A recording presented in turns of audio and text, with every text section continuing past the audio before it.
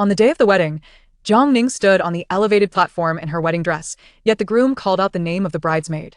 In front of all the guests, she knelt to propose to Huo Xianzhou, the groom's uncle, the third young master of the Huo family, who had been disfigured and disabled due to an accident. Disfigurement and disability did not deter her. She solely wished to deliver a resounding slap to the faces of the scoundrel and the shameless woman. That day, the wedding's lead role was exchanged. However, after hastily obtaining their marriage certificate, Jiang Ning began to sense that something was amiss with her new husband. Chapter 1. The groom is changed on the spot. On the wedding platform, the groom, Gu Xi, proclaimed loudly, regardless of the trials of life, be it aging, illness, wealth, or poverty, I, Gu Xi, will love Zhang Yimou for a lifetime. As his words fell, the once bustling environment fell into a profound silence. The bride across from him turned pale, her body swaying slightly in disbelief. She was not named Zhang Yimou, that was the name of the bridesmaid.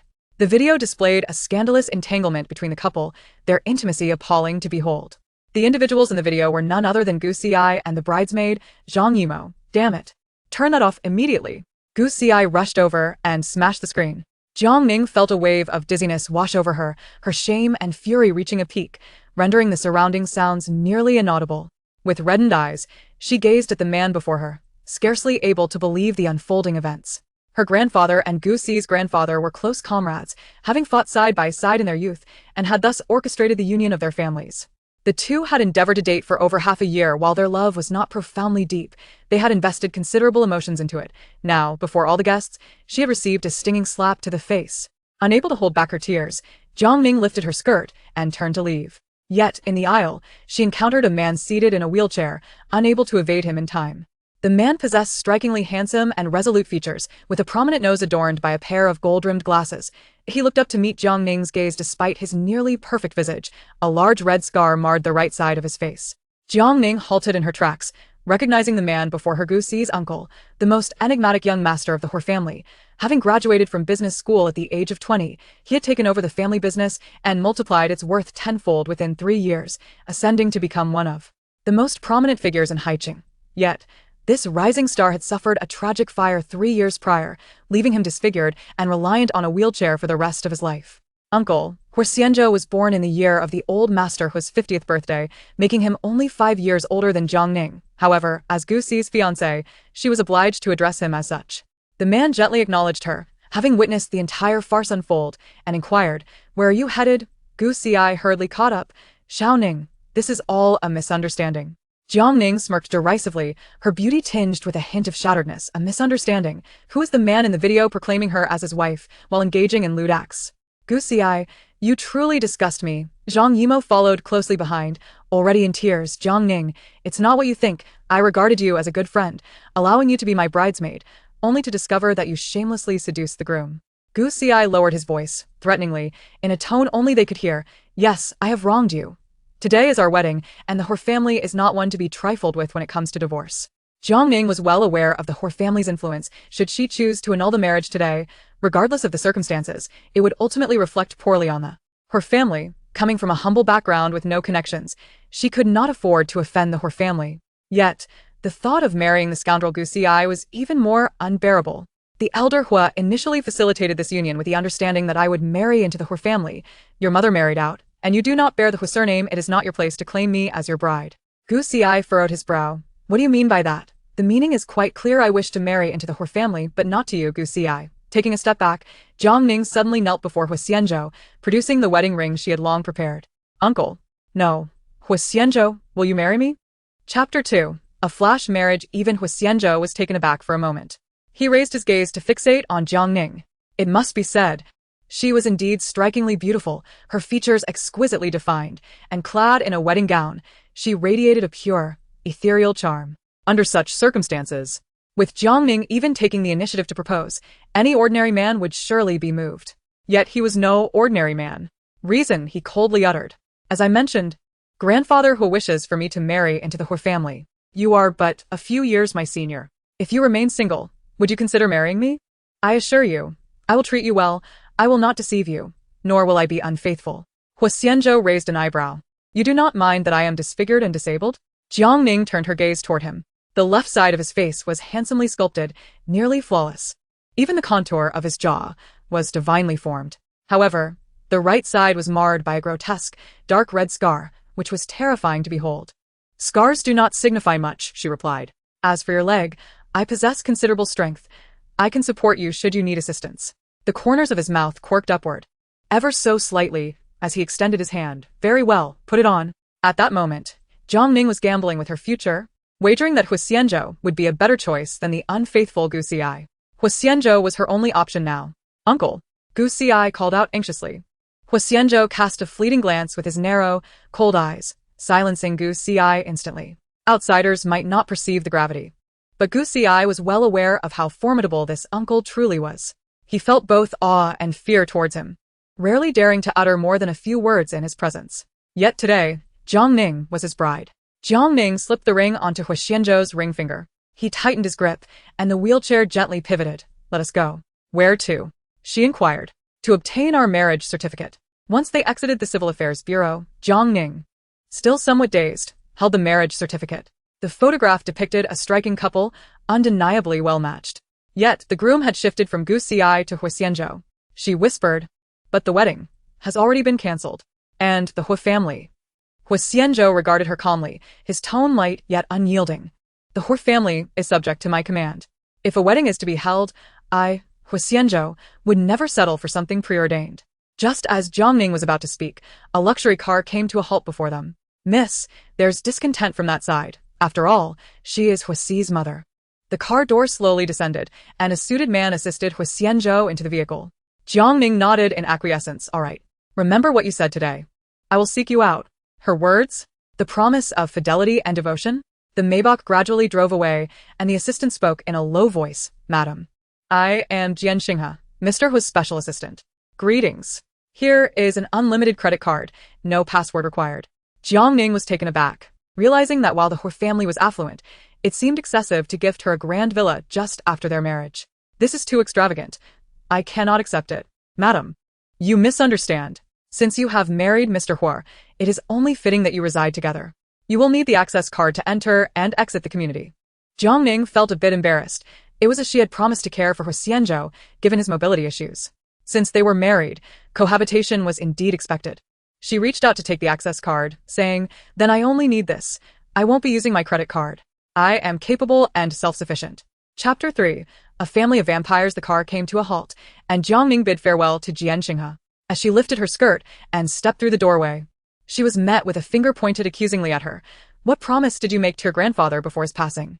You assured him you would obediently marry into the Huo family, and that is why he could depart in peace. Now that you have grown wings, how dare you publicly annul the engagement even as the wedding approaches? This is a blatant slap in the face to the Huo family.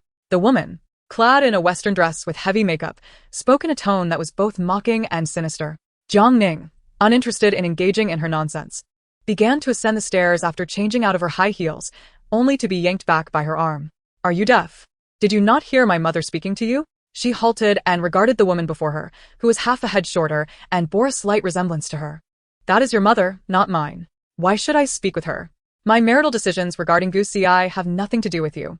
Before my mother left, you were merely a mistress and an illegitimate daughter. What right do you have to shout at me? You merely wish for me to marry Gu Xi so you can benefit from it.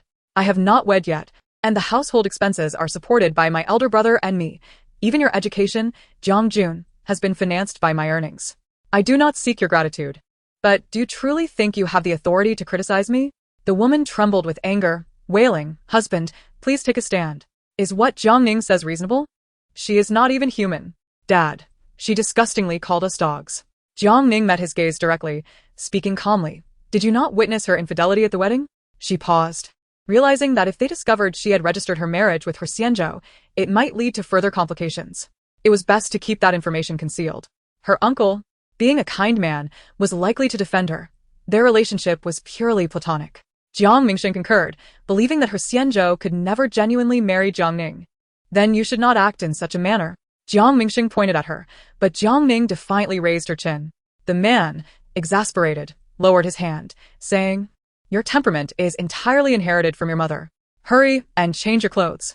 Jiang Ning felt a pang in her heart. Her memories of her mother were faint. Her father had always insisted she was deceased, yet Jiang Ning held a vague sense that her mother was still alive. However, as time passed, her certainty waned. Days later, following the wedding incident, Jiang Ning returned to her regular work routine. Employed at a design firm that aligned with her university major, she was diligent, hardworking, and eager to learn, earning the admiration of her colleagues and superiors. On this particular day, as she settled at her desk, Yi Xiaoxiao approached her, whispering, "I have some insider information. The company's largest project has been scrapped, and the CEO is furious. Layoffs are likely." What? Jiang Ning felt a tightening in her chest. She was involved in that project. With little savings, losing her job would make life unbearable. It seems nearly inevitable. Notifications will probably come within the next few days. Once the news of layoffs broke, Jiang Ning found herself distracted throughout the day. Nearing the end of her shift, she received a message from an unknown number. "Let's have dinner together tonight. I'll come to pick you up." Upon reading the closing signature with the name Huo Xianzhou, Jiang Ning felt a significant easing of her previously taut emotions. It had been several days since they obtained their marriage certificate, and Huo Xianzhou had not reached out to her in all that time. Jiang Ning hesitated to take the initiative, fearing it might intrude upon his space. Were it not for Gu Xi's occasional messages, she might have doubted whether this was all merely a figment of her imagination. Chapter 4. The option to retract still exists. Jiang Ning searched for the phone number on WeChat. To her surprise, the account that appeared bore an endearing dog as its profile picture. She instinctively thought she had entered the wrong number, only to find the account's name was simply Zhao. The other party quickly accepted her request and sent a voice message.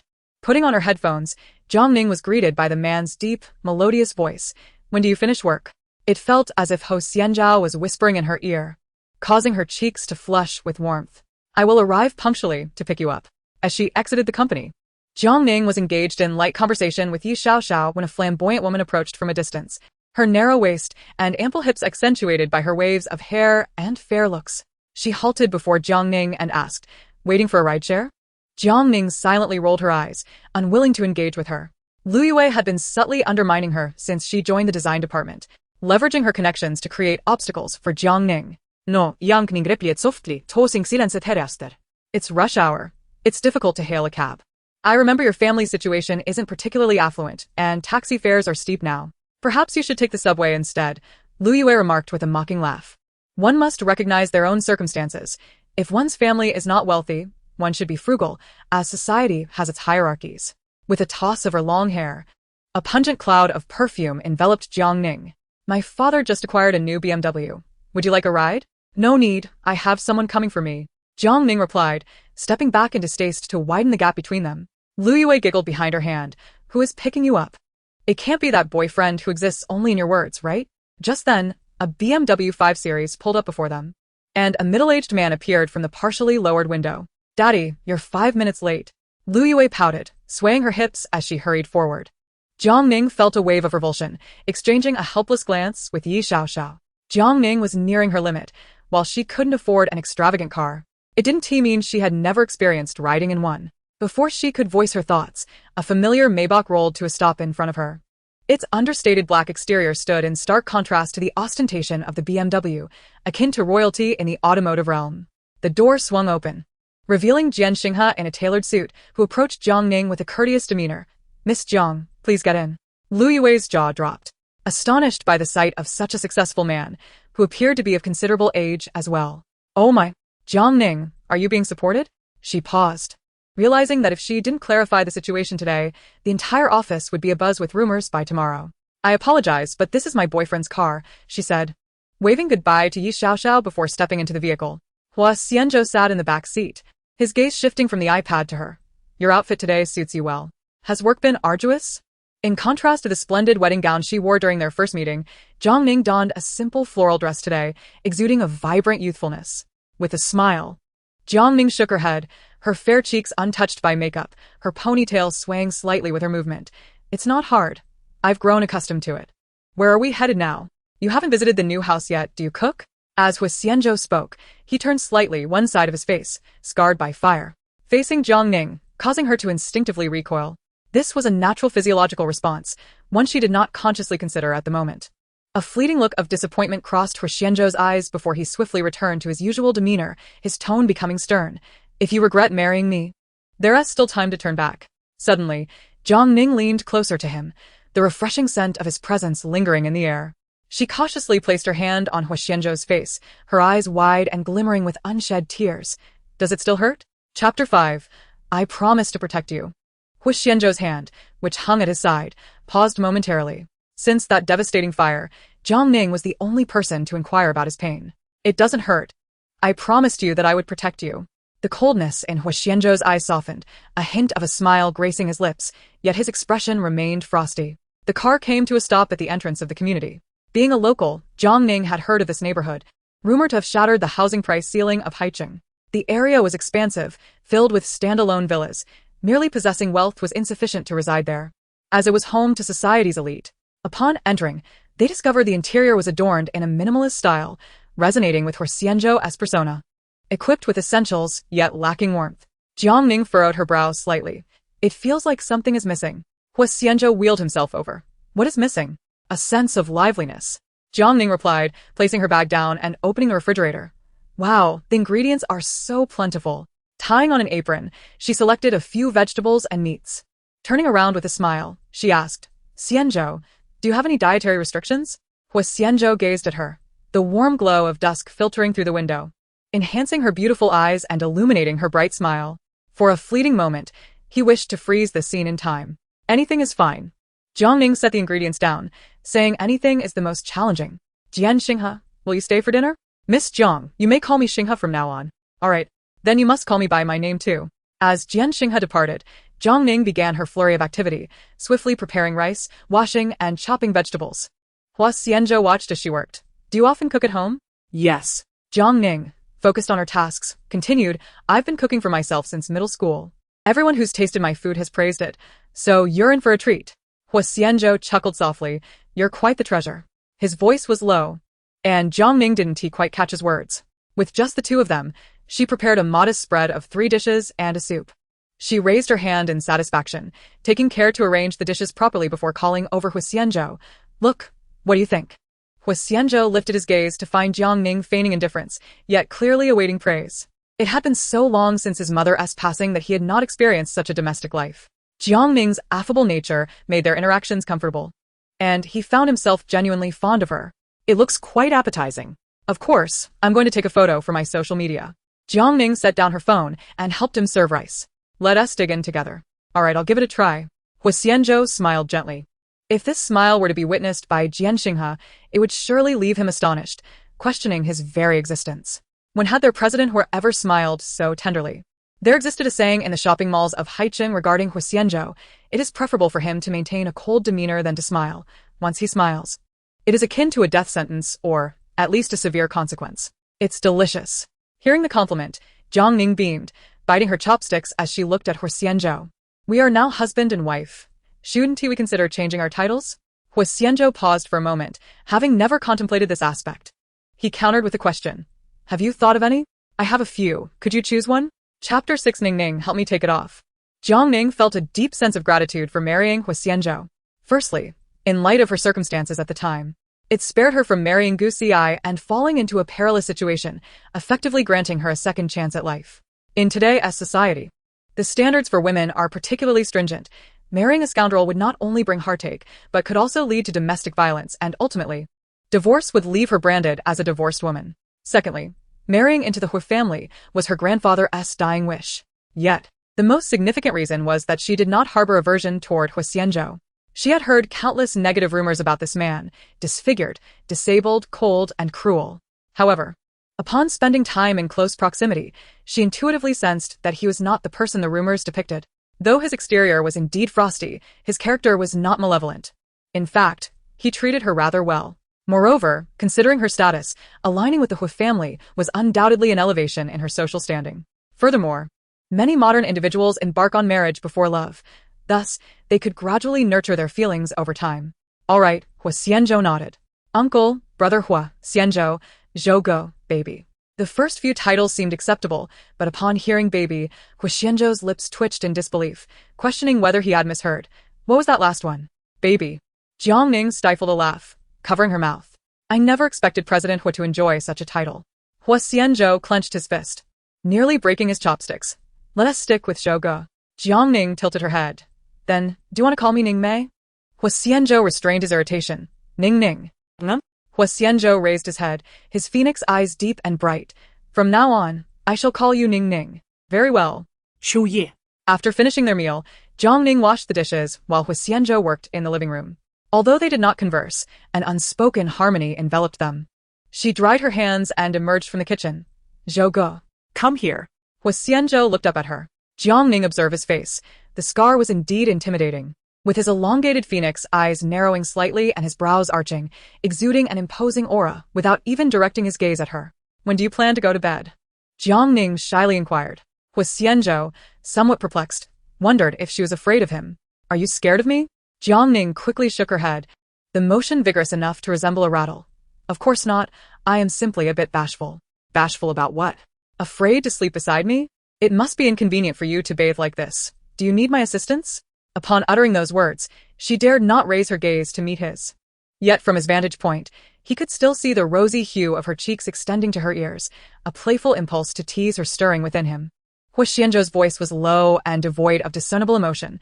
"Are you suggesting you would help me bathe? How do you usually manage on your own? We are married now.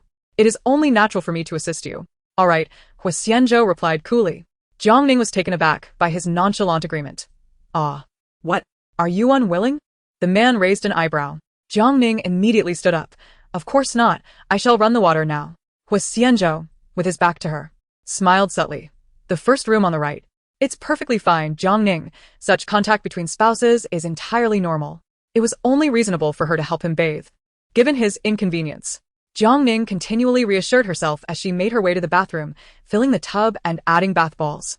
Just as she turned around, she spotted Huo Xianzhou sitting in his wheelchair at the door. The man had already removed his upper garment, revealing his chiseled abs. While still clad in the formal trousers from earlier, he spoke in a deep voice. "Ning Ning, help me take this off." Chapter 7. The first night in the new home. Jiang Ning's face grew increasingly crimson. Despite her extensive mental preparation, she faltered at the crucial moment. She stole a glance at Huo Xianzhou and inadvertently caught sight of his abs, causing her to swallow involuntarily. How could he maintain such a physique even while in a wheelchair?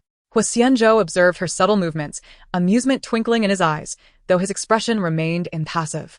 Alternatively, "I could manage it myself." "That won't do. What if you were to fall?" Considering his mobility issues and the slippery bathroom floor, she felt it was imperative to assist him. Resolutely, Jiang Ning knelt before him, extending her hand to unfasten his trouser button.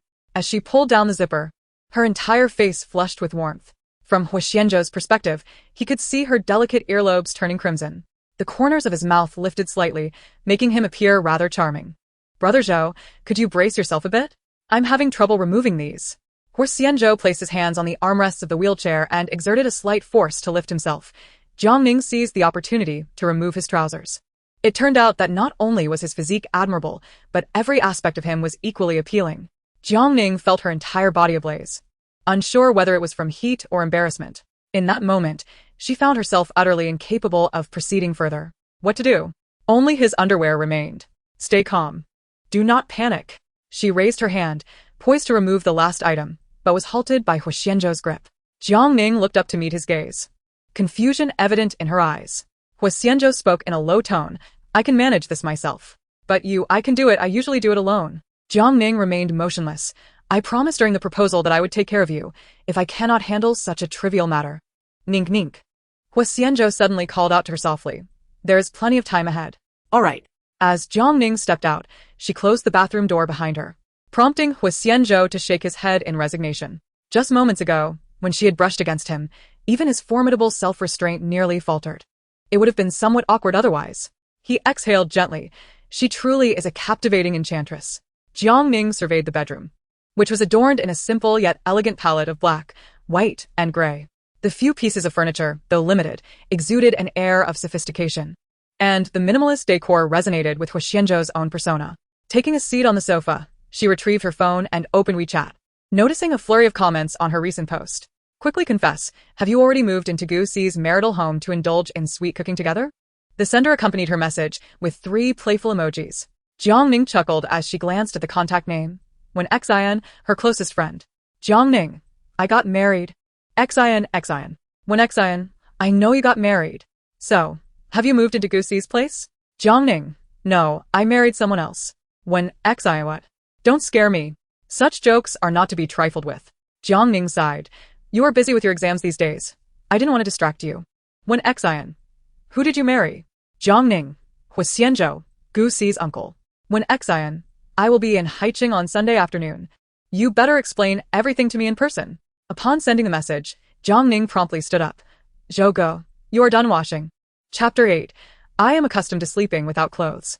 Huo Xianzhou sat in his wheelchair, a towel draped over his lower body. While it concealed his modesty, his sculpted abdominal muscles were fully exposed. For a moment, Jiang Ning was at a loss for where to direct her gaze. Are you finished? Shall I help you dry your hair? All right, he replied in a deep tone. Jiang Ning entered the bathroom, retrieved a hairdryer, and, after drying his hair, gently inquired, Zhou Go, where is your sleepwear? I do not wear sleepwear. Jiang Ning flushed crimson. Noticing her amusing reaction, he smirked slightly. I am accustomed to sleeping in the nude. Jiang Ning, feeling embarrassed, tightened her fists, attempting to divert the conversation, but they say sleeping nude is good for one's health. I didn't realize you were so health-conscious. Unable to contain himself, Huo Xianzhou chuckled softly. All right, you should also take a shower. I did not bring a change of clothes.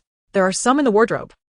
Jiang Ning raised an eyebrow in confusion. She turned and stepped into the walk-in closet, where, amidst the myriad of cabinets, a small section was allocated for his clothes. The remainder was nearly filled with high-end women's apparel. Jiang Ning casually picked out a dress, immediately recognizing it as a new design from brand C this year. Zhou Ge, these. Huo Xianzhou had wheeled himself over at some point. Uncertain of your preferences, I had Xinghe purchase a few items from various brands. If you dislike them, we can exchange them. Jiang Ning quickly shook her head. No, I like them all. It's just that there are far too many, and they are quite expensive. A simple dress might cost her an entire month's salary.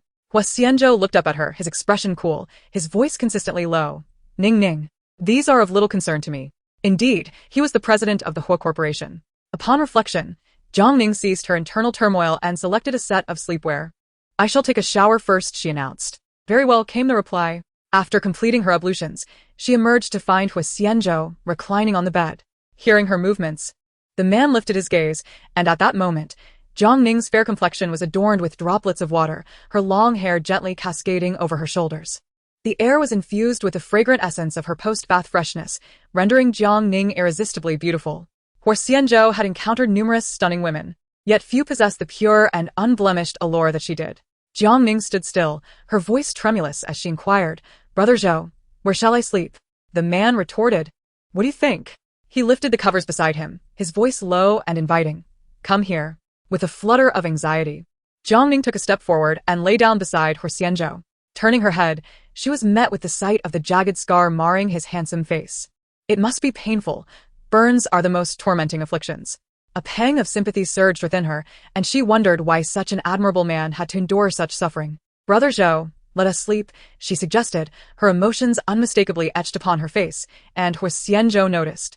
His Adam's apple bobbed as he softly acknowledged her with a grunt. He reached up to extinguish the light, leaving only a small night lamp to cast a gentle glow in the bedroom. Jiang Ning lay in bed, hesitant to move, her breaths mingling with the unfamiliar scent that was distinctly his. Although she had been in a relationship with Gu Si for over 6 months, they had never shared a bed. What if Huo Xianzhou were to touch her? Just then, a large hand suddenly rested on her abdomen, causing her back to stiffen in surprise as she uttered a soft gasp. The man's palm glided lightly over her stomach twice, and his deep, resonant voice whispered in her ear, Good night, Ning. Chapter 9. Termination. The following morning, Jiang Ning awoke to find Huo Xianzhou had already departed. Descending the stairs, she discovered a woman in the kitchen, donned in an apron, who smiled at her and said, Little madam, come and have breakfast. Jiang Ning regarded her with astonishment, for she had not been present the night before. Sensing her confusion, the woman cheerfully explained, I am the aunt from the old residence. I often come by to tidy up the house when I have the time. Today's breakfast was specially prepared at the young master's request. I was unsure of your preferences, so I made a variety. The array of food on the table rivaled that of a restaurant, prompting Jiang Ning to hastily respond. I only need a few bites. There's no need to call me little madam. My name is Jiang Ning. What shall I call you? I am surnamed Wang.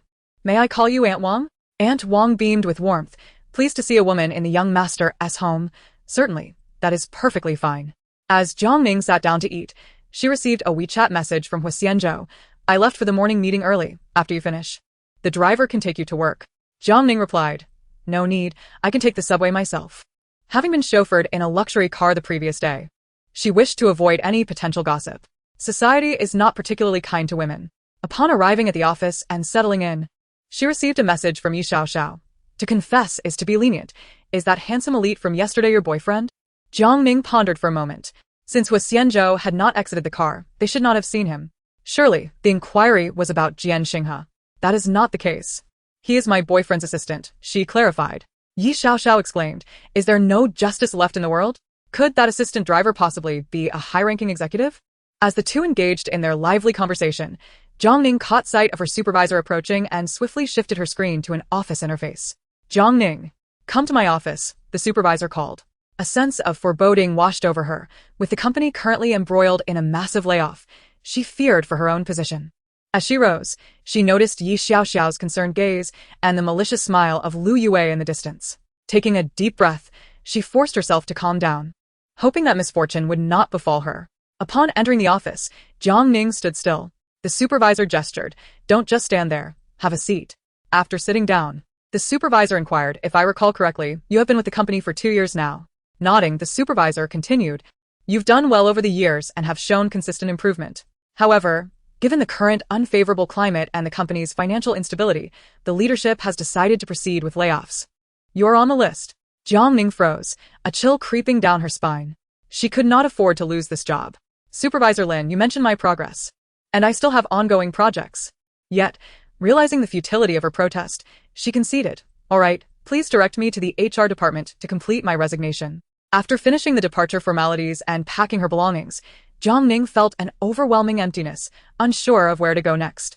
The aspirations she had fought for were suddenly extinguished, leaving her life devoid of light. Exiting the company with her belongings, she noticed it was just past the lunch break. The warm sunlight bathed her, yet she felt no warmth whatsoever. Meanwhile, in the executive office of the Huo Corporation, Jian Xinghe approached solemnly, President Huo, I need to discuss matters concerning Miss Jiang. Without looking up, the man replied coldly, speak. The company where Miss Jiang is employed is struggling, and they are currently undergoing significant layoffs. I have confirmed that Miss Jiang was dismissed today. From the photos, it appears she is not in good spirits. Huo Xianzhou finally set aside his work, asking photos? The images had been discreetly captured by Jian Xinghe's contacts, revealing Jiang Ning packing her belongings, tears evident at the corners of her eyes. Authorize a fund transfer to acquire all external shares of their company, and dismiss the supervisor responsible for her termination. Jian Xinghe acknowledged the order and was about to leave when Huo Xianzhou called him back. Send me that photo of Jiang Ning. Yes, President Huo. Chapter 10. A Great Injustice. After her dismissal, Jiang Ning was at a loss for where to turn. She had little interest in engaging with Jiang Jun as she ascended the stairs. Jiang Jun blocked her path. Are you deaf? Out all night. Were you with some man? What I do is none of your business. Move aside. Jiang Ning, feeling exhausted, had no energy to deal with her. She merely wished to inform Jiang Mingxing about her resignation and immediately prepare for her next job. Jiang Jun, however, was not so easily deterred. She reached out to tug at Jiang Ning's clothing, probing for any evidence of a romantic encounter. What are you doing? Jiang Ning forcefully swatted her hand away. Of course. I'm looking for proof of your scandalous behavior. Having just been dumped by Brother Gu, you must be eager to find a new suitor. Jiang Ning seized Jiang Jun's hand and pushed her away with fierce determination. Clearly pushed by her hand, Jiang Jun feigned a dramatic fall to the ground. Jiang Mingxing rushed forward, angrily exclaiming, have you lost your mind? Hitting your sister? Yet, she failed to recognize his goodwill, accusing him of meddling and striking her. Jiang Ning, observing Jiang Jun's exaggerated display of victimhood, felt a mixture of anger and amusement. Your acting is truly subpar. Even a green tea act is beyond your grasp. How can you speak like that? Jun is genuinely concerned for you. You ought to apologize to her at once. Apologize to her? Jiang Ning could hardly believe her ears. Dad, let it be. My sister has never liked me being close to Mom. Forcing her to apologize will only widen the rift in this family. I can endure some grievances, as long as you're happy. Jiang Ning felt a wave of nausea wash over her. Your sister has always accommodated you. Her gentle nature only invites your bullying. She has sacrificed so much for this family. Can't you, as the elder sister, show a modicum of grace? Jiang Ning was taken aback, her heart sinking. She understood that her stepmother's whispers had undoubtedly biased her father toward Jiang Jun. However, she never anticipated such a lack of discernment. A profound weariness spread through her. Gritting her teeth, she retorted, have I bullied her? Why do I have not a single penny in savings and suffer anxiety and headaches from not working? ISNT it because you lot of leeches have drained me dry? Smack. Jiang Mingxing retaliated with a swift slap. I am your father. It is only natural for me to spend money on you. Jiang Jun feigned distress, but secretly relished the moment. Dad, let us discuss this calmly, without resorting to violence. The sting of her cheek paled in comparison to the injustice she felt. She could no longer endure the atmosphere of this household, gazing at the father-daughter duo. Jiang Ning feared she might be sick. Covering her face, she turned and left. Upon exiting the Jiang residence, the tears she had held back finally cascaded down. She felt an immense, desolate void, as if the world was vast yet offered no refuge for her. Aimlessly wandering the streets, she eventually entered a bar as dusk fell. Sitting alone at the bar, she ordered a dozen shots of liquor, consuming them one by one. Did she think that drowning her sorrows in alcohol would ease her pain? Instead, her discomfort intensified. As the alcohol took effect, tears began to flow. Why are you crying, beautiful? Did you break up with your boyfriend? Do you want me to keep you company? A burly man sat beside her, reaching out with unwelcome intentions. Jiang Ning forcefully pushed him away. Get away from me. Still a fiery one. I like that, the man smirked, attempting to pull her up. Jiang Ning resisted, declaring, if you don't back off, I'll scream. Instinctively, she grabbed her phone and dialed a number. Honey, please hurry. I'm at a bar abroad. The man hesitated for a moment, then slyly dropped a pill into her drink. He stepped back, eager to see whose arrival would come first, her husband or the man who would take her away. Chapter 11. You've come to save me. At that moment, Huo Xianzhou was at home. Upon receiving the call, he sprang to his feet, seizing his car keys, ready to rush out. Passing by the full-length mirror in the living room, he caught sight of his perfect, chiseled features, unmarred by scars. As the villa door closed behind him, only the wheelchair remained in the middle of the empty living room. Jiang Ning finished her last drink, feeling her head grow heavy. She felt slightly intoxicated and wished to settle the bill and leave while she still had some clarity. In truth, her tolerance for alcohol was decent.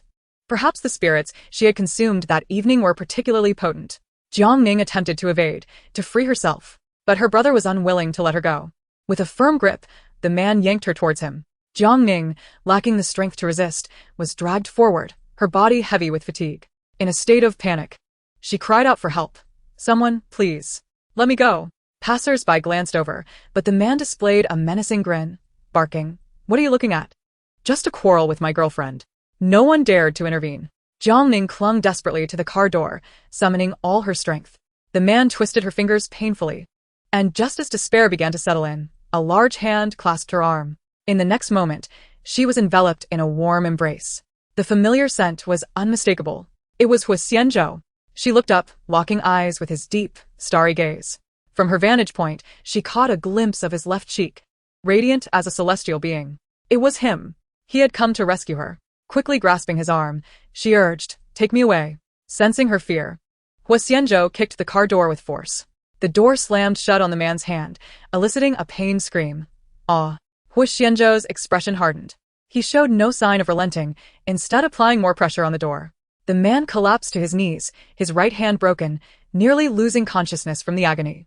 Only then did Huo Xianzhou release his foot, lifting Jiang Ning towards the nearby Maybach.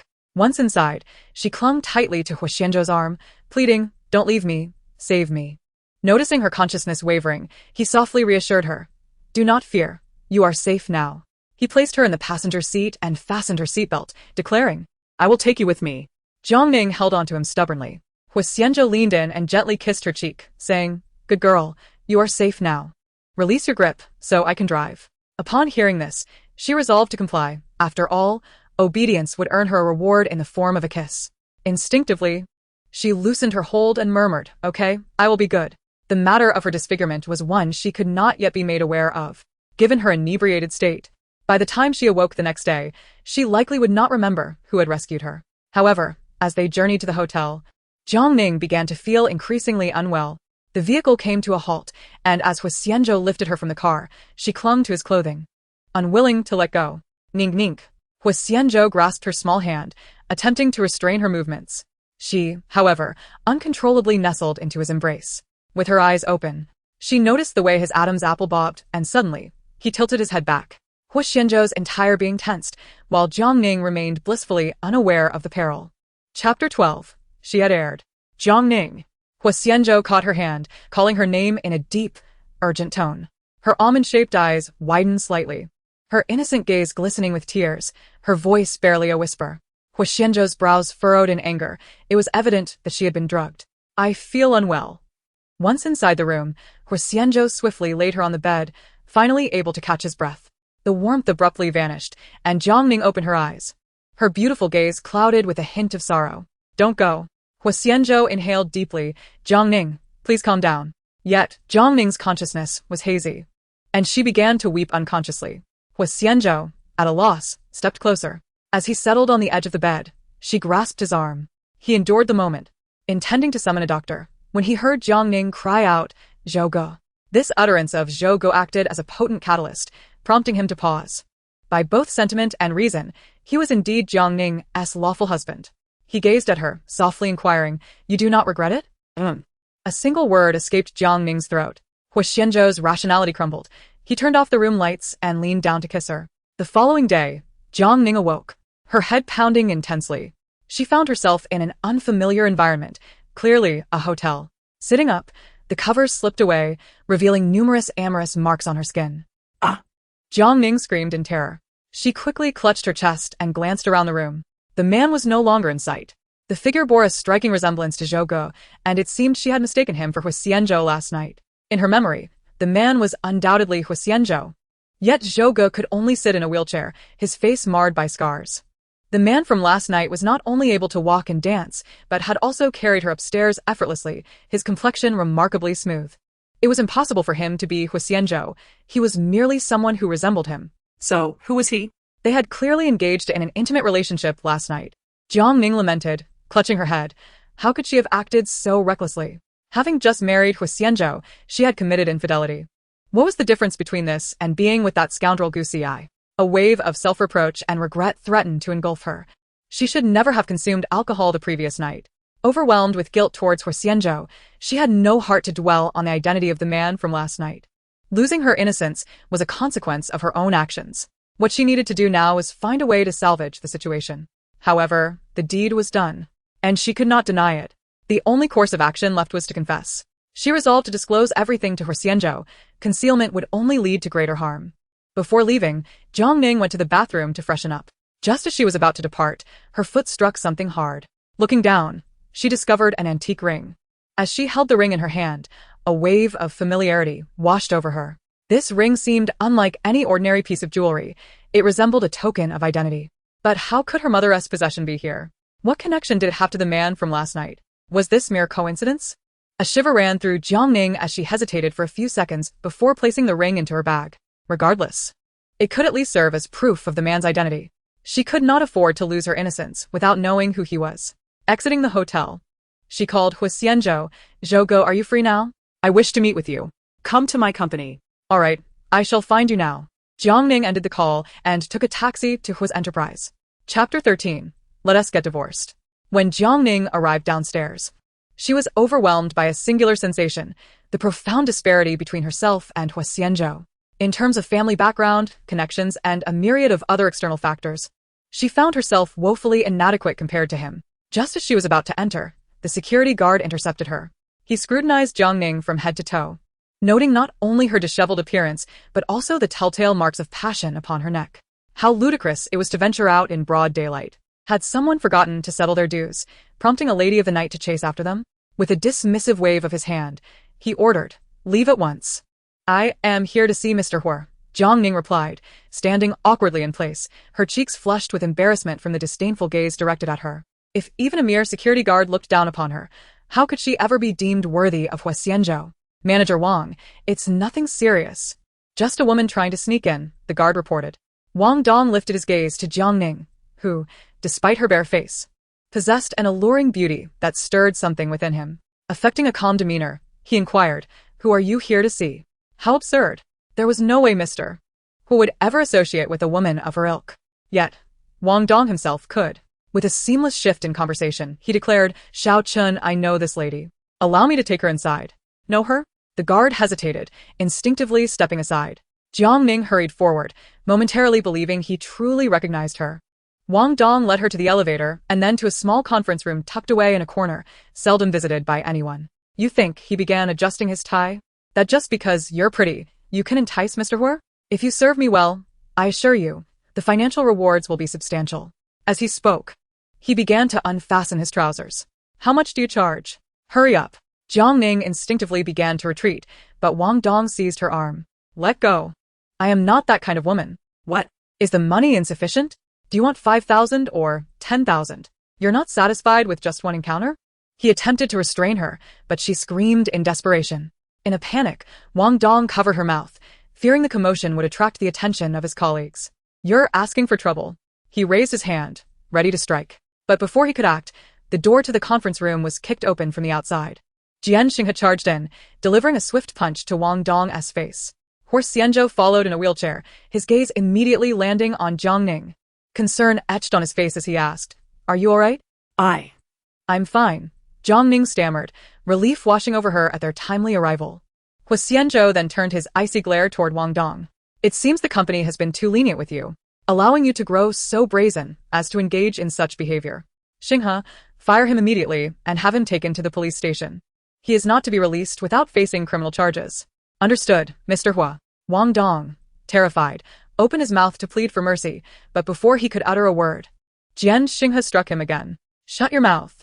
He glanced back at Jiang Ning, his voice low and serious. Are you all right? I'm fine. Thankfully you arrived in time. She replied. The man finally relaxed, turning his attention to her. Did you come to see me for something? Only then did Jiang Ning lift her gaze to meet his. Today, Huo Xianzhou wore a pair of rimless glasses perched upon his nose, adding an air of austere allure to his already imposing presence. If one were to overlook the scar on his right cheek, his features would be akin to the most exquisite creation by the hands of God. Jiang Ning involuntarily let out a sigh, pondering how radiant he would be without the disfigurement. Why the silence? Chapter 14. A proper compensation. Reason? Jiang Ning gritted her teeth, momentarily at a loss for words. She clenched her hands tightly, hesitating before gently pulling down her collar, revealing her fair neck marked with ambiguous traces.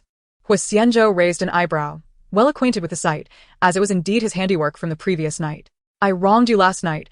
I was unfaithful within our marriage.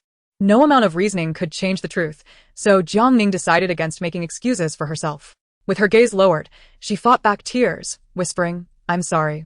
I betrayed the promise I made and cannot face you any longer. Therefore, I hope for a divorce. I shall ask for nothing from the Huo family and will gracefully disappear from your life. Huo Xianzhou maneuvered his wheelchair closer to Jiang Ning. Clarify. She dared not meet his gaze, yet understood that Huo Xianzhou had the right to know. Last night I was feeling down and went to a bar alone, where I unwittingly fell victim to someone as drugging.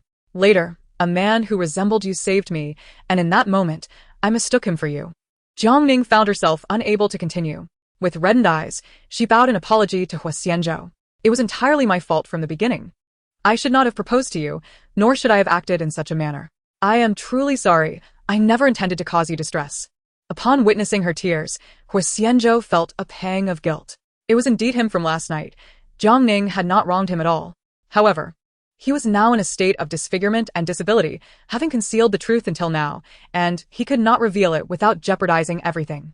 He had no desire to disclose the truth to Jiang Ning, nor did he wish to divorce her. It was a rare occurrence to find someone so suitable. Moreover, his little wife had a delightful charm. Ensure you have your access card ready. We will record your fingerprint tonight, Huo Xianzhou said in a low tone. Jiang Ning looked at him in astonishment, confusion etched on her face. What do you mean?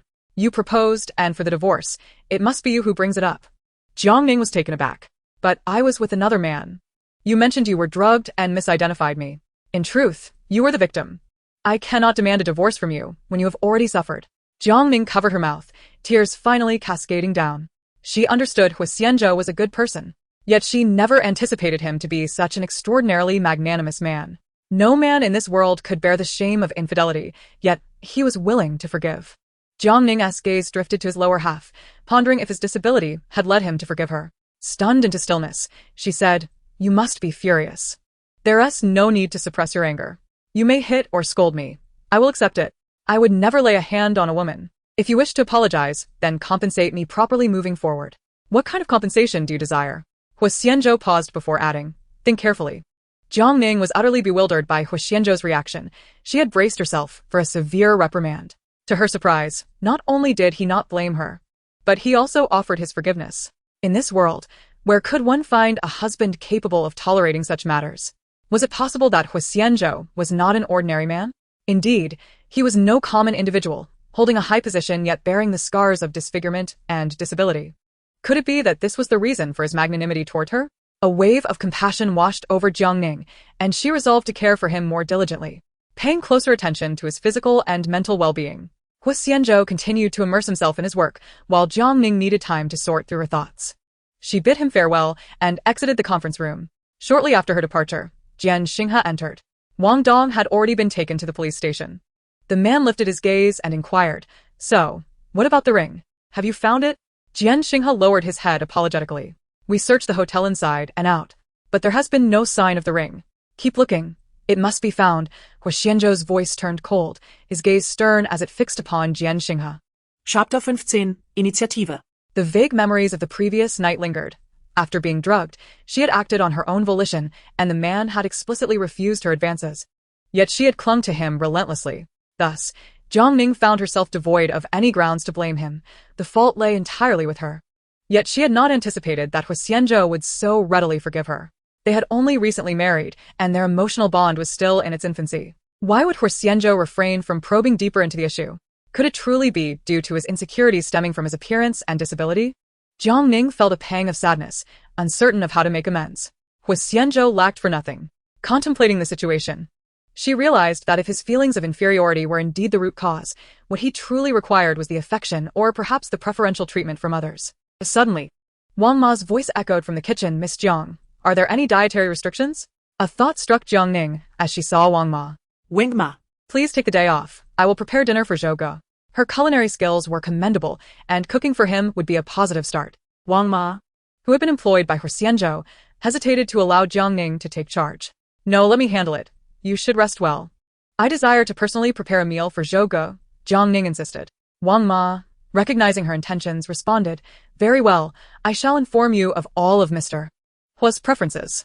Jiang Ning followed Wang Ma into the kitchen, diligently noting down Huo Xianzhou's likes and dislikes. Afterward, a singular thought occupied her mind. Huo Xianzhou was indeed quite particular about his food. He would not eat radishes, cilantro, or green peppers. And he had an aversion to any fish with bones, even refusing to eat pork. How had he managed to survive thus far? Furthermore, she recalled that she had unwittingly prepared something he disliked that night. How had he consumed it with such an impassive expression? Mr. Huo appeared to be finicky. Yet, he was still quite accommodating. Wang Ma chimed in supportively. "I can prepare dishes that he loves." Jiang Ning moved swiftly, as the refrigerator was well stocked with ingredients. Cooking home-style meals was inherently uncomplicated. "What are you doing cooking? Where is Wang Ma?" Huo Xianzhou observed the meal set upon the table, his gaze shifting slightly. Jiang Ning felt a wave of guilt and found herself unable to meet his eyes at that moment. She wiped her hands on her apron and urged, "Quick, wash your hands and get ready for dinner. Tonight, we have all your favorite dishes. In the future, let Wang Ma handle these tasks." "It's all right. I'm quite free at the moment," Jiang Ning thought, hesitant to admit that her actions were a form of compensation for him. However, Huo Xianzhou discerned her intentions immediately, remarking that Mrs. Huo need not engage in such chores. "I actually enjoy cooking," he added. It was then that Jiang Ning looked up at him, realizing that preparing a meal together and sharing it would evoke a sense of home within her. Huo Xianzhou paused for a moment, recalling that her mother had passed away quite early. His heart softened slightly, and his tone became gentler. "I will savor it thoroughly." Jiang Ning hurried forward, saying, "Let me assist you with washing your hands." "No need. I can manage myself," Huo Xianzhou replied, dexterously maneuvering his wheelchair. As Jiang Ning watched his retreating figure, her guilt intensified. After washing his hands, Huo Xianzhou emerged with a bottle of red wine. The sight of alcohol made Jiang Ning uneasy. Had it not been for the previous night's excess, she would not have erred so grievously. "We are at home now. Nothing will go wrong," he assured her, pouring a glass for Jiang Ning. "Aren't you going to join me for a drink?" Huo Xianzhou's demeanor remained calm. Yet his mind wandered back to the previous night when she had been tipsy, softly calling out for him. That sensation of being relied upon brought him great joy, and he secretly yearned to experience it once more. Chapter 16. Discovering his secret. Jiang Ning remained oblivious to Huo Xianzhou's thoughts, merely observing him. With the conversation reaching this point, declining to drink seemed unreasonable. The atmosphere had already escalated, and being at home, there shouldn't be any unforeseen incidents. Jiang Ning lifted her glass and took a gentle sip. The rich aroma of the red wine enveloped her palate, warming her from within. "What kind of red wine is this?" "It's exquisite." Huo Xianzhou chuckled, explaining that he had specifically chosen it from the wine cabinet, naturally selecting the finest. He picked up a piece of beef, chewed it thoroughly, and praised, "Your culinary skills are impressive. This is delicious." Jiang Ning chuckled in response, "If you like it, I shall cook more often when I have the time." Noticing that Huo Xianzhou seemed genuinely unconcerned about the previous night's events, she found herself unconsciously drinking a bit more throughout dinner. Before she realized it, over half the bottle of wine had been consumed. "Brother Zhou, are you full?" she inquired. "Thank you," the man nodded. Feeling the effects of the wine, Jiang Ning smiled brightly. "That's good to hear." Her smile revealed delicate dimples, radiantly beautiful. Huo Xianzhou paused for a moment, then responded with a smile. "Indeed, it is quite good." Those simple words doubled Jiang Ning's happiness. As she rose, a wave of dizziness washed over her. After finishing the meal, she still needed to assist Huo Xianzhou with his bath. She couldn't afford to falter. As Huo Xianzhou entered the bathroom, Jiang Ning followed him in. Her cheeks flushed, and she dared not meet his gaze, stammering, "I will help you fill the tub." Huo Xianzhou's eyes sparkled with amusement as he made no move to deter her. However, as she turned, she felt her legs weaken and stumbled forward. Huo Xianzhou quickly caught her, gently enveloping Jiang Ning in his arms. Instead of the anticipated pain, she heard a soft groan escape him. Jiang Ning immediately steadied herself, anxiously asking, "What happened? Did I hurt you?" Huo Xianzhou cast his gaze upon her, and in that moment, she unexpectedly collapsed, the buttons of her shirt bursting open, revealing a tantalizing black bra beneath. Jiang Ning attempted to rise, inadvertently misplacing her hand, acutely aware of the sensation it had encountered. That touch was unmistakable. She felt a wave of embarrassment wash over her. "Zhou Ge, I'm truly sorry. It was unintentional." Yet, the more she tried to explain, the more awkward the situation became, leaving her at a loss for words as she stood frozen in place. "It's all right. We are husband and wife," Huo Xianzhou replied, his ears betraying a flush of crimson. "You should leave for now. I can manage on my own." He tightened his grip on the wheelchair, determined to prevent Jiang Ning from lingering, lest he lose control of himself. Feeling the weight of the awkwardness, Jiang Ning, her face aflame, hastily exited the bathroom. Once outside, she sank into a chair, vexed by the placement of her hand. How could it have ended up there? Was it permissible to touch so carelessly? Mortified and furious with herself, she cast a glance back towards the bathroom, taking deep breaths in an attempt to regain her composure. As she lowered her head, she suddenly noticed that a button had come undone, exposing her undergarment. Could it have burst open during her fall? No wonder Huo Xianzhou had looked at her so strangely just moments ago. This realization only deepened her humiliation, making her wish to disappear into the ground. How could she face anyone now? Despite their marital bond, they had yet to reach that pivotal stage. The more she pondered, the more her head spun, exacerbated by the lingering effects of the wine, leaving her unable to think clearly. She reclined on the sofa, her beautiful eyes half closed. Suddenly, a loud belch escaped her, accompanied by a wave of nausea. She shut her eyes, attempting to compose herself, but to no avail. The queasiness intensified, becoming unbearable. Struggling to her feet, she covered her mouth and dashed towards the bathroom, bursting through the door and instinctively rushing to the toilet. To her astonishment, she beheld a shocking sight. Huo Xianzhou stood under the shower, completely naked. Not only was he bare, but the unsightly scar on his face had vanished, revealing strikingly handsome features that left a powerful impression. He appeared as he had last night, yet somehow transformed. Jiang Ning froze, and after a moment, managed to utter, "Zhou Ge, your face and your legs." Chapter 17. Not ugly at all. Jiang Ning was jolted back to some semblance of awareness by his harsh tone. She braced her hands against her head, attempting to clear her mind, but it only deepened her dizziness. "No, that can't be right. Am I seeing things?" Struggling to focus, she realized the scar was indeed still there. Perhaps the wine had clouded her vision. Just as the wave of nausea surged again from within, she raced back to the bathroom, retching violently. After emptying her stomach, she turned her gaze back to Huo Xianzhou, whose expression was as dark as storm clouds. I just came in to help you bathe," she stammered. Huo Xianzhou replied coldly, "You dare to assist me while I am in this state?" Jiang Ning, still reeling from her earlier distress, hesitated, feeling wretched after her bout of sickness. Under the influence of the wine, she unexpectedly emitted a soft sound of acknowledgement. Suddenly speaking, she remarked, "My clothes are dirty, and I smell quite unpleasant. I wish to take a bath." Huo Xianzhou's eyelids twitched twice as he observed Jiang Ning beginning to remove her outer garment, revealing a snug-fitting top underneath. The sight before him made the bathroom feel increasingly warm. Just as he intended to ask Jiang Ning to wait a moment, she had already settled herself into the bathtub. Though not particularly small, the tub felt cramped with two individuals sharing it, their legs inevitably brushing against one another. Half drunk, Jiang Ning, even in her condition, had not forgotten to assist him with his bath. With a towel in hand, she began to scrub his legs, saying, "Brother Zhou, isn't bathing inconvenient for you? Allow me to help." Her delicate hands grazed his skin, sending a sensation akin to countless ants crawling over him, a tingling that was nearly overwhelming. Struggling to contain an impulse, he swiftly grasped Jiang Ning's hand. "Ning, I can wash myself. But I want to help you." Jiang Ning insisted, her eyes wide open. Images of Huo Xianzhou's disfigured face and his unblemished visage swirled in her mind, causing her to feel increasingly dizzy, nearly slipping into slumber. With no other option, Huo Xianzhou caught her before she could falter. What began as her assisting him with his bath transformed into him aiding Jiang Ning instead. Once it finally concluded, he draped a towel over her and let out a sigh of relief. The preceding ordeal had been more strenuous than battle itself. Were it not for his formidable willpower, Huo Xianzhou would have succumbed. After her shower, Jiang Ning emerged, her face flushed, feeling more awake. She noticed Huo Xianzhou had changed into fresh clothing and was seated in his wheelchair. The grotesque scar on his face remained, making it seem as if the earlier fleeting glimpse had merely been an illusion. Nervously standing in place, Jiang Ning hesitantly spoke, "Brother Zhou, your leg. And your face? What about my face?" Huo Xianzhou touched the scar on his face, self-deprecatingly commenting, "You find it ugly, don't you?" "No, not at all. In my eyes, you are more handsome than anyone else. There's no need to comfort me. I despise my own reflection," he replied, turning his wheelchair away from her. Gazing at his back, Jiang Ning's earlier concerns dissipated. She must have misjudged due to her inebriation. Given his condition, how could she dare to provoke him further? Recalling the intimate touches during the bath, her cheeks flushed crimson. "True beauty transcends mere appearance. I can see from your eyes that you are not ugly at all." With his back turned, the corners of his mouth lifted imperceptibly, even the edges of his eyes softened slightly.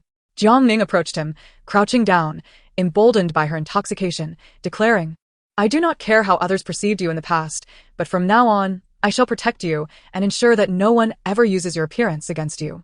This is my promise to you as your wife." Huo Xianzhou was taken aback by her words, and the softness in his gaze became evident. A smile graced his lips as he replied softly, "Well, I believe you, Mrs. Hua." As night fell, Jiang Ning slept soundly, her breathing steady. Huo Xianzhou pulled back the covers and rose from the bed to answer a phone call. He glanced at the slumbering Jiang Ning, affirming to himself, "Yes, she is indeed my wife." Chapter 18, A Journey Towards the Tiger's Denver. The following day, upon waking, Jiang Ning discovered that Huo Xianzhou had already departed. He must have gone to the company. After finishing her breakfast, Jiang Ning resolved to prepare her resume to apply for a new job. The current state of unemployment left her devoid of any sense of security. Just as she was about to leave, she received an unexpected call from the HR department of her former company. "Jiang Ning, I have some good news to share with you." A smile broke across Jiang Ning's face, and she exclaimed, "Really? Of course, I'll come to the company right away." Naturally, this was what she had longed for. It was her first job, one that aligned perfectly with her professional qualifications, and she had formed deep bonds with her colleagues. Upon arriving at the company, as she exited the HR department, she noticed her colleagues casting her peculiar glances. Jiang Ning halted, perplexed. What do you mean by that? Is it truly because of my remarkable abilities that the company cannot bear to part with such an exceptional employee? If that were the case, they would never have dismissed me in the first place. Anger surged within her, causing her breaths to quicken. "Enough of your nonsense. I have a clear conscience." Lu Yue deliberately raised her voice. "The leadership has dismissed your previous supervisor and placed you in his position. Can you explain why?" Jiang Ning too was eager to unravel the mystery, yet she found herself equally bewildered. Taking a deep breath, she replied, "I stand firm in my integrity. If you possess the capability, then oust me based on your own merit." With that, she turned on her heels and strode toward her office in her high heels. She was no fool. Today's events felt as though a powerful hand was propelling her forward. The only person capable of such a feat seemed to be Huo Xianzhou. Could it be that Brother Zhou was indeed lending her assistance? For a fleeting moment, Jiang Ning contemplated calling to clarify, but since he had not broached the subject himself, would it be too presumptuous to inquire? As husband and wife, he was simply helping her navigate her predicament. Jiang Ning realized that rather than probing into the matter, she ought to devote herself to her work, to honor his support. As the end of the workday approached, she received a sudden phone call. Glancing at the number displayed on her screen, Jiang Ning hesitated. It was Huo Shuyun, Guxi's mother, and Huo Xianzhou's sister. Taking a deep breath, she answered the call. But before she could utter a word, the woman's calm voice resonated through the line. "I've made a reservation at Yan Gui Lu. Let us have dinner together." Jiang Ning, apprehensive of the potential awkwardness, was about to decline. 7 o'clock, I'll be waiting for you. With that, the call ended abruptly, leaving Jiang Ning with no opportunity to respond. Indeed, she remained consistently assertive and imposing. During her relationship with Gu Xi, every encounter with Huo Xianzhou had felt similarly daunting, as though Jiang Ning were a humble servant seeking an audience with the formidable queen. As the workday concluded, Jiang Ning sighed and rose from her seat. Aware that tonight's gathering resembled a banquet of peril, she reluctantly steeled herself for the confrontation ahead. Now, as Huo Xianzhou's wife, her status had shifted from daughter-in-law to sister-in-law in Huo Xianzhou's eyes. The mere thought of her face prompted Jiang Ning to instinctively straighten her back, fully aware that a battle loomed on the horizon. Chapter 19. Do you not feel fear? At 7 o'clock, she arrived at Yangui Lu punctually. After providing her name, the waiter guided her toward a private room. As she pushed open the door, a well-groomed woman in a cheongsam raised her head. Though she was nearing 50, she appeared to be hardly over 40, her eyes devoid of even the faintest wrinkle when not smiling. This singular visage unmistakably showcased the power of wealth.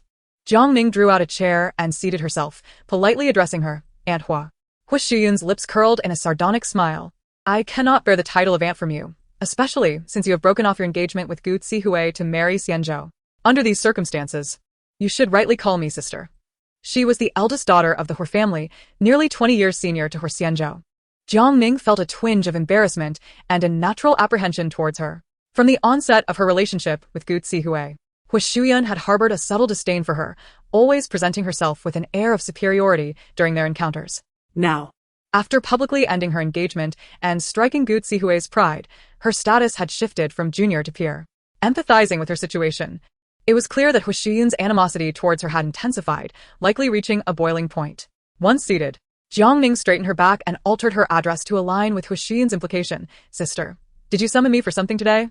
Huo Xianzhou's lips twitched slightly, taken aback by Jiang Ning's audacity to ascend the social ladder so shamelessly. Though Gu Zihui has wronged you, you ought to have handled it better than to deliver a resounding slap to both his and my face in front of all the guests. As she spoke, her hands rested lightly on the table. Her voice, though calm, bore the weight of a tempest.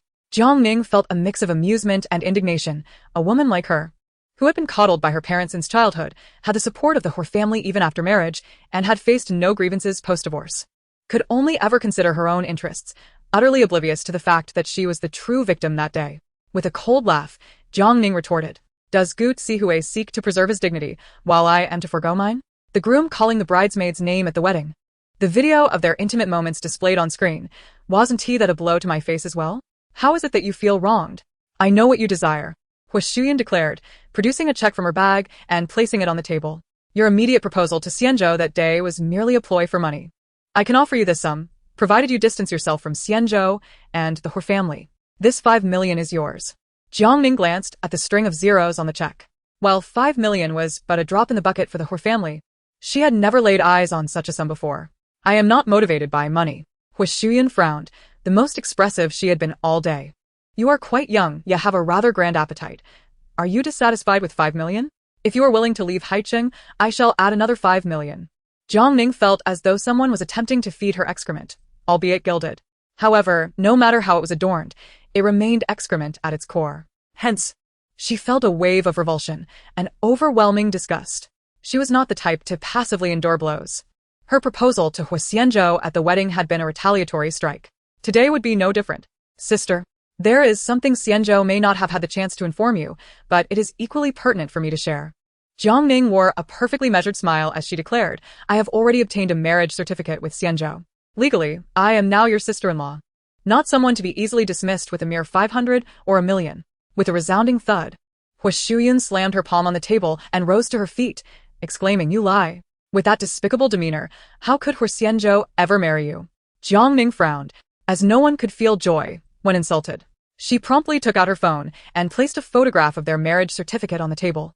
Observing the transformation in Huo Xianzhou's expression, a smile crept onto Jiang Ning's lips, filling her with immense satisfaction. She had always believed in mutual respect. However, she would not extend courtesy to someone like Huo Xianzhou, who had consistently looked down upon her and now came to blame her for everything. You should ask Xianzhou about that, Jiang Ning said, picking up her bag, feigning readiness to depart. If there is nothing else, I will take my leave. There will be plenty of opportunities to meet in the future. Before she could rise, Huo Xianzhou's cold voice interrupted.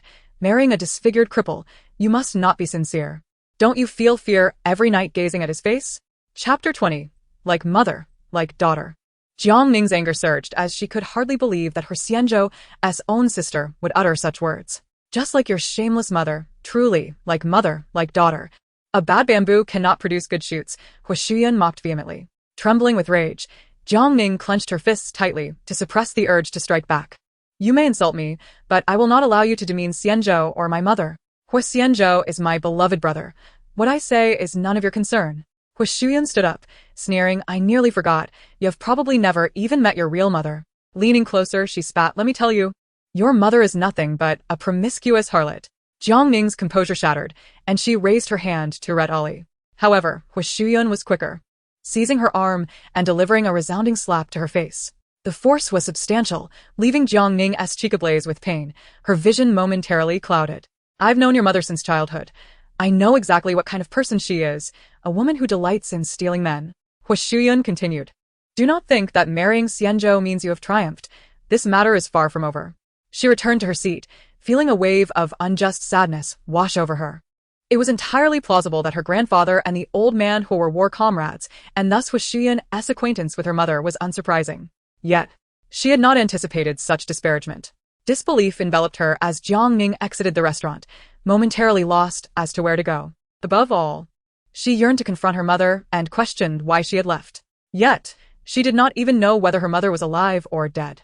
As she descended the steps, a familiar Maybach suddenly stopped before her. The door swung open, and Jing Xinghe circled around, saying, Madam, please get in. Xinghe? How did you come to be here? Jiang Ning inquired, glancing into the car to catch a glimpse of a familiar profile, Huo Xianzhou. Once she settled into the vehicle, she softly asked, Brother Zhou, how could you? Huo Xianzhou looked at her, noticing the stark redness of her cheek, a clear imprint of the slap. She gazed at herself, her eyes distinctly clouded. Jiang Ning had no desire to engage in the act of reporting or to utter a lie, so she simply pressed her lips together in silence. Through the rear-view mirror, Jiang Xinghe glanced back and said softly, I just saw Madame Huo's car leaving the parking lot. Huo Xianzhou's expression darkened. Did my sister lay hands on you? Jiang Ning managed to squeeze out a single word from her throat.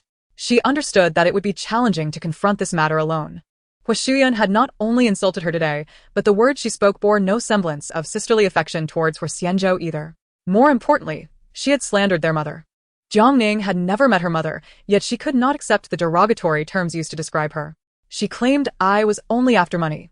After I refused. Jiang Ning halted, lifting her gaze to meet Huo Xianzhou's eyes. His phoenix-like eyes were profound, akin to the stars. Brother Zhou, is your relationship with your elder sister strained? Huo Xianzhou cast a probing glance at her before responding slowly. It cannot be described as either good or bad. After I refused to leave you, she said some rather unpleasant things. All concerning you. Huo Xianzhou let out a sardonic laugh. Did she say I was disfigured and disabled? You knew? Jiang Ning exclaimed in surprise. The man raised his hand, gently wiping away the tears from Jiang Ning's cheek. His fingertip brushed against the corner of her eye, causing her to tremble slightly. You must remember one thing. You are now my wife, Huo Xianzhou, and no one has the right to bully you. He raised his hand, lightly tapping the back of the chair in front of him. Let us go directly to the old residence. Brother Zhou, what are we going to the old residence for? Jiang Ning straightened her back nervously, her hands instinctively intertwining. Chapter 21. Retrieving Dignity. His voice was deep, imbued with the firmness of one accustomed to authority. Jiang Ning felt as though something enveloped her, gentle and warm. She had never experienced such care and concern from anyone before. She couldn't help but glance at Huo Xianzhou again. Despite their lack of emotional connection beyond their marriage certificate, he repeatedly stood up for her and embraced her. From promising her during the wedding to caring for her afterward, even helping her regain her job and attain a promotion, all of it was thanks to Huo Xianzhou. The tears she had painstakingly held back nearly fell once more, this time moved by the feeling of being cared for, a sensation she had not experienced in a long time. The vehicle came to a halt at the entrance of the old residence. Huo Xianzhou placed his right hand on her arm. Ning, help me out of the car. Jiang Ning assisted him in alighting, then pushed the wheelchair forward. A servant promptly opened the door, standing respectfully to the side. No need, Huo Xianzhou raised his hand towards the butler. Is my elder sister home? Have her and Gu Ci come see me. The wheelchair stopped beside the sofa in the living room, with Jiang Ning standing nervously at the side. Soon, Huo Xianzhou descended the stairs, her voice echoing from afar. Xianzhou, why are you here at this hour? Upon seeing Jiang Ning, her heart skipped a beat. Huo Xianzhou looked up at her. Where is Gu Xi? No sooner had he finished speaking than Gu Xi strode over. From the wedding until now, it was Jiang Ning's first time encountering him. Still the same hypocritical demeanor, utterly nauseating. Uncle, you called for me? Gu Xi spoke, casting a sorrowful glance at Jiang Ning. There is something I wish to inquire about in person. Huo Xianzhou lightly tapped his fingers on the armrest of the wheelchair, his voice deep and melodious. He raised his gaze to the two, inquiring further. How much did elder sister give Jiang Ning today? And from whence did this money originate? Huo Xianzhou's expression stiffened. Surprised that she had the audacity to report. She simply sat down beside them. 5 million. To keep her away from her family. She is Gu Xi's girlfriend. Marrying her own uncle at the wedding. How utterly disgraceful. Huo Xianzhou remained seated, locking eyes with her, and slowly asked, has the Huo family not lost enough face already? Huo Xianzhou was taken aback, fully aware of what he meant. Her complexion turned pale. Those events were long past, and furthermore, she dared not utter the remaining words and shifted the conversation. In any case, the Huo family will never accept her. Huo Xianzhou spoke, his voice calm yet chilling. Is it really your decision to make? Huo Xianzhou's face became increasingly grim. Uncle, my mother is not entirely wrong. Lately, I have become a laughingstock in the circles of High City. You have no idea how that young man from the Lin family has been spinning tales about us. How long has it been since you've set foot in the company? Huo Xianzhou did not allow him to continue, instead posing a question. Gu Xi en somme face palide. Standing tense in place. After such an incident, I took a long leave. On what grounds should the company grant you an extended leave? Just because you are my nephew. Huo Xianzhou's? His tone was notably calm, yet the atmosphere around them grew palpably colder. Gu Xi swallowed hard, seeking help from his mother. Xianzhou, Xi is merely playful. Then let him enjoy himself, but do not occupy his space without contributing. The Huo family does not sustain idlers. Huo Xianzhou looked up at him, stating firmly, come to the company tomorrow to process your resignation. Xinghe, instruct all major banks to freeze his credit cards. Chapter 22. We are going home. Gu Xi was thoroughly panicked. After his parents' divorce, he had remained with his mother in the Huo family. He could disregard work at Huo, but he absolutely could not be without funds. Uncle, how am I to live without a job and with my cards frozen? Huo Xianzhou chimed in, Oh Xianzhou. Perhaps you should temper your anger. After all, Gu Xi is still just a child. A child? Huo Xianzhou appeared to have heard the greatest joke. His lips curling in sarcasm. He replied gravely, Sister, I am merely 5 years older than Gu Xi. Everyone was taken aback. Huo Xianzhou's aura was so commanding that standing beside Gu Xi, he clearly exuded the air of an elder. Yet, they all forgot he was merely in his 20s. Huo Xianzhou's expression darkened considerably. She had some savings, but could not sustain Gu Xi for a lifetime. Little did she know, Huo Xianzhou continued. At his age, I had already taken over the company. If Gu Xi proves incapable of surviving in High City, I shall send him abroad. This is a test for Gu Xi, and I will monitor all his bank accounts. Should elder sister dare to assist him privately, I would not hesitate to halt your living expenses as well. Huo Xianzhou was infuriated, but dared not speak further. After that devastating fire, Huo Xianzhou's temperament had changed entirely. In the entire Huo family, his voice held the utmost authority, allowing no dissenting opinions. Gu Xi's complexion was ashen. He had deactivated all his cards, leaving him with merely a few tens of thousands in his Alipay account. Such a meager sum was hardly sufficient for a night out at a bar, and he pondered how he would navigate his life from this point onward. All of this turmoil stemmed from Jiang Ning. He glared resentfully, meeting Jiang Ning's mocking gaze, which felt more painful than a physical beating. Jiang Ning understood that this was Huo Xianzhou standing up for her. She had been unjustly insulted and slapped. Yet, Huo Xianzhou was an elder, while Gu Xi was different. A son was the apple of an elder's eye. If Gu Xi suffered, she would only feel greater anguish. Jiang Ning did not consider herself a paragon of virtue. She had always been one to repay grievances.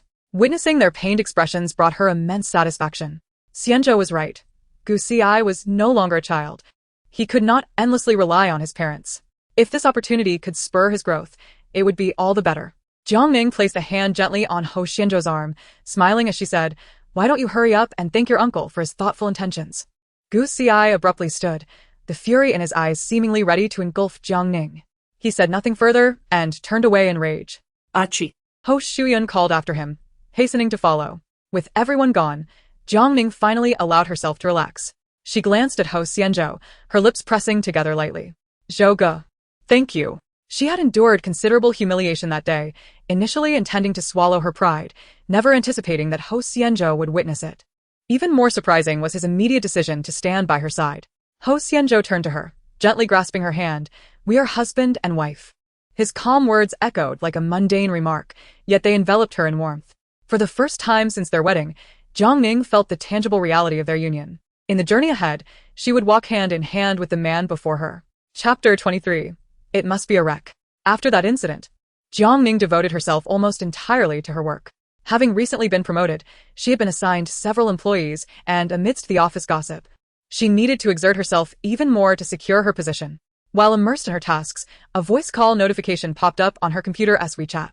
She glanced at the name, hesitating for a few seconds before answering. "Dad," she greeted. "Birthday?" Jiang Ning frowned, glancing at the time and realizing it was indeed today. "I've been quite busy with work," she offered as an excuse. As if fearing her refusal, Jiang Mingxing added, "Just in time to have a video call with your brother."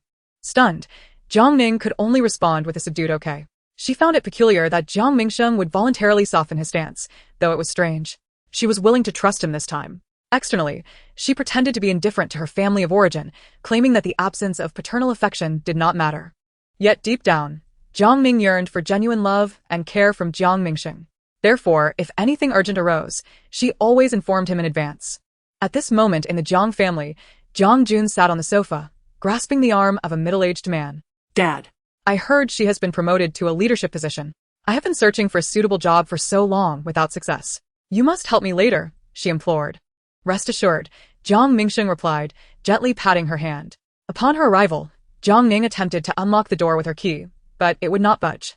She glanced up at the door plate to confirm she had not gone to the wrong place. She had not erred, yet the door remained locked, indicating that they had changed the locks. A pang of bitterness welled up within her. This was the place where she had grown up. Yet now she could not even enter. She rang the doorbell, and Jiang Jun opened the door, greeting her with a feigned smile. "Sister, you've come. The dishes are all ready, just waiting for you." Jiang Ning peered inside, seeing Jiang Mingxing seated at the head of the dining table, while her stepmother, Yuan Lin, brought over the dishes. Clearly, they were the picture of a happy family of three. Since their mother had departed, she had become the superfluous one in this household. When her brother had been around, his strong character had shielded her. Now that he was gone, the sense of grievance and oppression grew ever stronger. With a gentle exhale, Jiang Ning set down the gift she had prepared. "Dad, happy birthday. What did you buy for Dad?" Jiang Jun immediately moved forward, eager to unwrap it. However, the moment her hand touched the gift, Jiang Ning pressed down firmly, her voice cold. "You know this is a gift for Dad. Did I say you could open it?" A flicker of malice crossed Jiang Jun's eyes, but she suppressed it, knowing she needed something from Jiang Ning today. It was not the moment to create discord. Releasing her grip, she feigned indifference. "If you don't want me to touch it, then I won't. What could a stingy person like you possibly give that's worthwhile? It's probably just some worthless trinket." "Your mother is still alive," she said, striding toward Jiang Mingxing. "Dad, do you remember what Jiang Ning gave you for your birthday many years ago?" She mocked, a piece of poorly carved wood that resembled nothing. She treasured it, thinking it was special. "Meanwhile, I used all my pocket money to buy you a shirt." Jiang Jun raised her chin with a sense of pride, casting a glance at Jiang Ning. In her heart, Jiang Ning scoffed. That indeed was a mere piece of wood, but she had endured countless cuts while carving it, pouring her heart into creating a gift. Unlike Jiang Jun, who received ample pocket money each week, Jiang Ning often relied on her classmates for meals. If it hadn't been for the school's compassionate lunch program, she might have faced starvation. "Come eat," Jiang Mingxing said, noticing her lingering by the door. His tone tinged with displeasure. Jiang Ning took a deep breath, unwilling to unleash her frustration on his birthday, and stepped forward. The meal was superficial, with conversation skimming the surface. Jiang Mingxing feigned concern for her, then inquired, "How is work going lately? I heard you got promoted to a leadership position?" "Yes. I've moved up a level," Jiang Ning replied, uncertain of how he had learned this. Upon hearing the confirmation, Jiang Jun quickly nudged Jiang Mingxing under the table. "That's great. A promotion is a recognition of your hard work. Did your salary increase?" Jiang Ning furrowed her brows, suspecting that they were coveting her salary. "The increment was minimal. You contribute so little to the family each month. Since you've been promoted, why not arrange for Jiang Jun, who has just graduated and is struggling to find a decent job, to join your company?" Jiang Ning stood in shock, realizing that this was their intention today. On one hand, they were eyeing her paycheck, and on the other, They wished to secure a position for Jiang Jun. Unable to suppress a laugh, Jiang Ning exclaimed, "Dad, do you think this company is mine? I am merely an employee. Does the leadership not hold any authority that you can so easily maneuver my sister's employment? Do you not consider me your own daughter in this matter?" Jiang Mingxing slammed his hand on the table forcefully. "If you do not agree to find Jiang Jun a job today, I will sever our father-daughter relationship." Jiang Ning sprang to her feet. Her hands pressed against the table as she spoke through clenched teeth. "I have been your puppet for so many years. From now on, I shall live my life unshackled by your control, solely for my own sake. Do not expect me to assist her in finding a job. Every penny I earn henceforth will have no connection to you." With that, Jiang Ning turned to leave. Just as she was about to step outside, Jiang Mingxing's voice drifted back to her. "Is it not true that now you know your mother is alive, you no longer wish to know where she is?" Jiang Ning froze, slowly turning around, her face a mask of disbelief. "My mother is alive?" Since she could remember, her mother had merely been a concept. She had no idea what she looked like, nor did she know whether she was alive or dead. Yuan Lin was her stepmother. Yet she had never shown her a moment of kindness, while she doted on Jiang Jun as if she were a treasure. Throughout her life, Jiang Ning had longed to experience the warmth of a mother's love. Chapter 25: How to Achieve Abdominal Muscles. The revelation struck Jiang Ning like a thunderbolt, leaving her weak in the knees, instinctively leaning against the wall for support. She struggled to find her voice, but it caught in her throat. A flicker of resentment surged within her, and she clenched her fists to regain her composure. Over the years, she had endured much suffering and had blamed Jiang Mingxing. Yet she had never truly hated him. Her yearning for familial affection was deeper than that of a child raised in a happy home. But in this moment, the knowledge that he had been in contact with her mother pushed Jiang Ning to the brink of despair. Jiang Mingxing's expression shifted slightly as he deliberately changed the subject. "If you let Jiang Jun into your company, I will tell you." Taking a deep breath, Jiang Ning replied coldly, "Tomorrow, have her submit her resume to our HR department. I will personally interview her." With that, Jiang Ning turned and walked away. Emerging from the corridor, Jiang Ning looked up at the moon. When she was a child, her elder brother had told her that whenever she missed their mother, she should gaze at the moon. For there is only one moon in this world, and their mother would be watching over her through its light, accompanying her. As the moonlight bathed her, Jiang Ning could not hold back her tears. Large droplets fell, quickly blurring her vision. In the distance, she sensed someone approaching, but when she looked down, all she could see was a vague silhouette. Raising her hand to wipe her tears, she discovered that Huo Xianzhou was sitting in a wheelchair, gazing at her. The man's gaze was profound and tranquil, possessing an innate ability to instill a sense of calm without uttering a single word. Jiang Ning swallowed hard, her voice laced with the remnants of tears. "Zhou Ge, what brings you here? Why are you crying?" he inquired, his voice deep and melodious. Jiang Ning descended the steps with long strides and stood before him, asserting, "I am fine." "Feeling wronged?"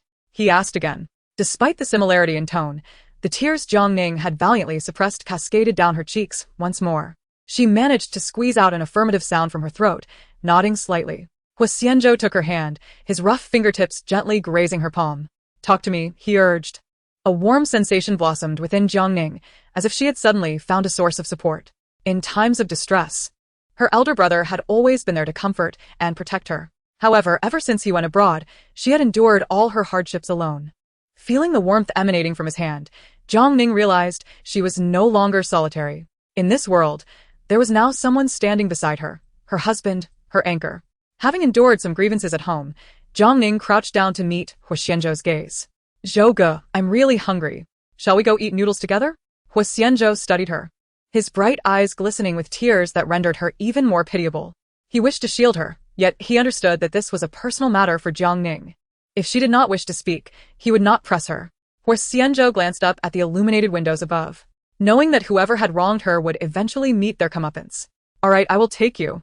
With Huo Xianzhou by her side, Jiang Ning's spirits lifted remarkably. He was not the type to offer comfort with words. In fact, he had not uttered a single unnecessary phrase, yet she felt extraordinarily reassured. Countless times, she had been grateful for the decision made on their wedding day. Marrying Huo Xianzhou was the most fortunate occurrence of her life. After freshening up at home, Jiang Ning lay beside him, turning onto her side to gently embrace Huo Xianzhou's waist before drifting to sleep. The man wore only his sleepwear, and her hand rested on his abdomen, which she could feel was well-defined through the fabric. Curiosity piqued, Jiang Ning gently stroked it a couple of times, wondering how someone confined to a wheelchair could possess such prominent abdominal muscles. "How do you keep fit, Zhou Ge?" she mused. her curiosity leading her to slide her hand around, even beginning to count the number of muscles. 6-pack or 8-pack. The moment her small hand made contact, Huo Xianzhou's back went rigid. As she continued to explore, each movement became a sensory stimulus for him. Fearing he might lose control, he sought to rein in his impulses. "Zhou Ge, how do you have such defined abs?" she whispered in his ear, her breath like a gentle breeze. The warmth of her breath against his earlobe sent a shiver through him. Chapter 26, A Lesson You Won't Forget. He took a deep breath, striving to regain his composure. With a large hand, he gently pressed down on her restless fingers. "Ning Ning, it's time for bed." Huo Xianzhou's tone conveyed a blend of helplessness and tenderness. "Because I do exercise regularly. Isn't that a bit inconvenient for you?" she inquired, pressing down lightly on his abs again. "Zhou Ge, how many abs do you have?" The young lady has certainly become spirited. Huo Xianzhou propped himself up on the bed and suddenly turned over. Their eyes met, and Jiang Ning's voice instinctively softened. "Zhou Ge?" Their lips brushed together, soft and intimate. Jiang Ning's eyes widened in surprise, her anxious hands unsure of where to rest, inhaling the cool, woody fragrance that enveloped him. Their lips intertwined as Huo Xianzhou closed his eyes, kissing her earnestly. Jiang Ning, belatedly closing her eyes, savored the kiss. This was the first time Zhou Ge had kissed her. Her mind was a whirlwind, flitting between thoughts. With her eyes misty, she pouted as they parted. "Zhou Ge, why did you bite me? Be serious," the man murmured, deepening the kiss once more. Jiang Ning felt dazed, losing track of time, even beginning to feel sleepy. Huo Xianzhou, ever the gentleman, made no further advances beyond the kiss. It was only when Jiang Ning fell asleep in his arms that he finally relented. The man fidgeted slightly, feigning disability. Unaware, she rested her legs on his, which had grown numb from the pressure. Gazing at her sleeping face, Huo Xianzhou leaned down to gently kiss her forehead. The scar on his face remained, but when Jiang Ning had kissed him earlier, there had been no trace of discomfort in her eyes. What began as mere whimsy had evolved into Huo Xianzhou genuinely contemplating marriage with her. The next day, when Jiang Ning awoke, Huo Xianzhou had already departed, as he did every morning to start work early. Shortly after her arrival at the office, HR knocked and entered, saying, "Manager Jiang, we have several candidates interviewing for your department today, and we need your final approval." Jiang Ning rose and walked to the interview room, casting a glance at Jiang Jun, who sat in the center. After the interviews concluded, she kept Jiang Jun back for a private conversation. Jiang Jun impatiently tossed aside her resume, declaring, "Just let me start already. Why go through all this charade? I'm not the one who is tired." Jiang Ning, unyielding to her foul temper, placed her hands firmly on the table as she stood, looking down at her. "You should be grateful to even be considered.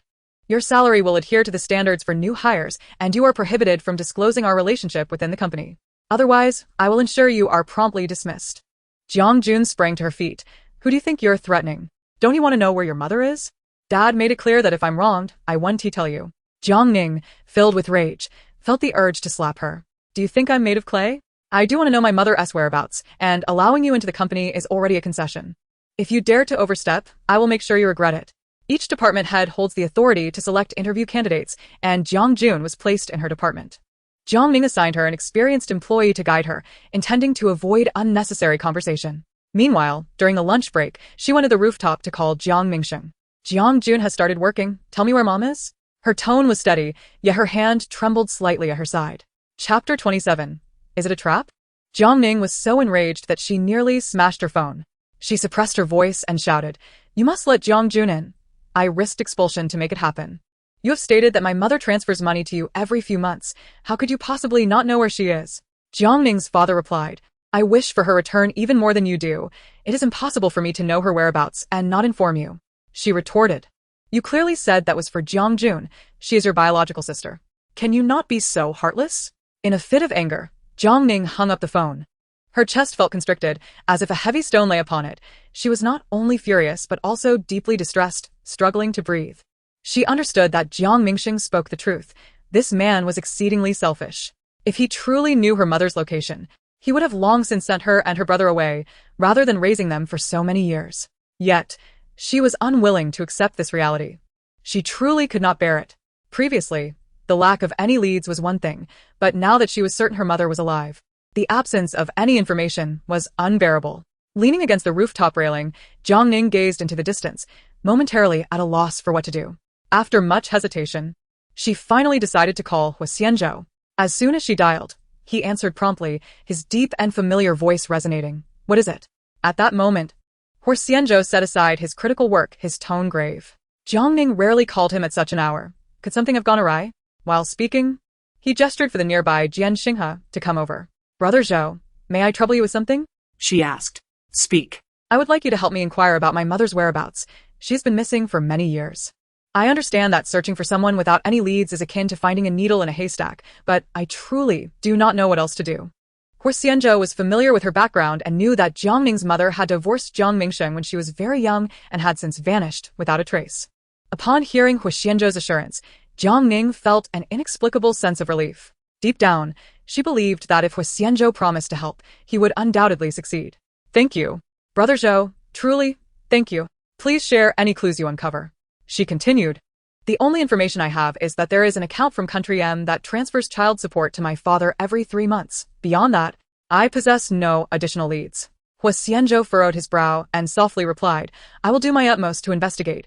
Please send me the account details. After hanging up the phone, Jiang Ning exhaled forcefully. Regardless of whether they would find her mother, she was certain that Brother Zhou's capabilities surpassed her own. Once Jiang Ning obtained the account number from Jiang Mingsheng, she promptly sent it to Huo Xianzhou. Yes, President Huo. Please also look into what Jiang Ning has done at the company today. Jian Xinghe glanced at his boss in surprise. President Huo was now so invested in Miss Zhang's affairs. Could it be that he had genuinely developed feelings for her? Especially given President Huo's current situation, he should not be getting too close to any woman. After all plans were in motion. If he were to spend too much time with Jiang Ning and reveal any vulnerabilities, the consequences could be dire. Initially, when President Huo agreed to the marriage registration, Jian Xinghe thought it was merely a strategic ruse. Could there be another reason behind it? Chapter 28. Not much time left. Regardless of whether Huo Xianzhou could uncover the whereabouts of her mother, Jiang Ning was immensely grateful for his willingness to assist. Upon learning that Huo Xianzhou would be working late, she decided to leave the office early. Aware that Huo Xianzhou lacked for nothing, she believed that this gesture was the only way to convey her sentiments and gratitude. After preparing the chicken soup, Jiang Ning glanced at the clock. It was nearly dinner time. Huo's company was nearby, and she estimated it would take her merely a few minutes to arrive. She refrained from notifying him in advance, hoping to surprise him. To her dismay, she was halted by the security guard at the entrance. Just as she was about to call Jian Xinghe, a familiar voice interrupted her. Jiang Ning? Her expression darkened instantly, and she contemplated feigning ignorance. However, Gu Xi loudly inquired, Are you being stopped? He turned to the guard and stated, I know her. It's fine for her to enter. The guard, recognizing Gu Xi and understanding his connection to Mr. Huo, immediately donned a friendly smile and allowed her passage. Jiang Ning had no desire to associate with him and strode forward to distance herself. Gu Xi hastily jogged to catch up. You certainly didn't inform your uncle, did you? Huo's company is vast. Without guidance, you could search until nightfall and still not find the president's office. What do you wish to convey? Jiang Ning halted in her tracks. Having never worked in a large corporation, she was unaware of the complexities involved in meeting Huo Xianzhou. It was only natural, as a busy president, Huo Xianzhou was not someone one could meet at will. Gu Xi crossed his arms and shrugged helplessly. Though we have parted ways, we are still relatives. You ought to at least express your gratitude for my earlier assistance. Gu Xi fell silent for a moment before suddenly declaring, Jiang Ning. I have completely severed ties with Zhang Yimou. The mere mention of that name made Jiang Ning feel nauseous, particularly when it came from Gu Xi. She clutched her stomach in discomfort. And what of it? Do you expect my gratitude? You and that despicable woman are perfectly matched. Why the separation? Who are you both preparing to harm next? Gu Xi pulled her into a secluded corner. It was all my fault. I was blinded. Please forgive me just this once. Jiang Ning genuinely believed he was unwell. He appeared presentable, yet his mind was evidently muddled. Let me reiterate. We have no relationship whatsoever. Whether you are still entangled with Zhang Yimou or have ended it, I have no interest in knowing. Now. Either take me to see Xianzhou or vanish as far away as possible. Anger flickered across Gu Xi's face as he gripped her arm firmly. Don't tell me you've developed feelings for your uncle. I do like him. What of it? Jiang Ning raised her chin, meeting his gaze defiantly. Wuchi scoffed. I suspect you are merely after his wealth. He tightened his grip, pulling Jiang Ning closer, and in a voice only they could hear, he asked, Do you know he doesn't have much time left, and you're waiting to profit after his demise? I advise you to suppress such thoughts. Even in the event of my uncle's demise, all assets rightfully belong to the Huo family and have no bearing on you whatsoever. Chapter 29. The man of that night. Jiang Ning could hear nothing further, her hand instinctively clutching Gu Xi's sleeve. What did you say? What do you mean he won't live long? Literally, he replied. That fire years ago severely harmed my uncle's health. Each day he relies on medication to sustain himself. Over time, how much longer do you think he can endure? Jiang Ning was reluctant to accept this. Zhou Ge was evidently in good health. It was simply impossible. You are lying. Whether I am lying or not, you could easily find out, Gu Xi replied, his demeanor exuding confidence as he spoke the truth. Jiang Ning forcefully shook off his grasp, her mind in disarray, unwilling to engage further with him.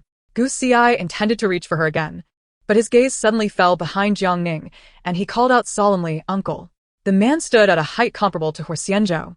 Aside from his distinct brow and facial features, he bore a striking resemblance. "What are you doing here?"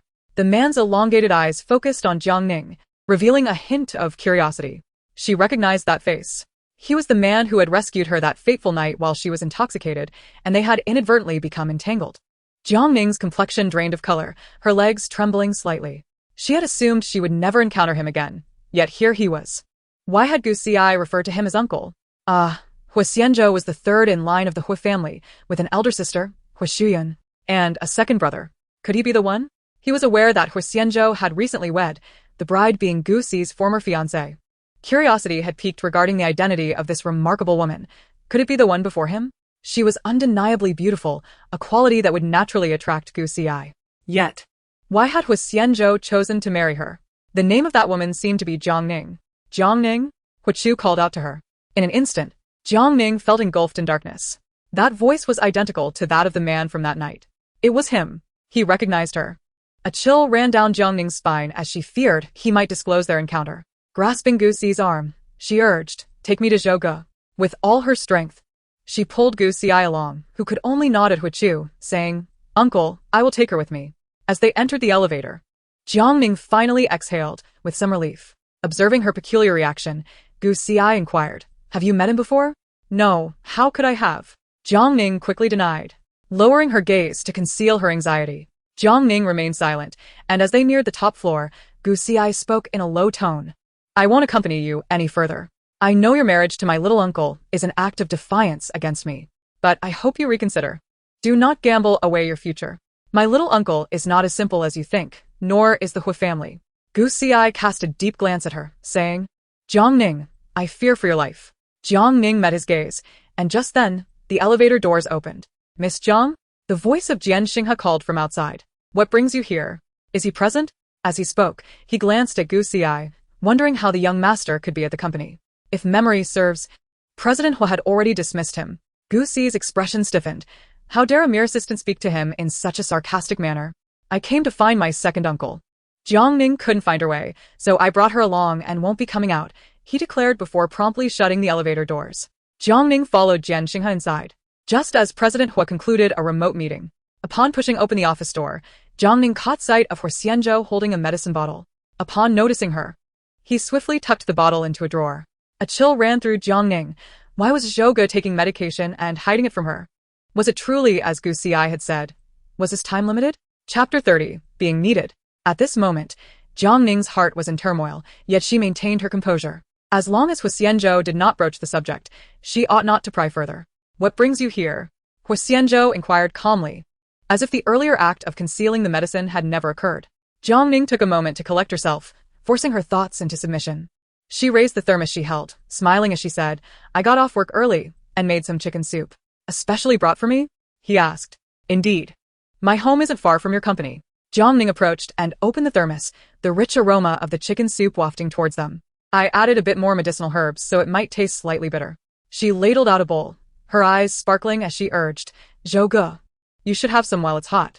Over the years of his demanding job, he often became so engrossed in work that he forgot to eat, sometimes only recalling mealtime when his stomach ailments flared. At those times, the meals prepared by his assistant were already cold. Yet now, someone had come specifically to ensure he enjoyed a warm bowl of soup. Before even tasting the soup, Huo Xianzhou felt a warmth bloom within him. all right. Let us share it. Her culinary skills were commendable. The soup was rich, perfectly balancing the flavors of the herbs, and the chicken was tender and succulent. They consumed the entire pot of soup, and seeing him eat with such appetite brought Jiang Ning joy. A hint of nervousness crept in. She had met the elder a few times while with Gu Xi, but now, her status had shifted significantly, leaving her uncertain if he would accept her. Lost in thought, she felt a gentle grip on her hand.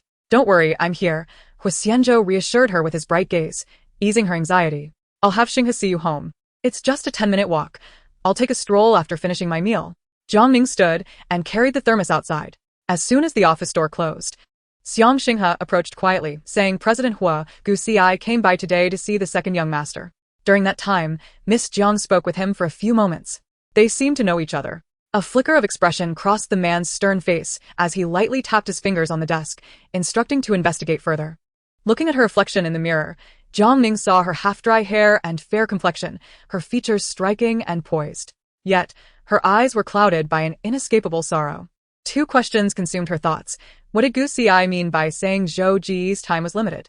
Did he suffer from a serious illness? If not, why was he secretly taking medication? Furthermore, concerning Huo Xianzhou's elder brother, is he truly the one who saved her that fateful night? It is evidently him. Jiang Ning felt as if fate were playing a cruel jest upon her. How could such a ludicrously dramatic situation unfold? Brother Zhou, seemingly unperturbed by the mistakes of that evening, is empathetic towards her, recognizing her as a fellow victim. What if the man from that night were indeed Huo Chu? Jiang Ning felt as though her mind might explode, lying in bed for an eternity, unable to fathom the situation. The dim yellow light cast a glow upon her face. Already asleep, yet her brows remained tightly knitted. Huo Xianzhou chuckled softly. Did this girl harbor some troubling thoughts? He lifted his hand to gently smooth the furrowed lines on Jiang Ning's forehead. She murmured softly and clasped his large hand, resting it comfortably against her cheek. As if sensing a familiar scent, Jiang Ning held onto his hand, shifting to a more comfortable position. Huo Xianzhou found himself inexplicably relishing this sensation of being needed. Chapter 31. This is my wife. Upon awakening, Jiang Ning discovered she had been holding his hand all along. Huo Xianzhou lay beside her, gazing at her, his eyes bearing distinct dark circles. With a resigned smile, he urged, let's get up. Throughout the night, her grip on his hand had been relentless. Whenever he attempted to withdraw, her brows would furrow deeply in protest. He could not bear to disturb her, enduring the pressure all night long. In the blink of an eye, it was the day after tomorrow. As soon as work concluded, Jiang Ning swiftly gathered her belongings and exited the office. Jiang Jun, noticing her hurried steps, discreetly followed. They were to visit the Huo family estate today, and the mere thought of meeting her parents, compounded by Huo Chu's presence, filled her with anxiety. Standing at the company's entrance, she waited only a moment before a familiar Maybach came to a stop before her. After Jian Xinghe alighted, he respectfully opened the back door, saying, Miss Jiang, please get in. She turned her head to see Huo Xianzhou inside, and naturally broke into a smile. In the distance, Jiang Jun observed everything, her suspicion intensifying. Why was there still a luxury car to escort her? It seemed there was a man inside. Anyone capable of affording a luxury vehicle and a chauffeur must be quite mature. Could it be that Jiang Ning had latched onto some wealthy patron? Unbeknownst to her, Jiang Ning, upon entering the vehicle, inquired, I didn't have time to prepare a gift. Don't worry, I have taken care of it, he reassured her. Jiang Ning responded with a soft her heart racing uncontrollably, unable to calm down. What are you so anxious about? Jiang Ning turned her head and met Huo Xianzhou's perfectly sculpted face, stern and sharp. I'm worried that Uncle Huo may not approve of me. Given your grandfather's relationship with him, he has always held you in high regard. Otherwise, he would not have permitted your marriage into the Huo family. Jiang Ning understood this logic, yet she recalled publicly calling off her wedding at the ceremony, only to now be obtaining a marriage certificate with him. It was a sudden transition from his granddaughter-in-law to his daughter-in-law. He was bound to be upset. Huo Xianzhou grasped her hand and gently patted it twice, reassuring her. He won tea. The car came to a halt at the Huo residence, an oasis of tranquility amidst the bustling city center, surrounded by a lush garden. The servants of the old estate hurried over to assist, and Jiang Ning pushed the wheelchair forward, awaiting the arrival of the third young master and his young lady. Aunt Wang spoke amiably while nodding towards Jiang Ning. Having served the Huo family for many years, she had almost watched Huo Xianzhou grow up. Since that devastating fire, the young master had undergone a complete transformation. After enduring such hardships, it brought her genuine joy to see him finally accompanied by a woman. She believed that old master Huo shared the same sentiment. The meal was prepared, so they headed directly to the dining room.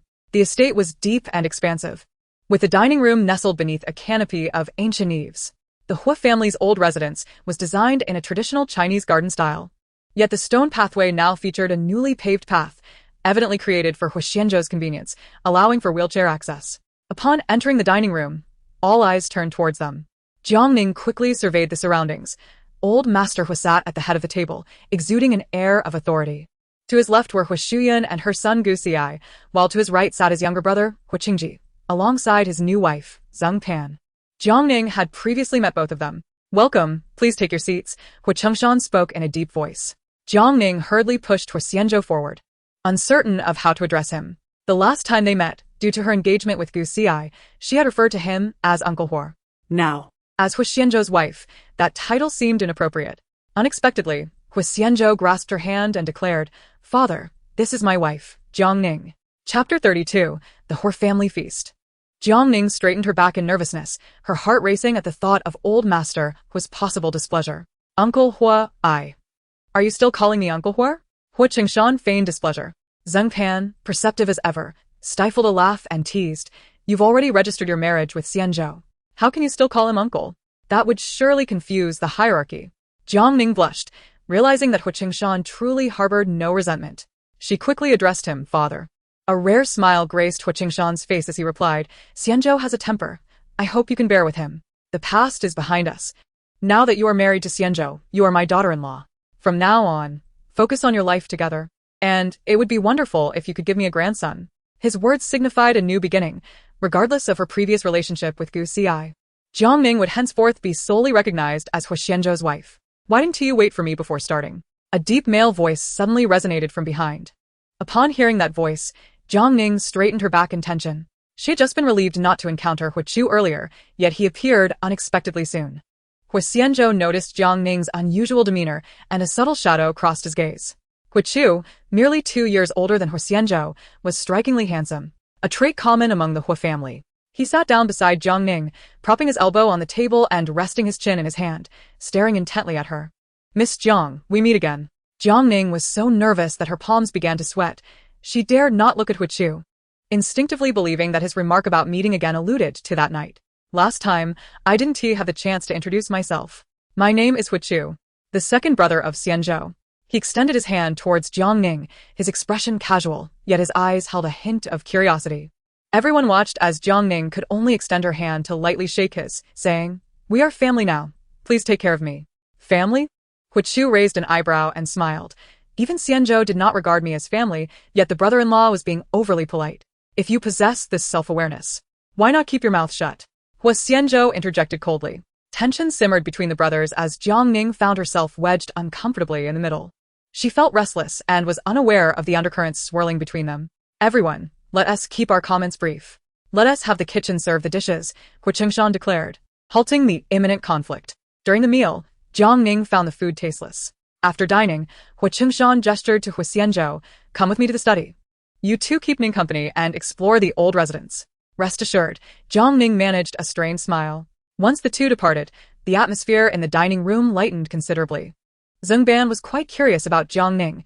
No one in the Huo family could believe that Huo Xianzhou would suddenly marry, and they were eager to discern Jiang Ning's background. "It's quite nice," Jiang Ning offered a composed smile. Huo Xian scoffed, "Even I, your own sister, am not regarded highly. Isn't that something?" "It's perfectly normal for newlyweds to show affection," Zheng Ban chimed in, standing to say, "Ning, would you like to accompany me on a tour of the old residence?" "As the second brother, it is my duty to show Jiang Ning around," Huo Chu interjected. His face bore a gentle smile, yet Zheng Ban dared not oppose him. Those familiar with them knew how formidable the two men of the Huo family were. Huo Xianzhou was notorious, and Huo Chu was no less formidable. Furthermore, the true conflict within the Huo family, all the undercurrents, stemmed from these two brothers. He leaned over the table, smiling at Jiang Ning. "Sister-in-law, would you grant me the honor?" Jiang Ning looked up, sensing a mischievous intent in his smile. Since he was the man from that night, there was no escaping this reality. She could only face it. Chapter 33. You are the man from that night. Jiang Ning steeled herself and rose. "Then I must trouble you, second brother." They walked one after the other along a tree-lined path. Jiang Ning felt tense, knowing there was no avoiding this. That night, she had been intoxicated and drugged, and Huo Chu had acted to save her. She could not voice other accusations. She merely hoped he would forget the incident. After all, their current relationship was that of a younger uncle and sister-in-law. "Did you know Xianzhou before the wedding?" Huo Chu inquired once more. Jiang Ning did not wish to fabricate lies, as prior acquaintances could easily be verified. "I met him once at my mother's funeral." She heard Huo Chu chuckle. "So you dared to propose in front of a multitude of guests at the wedding?" Jiang Ning merely acknowledged with a sound, unwilling to continue this topic. Gu Xi had grown up in a sheltered environment, his personality a bit self-centered, often neglecting to consider the consequences of his actions. Having already married Xianzhou, it is best to set aside matters concerning Gu Xi. Jiang Ning smiled sarcastically, pondering whether one could truly let go if her second brother were publicly humiliated at his wedding. Such matters cannot simply be dismissed with a light-hearted phrase. Jiang Ning has always adhered to her principles, unwilling to compromise on matters she believes in. Huo gazed at her in surprise, not anticipating such a disposition in her character. I am not here to act as a mediator today, but there is something I must address. Jiang Ning's heart tightened in an instant, rendering her unable to meet his gaze. She had already convinced herself that Huo was the man from that night, and her heart was a tempest of confusion, leaving her uncertain of how to respond. What is it? We should have met before, right? Do you remember me, sister-in-law? Huo ventured cautiously, observing her intense reaction. An inkling of understanding began to form in his mind, prompting him to continue based on Jiang Ning's response. Jiang Ning briefly closed her eyes, realizing he had nearly laid bare the truth. After ensuring they were alone, she finally lifted her gaze to meet Huo's eyes. His eyes bore a striking resemblance to Huo Xianzhou's, mirroring almost exactly those of the man from her memories. Jiang Ning wished fervently that the person who had saved her that night was Huo Xianzhou. However, the man from that evening bore no scars, had no disabilities, and was capable of engaging in a fight. Thank you for saving me that night, Jiang Ning finally articulated, but as you witnessed my state, I had been drugged. I implore you to let this matter rest, to pretend it never happened. I am now Xianzhou's wife, and this cannot. He was no fool. From Jiang Ning's few words and her unusual demeanor, he had surmised the general outline of events. It was merely a case of someone rescuing her while she was inebriated or under the influence of drugs. She must have mistaken him for someone else. Huo's lips curled into a barely perceptible smile. Beg me, and I shall help you keep this a secret. Chapter 34. Secrets of the Aristocracy. Jiang Ning frowned, displeasure brewing within her. Before she could respond, Huo burst into laughter. I was merely jesting. You are now my sister-in-law. I cannot very well announce that I've shared a bed with my sister-in-law. Jiang Ning's expression stiffened, yet she managed to say, Thank you, second brother. For what? Huo feigned ignorance. Thank you for saving me that night and for your willingness to keep this matter concealed. Jiang Ning walked ahead, with Huo following closely behind. The man's elongated eyes narrowed slightly. Over the years, Huo Xianzhou had been like an impenetrable fortress, revealing no weaknesses. Perhaps now, he had found a chink in the armor. As they entered the house, Huo Xianzhou emerged in his wheelchair. His gaze swept over Jiang Ning before landing on Huo behind her. The two men's eyes met in a silent exchange, sharp and charged, despite the absence of spoken words. Under Huo Xianzhou's probing gaze, Jiang Ning felt a surge of anxiety, her expression rigid. She yearned to escape, to distance herself from Huo in that space. Huo Xianzhou nodded slightly, prompting Jiang Ning to hurriedly step forward to assist him in leaving. As he crossed paths with Huo, he suddenly spoke. Your sister-in-law is quite remarkable. You must cherish her. Huo Xianzhou placed his hands firmly on the wheelchair, unconsciously gripping it tighter. Mind your own affairs first. It wasn't until they got into the car that Jiang Ning cautiously inquired, Brother Zhou, is your relationship with Huo strained? Jiang Ning immediately shook her head, denying any acquaintance. Yet, her anxious demeanor betrayed her. Huo Xianzhou could see through her deception with a mere glance. His emotions gradually subsided.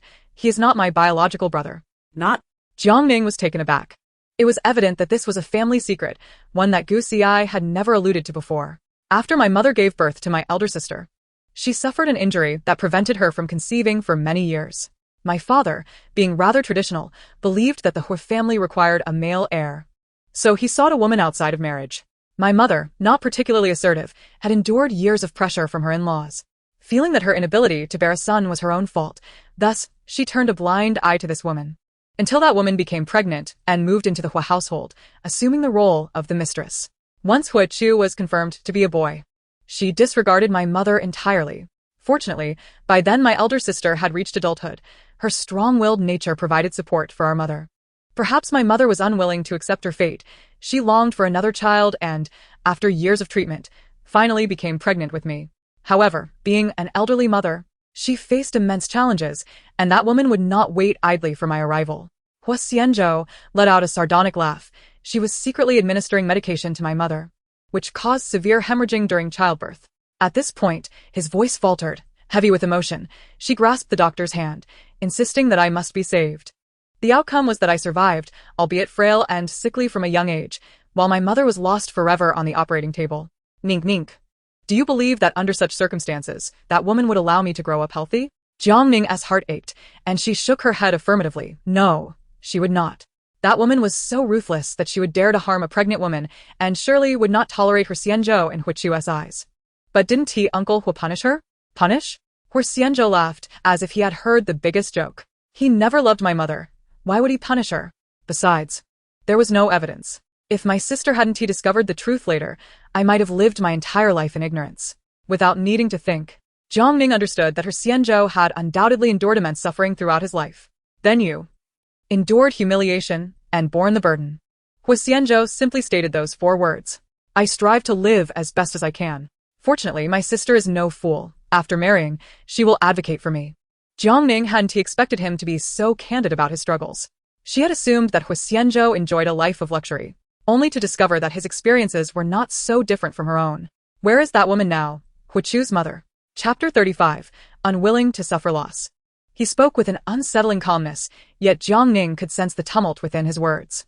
The little boy who had endured the loss of his mother and struggled to survive had grown into this formidable figure, yet he had also faced that devastating fire. Jiang Ning clasped his hand solemnly and spoke. Zhou, at least you will no longer be alone. You have me. We are husband and wife. As Huo Xianzhou met her gaze, he could distinctly see the tears glistening in Jiang Ning's eyes. He reciprocated her grip, his voice low as he asked, Ning, do you remember the promise you made on our wedding day? Yes, Jiang Ning nodded, but the force of her movement caused a tear to escape. Landing on Huo Xianzhou's hand, the man felt the momentary dampness and inquired, You said you would never deceive me or betray me. Jiang Ning paused, recalling her words. Can you uphold that promise? Confronted by his profound gaze, Jiang Ning found herself unable to utter a negative response. Perhaps she had not understood before, but now, aware of Huo Xianzhou's life experiences, she comprehended his distrust of others and his lack of security. She nodded, affirming, I can do it. Huo Xianzhou smiled faintly and gently wiped the tears from her face. His rough fingertips glided over her cheek, sending ripples of shivers through her. The car was enveloped in silence, the only sounds being their breaths, while an intangible current seemed to linger around them. Jiang Ning gazed at him, a mix of guilt and affection swirling within her, culminating in a singular, overwhelming desire. She wanted to kiss him. Suddenly, Jiang Ning leaned in, close enough to feel the warmth of his breath upon her face, imbued with a subtle hint of mint. It was difficult to discern whether the fragrance emanated from his cologne or his breath. She closed her eyes and gently pressed her lips against his. Huo Xianzhou's lips were thin, and she had previously pondered whether this might be uncomfortable. Yet, at that moment, their lips merely brushed together, igniting a potent sensation that left her hands awkwardly searching for place to rest. Huo Xianzhou was equally taken aback, surprised by her boldness. Instinctively, he reached out to cradle the back of her head, gently parting his lips to deepen the kiss. The air grew charged with an ambiguous tension as their breaths intertwined. After an eternity, their lips separated.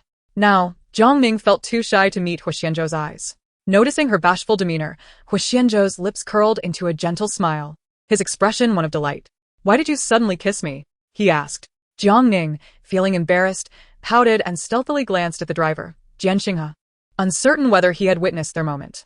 Jian Xinghe, fixated on the road ahead, chose to ignore the unfolding scene behind him, performing his duties as a driver with admirable discretion.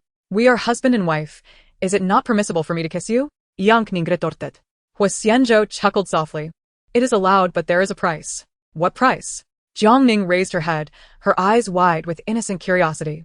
Huo Xianzhou leaned in to steal another kiss, their lips merging once more in a lengthy, lingering embrace.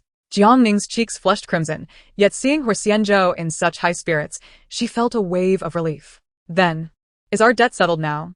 The man leaned closer, meeting her gaze. Their eyes locked, and Huo Xianzhou's lips parted. I suppose this will never be fully settled in this lifetime. Chapter 36. She is the exception. Due to Jiang Ning's proactive kiss, the atmosphere between the two began to grow increasingly ambiguous. Initially, they were able to maintain some decorum in the car, with Jian Xinghe present. She awkwardly cleared her throat and asked, Zhou, are you thirsty? I shall fetch you a glass of water. As she spoke, she prepared to head to the kitchen, only to have her arm suddenly grasped by the man. Huo Xianzhou's hand was large, his palm rough with calluses, and when it enveloped her slender arm, a tingling sensation coursed through her. I desire something else. The man's deep voice resonated slowly. Jiang Ning turned her head in confusion. What do you wish to drink? Juice. Before she could finish, he tightened his grip, pulling her towards him. She instinctively let out a scream, her waist caught in Huo Xianzhou's strong hand, and she found herself tumbling into his lap. Fearing she might crush his legs, she hurried to rise, but Huo Xianzhou held her head down, capturing her crimson lips in a kiss. At that moment, as their lips met, Jiang Ning heard him softly murmur, "This is how one quenches thirst." Now he was capable of guiding Jiang Ning into a kiss, so profound that she was oblivious to her surroundings. Unbeknownst to her, he had effortlessly maneuvered the wheelchair into the bedroom with just one hand while supporting her with the other. Jiang Ning swallowed hard, her gaze slightly glazed. "Zhouge, let me down." "To the bed?" he countered. Her hands were tense, unsure of where to place them, and as she looked up into Huo Xianzhou's deep-set eyes, she could distinctly perceive the depths of his desire. He wanted her. She understood that they were now husband and wife, and eventually they would cross that threshold. She recalled when she was with Gu Xi, secretly hoping to reserve that moment for after marriage. Thus, during their courtship, they had only progressed to holding hands and embracing. Hence, when the video surfaced at their wedding, depicting Gu Xi with Zhang Yimou, he had shifted all blame onto himself. Now, having married Huo Xianzhou, she had even found herself entangled with another after their wedding due to an unforeseen incident. Jiang Ning realized there was no escaping this, nor did she wish to. With the atmosphere intensifying, she blushed and softly nodded. All right. She took the initiative to lie down on the bed, yet she dared not meet the man's gaze.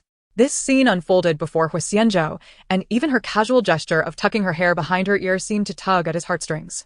He had always been composed, having not acted impulsively for a long time. All desires, whether the youthful flutter of adolescence or the primal instincts of a man, he had always managed to control. Resilience, indifference, and restraint had always been his hallmarks. Otherwise, how could he have flawlessly maintained the facade of a disfigured and disabled man for so many years? But when had he first felt this impulse? Perhaps it began the moment he agreed to her proposal at their wedding. And the second instance? It must have been when he unreservedly saved her while she was intoxicated, allowing himself to engage with her. Huo Xianzhou believed today marked the third time. Time and again. Jiang Ning shattered his most self-assured self-control. Chapter 37. A step closer in their relationship. Huo Xianzhou propped himself up on the edge of the bed, exerting a gentle force that allowed him to recline beside Jiang Ning. The cool, minty aroma of his woodsy scent enveloped her, causing her to feel an unexpected warmth coursing through her body, starting from her cheeks and radiating outward. When she sensed the man's hand clasping hers, she froze momentarily, but instinctively turned to embrace him. "Zhouge, could you turn off the light?" she requested softly. In response, Huo Xianzhou let out a low, rumbling laugh from deep within his throat. "Feeling shy?" he inquired. Jiang Ning nestled her head against his chest, neither confirming nor denying it, adding playfully, "But I want to see you, to witness the expressions on your face when you're moved." The tension that had previously begun to ease was suddenly reignited by her words. Jiang Ning playfully punched his chest, exclaiming, "How can you say such things so calmly? Aren't you the least bit embarrassed?" The more she pondered, the more unsettled she felt. Raising her face to meet his gaze, she demanded, honestly, "Do you have a lot of experience?" It seemed plausible. After all, he had been injured 5 years prior, and for many years before that, he had been a perfectly normal man. It appeared that Huo Xianzhou had also studied abroad, where perhaps he had encountered numerous romantic interests. Moreover, even with his injury, it was merely a wound to his calf, and all his essential functions remained intact. She had seen enough during the last bath she helped him with to know that he was still quite capable. Given his status, it was likely that many women had pursued him. The mere thought of this made Jiang Ning feel a twinge of discontent, her lips drooping slightly. Within less than a minute, Huo Xianzhou observed her face shift through a myriad of expressions, clearly conjuring an elaborate narrative in her mind. "No," he chuckled softly. His nonchalant demeanor only fueled her suspicion of dishonesty. After all, men often did not speak truthfully about such matters, and Huo Xianzhou was no exception. "You're lying," she accused. He gently grasped her chin, leaning down to plant a soft kiss on her lips, reiterating no. Yet Jiang Ning remained unconvinced, struggling to articulate her thoughts coherently. Unable to form a complete sentence, Huo Xianzhou tenderly caressed her long hair, leaning closer to whisper, "Ning Ning, this is our first time." "Ah." Jiang Ning gasped, her eyes widening in surprise, her heart soaring like fireworks in celebration. She mused that if she were a man, she would undoubtedly be a cad for caring so much about such things. Unable to contain her amusement, she burst into laughter. However, this laughter seemed to stir something amiss in Huo Xianzhou's ears. At his age, hearing such a reaction for the first time did not bode well. "Are you mocking me?" he retorted, flipping over to pin her beneath him. "I am not. Jiang Ning hostiliteniet." In response, Huo Xianzhou captured her lips in a possessive kiss, laced with a sense of reprimand. He raised his hand to extinguish the light, his voice low as he stated, "This time I'll heed your request to turn off the light. Next time, I wish to see you." In the enveloping darkness, Jiang Ning could barely discern the contours of his features. She softly murmured in acknowledgement, an idea flitting through her mind. If Zhou Ge had difficulty with his legs, would she need to take the initiative? But would that be too bold for her shy disposition? Jiang Ning was lost in thought when Huo Xianzhou, through his actions, made it clear that he did not require a woman to take the initiative in such matters. Chapter 38. Caught in a storm. The following morning, upon waking and attempting to rise, she was overwhelmed by a sensation of fatigue and soreness throughout her body. After preparing herself, she descended the stairs and was pleasantly surprised to find Huo Xianzhou seated in the dining room.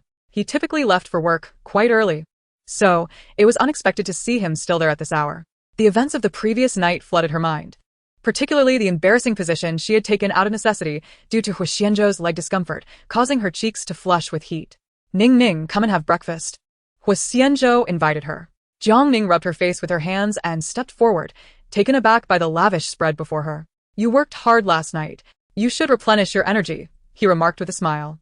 Although his words were inherently embarrassing, he spoke them with such nonchalance. Jiang Ning shot him an indignant glare before gracefully taking her seat. "Miss Jiang, please try this," Wang Ma said, placing a bowl in front of her. "This Buddha jumps over the wall was specially requested by Mr. Huo for me to prepare. It has been simmering since early morning." Jiang Ning's lips twitched slightly. While it was true that she had expended considerable effort the previous night, she felt it unnecessary to be treated to such a feast so early in the day. "Well, a little replenishment won't hurt," she conceded. Considering Huo Xianzhou's situation, it was evident that she would need to be the one to take charge in the future. So perhaps this indulgence was warranted. Realizing the implications of her thoughts, she pinched her cheeks, chastising herself for her wayward musings. Huo Xianzhou, noticing her silence, exhibited a range of expressions akin to a painter's palette, shifting rapidly. He could not help but chuckle. "I'll have Xinghe take you to the office later to avoid any delays." Jiang Ning replied softly. After breakfast, she pushed his wheelchair outside, where Xinghe had been waiting by the door, eager to assist. "First, take Ning to the office." "Yes, Mr. Huo." In the car, Huo Xianzhou inquired. "Taking the subway every day is rather inconvenient. You may select any vehicle from the garage." "No need," Jiang Ning promptly declined. As a newly appointed junior leader, she was concerned about the gossip that might arise from driving a luxury car to work every day. Understanding her apprehensions, Huo Xianzhou casually instructed Xinghe, "Choose a discreet vehicle suitable for a woman over the next few days and park it in the garage." "Brother Zhou, that seems too troublesome," she protested. Huo Xianzhou gently clasped her hand, assuring her, "Your matters are never a burden." No one had ever shown her such consideration before. While her elder brother was indeed caring, he was rather rough around the edges and often oblivious to her troubles, even when she was bullied by Jiang Jun. Upon arriving at the company, Jiang Ning hesitated for a moment before leaning down to place a soft kiss on Huo Xianzhou's cheek. "All right," she said as she exited the car. Huo Xianzhou watched her enter before stating in a low voice, "Let's go." Xinghe glanced at him through the rearview mirror, grinning. "Mr. Huo, it seems your relationship with the madam is quite good lately. How are the inquiries I requested progressing?" The circles in which the madam previously moved were quite simple. There is no evidence to suggest she knew the second young master prior to this, and their conversations at the company appear to have been mere coincidences, Huo Xianzhou responded, his demeanor noticeably relaxing. He is acutely aware of his burgeoning feelings for Jiang Ning, thus he yearns for her to remain untainted, steering clear of the unfathomable abyss associated with the Huo family. Furthermore, he sincerely hopes that she is not entwined with Huichu. Chapter 39.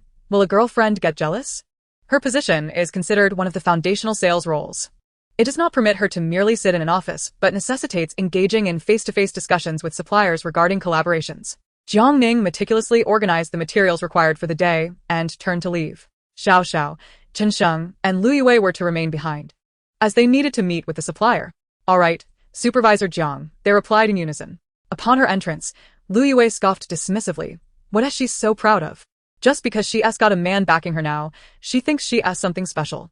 With no one else joining in, she provocatively tugged at a colleague and exclaimed, "You all must have noticed, right? I saw her arriving at work in a Maybach again today. Capable, huh? If she were truly competent, she wouldn't have been dismissed in the first place." Their conversation reached Jiang Jun, who sat in a corner, and she was taken aback to learn that Jiang Ning had been dismissed before. No wonder she now exuded such confidence. Could it be that she had indeed latched onto a wealthy benefactor? Or perhaps Gu Xi was still aiding her? Jiang Jun decided to hold her thoughts in check, preparing to gather evidence gradually. The evening meeting with the supplier was scheduled at Yangui Lu Chensheng, who had recently joined the company, offered to drive them. He was a fresh graduate from one of the top 5 universities in the country, with commendable abilities. Supervisor Jiang, please take the front seat, Chensheng said, opening the door with a broad smile. His features were striking, and his smile radiated a youthful exuberance. All right, Jiang Ning responded without a second thought. As one of them needed to sit in the front, Lu Yue, seated in the back, rolled her eyes and provocatively asked, Chen, you don't have a girlfriend, do you? Huh. Chen Sheng glanced at the rear-view mirror. Letting another woman sit in the front seat like this, if you had a girlfriend, she'd surely be upset. Jiang Ning frowned, aware that Lu Yue had always been at odds with her. With 4 people in the car and all heading to work together, if only they could channel such energy into their tasks, their monthly performance would surely soar. Wouldn't you agree, Yue? Lu Yue nearly ground her teeth in frustration. Jiang Ning was her superior now, and she dared not overstep. She forced a laugh, that's true. The meeting with the supplier proceeded smoothly, and they even signed the contract during dinner. This marked Jiang Ning's first significant victory since her return to the company. Seizing the moment, Chen Sheng suggested, You're all girls and it's late. It wouldn't be safe to take a taxi. How about I give you a ride? Xiao Xiao was the first to respond.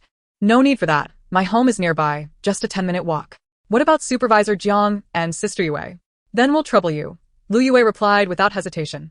Just as Jiang Ning was about to decline, Chen Sheng had already opened the car door, stating, whether 1 or 2, it's the same.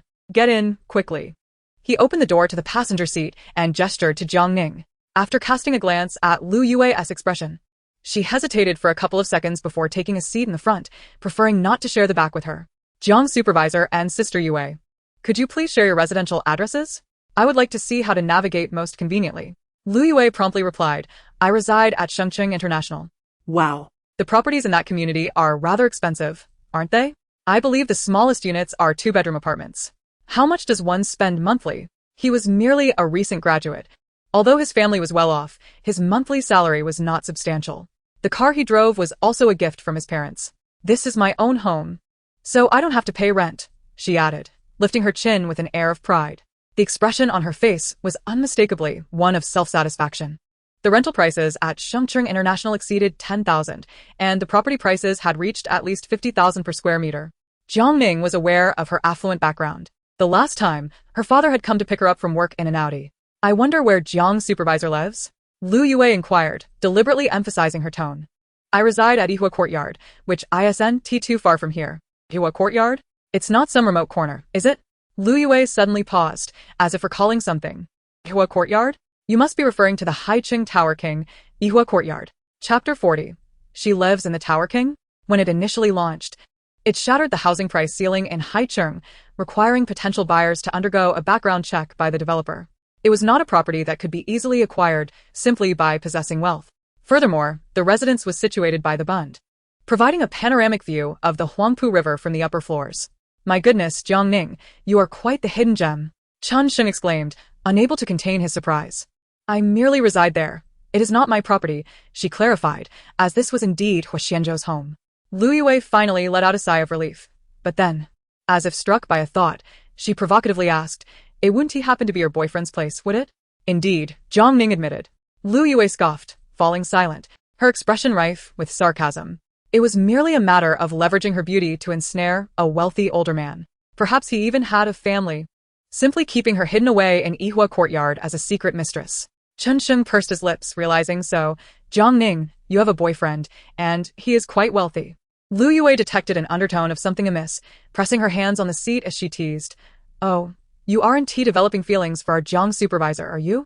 But then again, with Jiang Ning's beauty, it's quite understandable for young men like you to lose their composure. My sister advises you to let go of that thought.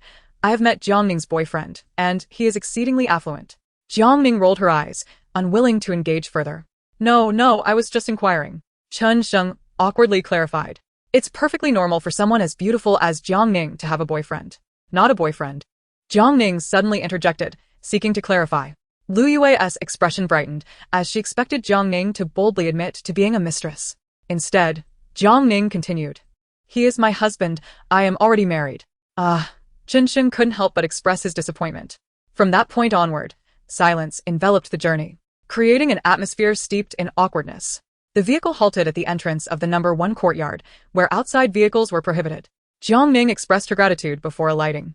Lu Yue observed her as she produced an access card to enter, then disdainfully scoffed, "Xiao Chen, if you truly harbor feelings for Jiang Ning, I could offer you a piece of advice." "I don't," he retorted, but with no outsiders present, Lu Yue pressed, "What are you denying? If you genuinely like her, you stand no chance of success without my assistance." Chen Sheng hesitated for several moments, his expression grave. After a resolute moment, he asked, "What should I do?" "First, tell me, if Jiang Ning were married, would you still pursue her, provided she could come to like you?" Chen Sheng exhibited a youthful fearlessness, seemingly unconcerned about her marital status. "Marriage can be dissolved. It's not a lifetime commitment," he asserted with a nod. Indeed, Lu Yue's eyes sparkled, and she quickly divulged her scheme. Chen Sheng's countenance shifted as he processed her words. Finally, he glanced at Lu Yue, questioning, "Isn't this approach rather inappropriate? With such caution, how can you hope to pursue a married woman? If you wish to win Jiang Ning's heart, you must steel yourself." Jiang Ning ambled further inside, unbothered by the earlier exchange. Her day had gone smoothly, and her mood was elevated, her steps imbued with joy. "Ning Ning," a voice suddenly called from behind her. Chapter 41. The flower is ugly, discard it. The community's lights illuminated his face, casting shadows that concealed the scar on his right cheek, accentuating the sharp contours of his left. The man's eyes were profound, gazing at her as if a galaxy of stars had scattered before them. Jiang Ning momentarily froze, then broke into a radiant smile. "Zhou, what brings you here?" Just out for a stroll. "A stroll?" Jiang Ning's eyes widened in surprise as she glanced at his legs. "How can you stroll when you're in a wheelchair?" Huo Xianzhou chuckled at her astonished expression, helplessly curling his lips. He gestured towards the sky. "Ning Ning, look up." As she did, Jiang Ning was taken aback by the beauty of the night sky. The crescent moon hung brightly, and stars twinkled abundantly. In a vast metropolis like Haicheng, such a starry night was indeed a rarity. "It's so beautiful," she exclaimed. Unbeknownst to her, Huo Xianzhou had taken out his phone and captured a photo of her gazing upwards. He observed her image on the screen and echoed, "It is indeed beautiful." Jiang Ning's spirits soared even higher. She realized that since marrying Huo Xianzhou, both her personal and professional life had progressed steadily. "I secured a fantastic collaboration today, and I feel more adept at my current job." Huo Xianzhou took her hand, affirming, "I know you possess such capabilities." The feeling of being acknowledged was delightful. Unable to resist, Jiang Ning lowered her head and gently pressed her lips against his. As she attempted to rise, the back of her head was firmly held down. Huo Xianzhou deepened the kiss, their lips entwined, reluctant to part. "Have you been drinking?" he asked in a low voice, his tone inscrutable. Jiang Ning could distinctly sense his displeasure and promptly explained, "In a work setting, it is inevitable to indulge in a bit of drinking. But I assure you it was not excessive. In future instances, please call Xinghe for transportation." "Understood." 2 days later, as Jiang Ning descended the stairs, she discovered a small box on the dining table. Upon opening it, she found a car key inside. A smile crept across her lips as she delightedly accepted this gift. Upon her return to the office, shortly after settling in, the administrative staff knocked on her door, presenting her with a grand bouquet. "Director Jiang, this has just been delivered by the florist, and we have signed for it on your behalf." Jiang Ning raised her brows in surprise, pondering the unexpected arrival of flowers. Could it be that the morning's car gift was also from Brother Zhou? "Thank you," she expressed as she accepted the bouquet.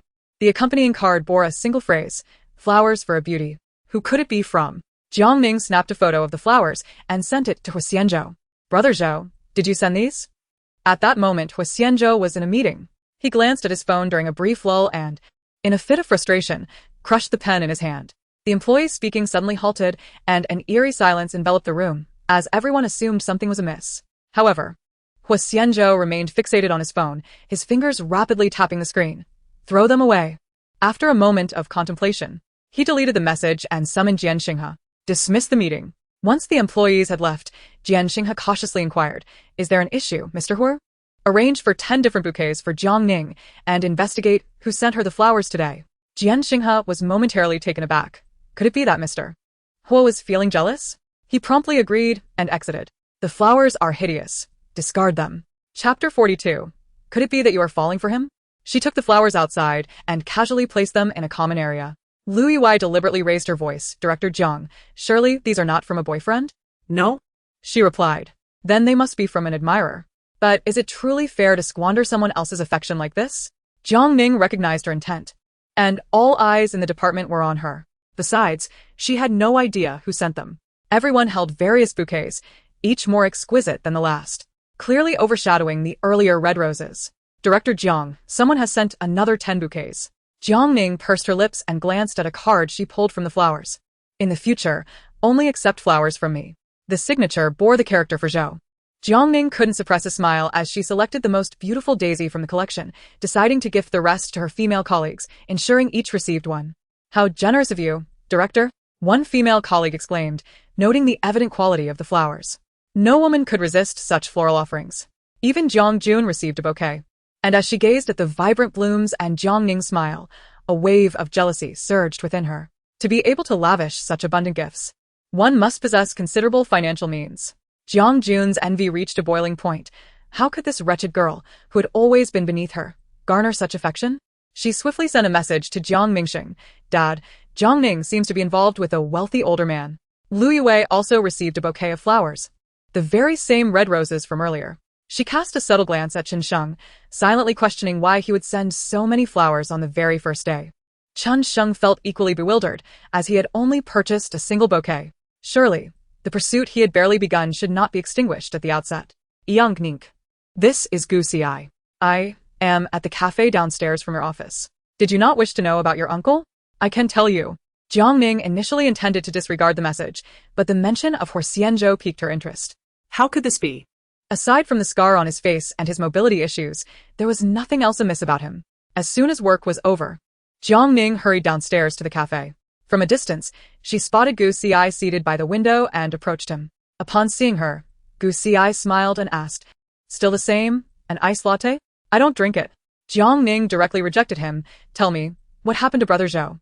Gu Xi's gaze scrutinized her, clearly noting the concern reflected in her eyes. He hesitantly inquired, "Jiang Ning, you can't possibly have fallen for my uncle, can you?" Chapter 43. He has few years left to live.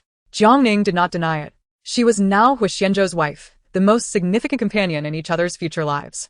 While her feelings for Brother Zhou might not yet qualify as love, they at least bordered on affection. Gu Xi's expression soured considerably. He pressed his hands on the table and exclaimed, "You've been with me for over half a year and never uttered a word of love. Now, After only a brief marriage with him, you've fallen for him? In terms of appearance, could he truly compare with a disfigured version of her uncle?" Jiang Ning restrained her anger, replying, "If you dare, go say that to Brother Zhou. I agreed to meet you today not to hear this nonsense." Gu Xi's frustration was palpable, his chest rising and falling with agitation. "I wonder if, after reading this, you will still persist in loving him." As he spoke, he flung a prepared document onto the table. Jiang Ning quickly picked it up, discovering it was a medical report from her uncle's private doctor. The report revealed that her uncle had barely escaped death from the fire, suffering more than just disfigurement and a broken leg. He had endured the flames for too long, ultimately losing consciousness due to smoke inhalation, which had caused irreversible damage to his respiratory system and lungs. For years, he had been on medication to manage his condition, but the doctor had indicated that even with optimal medical care, he could not survive beyond 5 years. It had already been 4 years since the fire. Gu Xi, lowering his voice, asked, "Jiang Ning, how long do you think your uncle can live? A year or 2? Are you prepared to live in mourning then?" Jiang Ning's gaze fell upon the medical report, Gu Xi's voice echoing in her ears. The report detailed the treatment from the onset of the fire to last week's latest diagnosis, revealing a progressively worsening condition and lingering aftereffects. This was why Brother Zhou had been secretly taking medication without her knowledge. "You proposed to my uncle during our wedding, and given grandfather's unwavering temperament, have you ever pondered why he did not express his anger? Surely, you cannot genuinely believe that your charm is so profound that grandfather would hold you in such high regard. The entire He family is aware that my uncle does not have much time left. He seldom mingles with women, and now that he has shown interest in you, the family hopes you will bear a son or daughter to continue his lineage. Jiang Ning, I understand your disposition. You would never consent to being merely a vessel for procreation. Once you have children and my uncle passes away, do you truly think the He family would allow you to take the children with you? Aside from obtaining a modest sum of money, you would have nothing, no man, no children, nothing at all. By that time, you would be older, having been divorced and with children. Do you still dare to dream of finding a better man? If I were in your shoes, I would seek a divorce from my uncle immediately. Given his character, he would likely not force matters of the heart. This way, you could peacefully secure a divorce settlement and depart."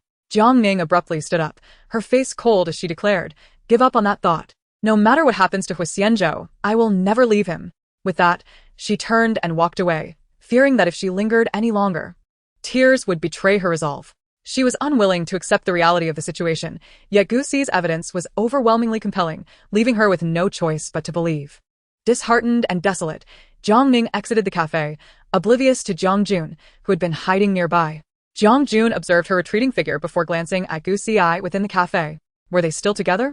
She hesitated for a moment before making her way toward Gu Xi. Chapter 44. The events of that night. Jiang Ning's mind was in a haze, struggling to accept that this reality was genuine. Lost in thought, she ambled along the street, indifferent to the rain that began to fall, allowing the droplets to soak her. The tears she had been holding back finally flowed freely, mingling with the rainwater. Jiang Ning found it difficult to articulate her emotions. An overwhelming heaviness gripped her heart, making it seem as though she could hardly breathe. She felt a deep sense of injustice for Huo Xianzhou, who, born into such a family, should have grown up with a silver spoon in his mouth. He should have experienced minor setbacks, typical of a wealthy young master, yet he faced a life of hardship. His mother perished during childbirth, and he grew up under the oppressive influence of a stepmother. Just as he reached adulthood and acquired the ability to protect himself, a catastrophic fire obliterated his entire existence. He has fought so hard to survive. Why does fate continue to torment him? Now. To learn that Huo Xianzhou's life is on a countdown is a truth Jiang Ning struggles to bear. Huo Xianzhou silently nurtures her in his own way. Yet must this all vanish like a fleeting illusion, dissipating with a single touch? The rain fell harder, blending with her tears, rendering her vision a blur. Seeking refuge under an awning, she attracted the gaze of several passers-by. Jiang Ning longed to suppress her tears, but found it impossible. In that moment, she felt like a mere clown. Jiang Ning leaned against the wall and slowly squatted down, wrapping her arms around her legs while her mind raced with thoughts on what she should do in the future. She was oblivious to a luxury car that had come to a halt before her, from which a man emerged, an umbrella perched atop his head. As she lifted her gaze, her vision blurred, but she faintly recognized a familiar facial outline. Tentatively, she called out Zhouge.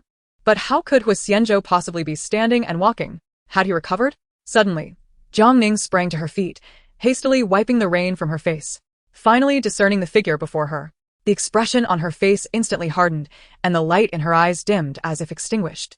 "Ergo, why are you here?" she exclaimed.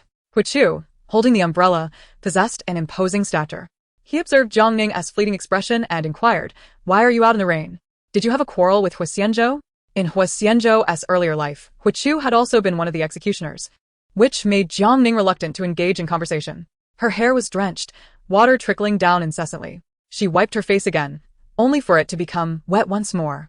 Shaking her head, she replied no. She intended to walk away, but he preemptively grasped her arm. Jiang Ning was aware that Zhouge disapproved of her conversing with Huo Chu. Maintaining distance was preferable. She raised her head, prepared to refuse him once more. But Huo Chu interjected, "Have you already forgotten our bond so swiftly? Even if we are to put that night behind us, I am still your second brother. So there is no need for such coldness." Jiang Ning fell silent. Mentioning that night left her hesitant to dismiss him further. "Then I shall trouble you. Ergo," she replied, hastily stepping forward to open the car door and slipping inside, avoiding any chance for Huo Chu to touch her. Meanwhile, not far behind them, in a Maybach, Jing Xinghe observed the two getting into the car, feeling reluctant to meet Huo Xianzhou's gaze. "Huo Zong, do you need me to intervene?" she asked. "No, just follow us," came his reply. Chapter 45. What do you desire? Huo Chu cranked up the air conditioning in the car and retrieved a clean piece of clothing from the back seat. "You should dry off a bit," he suggested. Noticing the new tag still attached to the clothing, Jiang Ning shook her head. "No, it's unnecessary. You'll catch a cold being drenched like this. Just take it," Huo Chu insisted, placing the garment on her lap before accelerating.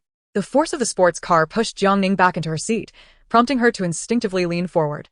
She clutched the clothing, beginning to dry her hair, while surreptitiously observing Huo Chu from the side. Truth be told, aside from that fragmented and hazy memory of that night, she had only encountered Huo Chu once. The members of the Huo family bore a striking resemblance to one another. Although Huo Chu lacked the delicate features of Huo Xianzhou and appeared somewhat older, he radiated a commanding presence. Even in silence, he exuded an aura that felt imposing. However, this pressure was distinct from the initial impression Huo Xianzhou left. Upon first meeting Huo Xianzhou, one might feel a twinge of fear. In contrast, Huo Chu's demeanor conveyed a sense of aggression that unsettled Jiang Ning. Otherwise, why would he appear so promptly? She thought. Iggy. I believed we had reached a consensus regarding that matter. Huichu raised an eyebrow, his fingers lightly tapping the steering wheel. That day was merely an accident, and I am grateful for your timely intervention. Let us forget that incident as if it had never transpired. I am now your sister-in-law. A faint smile played upon Huichu's lips as he feigned contemplation for a few moments before adding, I too wished to forget initially. Yet, whenever I close my eyes, I cannot help but recall the essence of that night. Such sentiments are undeniably beyond my control. Jiang Ning clenched her fists, suppressing the urge to leap from the vehicle. Brother, we must be mindful of our roles. Do you not feel anything regarding that night? He retorted, casting a sidelong glance at her. Jiang Ning felt a wave of nausea rise within her, a visceral reaction that threatened to overwhelm. I feel nothing, we are all adults, and that night was merely an accident, she replied, fearful that Huichu would doubt her sincerity. Moreover, I informed Xianzhou of the events the very next day. It was not a matter of personal desire but sheer happenstance, and he was indifferent. Huichu was genuinely astonished. He had not anticipated Huo Xianzhou's generosity in such matters. What, then, had prompted Xianzhou to marry Jiang Ning? Was it the absence of affection that rendered him unconcerned? Yet, his demeanor that day in the old residence suggested otherwise. If the man from that night were a stranger, Xianzhou's pretense of indifference might be understandable. However, he paused. What if he were to discover that the man in question was me? Do you believe Xianzhou would remain unfazed? Jiang Ning gripped her hands tightly, her nails digging into her palms, though she appeared oblivious to the pain. If Xianzhou were aware, he would undoubtedly care. His disdain for Huichu was evident from his reaction in the old residence. Should Xianzhou learn of this, their most favorable outcome would be divorce. Jiang Ning exhaled forcefully. She was not naive, recognizing that Huichu's lengthy discourse today carried a purpose. What do you intend to do? Huichu regarded her anxious expression and chuckled softly. Jiang Ning, do you truly believe I would threaten you? Rest assured, I would never complicate matters for a woman. Our encounter today was merely coincidental. As he spoke, his gaze drifted to the window and then to the rear-view mirror. It was evident that a Maybach was trailing them, Huo Xianzhou's vehicle. Having clashed with Huo Xianzhou for many years, he understood all too well the challenges posed by the man. He would not resort to overt provocation. Instead, he preferred subtlety, conveying much without uttering a word, which, under the scrutiny of a discerning mind, implied far more than it seemed. That was sufficient. He glanced at Jiang Ning beside him. Even drenched, she possessed a shattered beauty. Chapter 46. Is she Huichu's? The car glided seamlessly into the number 1 courtyard, ultimately halting in the underground parking lot of Huo Xianzhou's residence. As Jiang Ning unfastened her seatbelt, she attempted to exit the vehicle, only to have her arm firmly restrained by him. Are you so eager to leave? After speaking, Jiang Ning alighted and forcefully slammed the car door shut. Tonight, she had been momentarily disoriented by the shock of this revelation, thus ensnared in Huichu's verbal trap. Huichu watched her retreating figure, a shadow of displeasure crossing his features. He was not the man from that night, nor could he provide any evidence. Should Jiang Ning assert herself, he would merely be a paper tiger. One must follow this thread and grasp a significant advantage anew. Over the years, Huo Xianzhou has stood like an impenetrable fortress, devoid of any discernible weakness. The conflagration that spared his life left him nearly invulnerable to personal harm. Now, with the presence of a woman by his side, Huichu would undoubtedly seize this opportunity with fervor. She exhaled a sigh of relief. In her current state, she was exceedingly disheveled, and it was fortunate she had avoided an encounter. She stepped directly into the bathroom, immersing herself in the warmth of the bathtub before finally feeling a sense of revival. It was imperative that she composed herself and contemplated her next steps. Given that Zhou Guo was gravely ill, yet still concealed his condition from her, and with Huichu lurking like a predatory wolf, she knew she had to assist Zhou Guo in her own way. Regardless of how much time he had left, she would steadfastly remain by Huo Xianzhou's side. As she dried herself off, she faintly heard sounds from outside the bathroom. In her haste, she had neglected to bring a change of clothes. After a moment's hesitation, she wrapped a towel around her chest. Looking into the mirror, her unadorned face appeared remarkably pure, her skin fair with a hint of pink, and her half-dried hair cascading over her shoulders. With a figure that was already commendable, the towel barely covered her form, making her feel a touch bashful about stepping outside. However, considering they were husband and wife, having shared the most intimate of moments, her appearance should not be overly concerning. As she opened the bathroom door, she found herself locking eyes with Huo Xianzhou's deep gaze. The man sat in a wheelchair, positioned directly in front of the bathroom. The towel felt insufficient, and she quickly wrapped it more securely around herself, yet it still left much to the imagination, her delicate legs exposed to the cool air. exuding a fragrance from her recent bath, a striking impact indeed. Having observed her disembark from Huochu's vehicle, Huo Xianzhou had been enveloped in a mood of oppression, a harbinger of the impending storm. Yet, upon witnessing Jiang Ning in her current state, he discerned her shyness, and his anger dissipated significantly. "Why haven't you changed clothes?" he inquired. "I got caught in the rain on the way, and forgot to grab my clothes in my haste to bathe." She approached him slowly, her cheeks reddening with each step. Jiang Ning squatted before Huo Xianzhou, asking, "Have you eaten?" Their eyes met, her gaze pure and clear. Could someone with such innocent eyes truly be a pawn placed by Huochu? "Not yet. I'm quite hungry as well. Would it be alright if I changed and then cooked some noodles for you?" Jiang Ning smiled as she spoke. Her intentions were simple. Even if she wished to inquire about Zhouge, she knew she must not rush, but rather proceed gradually. Her singular thought was to care for him, even if it began with a small act of preparing a meal. Jiang Ning smiled and stood, ready to take a step forward. Suddenly, the towel slipped from her body, leaving her bare form exposed. Chapter 47. Testing the waters. Feeling the cool breeze brush against her, Jiang Ning froze. Huo Xianzhou gazed at the enticing scene before him, unable to suppress a swallow. He was an utterly ordinary man, especially when Jiang Ning, in a flustered attempt to conceal herself, elicited the most genuine reaction from him. She stood still, resembling the most exquisite oil painting, perfect and untouchable. However, the moment Jiang Ning moved, a certain alluring part began to tremble. Despite Huo Xianzhou's remarkable self-restraint, he found it increasingly difficult to maintain composure. "Ning, please don't move," he urged, his voice husky. Jiang Ning caught a glimpse of desire in the man's eyes, and she froze in place, too timid to shift even slightly. She instinctively attempted to cover her vulnerable areas, inadvertently creating an atmosphere ripe with unspoken tension. Huo Xianzhou bent down to retrieve the towel that had fallen, still able to detect her delightful fragrance lingering upon it. Jiang Ning hurriedly accepted it and wrapped it around herself anew. Only after completely covering herself did she exhale softly, feeling a measure of relief. Although they had been intimate once, Jiang Ning still felt bashful, and with the room's lights so bright, she found it impossible to bear herself before Huo Xianzhou. With her graceful form concealed, a flicker of disappointment crossed Huo Xianzhou's gaze. Once she donned her clothes, Jiang Ning swiftly exited the bedroom and made her way to the kitchen. The previous atmosphere had been too intimate, leaving her at a loss on how to confront it. Her culinary skills were commendable, and she prepared 2 bowls of noodles with remarkable speed. Once served, she sat down opposite Huo Xianzhou, urging him to try it. "The fried egg is perfect as well." Huo Xianzhou glanced down, the enticing colors and mouth-watering aroma indeed igniting his appetite. He picked up his chopsticks, took a bite, and met Jiang Ning's hopeful gaze. The corners of his mouth lifted almost imperceptibly, delicious. Jiang Ning beamed in response. "I'm glad you like it. I can make it for you every day." Huo Xianzhou lowered his eyes, reining in his emotions. He could not yet affirm her as Huochu's person, but he was willing to temporarily believe in her. Perhaps he was also captivated by this simple yet unprecedented beauty. Huo Xianzhou nodded. "All right. Did you send me flowers today?" Jiang Ning asked. "They were chosen by Xinghe. Do you like them?" Jiang Ning bit her chopsticks thoughtfully. "Who sends 10 bouquets at once? There were so many that I couldn't fit them in my little office, so I selected my favorite bouquet and gave the rest to my female colleagues." "Couldn't he fit them?" Huo Xianzhou raised an eyebrow, realizing she might need a larger office. "Yes, I passed on your kind gesture to others. You won't be upset, will you?" "Not at all."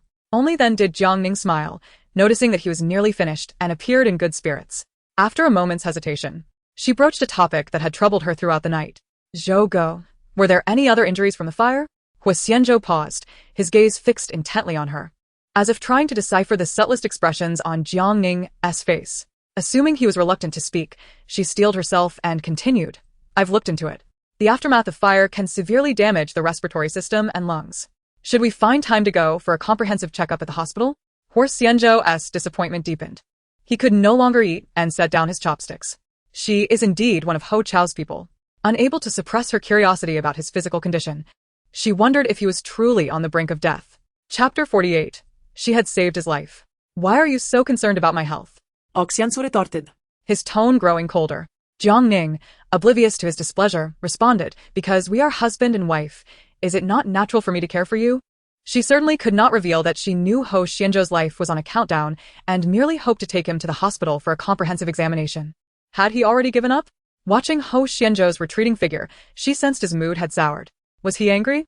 Thinking that if her own life were limited to just a year or two, she would not wish to frequent hospitals. He was resisting treatment, was he not? Exhaling deeply, she resolved to do everything in her power to alter his mindset. He was still so young, with infinite possibilities ahead. Why should he succumb here? Meanwhile, Huo Xianzhou reached his study and locked the door, standing up from his wheelchair. He seated himself on the nearby sofa and ripped off the scarred mask from his face, revealing a countenance of striking coldness. The man casually crossed his long legs and dialed a number on his phone. Within 3 days, gather all information regarding Jiang Ning, especially to ascertain if she is indeed one of Huo Chao's people. A deep male voice responded from the other end. Xianzhou, I believe you are investing too much energy in that woman. You must attend the private yacht meeting at the end of the month. They have been waiting for you for quite some time. After a brief pause, he added, what they await is the unscathed version of you. The fierce tiger has slumbered for too long. You need to reveal your fangs appropriately. Huo Xianzhou, eyes half closed, replied coldly, let them wait. Initially, he had considered waiting longer. If Huo Chao's people were so eager to act, he certainly would not remain passive. Pushing open a nearby window, the cold wind rushed in as he lit a cigarette. His slender fingers held the smoke, the swirling mist creating a scene reminiscent of a painting. His gaze fell upon the monitor before him, displaying surveillance footage from various areas of the house. He clearly observed Jiang Ning finishing the dishes, then heading toward the study, taking another drag of his cigarette. The taste of nicotine enveloped his mouth. Jiang Ning, which of you is the true you? Have you forgotten the events of the past? Huo Xianzhou had never been an impulsive man. In days gone by, he would deliberate extensively before taking action. Having endured the consequences of impulsiveness after that devastating fire, he had patiently bided his time, waiting for the final truth to surface, ready to expose all the darkness lurking in the shadows. Yet, the variable of Jiang Ning had emerged unexpectedly. She was Gu Xi's fiancée. He had initially thought they would never develop any further relationship. She marrying Gu Xi did not entirely make her one of the Huo family, no matter how the Huo family contended with each other. He could protect her from a distance. What he did not anticipate was Jiang Ning's impulsive proposal. At the moment Huo Xianzhou knelt down and retrieved the ring, her heart raced like a drum, and the hidden affections buried deep within her surged forth once more. Rationality dictated that she should refuse immediately. He found himself ensnared in a vortex, where anyone who approached would be consumed. Yet emotions swiftly triumphed over reason, and he nodded in agreement, even allowing her to place the ring upon his finger. It was akin to being engulfed in flames, feeling as though he were being devoured, vitality slowly dissipating from within. A girl rushed towards him, heedless of her own safety, exerting every ounce of strength to pull him from the inferno. In the end, she was struck on the head by a heavy object and fell unconscious against him. All the love and gratitude he felt were sown in that moment she saved him. Yet Jiang Ning seemed to have completely forgotten that she had once saved his life. Chapter 49, You Seductress. In the depths of slumber, she vaguely sensed something soft pressing against her lips. Instinctively, she licked twice, only to feel herself being enveloped in a warm embrace. The scent in the air was delightful, lulling her into a profound sense of security. Jiang Ning casually tied her long hair back and vaguely recalled whether Huo Xianzhou had held her while they slept. Though she felt this might merely be a dream, in her dream, she sensed herself encircled in his arms, even feeling his legs draped over her. How could he, with his legs unable to move, possibly do that? She shook her head, dismissing this peculiar thought. Downstairs, Wang Ma urged her to eat breakfast quickly, stating that Mr. Huo knew she enjoyed wontons and had specially prepared a 3-flavor filling for her today. Thank you, Wang Ma. After sitting down, she inquired, how is Zhou Ji's mood today? He seemed upset last night when I mentioned going to the hospital.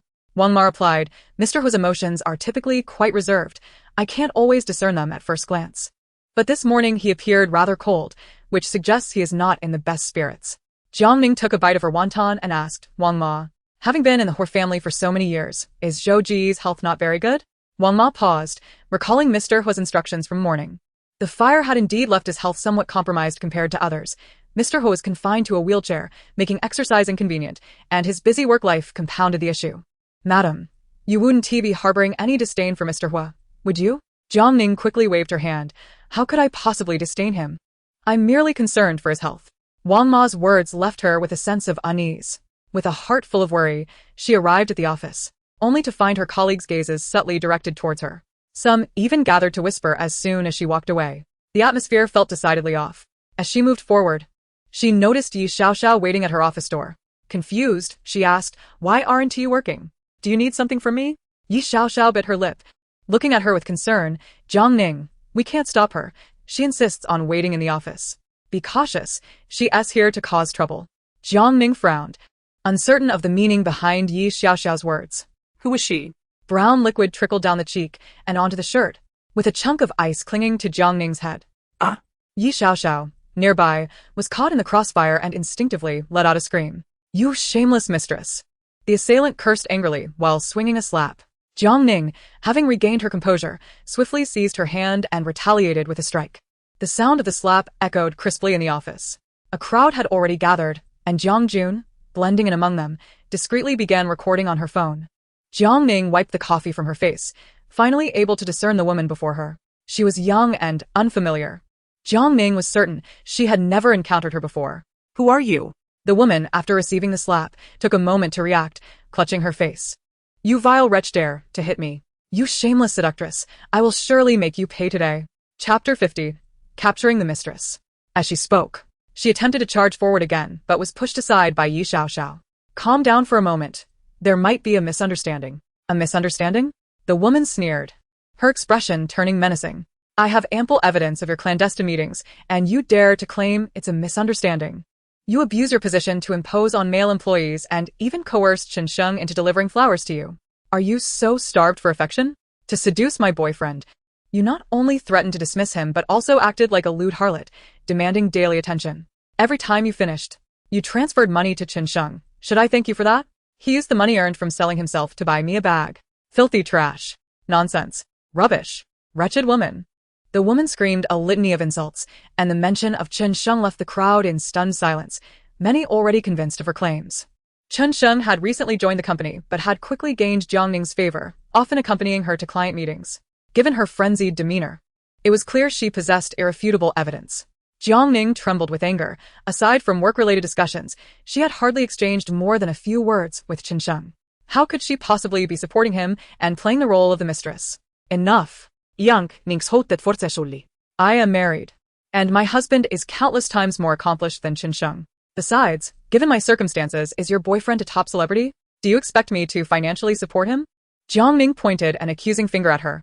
Unless you present evidence today, I will sue you for defamation. I will see you in court.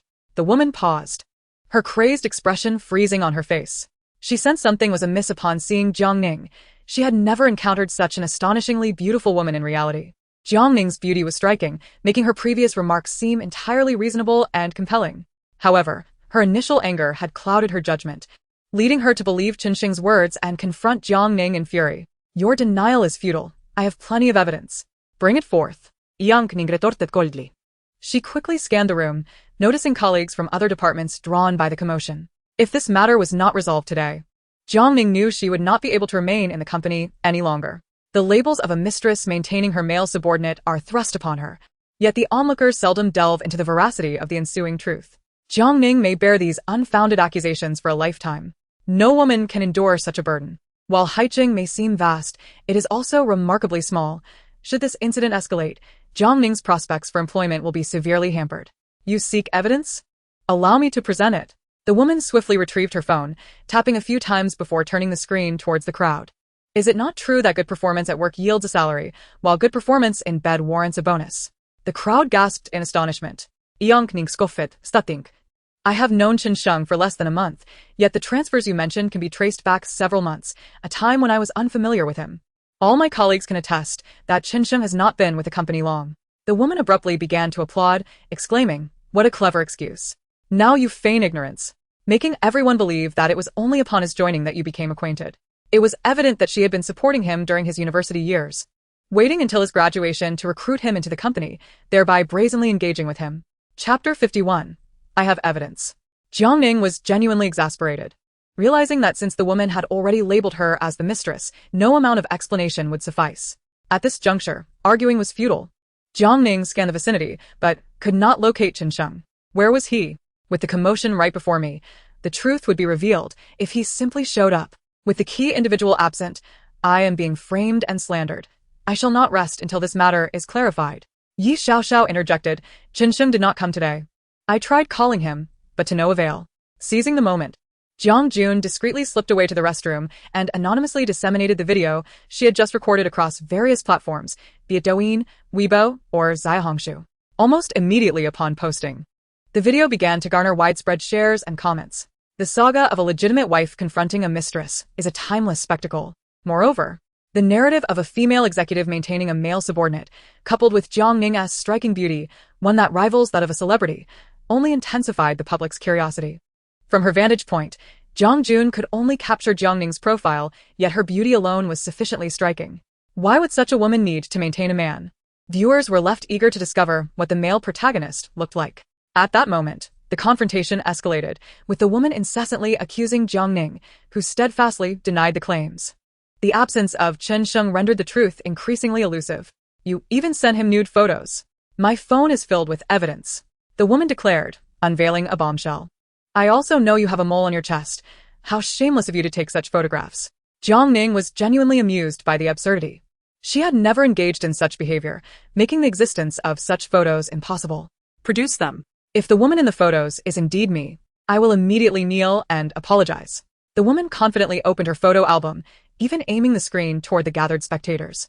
The image displayed a woman completely unclothed, yet her face remained concealed, as she merely captured her own body in the mirror. Amidst the gasps of the crowd, the woman's physique was noted, and a dark mole upon her chest was indeed visible.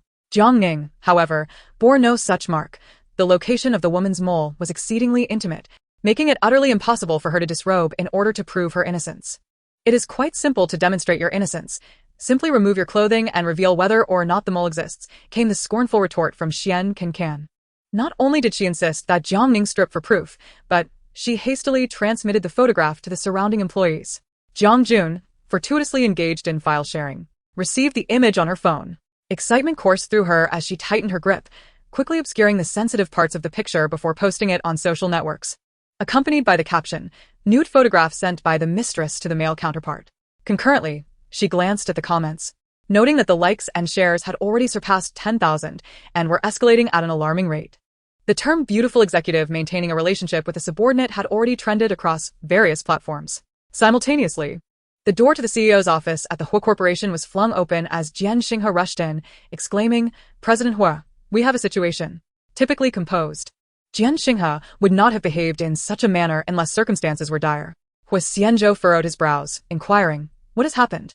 "Miss Jiang has been wrongfully accused and has trended online," Jian Xinghe replied, extending his phone for Huo Xianzhou to see. As Huo opened the video, his frown deepened with each passing moment.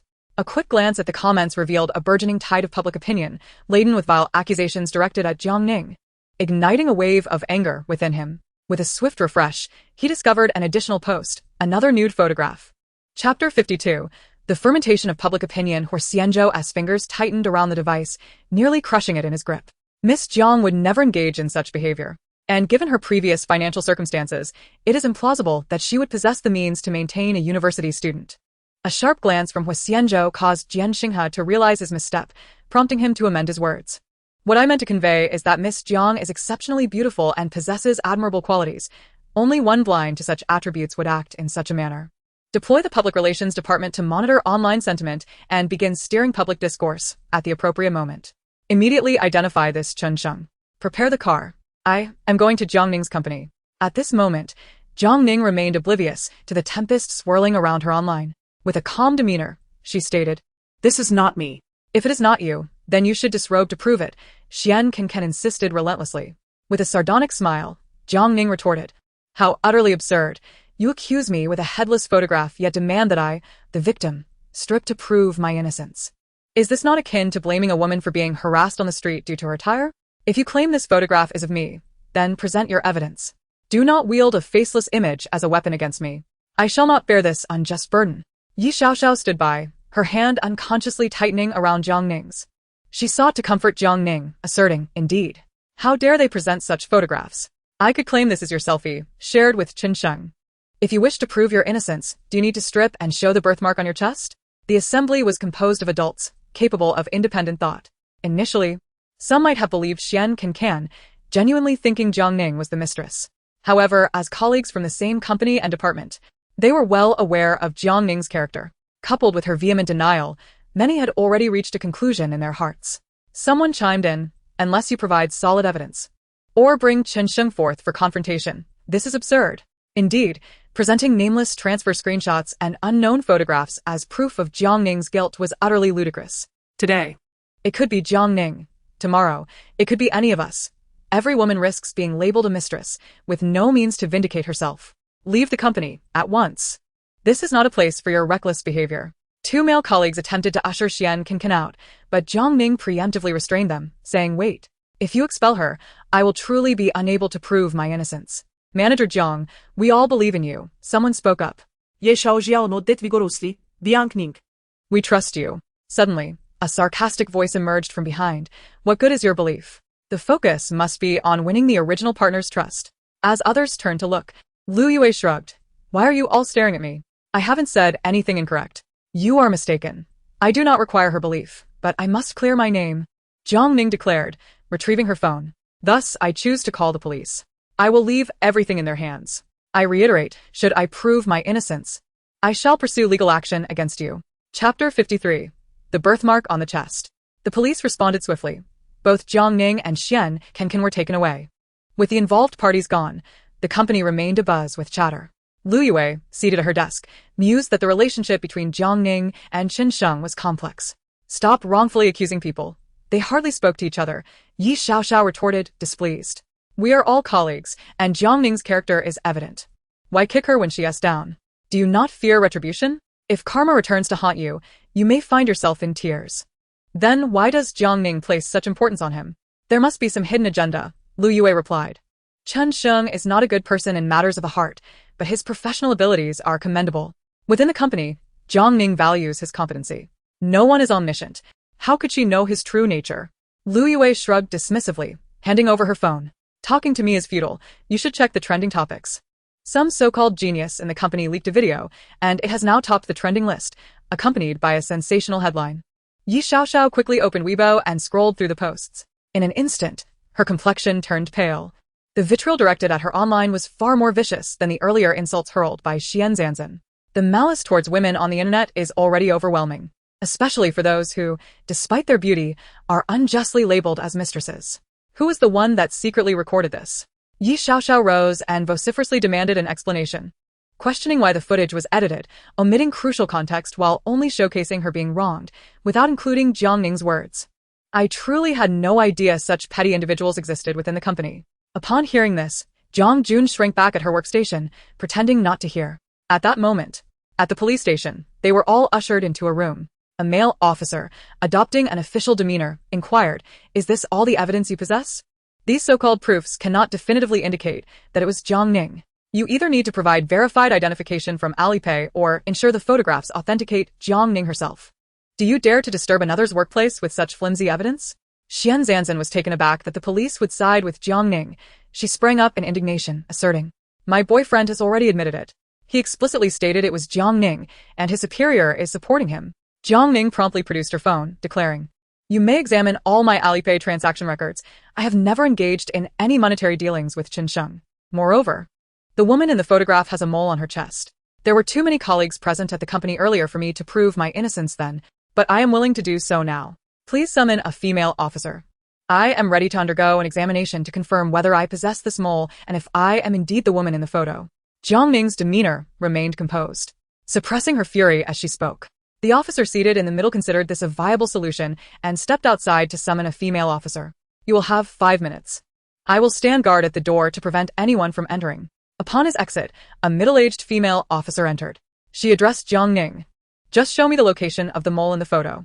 Jiang Ning decisively unbuttoned her shirt, prompting Xianzhou to glance over. Her chest was fair and smooth. Not only was there no mole, but there wasn't even a hint of a wrinkle. Xianzhou was taken aback, exclaiming, "This is impossible. You clearly had a mole. You must have had it removed with laser treatment." Jiang Ning found this ludicrous, retorting, "Am I clairvoyant? How could I possibly anticipate that you would bring a photo to confront me and then remove the mole? You are not the woman in the photo." The female officer concluded decisively. "Even if you lack that mole, it does not prove you are not her." Chapter 54. Jiang Ning's husband. Jiang Ning was left both furious and amused. Individuals like Xianzhou would never heed explanations once they had labeled someone a mistress. Her presence was not about seeking the truth, but rather about standing on a moral high ground to cast Jiang Ning into the depths of disgrace. The situation had reached an impasse. Jiang Ning had already used her mole-free chest as proof of her innocence, yet Xianzhou remained obstinately unconvinced. The only solution was to confront Chen Sheng together. All the chat logs and transaction records on his phone were paramount evidence. Then bring your boyfriend here. The police officer, with a stern expression, expressed his frustration towards the woman whose incessant meddling only served to increase their workload. He left yesterday, and I have been unable to reach him. Xianzhou remarked, turning her gaze towards Jiang Ning with a mocking tone. Why not ask certain individuals? A single night can cost 5,000. Perhaps he has rented a place to keep a mistress. Jiang Ning rolled her eyes, utterly devoid of energy to repeatedly prove her innocence regarding matters she had not committed. She took out her phone to send a WeChat message to Chen Sheng, only to discover she had been deleted from his contacts. Resolutely, she dialed his number. But the automated voice informed her that the phone was turned off. Without locating the individual involved, advancing the investigation proved futile. A staff member from the police station entered, confirming that the photographic evidence had been technically examined, showing no signs of manipulation. The transfer and the nude selfies were indeed original. Hearing this, Xianzhou lifted her chin defiantly, wearing an expression that seemed to affirm Jiang Ning's status as the mistress. The evidence I presented is undeniably authentic, officer. She is the shameless mistress. Jiang Ning could only perceive her as a 24-carat fool if the photos were indeed original. It merely proved she was not the woman depicted in them. The officer concurred, stating, since the photos have not been altered, it confirms that Jiang Ning is not the mistress.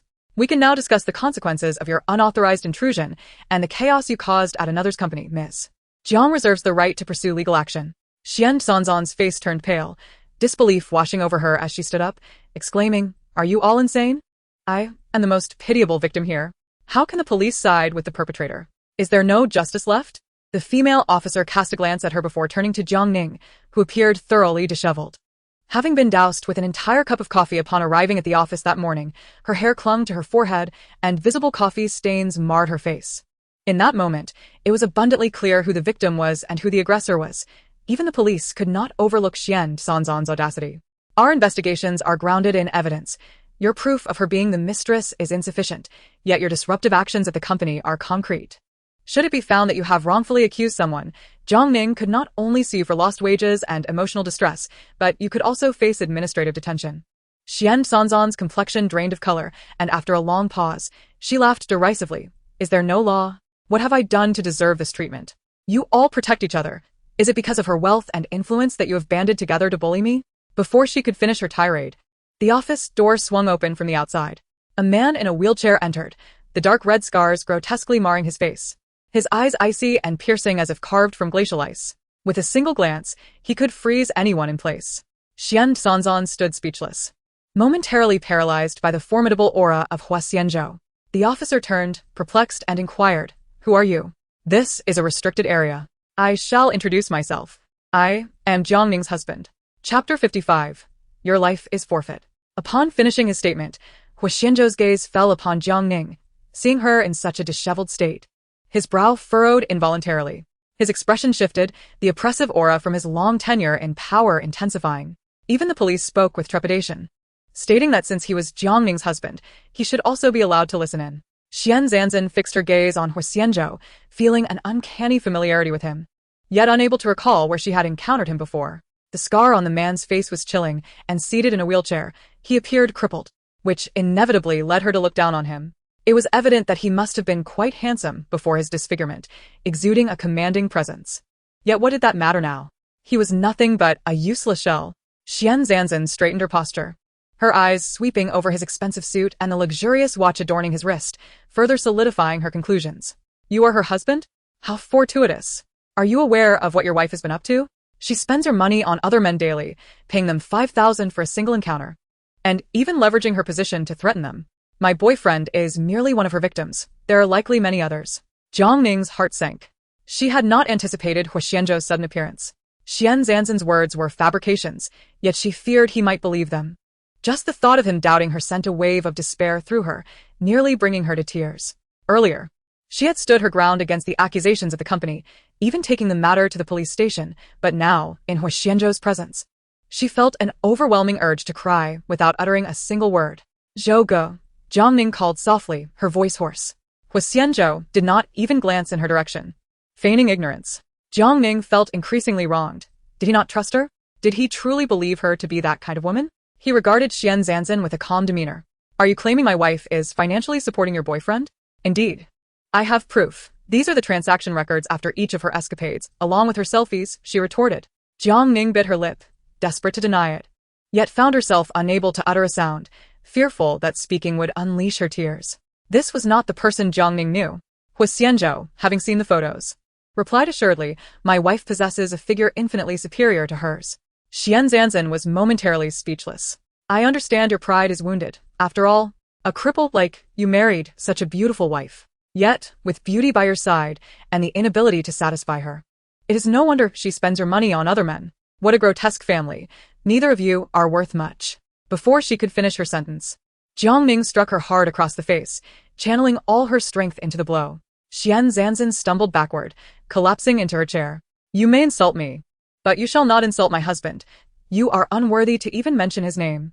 Jiang Ning's hand trembled from the force of her action, her temper spiraling out of control.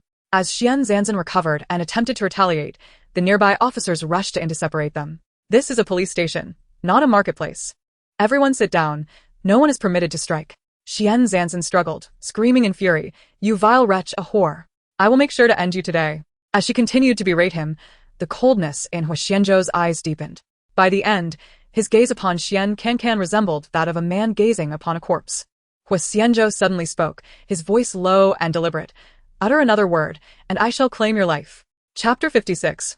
Leave it to me. Xian Cancan was taken aback by his intense stare, a cold sweat breaking out on her back, as if she had narrowly escaped the clutches of death. A powerful instinct gripped her, one that whispered that this man was not exaggerating but rather stating an undeniable truth. If she dared to insult Jiang Ning again, it would cost her dearly, even with the police present. This man possessed a formidable power. Huo Xianzhou approached and grasped Jiang Ning's hand, reassuringly stating, do not worry. I will handle this. Those simple words released a torrent of tears from Jiang Ning's eyes. He believed in her, stepping forward without hesitation to defend her. Overwhelmed by this trust, she could not contain her tears. Unsure if she was moved by his faith or if the pent-up grievances she carried were finally finding release in his presence. Just as an officer beside them was about to speak, the office door was abruptly flung open.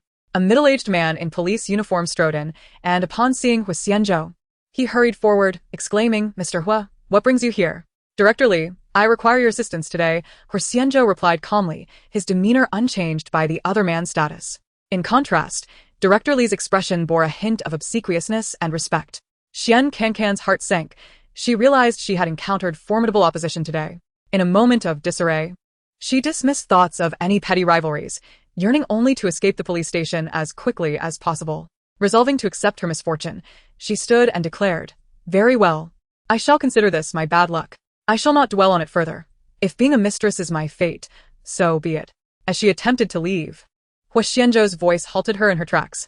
Did I permit you to leave? What are you doing? Do you intend to detain me unlawfully?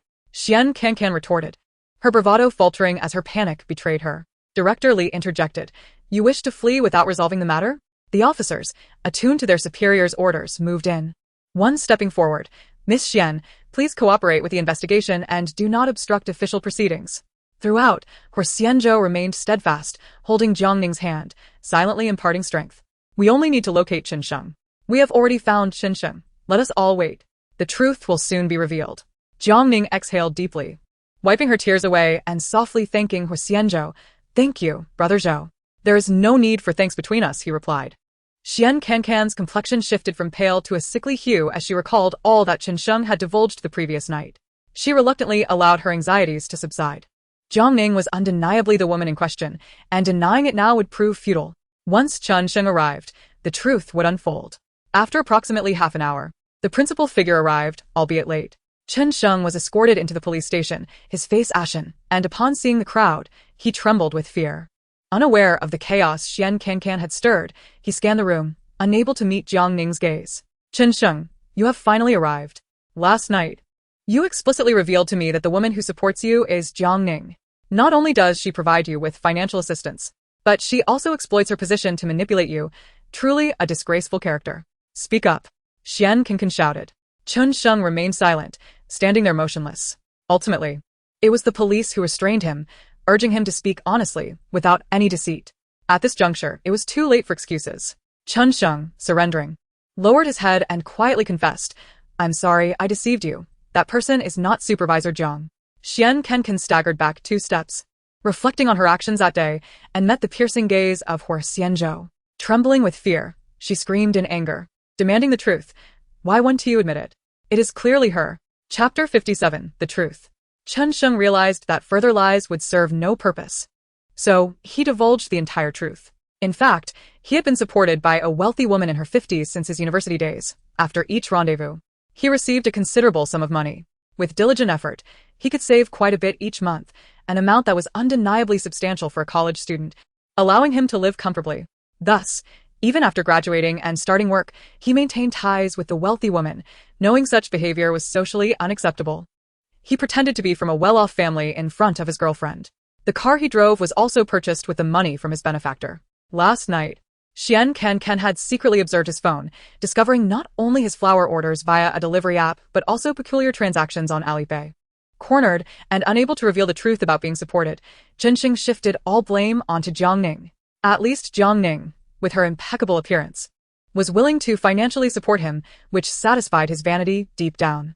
He never anticipated that Xian Ken would be so volatile as to confront him at work, causing such a scene that he dared not show his face, opting instead to hide in a hotel.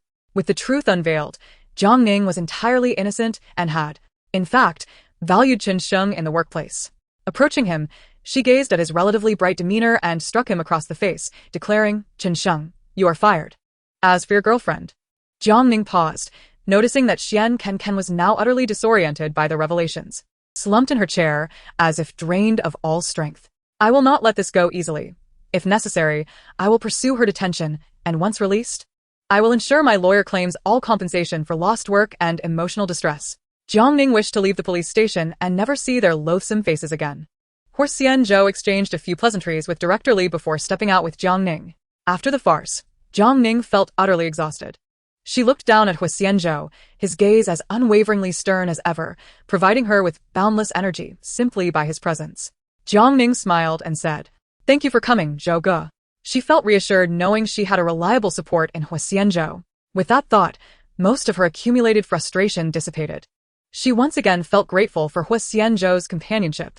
Jian Xinghe had been waiting by the car, and only after both individuals were seated did he softly speak. President He was quite concerned upon learning of the incident here and rushed over immediately. Huo Xianzhou raised his hand and forcefully struck the seat. "Did you need to say that? Just drive." Jiang Ning cautiously cast a glance at Huo Xianzhou, realizing the delightful sensation of being cared for by someone. Once home, the coffee that had stained her hair throughout the day prompted her to hurry to the restroom to freshen up.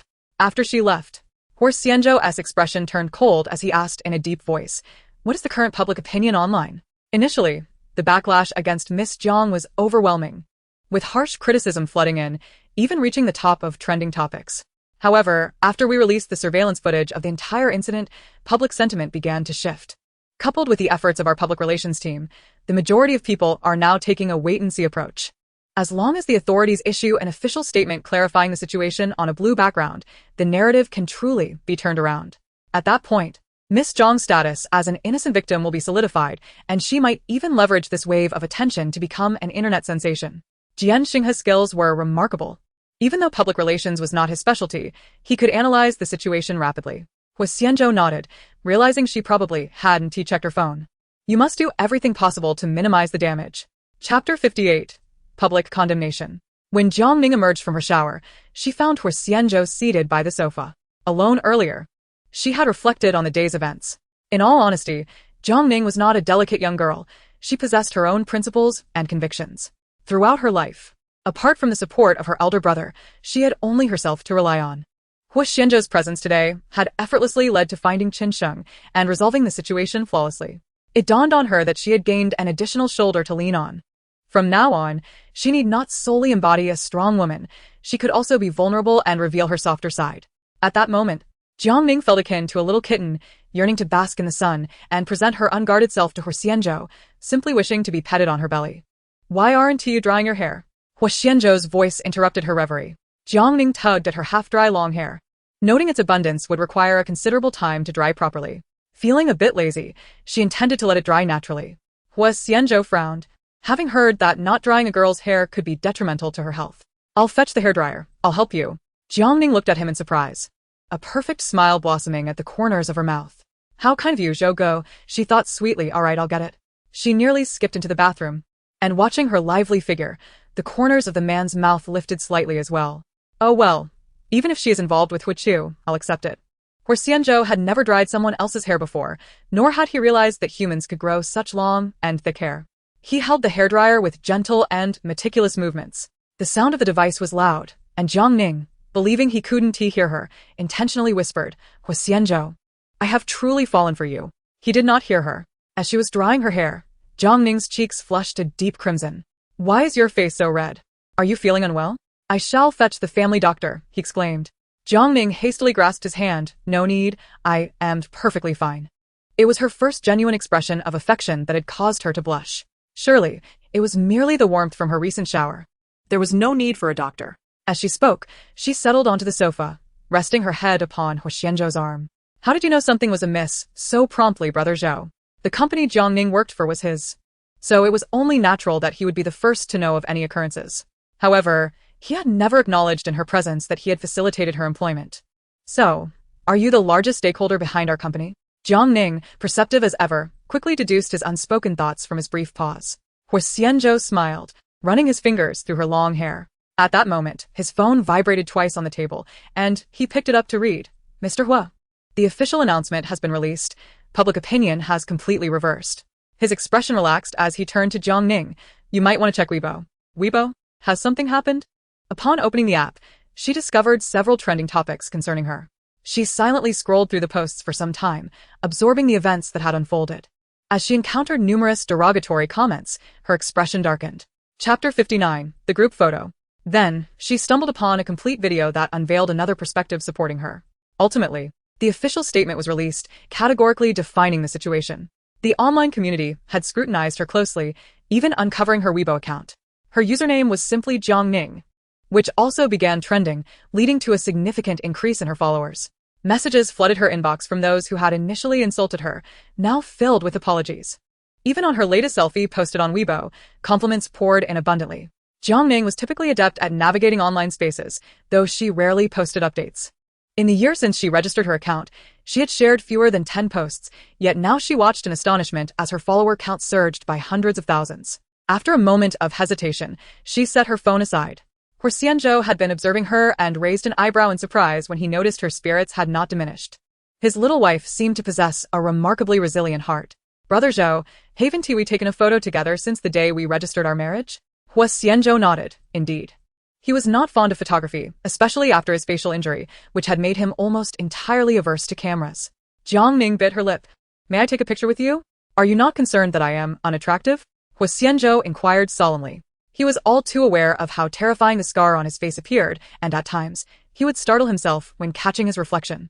Jiang Ning quickly took hold of his hand, fearing he was succumbing to insecurity over his appearance once again. You are not ugly. I have said it many times before. You are more handsome than anyone I have ever known. Huo Xianzhou smiled, but it was limited to his left cheek. He was well aware of the state of his right. Jiang Ning felt a pang of discomfort, wishing he wouldn't describe himself in such a manner. Yet, this was an undeniable truth, one she could not alter. Brother Zhou, regardless of how others perceive you, in my heart, you are the best. The most handsome man in the world, and the kindest to me aside from my older brother. Upon hearing this, Huo Xianzhou's mood lifted. He nodded. Then let us take the picture. Jiang Ning eagerly took out her phone, first opening the beauty camera to select a filter she liked. After capturing a couple of shots, she felt something was amiss. The beauty effect completely masked Brother Zhou's true charm.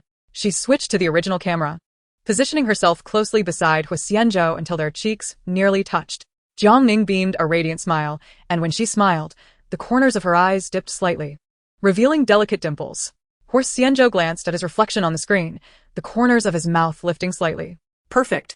Jiang Ning exclaimed, admiring the final result. It turned out wonderfully.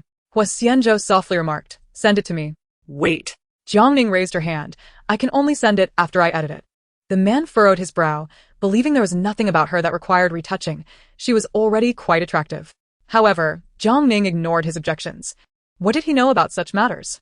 This was their first selfie together, and she was determined to present herself at her most flawless. Although she had just showered and was barefaced, she felt a tinge of regret. Once she was satisfied with the edits, she sent the photo to Huo Xianzhou. He glanced down at it, failing to discern any difference between the original and the edited version. Brother Zhou, may I post this picture on Weibo? All right, Huo Xianzhou nodded. Jiang Ning looked at the photo again, and after a moment of contemplation, suddenly asked, Brother Zhou, can I crop out your right cheek before posting? The room fell silent, the only sounds being their breaths. Chapter 60. A Match Made in Heaven. Huo Xianzhou stared into her eyes, as if attempting to penetrate the depths of her thoughts. Yet, all he saw was the openness reflected in Jiang Ning's gaze. The reason he spoke, his lips parting to reveal just 2 words. In light of today's events, the current narrative surrounds me. I embody the image of a perfect victim, which garners public favor. If the photo reveals your scars, I fear some may turn their ire towards you. I am unfazed by what others say about me, but I cannot accept the vile words that may be directed at you. Huo Xianzhou's heart, which had tightened, gradually relaxed. He added, avoiding the joint photo could prevent these issues. But I want to show off, she declared with righteous fervor. You are so wonderful. I want others to know I have such an amazing husband. Huo Xianzhou shrugged helplessly. Fine. Do as you wish. Jiang Ning immediately raised her hands in excitement, leaning down to plant a kiss on the man's cheek. I knew you were the best, Brother Zhou. Stop flattering me. Jiang Ning cropped out Huo Xianzhou's scarred right cheek and posted it on Weibo with the caption, a day of unwarranted calamity, but thankfully, my husband is by my side. In the midst of public scrutiny, she boldly showcased their affection. Once the photo was shared, the comments erupted. Goodness, the man is handsome and the woman beautiful. They are simply perfect together. The so-called scoundrel and his partner have been thoroughly scrutinized. That man possesses not even a fraction of your husband's charm. Clearly, the young lady is not blind. She could never have fallen for that pretty boy. Let those who doubted see the truth. They must be feeling quite foolish now. With such a handsome husband and her own stunning beauty, it is clear she would never entertain the thought of being with someone else. Wow. The blogger is barefaced. Her pores seem non-existent. Is this from the original camera? The sister's beauty is lethal, and her brother-in-law is equally captivating. Jiang Ning was amused by the comments. Unable to suppress her laughter, Huo Xianzhou leaned closer. Has it already been posted? Indeed. Everyone is praising us. My follower count is soaring. Perhaps I could become a major internet celebrity. Huo Xianzhou inquired further. Do you enjoy the attention? Not really, Jiang Ning shook her head. Perhaps I received too little admiration and praise growing up, so encountering kindness from strangers now feels like a rebirth. Huo Xianzhou, having researched her past, understood the hardships Jiang Ning had endured. She had suffered far too much. He gently wrapped his arm around her shoulder. I will make sure to praise you more. Jiang Ning's eyes brightened as she leaned closer. So, Brother Zhou, how do you plan to compliment me? This girl had always known how to climb the social ladder. He had seldom uttered words of praise in his life, but he pondered and began to craft his comments. Ning Ning is breathtaking. I want to slide down your nose like a slide and kiss you. Jiang Ning's fair complexion flushed instantly. His voice, deep and melodious like a cello, had never uttered such sentiments before, and as he spoke, each word was deliberate and particularly endearing. Jiang Ning felt as if her heart was melting. She closed her eyes and pressed her lips against his soft ones. Brother Zhou, shall we kiss then? Chapter 61. Sister Jiang, Brother Zhou. Huo Xianzhou had never kissed anyone else, and was uncertain whether their lips were as soft as hers. There seemed to be a faint jasmine fragrance, though he could not discern whether it emanated from her mouth or her body. It surged into his nostrils and exploded in his mind, shattering his rationality. For a fleeting moment, he contemplated rising to pin Jiang Ning beneath him, claiming her with all his strength. Just as the thought formed, her delicate hands caressed his neck. Soft yet restrained, moving gently along the nape. The man opened his eyes, desire heavy in his gaze. Ning Ning. His voice bore a hint of huskiness. Jiang Ning responded, her hands growing bolder. They began to glide from the nape of his neck down his well-defined back, eventually circling to rest on his abdomen. She playfully squeezed twice and finally voiced a long-held question. Brother Zhou, if your legs are injured, how is it that your abs are so prominent? How do you train? Huo Xianzhou's breath caught. He was at a loss for how to explain. His leg injury was a ruse, as he maintained his physique through workouts in his spare time. But he could not tell Jiang Ning the truth. The man grasped her hand, raising his arm to embrace her closely. It was not the moment to pose such inquiries. Let us retire to the bedroom, he suggested.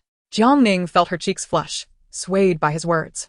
Today, she had taken the initiative, filled with gratitude and the ambience of the moment. She was eager to partake in the most beautiful experiences shared between spouses. With a gentle hum, she acquiesced. Yet when Huo Xianzhou gazed into her eyes, she mischievously smiled. But I do not wish to be on the bed. It seems rather dull." She even added a playful remark. Huo Xianzhou raised an eyebrow, taken aback by his little wife's unexpected boldness. For a moment, he found himself at a loss for words. "Then where would you prefer?" he inquired. "The sofa, the bathtub, the kitchen, or perhaps the cushions on the bay window, which do appear quite soft." Huo Xianzhou chuckled, first with a low laugh, then bursting into hearty laughter. He reached out to playfully tap Jiang Ning's nose, asking, "Where did you learn that?" Jiang Ning, initially wanting to feign innocence, found herself blushing uncontrollably from his laughter. She shot him a glare. "What does it matter where I learned it? You must listen to me." "Why is that?" he queried. "Because you are at a disadvantage, and I need to take the lead." Jiang Ning's cheeks were rosy, unaware of how endearing she appeared while uttering those words. "So, does that mean you will take the lead in such matters from now on?" Huo Xianzhou pressed further. Jiang Ning tilted her chin confidently, nodding affirmatively, of course. She had recently read a post suggesting that being proactive in intimate matters could translate to taking initiative in daily life. Unsure of the veracity of Xianzhou's condition, and knowing he was reluctant to visit the hospital, she decided to take a more creative approach. No matter the situation, it was best to seize the initiative. Huo Xianzhou nodded, believing he could enjoy this effortlessly, sure that no man would refuse such an arrangement. "Very well, I shall agree to your terms. Now, Where does Ning wish to be tonight?" Jiang Ning feigned calmness, surveying the room before nonchalantly stating, "How about the bathroom? We can bathe together." Huo Xianzhou chuckled softly, his tone laced with affection. "All right, I shall prepare the water." "Allow me," Jiang Ning interjected, placing a hand on his shoulder. The bathroom was damp, and she felt uneasy about bringing the wheelchair in.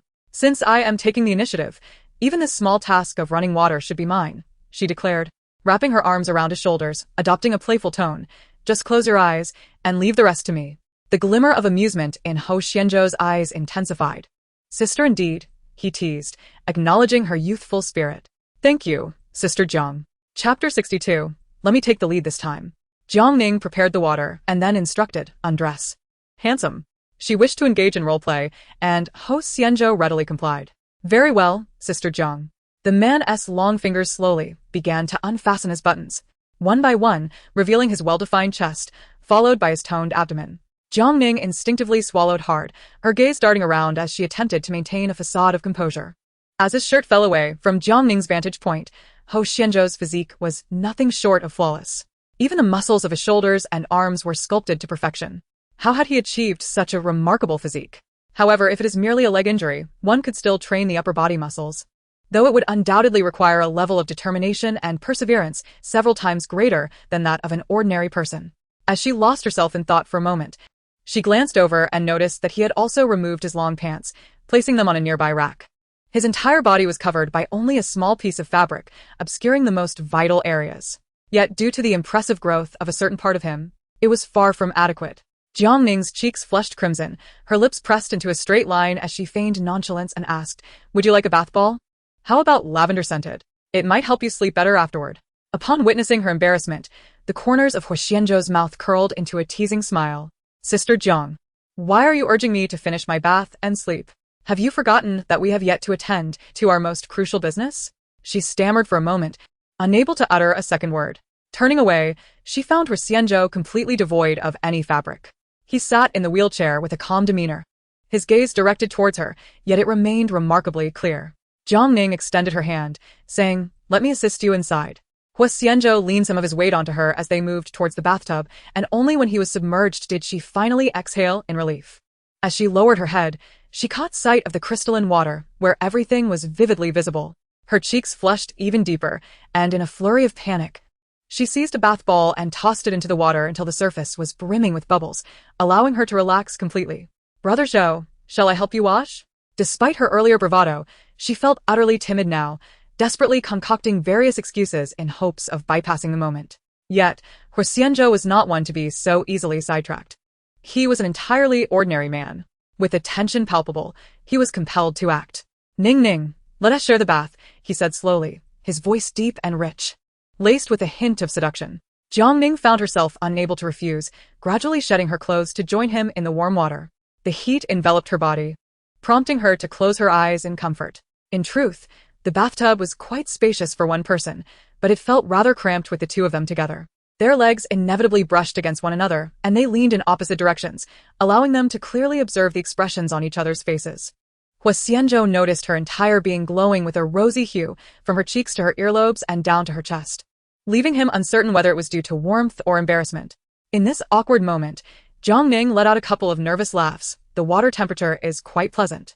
As she spoke, her hand glided across the surface of the water. Suddenly, her palm made contact with something unusual, and without thinking, she grasped it.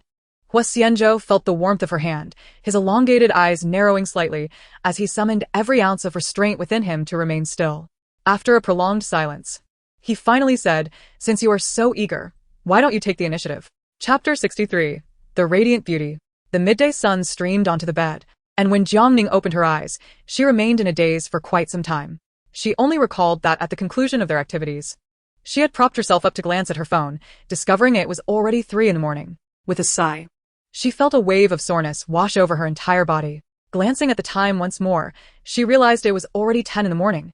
An hour late for work. Jiang Ning hastily threw off her covers and got out of bed. After a swift wash-up, she seized a moment to check WeChat. The latest message was from Huo Xianzhou. "I've requested leave for you this morning. Take the time to rest at home. Wang Ma will come by to prepare lunch. You can head to the office after eating." Further down, there was a message from Yi Xiaoxiao. "Jiang Ning, are you feeling better? Why didn't you come to work today? I hesitated to message you yesterday for fear of disturbing you. I've seen all the news online. The official website has issued a blue background announcement. The public opinion has completely reversed and nearly everyone is supporting you. Please don't overthink it. However, there is one point you must heed. There is undoubtedly a traitor in our department." The video was posted online by one of the colleagues who was clearly just spectating. Jiang Ning furrowed her brows.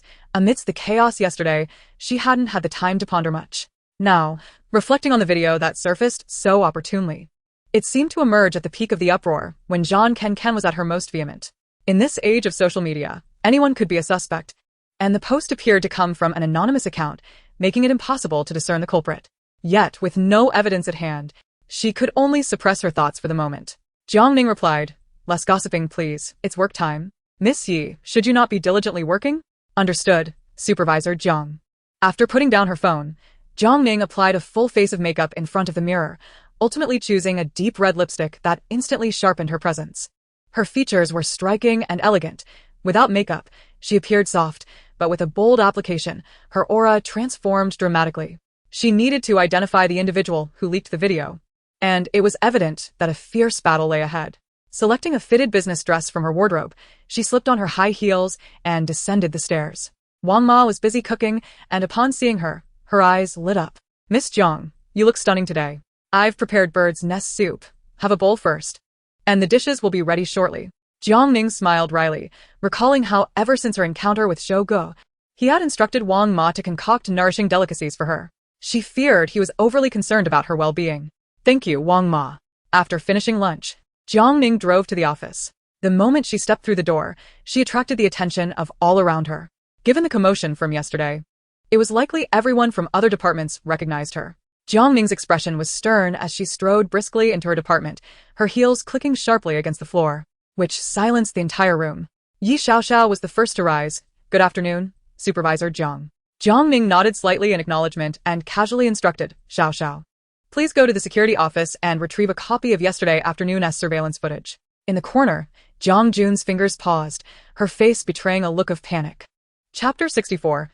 Reviewing the surveillance footage. Once Jiang Ning entered her office, Jiang Jun hurriedly sent a message from her phone, desperately trying to maintain her composure. At first, she merely sought employment, but upon discovering Jiang Ning's new identity, her patience had worn thin. Yesterday, an unexpected situation arose, causing Jiang Ning to accumulate a considerable amount of unfinished work. She cast aside her distractions and immersed herself in her tasks. After a while, Yi Xiaoxiao knocked and entered. "Director Jiang, the surveillance footage has been copied," she stated, placing the USB drive on the desk. Their relationship was not strictly hierarchical. Prior to Jiang Ning's promotion, they had shared a camaraderie akin to friendship. Hence, even after her ascent, their rapport remained unblemished. "Thank you," Jiang Ning replied, inserting the USB into her computer. Yi Xiaoxiao observed her quietly and, seeing Jiang Ning's relaxed demeanor, remarked with a smile, "I was utterly terrified yesterday.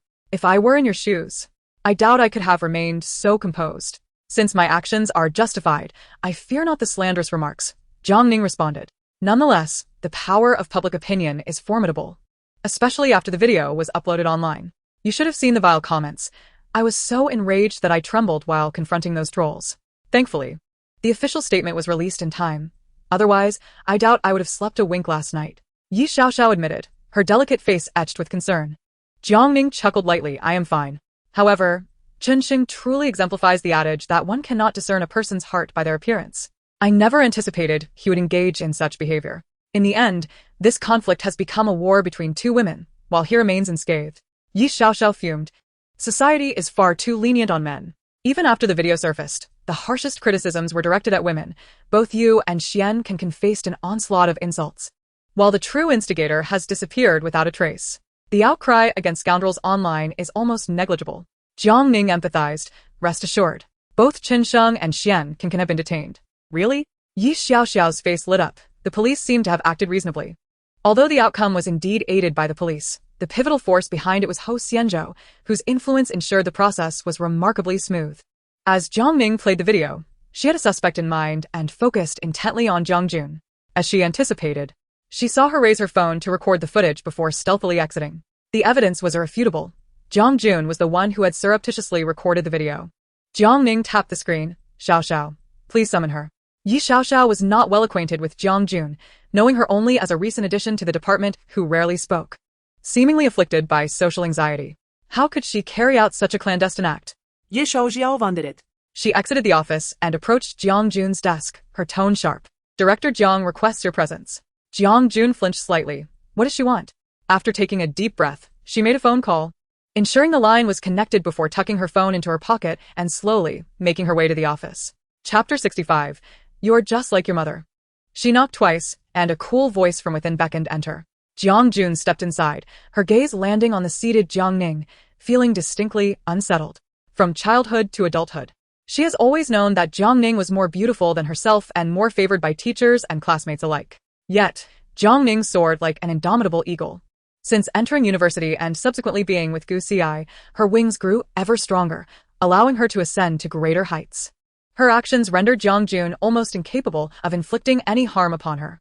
Jiang Jun, filled with resentment, approached directly, her tone somewhat brusque, demanding to know what Jiang Ning wanted.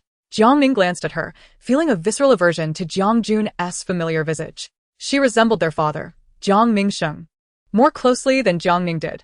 After their mother's departure, Jiang Mingsheng devoted all his affection to this younger daughter. He adopted a laissez-faire attitude towards Jiang Ning, and no matter how much she suffered or was bullied, he always sided with Jiang Jun. The only one who played the role of the antagonist was the stepmother, who covertly set numerous traps for her.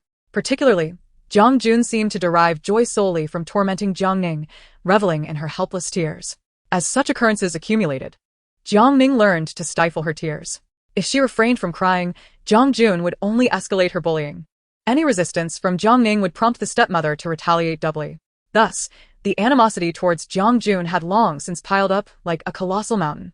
And this latest incident was merely the final straw. Jiang Ning no longer wished to endure. Her admission of Jiang Jun into the company was merely due to the leverage Jiang Mingsheng held over her. Once inside, she intended to act as though she did not recognize Jiang Jun, maintaining a cordial distance. Jiang Ning sought to earn a modest salary while preserving her peace. However, the events of yesterday undoubtedly ignited a fire amidst the already precarious situation. Now, the fury within Jiang Ning swelled, nearly consuming her entirely. Jiang Jun instinctively began to defend herself, insisting that Jiang Ning was unjustly accusing her. Everyone in the department witnessed it yesterday, and numerous videos were recorded. What makes you think it was me? Jiang Ning countered, asserting that Jiang Jun perhaps underestimated the clarity of the company's surveillance, which had captured her editing and posting the video online with perfect clarity. Jiang Jun's face paled, surprised by the high resolution of modern surveillance, which even clearly displayed the phone screens. Jiang Ning merely sought to provoke her, confirming her suspicion through Jiang Jun's expression. Yes, it was indeed me who posted it. What of it? You dare to act yet deny your actions? After her breakup with Gu Xi, she immediately latched onto a wealthy benefactor. Many in the company could corroborate this. You are now merely a kept woman of an elderly man. Even if you're not a mistress, you certainly are no paragon of virtue. The online critics are not mistaken. Gu Xi treated you well, yet you failed to appreciate him, culminating in such disgraceful actions. Do you have any idea how heartbroken Gu Xi was that day? He was on the verge of tears. Jiang Ning found herself laughing in anger.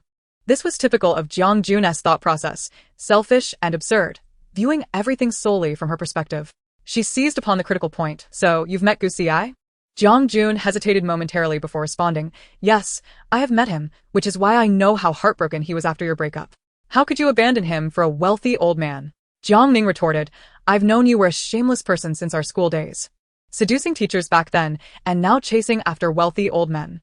You must have received this managerial position through his assistance. I truly feel ashamed for you. Indeed. My father was not mistaken. You are the daughter of that vixen. Like mother, like daughter. You are hardly better. With a swift motion, Jiang Ning delivered a stinging slap. Chapter 66. I am her sister. Jiang Ning exerted all her strength, fueled by both old grievances and new, showing no mercy.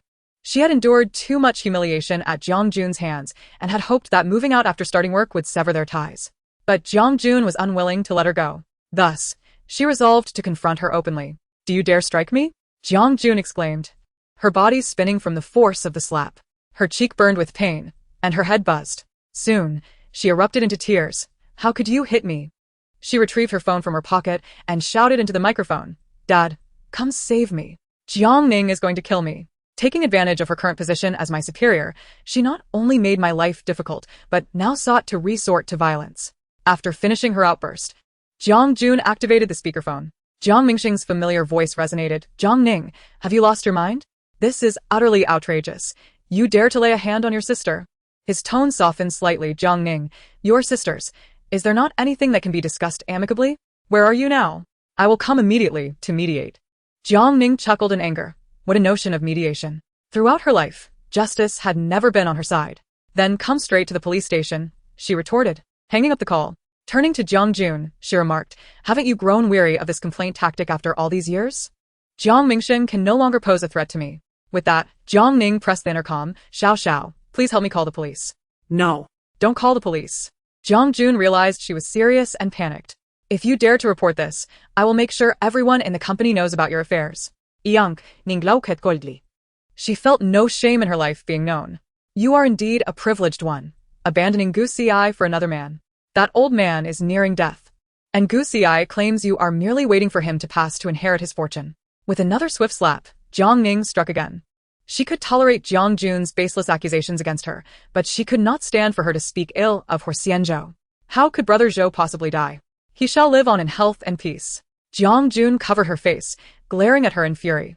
Abruptly, she turned and bolted out of the office, crying out, help. Jiang Ning is attacking me. She wants to kill me. The commotion drew the attention of nearly everyone in the department. I merely spoke the truth. And Jiang Ning resorted to violence against me.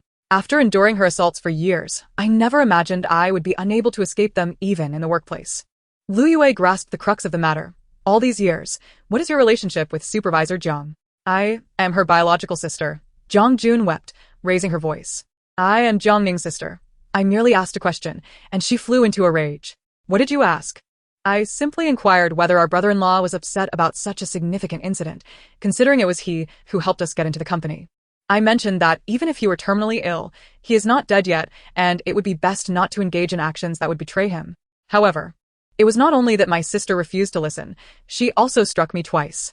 The clear imprints of her slaps were evident on Jiang Jun's fair complexion. Coupled with her tears and plaintive voice, the crowd was already half convinced. Upon seeing Jiang Ning emerge, Lu Yue took the initiative to attack. Jiang supervisor, after all? Jiang Jun is your biological sister. Isn't this behavior a bit excessive? Chapter 67. Fool. Yi Xiaoxiao could not bear to witness her blatant distortion of the truth and could not help but retort, you haven't even grasped the situation. So, why are you stepping in? Why not inquire why she was struck? The video from yesterday was edited and disseminated by her, and the surveillance footage is crystal clear. Yi Xiaoxiao fixed her gaze upon Jiang Jun. Do you dare to admit it? Yes, the video was indeed released by me, Jiang Jun admitted, tilting her chin defiantly. While Lu Yue, who had been defending her, wore a stiff expression. Jiang Jun was not conceding defeat. Rather, she employed a tactic of retreat to advance. It pained me to watch, especially since my brother-in-law is terminally ill and yet treats you with such kindness. He exerted immense effort to secure your position in the company, not to have you support other men. Yi Xiaoxiao hesitated, uncertain of the intricate details behind this affair, as it pertained to Jiang Ning's private matters. Nevertheless, she could not restrain herself from chiming in. The police issued a report yesterday. Jiang's supervisor is not a mistress at all. These are baseless accusations. Indeed. Yesterday was not what it seemed. Jiang Jun exhaled forcefully. I cannot foresee the future. How could I have known that it was merely a farce? As family, I could not bear to witness my sister's repeated mistakes and hoped that the events of yesterday would serve as a wake-up call for her. As Jiang Ning approached, Jiang Jun instinctively recoiled. I never intended to reveal all these sordid affairs, but sister, you have gone too far. I initially believed that my sister was simply blinded by greed, yet it turned out all of this was meticulously planned. She knew that the man was not only elderly but also gravely ill, with little time left to live. Once he passed, she would inherit a substantial fortune. I have advised her numerous times as family, yet each time I was met with her wrath. And now my brother-in-law is still alive. Jiang Ning. Are you so desperate that you must seek men outside? Once Jiang Jun finished her tirade, an almost palpable silence enveloped the room. The sound of a pin dropping could be heard. No one had anticipated such scandalous revelations, and the gazes directed at Jiang Ning shifted dramatically. Jiang Jun's words were a lethal blow. Throughout history, labeling a beautiful woman with terms such as gold digger, harlot, or adulteress would forever tarnish her reputation. Regardless of the truth, the onlookers would not seek to uncover the reality behind the facade, even if countless pieces of evidence could exonerate Jiang Ning. The narrative would morph into various distorted versions. All eyes turned toward Jiang Ning, awaiting her response. Jiang Ning longed to maintain her composure, yet a raging inferno ignited within her, threatening to consume her reason. In that fleeting moment, she contemplated many things. Even the thought of ending Jiang Jun's life to quench her wrath. Each of Jiang Jun's deceitful words pierced Jiang Ning's heart like a dagger. However, Jiang Ning could not afford to falter. She stepped forward, her high heels clicking steadily as she approached Jiang Jun. Jiang Ning was inherently beautiful, and today's makeup accentuated her allure even further. Her crimson lips curled into a sardonic smile. Is that all you've got? With so many supporters backing her, Jiang Jun felt emboldened. Why fear others' opinions if one has the courage to act? Jiang Ning's lips twisted in a mocking grin, while Jiang Jun, gazing at her smile, felt a sense of foreboding rise within her. What are you laughing at? I laugh at your foolishness. Chapter 68. The wicked complain first. This tactic of the wicked complaining first and retaliating is one Jiang Jun has employed countless times throughout her life. Previously, relying on her father's favoritism, she had always gotten her way. So, do you wish to replicate that now? Jiang Ning retorted coldly. After speaking, she swept her gaze over her colleagues behind her. So, do you all believe her words? I do not. Yi Xiaoxiao was the first to speak up. She was not a sycophant eager to please her superior, but genuinely believed in Jiang Ning. I've known what kind of person you are, Manager Jiang. I would never believe such claims. Lu Yue crossed her arms, feigning impartiality as she said, after all, one can know a person's face but not their heart. Now, both sides have their arguments. What matters most is presenting evidence. She continued, how can it sit well with you that someone with no ability has become your superior? Seizing the opportunity like a predator, Jiang Jun gleefully turned to her. Can you deny it? Jiang Jun's smile broadened, resembling a victor of a hard-fought battle. She instinctively sought to conclude the matter, stating, because the largest shareholder of this company is my husband. According to our shared marital assets, half of the company belongs to me. Don't think that just because I am merely a small planning department head, diligently performing my duties every day, I could not directly ascend to the position of vice president.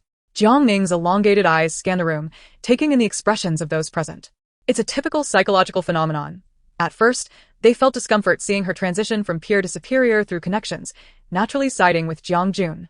However, now Jiang Ning's status had shifted from the boss's wife to a mere supervisor, and they might even perceive her as approachable.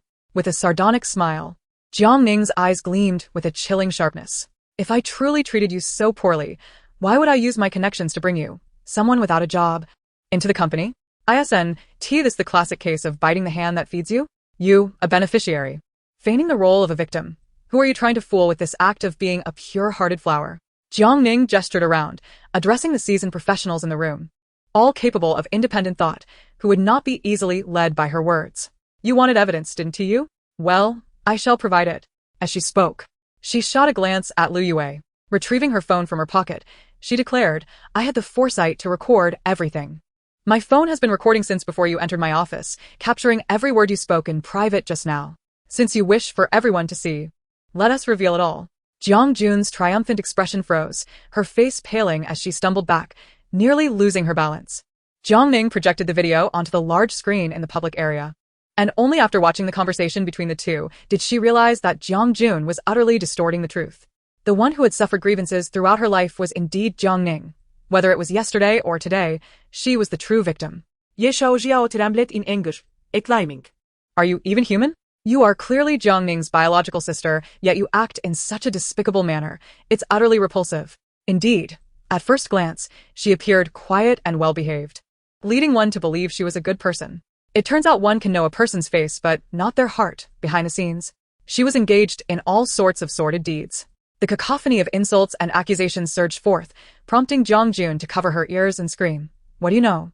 I am targeting her, a hideous duckling abandoned by her mother since childhood. Why should everyone at school adore her while neglecting me? Thus, I shall target her and keep her forever beneath my heel. Isn't it because of her looks that brother Gu Xi loves her? Even after their breakup, she still clings to him. Why should that be? What gives her the right? Jiang Jun's expression twisted into a grimace, her voice frenzied. Observing her outburst, Jiang Ning furrowed her brow. In truth, Jiang Jun had always been the victor, having long utilized her dysfunctional family to trample Jiang Ning underfoot. She incredulously asked, so, you like Gu Xi? At the time of her wedding to Gu Xi, Jiang Jun even feigned illness to coerce Jiang Mingxing into not attending. Her absence from her own daughter's wedding speaks volumes about Jiang Mingxing's favoritism. It was precisely because they did not attend that they remained unaware of her proposal to Huo Xianzhou during the ceremony. As Jiang Jun's voice grew louder, she charged forward, declaring, if you lose that face, I wonder who would still love you. Neither Gu Xi nor your current husband would want you. May you descend into hell. Grabbing a utility knife from the table, she lunged at Jiang Ning. Acting on instinct, Jiang Ning raised her hand to shield herself, but Jiang Jun was too swift, and the knife came down, nearly slicing her face. In a moment of desperation, Jiang Ning could only raise her hand to block the blow. The sharp blade grazed her arm, and blood immediately gushed forth. The surrounding crowd finally reacted, with several male colleagues rushing forward to restrain Jiang Jun. The wound on her arm burned fiercely. Jiang Jun had exerted all her strength, genuinely intent on destroying Jiang Ning, resulting in a deep laceration. Jiang Ning pressed her hand against the wound, watching as the police rushed in. Upon the arrival of the authorities, Jiang Jun realized she had lost her chance. She glared fiercely at Jiang Ning, declaring, I have not lost. I will never lose to you. She was taken away by the police, and Yi Xiaoxiao stepped forward, saying, Manager Jiang, let me take you to the hospital. Jiang Ning, gripping her arm, observed the blood seeping through her fingers, even dripping onto her dress. The pain was so intense that her lips turned pale. As Yi Xiaoxiao shielded her and they descended the stairs, they spotted that familiar Maybach. Jian Xinghe approached swiftly. Supporting Jiang Ning's arm, Miss Jiang, are you alright? Take me to the hospital, she replied. Yi Xiaoxiao, unconvinced, cast a wary glance at Jian Xinghe. He is my husband's secretary. I will go with him to the hospital. I apologize for the trouble, but Supervisor Jiang, this injury may leave a scar. As soon as she entered the vehicle, a handkerchief was pressed firmly against her arm, blood seeping through as the man applied pressure. Jiang Ning looked up, meeting the concerned gaze of Huo Xianzhou, whose eyes brimmed with compassion. She felt a lump in her throat and, taking a couple of deep breaths, fought back the tears. Huo Xianzhou's expression darkened, his voice cold as he commanded the driver to take them to the nearest hospital. Yes, Mr. Huo, the driver replied, while Huo Xianzhou glanced down at the handkerchief, now saturated with blood, droplets threatening to drip down. Jiang Ning instinctively reached out to catch the blood, aware of the vehicle's expensive upholstery. However, her hand was swiftly grasped by Huo Xianzhou, his voice hoarse yet firm. Don't move. It must hurt terribly, doesn't it? He asked gently. Indeed, the pain was excruciating. Jiang Ning had never experienced such intensity. She had managed to hold back her cries in front of others, but now, under Huo Xianzhou's tender inquiry, the urge to weep overwhelmed her. Tears streamed down her cheeks, mingling with the blood on the back of his hand. Huo Xianzhou felt a heavy ache in his heart, wishing he could eliminate the cause of her suffering. He pressed down on her injury, hoping to stem the flow of blood. Do not fear. Brother Zhou is here, he reassured her. Jiang Ning, her voice quivering, leaned against his shoulder and asked, How did you arrive so quickly? He had instructed Jian Xinghe to keep an eye on their company, and upon learning of their altercation, Huo Xianzhou had rushed over immediately. They arrived at the hospital, interrupted by Jian Xinghe. Fortunately, a reputable tertiary hospital was nearby, and they reached it shortly. Given Huo Xianzhou's mobility issues, Jian Xinghe took the initiative to escort Jiang Ning to the emergency registration. The doctor was already attending to her wound when Huo Xianzhou wheeled himself over. Overhearing the physician's assessment, the wound is quite deep and will require stitches. She has lost a considerable amount of blood. Take my blood. Our blood types match. Huo Xianzhou interjected quickly. Are you her husband? The doctor inquired. While she has lost some blood, it is not to the extent that a transfusion is necessary. Afterward, she simply needs to recuperate. I will begin by cleaning the wound. It may be a bit painful. Huo Xianzhou grasped Jiang Ning's hand, soothing her. Do not worry. If it hurts too much, just bite me. The doctor meticulously cleaned the blood clots surrounding the injury before applying antiseptic. The moment the disinfectant touched her skin, Jiang Ning screamed in agony, her entire body trembling. Huo Xianzhou, distressed, held her hand tightly. Keep your hand still. It may hurt now, but bear with it. Once I clean the wound, I will administer anesthesia, the doctor instructed. The wound was deep, and the doctor was exceedingly thorough, causing Jiang Ning to feel as if she might lose her mind from the pain. In her tears, she vaguely noticed an additional hand before her, and instinctively, she bit down. Huo Xianzhou's shoulder twitched momentarily before he regained his composure. Regardless of how hard Jiang Ning bit, he remained focused on the doctor's work. Once the wound was cleaned and the anesthesia administered, Jiang Ning finally felt a sense of relief returning to her. She lifted her hand to wipe her tears, only then noticing the metallic taste of blood in her mouth. Upon regaining her senses, she realized that she had bitten into Huo Xianzhou's arm, drawing blood. Filled with remorse, she gazed at him. Brother Zhou, I. In Chapter 70, titled Husband, despite having drawn blood, Huo Xianzhou did not even flinch, appearing impervious to pain. He gently held Jiang Ning's hand, observing the previously smooth and fair skin of her arm marred by a ghastly wound. The man's gaze darkened slightly. It must be painful. Indeed, such a tender girl had sustained such a serious injury. Jiang Ning's breath caught. In truth, the anesthesia had dulled her senses, rendering her unable to feel the pain. Yet the sorrowful look in Huo Xianzhou's eyes weighed heavily on her heart. I don't feel pain anymore, Brother Zhou, she said, her eyes glistening as she turned to the doctor beside her. Could you please attend to my husband's wound? I bit him and drew blood. The mere utterance of the word husband made Huo Xianzhou acutely aware of his heartbeat, which faltered for a moment. All his concern transformed into a sweet, tender sensation that enveloped him entirely. He felt an overwhelming joy, simply because of this uncomplicated title. Huo Xianzhou chuckled softly, meeting Jiang Ning's astonished gaze, and spoke in a deep voice. It's fine, husband is all right. You need not worry. It was only then that Jiang Ning realized the term she had just used in front of the doctor. Her cheeks flushed, and she softly acknowledged, it must hurt terribly. Having drawn blood, the doctor approached to clean Huo Xianzhou's wound, smiling as he remarked, you two share a wonderful bond. Afterward, he suggested, once you've received your medication, you should head to the infusion room for 4 fluids. All right, thank you, doctor, Jiang Ning replied politely. After receiving the medication, Jian Xinghe accompanied them to the infusion room. Jiang Ning had harbored a fear of injections since childhood, feeling faint at the mere sight of a needle. Her expression was grave, as if she were marching toward the gallows. Huo Xianzhou noticed and softly inquired, are you afraid? Yes, Jiang Ning nodded. The man chuckled lightly. Just don't look. I'll hold you, and you won't be scared. Jian Xinghe, exhibiting professional decorum, averted his gaze, feigning ignorance of their conversation. Jiang Ning reached out, resting her head on Huo Xianzhou's shoulder as he tenderly embraced her, gently patting her back. You need not fear. Nearby, a pair of onlookers tugged at each other's sleeves. Look at that girl. Isn't she the beauty who caused a stir online just yesterday? It seems so. How did she get injured? She looks quite lovely. And the man beside her, he must be her boyfriend. Look at them all cuddled up. One of them squinted, positioning herself to get a clear view of Huo Xianzhou's scarred right cheek. Upon seeing it, she gasped, goodness, this man is quite frightening in appearance. Quick. Snap a picture and post it on Weibo. It's bound to garner a lot of shares. The two hurriedly pulled out their phones, capturing a couple of shots before donning nonchalant expressions as they swiftly departed. Meanwhile, the photos were uploaded online, accompanied by the caption, Exposé, spotted at the hospital. The beauty from yesterday's scandal with her boyfriend, beauty meets beast. What a waste. Instantly, the Weibo post was shared by numerous onlookers. Top comment 1. With a husband so unattractive and confined to a wheelchair, one can only assume he must be quite wealthy. No wonder he keeps a young lover. I almost believe yesterday's video now. Top comment 2. Goodness. This man's face appears to be scarred. How frightening. Why would such a beautiful woman make such a dire choice? Top comment 3.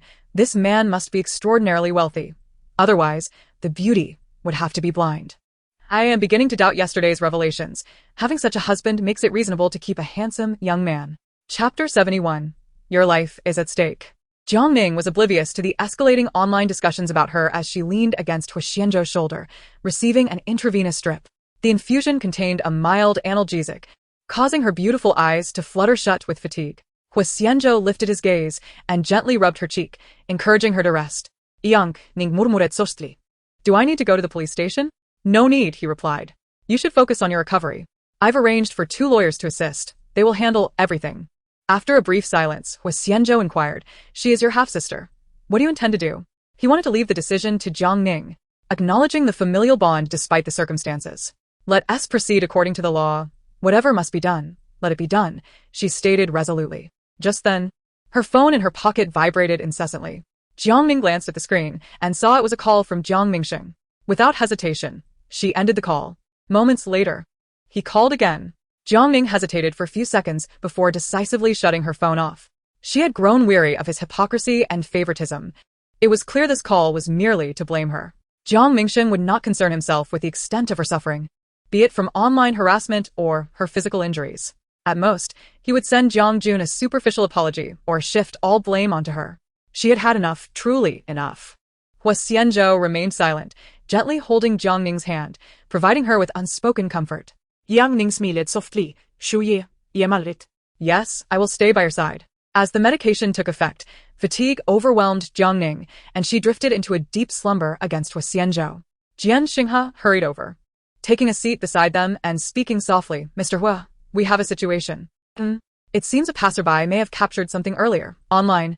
There is a barrage of attacks against you, Jian Xinghe reported, handing over his phone. Most comments were critical of Huo Xianzhou, yet some began to scrutinize Jiang Ning as well. Have the PR team remove that photo from all platforms, shield any similar posts, and ensure the police release a statement regarding today's events to guide public sentiment. Understood, Mr. Huo. Meanwhile, in the Huo family study, Huo Chu compiled all the recent developments concerning Jiang Ning and today's happenings involving Huo Xianzhou, sending them in a flurry to Huo Qingshan. Father, take a look at Huo Xianzhou. If his identity were to be uncovered amid this chaos, it could impact the company's stock prices. Huo Qingshan glanced over quickly, displaying little interest in such matters. Xianzhou will manage it. Huo Chu's handsome brows furrowed, his expression displeased. How long will you continue to show him favoritism? Not only did he entrust the entire company to him, but he even arranged for him to marry Jiang Ning. You have no idea about Jiang Ning's mother. Silence. Huo Qingshan slammed his hand on the table, warning that if anyone uttered another word, they would be thrown out. Huo Chu suppressed all emotion, sneering internally. I truly cannot comprehend why, as your biological son, the company is being handed over to that individual. What kind of leverage does Huo Xianzhou hold over you? Or have you genuinely come to regard him as your own son? Before Huo Chu could finish his retort, Huo Qingshan hurled a cup from the table in his direction. Leaning on the table, he trembled with rage, threatening, If you dare speak again, I will take your life. Huo Chu scoffed. How will you take my life? Just like that fire from years ago that sought to consume Huo Xianzhou? Get out. Chapter 72, about to become a father, when Jiang Ning awoke. The sky had completely darkened. A sharp pain emanated from her arm, causing her to frown instinctively. Before she could utter a word, a deep, melodious voice inquired, Awake? First, have some water. Huo Xianzhou presented a prepared cup to her lips. Jiang Ning took a sip, discovering it was still warm. She glanced up, realizing she had been leaning against Huo Xianzhou, and the foredrip had been removed without her noticing. Did I sleep for a long time? Huo Xianzhou smiled. Not too long. Does your arm still hurt? Fearing he would worry, Jiang Ning quickly shook her head. It doesn't hurt anymore. A lie. The wound was deep, and the anesthetic had worn off. Surely it was painful after just being stitched. He took her hand. The doctor prescribed painkillers. Take one first. Later, I'll take you to enjoy some delicious food. What delicious food? Jiang Ning's eyes brightened. The past few days had been exceedingly tough, and she needed to indulge in culinary delights to heal herself. Upon reaching their destination, Jiang Ning realized they had arrived at a highly exclusive private kitchen. It was said that the chef's culinary skills were inherited from royal ancestors, accepting only 3 reservations daily. Both the ingredients and the craftsmanship were of the utmost quality. Jiang Ning had previously seen posts about this place on social media, never expecting to have the opportunity to dine here today. Noticing her evident joy, Huo Xianzhou felt his own mood lighten. You seem very happy. Have you been to this private kitchen before? I've never been. That's why I'm excited. I've only seen others' experiences and always wanted to know what it tastes like. Huo Xianzhou raised an eyebrow, pleasantly surprised by this serendipitous encounter. The head chef is a friend of mine. If you wish to come again, I can arrange for them to cook at our home. Jiang Ning gusped, covering her mouth in astonishment at the extravagant lifestyle of the affluent. Mr. Huo has arrived. announced a gentle-looking hostess with a smile. Today, I finally get to welcome the madam. Shall we stick to the usual menu? Huo Xianzhou turned to her, asking, what would you like to eat? Anything is fine. Jiang Ning quickly replied. The hostess smiled at Jiang Ning, saying, Miss Jiang, you are even more beautiful than I imagined. We shall proceed with the original menu. Anything specific you desire, the chef can accommodate. They were escorted to an elegant private room, and after Jiang Ning sat down, she remarked, that hostess has such grace. Her name is Chai Xian. She is my cousin, and this private kitchen is a partnership between her and her friends. Cousin? Jiang Ning gasped in surprise, instinctively adjusting her attire. Having encountered numerous relatives from Huo Xianzhou's paternal side, this was her first meeting with those from her maternal lineage. She was the daughter of my uncle. After my mother's passing, our interactions had dwindled significantly, yet my bond with my cousin had always been strong. The servers began to present an array of exquisite dishes, each one a delightful feast for the senses. Finally, Chai Xian entered bearing a plate of steamed fish, smiling as she inquired, would you like to dine with me? Of course, sister. Please take a seat, Jiang Ning quickly replied, wishing she could take the plate herself if not for the injury on her hand. Oh dear. Jiang Ning chuckled softly, covering her mouth. It is truly my fortune to marry Zhou Ge. Cousin, let us eat together, she gestured toward the chopsticks. Only then did Chai Xian notice the bandage wound on her arm. How did you get injured? Jiang Ning, not quite familiar with Chai Xian, briefly explained. It was an accident, but nothing serious. Chai Xian noticed that Huo Xianzhou also had a bandage on his arm and raised an eyebrow in curiosity. Did you both have an accident together? Jiang Ning felt a bit bashful, realizing that Zhou Ji's injury was indeed a result of her own actions. How is uncle's health? Huo Xianzhou inquired solemnly, redirecting the conversation. Still the same, just often thinking of you. Do make time to visit him, Chai Xian replied, simultaneously serving Jiang Ning a piece of fish. This is our restaurant specialty. Do give it a try. Jiang Ning nodded, lifting the fish to her lips. However, upon catching a faint fishy odor, her stomach churned uncomfortably. She endured the sensation and took a bite, but soon felt the urge to vomit. Unable to suppress her body's reaction, she gagged audibly and quickly covered her mouth, asking, where's the restroom? To the right. Upon exiting, Chai Xian responded, rising to accompany her. There's no need. I can manage on my own, Jiang Ning said hurriedly as she dashed out the door. Chai Xian watched her retreating figure and then glanced at the plate of steamed fish on the table. The restaurant specialized in freshwater fish, and it was unusual for it to have any fishy taste. Why did one bite make her feel nauseous? Turning to Huo Xianzhou, she smiled leisurely. Xianzhou, you might soon be a father. Chapter 73. Loving you, without expectations. Huo Xianzhou's hand froze midair, disbelief etched on his face as he asked, what do you mean? Seeing his reaction, Chai Xian chuckled, I was merely speculating. Her reaction is identical to mine when I was pregnant. I could not tolerate even the slightest fishy smell. However, it could also be that she ingested something that upset her stomach, causing such a reaction. She did take painkillers today. Huo Xianzhou felt a significant weight lift from his heart. Having not eaten all day, it was likely her stomach was simply unsettled. Jiang Ning thought the same as she rushed to the restroom, retching for what felt like an eternity, until her stomach was nearly empty. And she began to feel somewhat better. Gazing into the mirror, she noticed her makeup from the morning had smudged. After enduring injury and losing so much blood without consuming anything all day, her complexion appeared rather pale. The service here was exceptionally considerate, and the ladies' restroom was equipped with a variety of cosmetics, allowing Jiang Ning to quickly touch up her makeup. Finally, she applied a deep-colored lipstick and her complexion instantly brightened. She rubbed her uncomfortable stomach, likely due to taking painkillers on an empty stomach, as her digestive system had always been rather delicate. Upon returning to the private room, Jiang Ning awkwardly apologized. I'm sorry, my stomach was a bit unwell just now. Are you feeling better now? Chai xin in quýt sốt tì. Much improved, Jiang Ning replied. After dining, she exchanged WeChat contacts with Chai Xian. Huo Xianzhou gently placed his hand on her lower abdomen, asking, is your stomach still bothering you? After arriving home, Huo Xianzhou retreated to his study to work. In his position, he faced countless tasks daily, and spending the entire day with her had already delayed him significantly. After freshening up, Jiang Ning lay down on the bed and turned her phone back on after a day of being switched off. As soon as it powered up, an avalanche of notifications flooded in. There was even a lengthy 60-second voice message. She couldn't be bothered to listen to a single word and promptly blocked the sender on WeChat. Opening the chat with Yi Xiaoxiao, she initially found messages expressing concern. However, soon after, several screenshots were sent, stating, Jiang Ning, your husband is being viciously criticized online. Her heart sank, and she hurriedly opened the screenshots. discovering photos taken surreptitiously in the hospital, with comments filled with vile language. She trembled with rage, unable to grip her phone tightly. How could these onlookers dare to berate him after everything he had endured? Jiang Ning opened Weibo, finding the trending topics to be quite clean, with hardly any similar posts on the homepage. Yet, her own Weibo direct messages and comments were inundated with insults. Most of the comments accused her of being a gold digger, marrying a disabled, disfigured older man who was nearing the end of his life, and then taking his money to maintain a younger lover. Through all the vitriol, Jiang Ning came to a realization. The initial post that had captured the incident had gained significant attention but was subsequently scrubbed clean by powerful interests. Any posts containing key terms were now unsearchable. The only person capable of such control was Huo Xianzhou.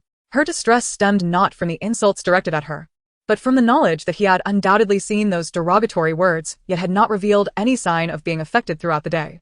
What immense strength of heart must one possess to endure such adversity? She felt a surge of emotion, on the verge of tears. This was the nature of the online community. The more one attempts to suppress a message, the more it incites rebellion among the masses. Ordinary people despise any attempt to silence their voices, leading to a proliferation of euphemisms and abbreviations in their posts. Jiang Ning's most recent Weibo post had garnered nearly 1 million hateful comments. Exhaling deeply, she resolved not to remain passive. After several revisions, she posted a message, Chapter 74, A Love Like No Other. You perceive the severely disabled and grotesque man as flawed, yet to me, he is flawless. Even these so-called external imperfections render him more dimensional, deepening my love for him. In yesterday's video, I was the victim, and an official announcement has been made. I do not wish to vindicate myself. Today, I was photographed in the hospital with my husband. You focus solely on his atypical appearance. Yet you fail to see that he is caring for my injuries. I love him, whether he was once a tall and handsome figure or the man he has become with a few imperfections. Regardless of his appearance, he remains extraordinarily radiant in my heart. His virtues are unseen by others and solely belong to me. I am immensely grateful to have such a husband, and I am resolutely committed to never doing anything that might betray him. That is my promise. He has stood before me countless times, shielding me in his own way, and today, I wish to protect him in return. Such a wonderful person should never be subjected to scorn. You may question how he could possibly be the same man as the one who once bore a flawless, striking visage, but he is indeed that man. Perhaps the flames have marred his right cheek, yet in my heart, he remains eternally handsome and perfect. Does physical appearance truly hold such significance? If my husband had not been injured, how many in the entertainment industry could rival him? You are extraordinary, a greatness I could never have envisioned in my former self. Each day I awaken, my motivation to strive comes from you, as I perceive you as the moon suspended in the heavens, necessitating immense effort to draw near. The moon possesses its own brilliance. You need only shine from the sky, and I love you without expectation. Those online who claim you are unworthy of me or suggest I am with you for financial gain are utter nonsense. I am undeniably exerting all my effort, striving to be worthy of you. Zhou, you deserve anyone in this world. Once this post was shared, comments from believers began to emerge. The top comment read, Divine love. This is what divine love looks like. The second popular comment stated, Brother-in-law is truly the embodiment of beauty and strength. How could someone so handsome endure such suffering? Another day of tears for brother-in-law. The third comment expressed, It feels like a fabricated essay. Is it truly possible that such a handsome person could become so disfigured? Jiang Ning frowned, fearing that Huo Xianzhou might see the unfavorable comments, and promptly deleted one while blocking the commenter. Meanwhile, in a study, a certain individual had already seen the post. He had specifically followed Jiang Ning's Weibo, so her post popped up on his screen as soon as it was published. Huo Xianzhou read through the entire Weibo entry, his gaze landing on the negative comment, but upon refreshing, it had vanished. The corners of his mouth lifted slightly as he reread Jiang Ning's post, taking in each word with deliberate care. When he reached the line about the moon possessing its brilliance and how she loves him without expectation, he felt a deep-seated void within him gradually being filled. He set down his phone and pushed his wheelchair, intending to leave the study. Just as he opened the door, he found Jiang Ning anxiously standing at the threshold, her eyes wide and startled like a frightened doe. What's the matter? Huo Xianzhou asked in a low voice. Jiang Ning swallowed hard, noticing his illuminated phone screen paused on her freshly posted Weibo. Yes, Huo Xianzhou nodded, a teasing smile gracing his sharply defined features as he remarked. I didn't realize Ning adored me so much. She covered her face, unable to articulate a response. Huo Xianzhou raised an eyebrow, questioning, Is this merely for public consumption? Are these words not your genuine feelings? They are my true feelings. Jiang Ning immediately raised her hand in a gesture of oath, assuring, I promise that every word I speak is sincere. At most, I may have employed a bit of rhetorical flair, but my emotions are utterly genuine. If you don't believe me, do I not believe you? Huo Xianzhou echoed her words. Suddenly, Jiang Ning leaned in closer, their faces mere inches apart. Huo Xianzhou caught a whiff of the minty fragrance that lingered on her breath from her recent ablutions, a subtle scent that was quite delightful. I shall prove it to you. The man chuckled softly, his gaze fixating on her enticingly parted lips, feeling an overwhelming urge to kiss her. How will you prove it to me?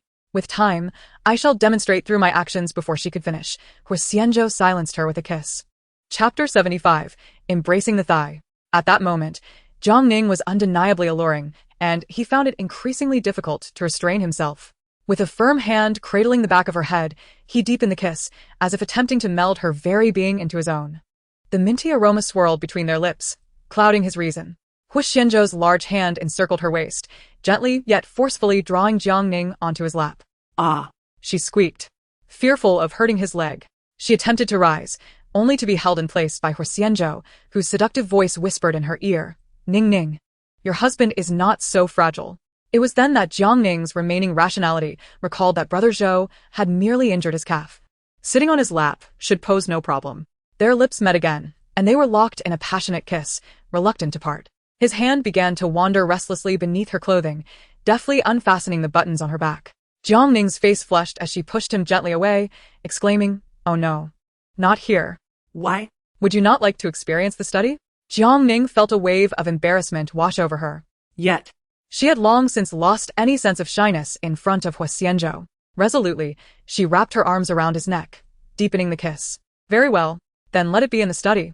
As the night deepened, the penthouse on the top floor of mansion number 1 remained dimly lit, with indistinct sounds emanating from within the study, enough to redden anyone's cheeks. After a night of passion, Jiang Ning awoke to aching limbs.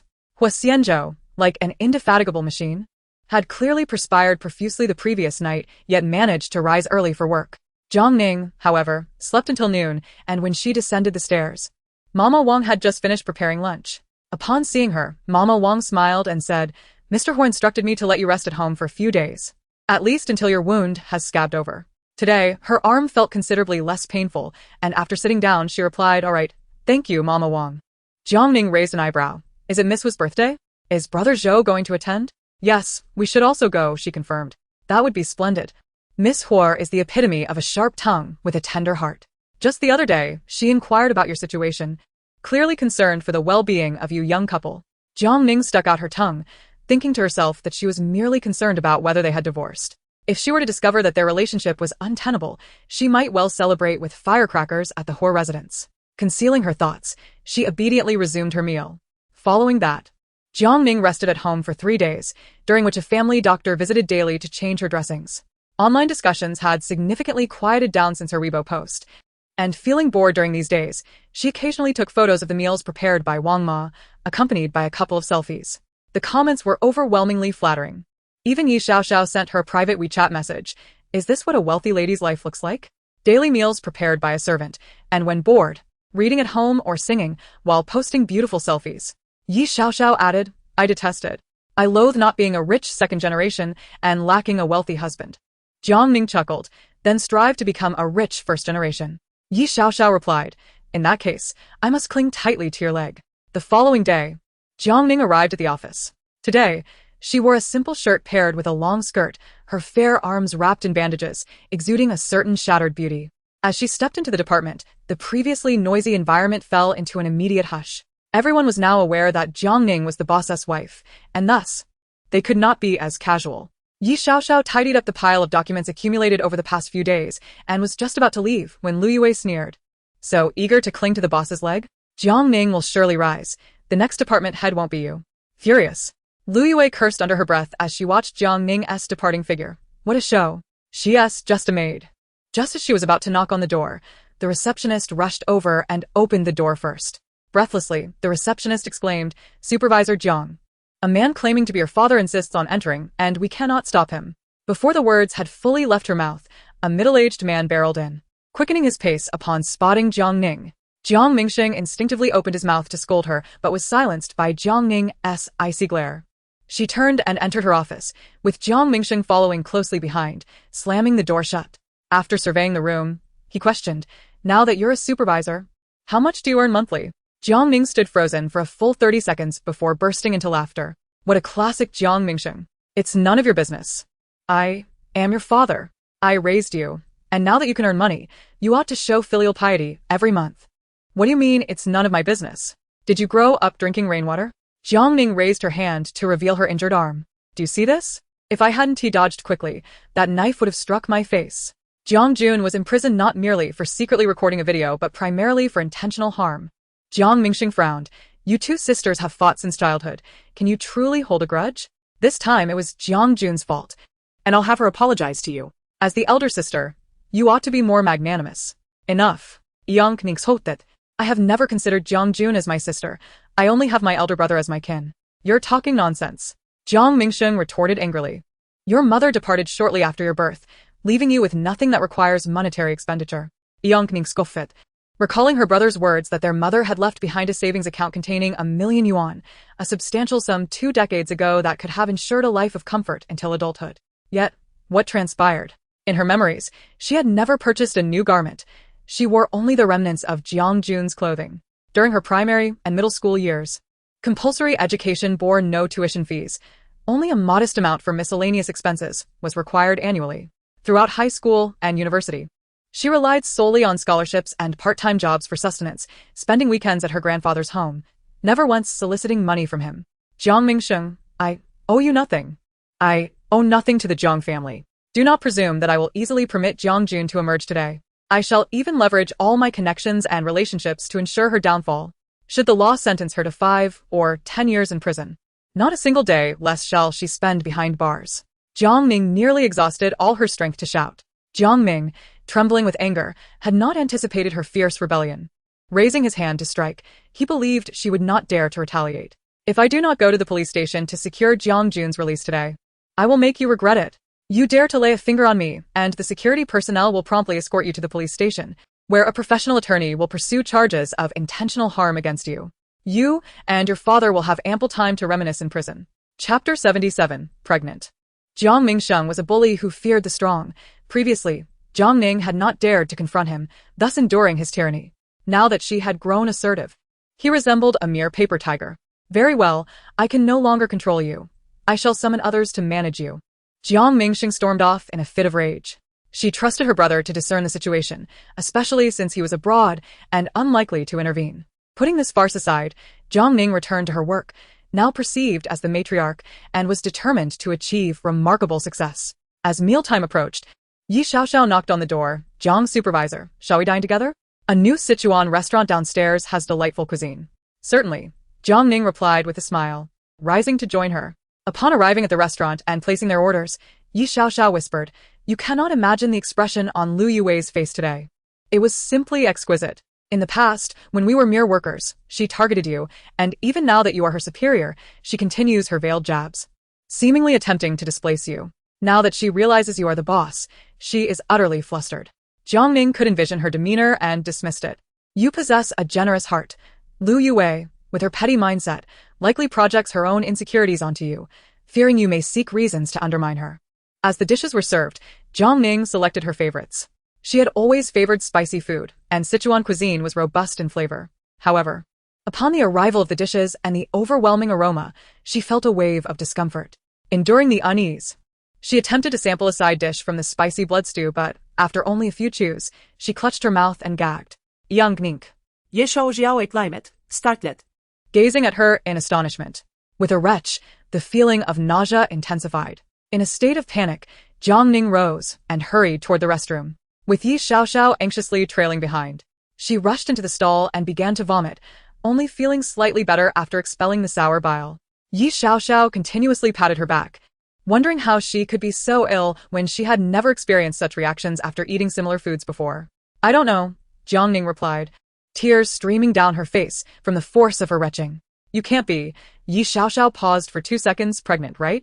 Are you and your husband using protection?" Jiang Ning froze, having never considered that possibility. A whirlwind of panic and anxiety engulfed her, rendering her incapable of articulating her feelings. Yi Xiaoxiao took her hand and said, There's no use in overthinking it. Let me accompany you to the pharmacy to buy a couple of pregnancy tests. Jiang Ning, inexperienced in such matters, hesitated. It could just be my stomach acting up. No could be about it. If you are pregnant, we need to rush to the hospital for a checkup.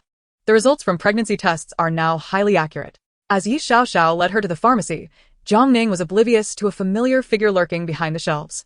The person observed Jiang Ning pocketing the pregnancy tests, their gaze darkening. They pulled out their phone and dialed a number. Mr. Huo, there's some news. Go ahead. Yi Xiaoxiao pressed on Jiang Ning's shoulder. I'll wait for you outside. Perhaps I will be the first witness. Chapter 78. Whose child is it? Jiang Ning followed the instructions carefully, utilizing both pregnancy tests from different brands. When it came time to reveal the results, she hesitated, pondering how she would break the news to Huo Xianzhou if she were indeed pregnant. Did he even want children? Their marriage was still fresh. What if he did not desire a child? Emerging from the stall, Yi Xiaoxiao eagerly approached her. What was the outcome? Are you pregnant? I haven't looked yet. You must check. Yi Xiaoxiao's hands fidgeted with anticipation. Jiang Ning held her breath and handed one of the tests over. Let's look together. I'm so nervous. All right. We will look together. Yi Xiaoxiao solemnly accepted the test and began to count down. On the count of 3, we will reveal it together. 1, 2, 3. Jiang Ning lowered her gaze, staring at the unmistakable 2 red lines on the test. Suddenly, her nose tinged with acidity as tears overflowed. Uncontrollable despite her efforts to maintain composure. Ah! Yi Xiaoxiao screamed, Jiang Ning, you're pregnant. Yes, I'm pregnant. Jiang Ning's voice trembled as she met Yi Xiaoxiao's gaze. Am I really going to be a mother? Indeed. You are going to be a mother. Yi Xiaoxiao exclaimed dramatically. Your husband will surely be overjoyed. Unbeknownst to her, Jiang Ning felt a twinge of anxiety regarding Huo Xianzhou's stance on the matter. Forget about work this afternoon. I'll accompany you to the hospital for a prenatal checkup. There's so much for expectant mothers to consider, and we must ensure everything is in order. Jiang Ning was not well versed in these matters. To which Yi Xiaoxiao quickly reassured her, my sister-in-law just went through this last year. I know all the procedures. Then I would appreciate your company. Once all the tests were completed, she intended to inform Huo Xianzhou of the news that evening. She did not wish to convey such significant information over the phone or via WeChat. It held more meaning to share it in person. She even contemplated secretly recording his initial reaction on her phone, imagining how meaningful it would be to revisit that moment when their child grew older. In her heart, countless thoughts swirled, while she was already ushered into a taxi by Yi Xiaoxiao. They made their way to the nearby Xia Hospital, where they queued for registration and awaited their turn. Jiang Ning, with her hands buried deep in her pockets, squeezed the pregnancy test stick tightly. I just searched online and read that if young people do not properly adjust their diet and lifestyle, unexpected pregnancies often lead to complications. Am I? She grew increasingly anxious, gripping Yi Xiaoxiao's hand in a tight hold. You are worrying too much. Which sane person resorts to searching for medical advice online? Healthy individuals are often diagnosed with cancer at the outset. Since we are already at the hospital, we should just heed the doctor's counsel. Jiang Ning forced herself to maintain her composure. When her turn arrived, she underwent various examinations as per the procedure. The doctor, after reviewing the results, smiled and remarked, the child is particularly healthy, but might I suggest that you, as the expectant mother, could be a tad oblivious? The child is nearly 2 months along. And you only just realized it. Have you not been keeping track of your menstrual cycle? Jiang Ning instinctively replied, my cycle has always been irregular. So I did not pay much attention. Upon saying this, she suddenly froze, incredulity washing over her. Doctor, how long have I been pregnant? Not quite 2 months. At least 50 days or so. Jiang Ning opened her mouth, rendered speechless, her back chilled as if she had been cast into the depths of the ocean. Feeling as though she was suffocating. The first time she had been intimate with Huo Xianzhou was a month prior. There was no conceivable way she could be nearly 2 months along. Disbelieving, she pressed further. Is it possible there has been an error in your assessment? Perhaps the child is simply growing at a faster rate and is not yet 2 months old. How could there be a mistake? I have served as the head of obstetrics and gynecology for many years.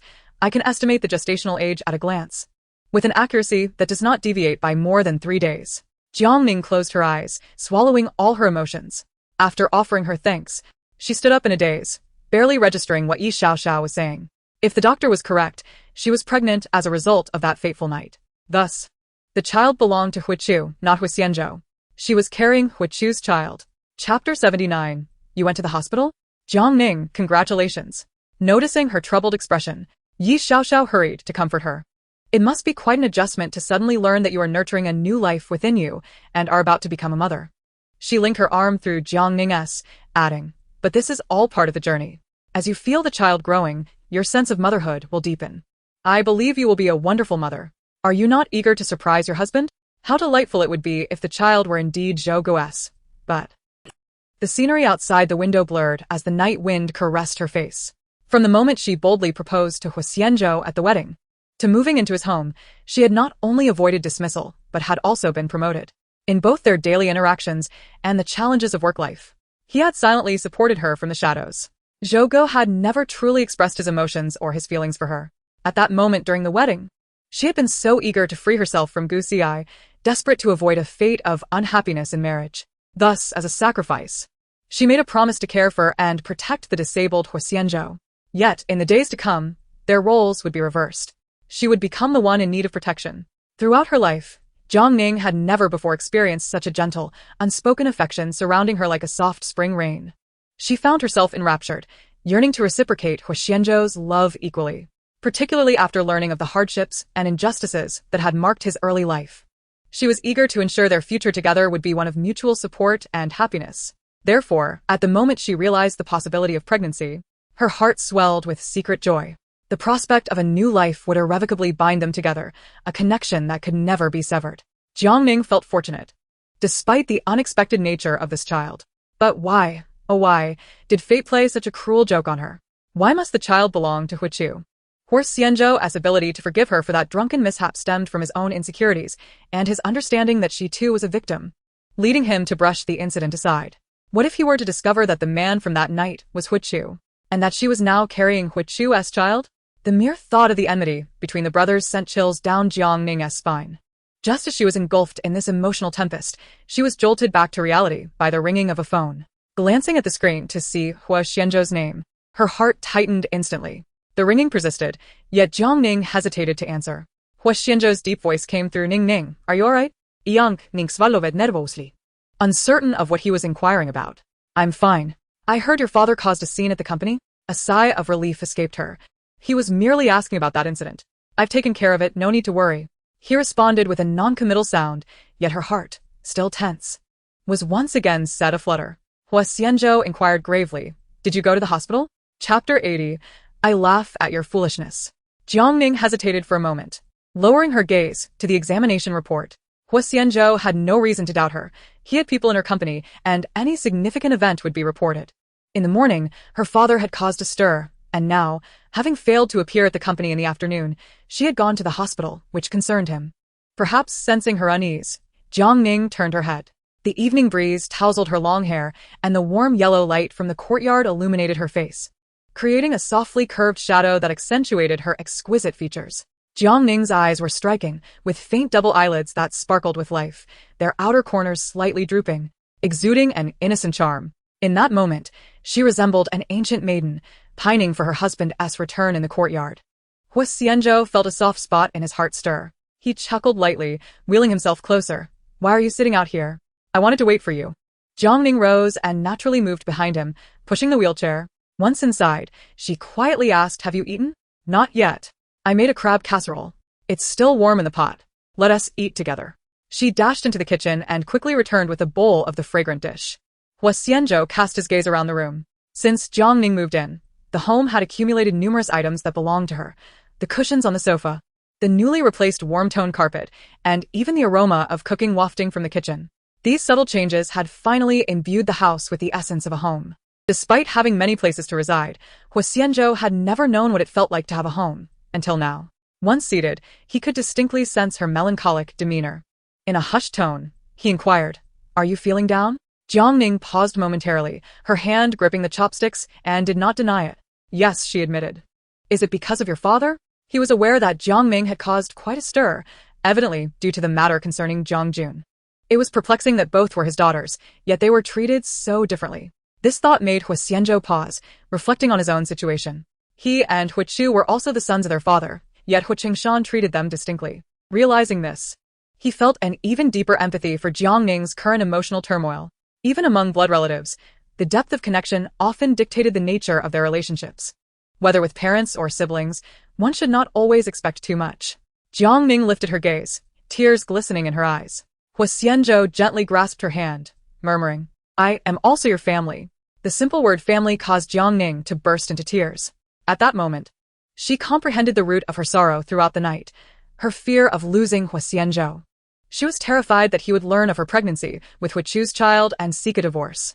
She was equally afraid that his illness was grave, leaving him with limited time, and that he would eventually depart from this world. As Jiang Ning's tears flowed, Huo Xianzhou's large hand tightened around her, drawing her into his embrace. He chose silence, simply caressing her back in a quiet gesture of comfort. "Zhou Ge, please don't leave me." Jiang Ning's voice quivered. Her words choked with emotion. Huo Xianzhou felt as though his heart was being wrenched. "I will not leave you," he reassured her. Yet, he was aware of the severity of her concerns. She had expressed a desire to take him to the hospital, but he had been unwilling. "Jiang Ning gustas intensifiet." Her voice rising in volume. Huo Xianzhou pressed his hands on her shoulders, puzzled by her earnestness. Why would he need to go to the hospital when he felt perfectly healthy? The last time she mentioned it, he had misunderstood, believing Jiang Ning was aligned with Huo Chu, and that the suggestion was a deliberate arrangement, hence his strong resistance. Was there another reason? "Why do you say, I am ill?" he questioned. Jiang Ning wiped her tears, exclaiming, "You still want to hide it from me?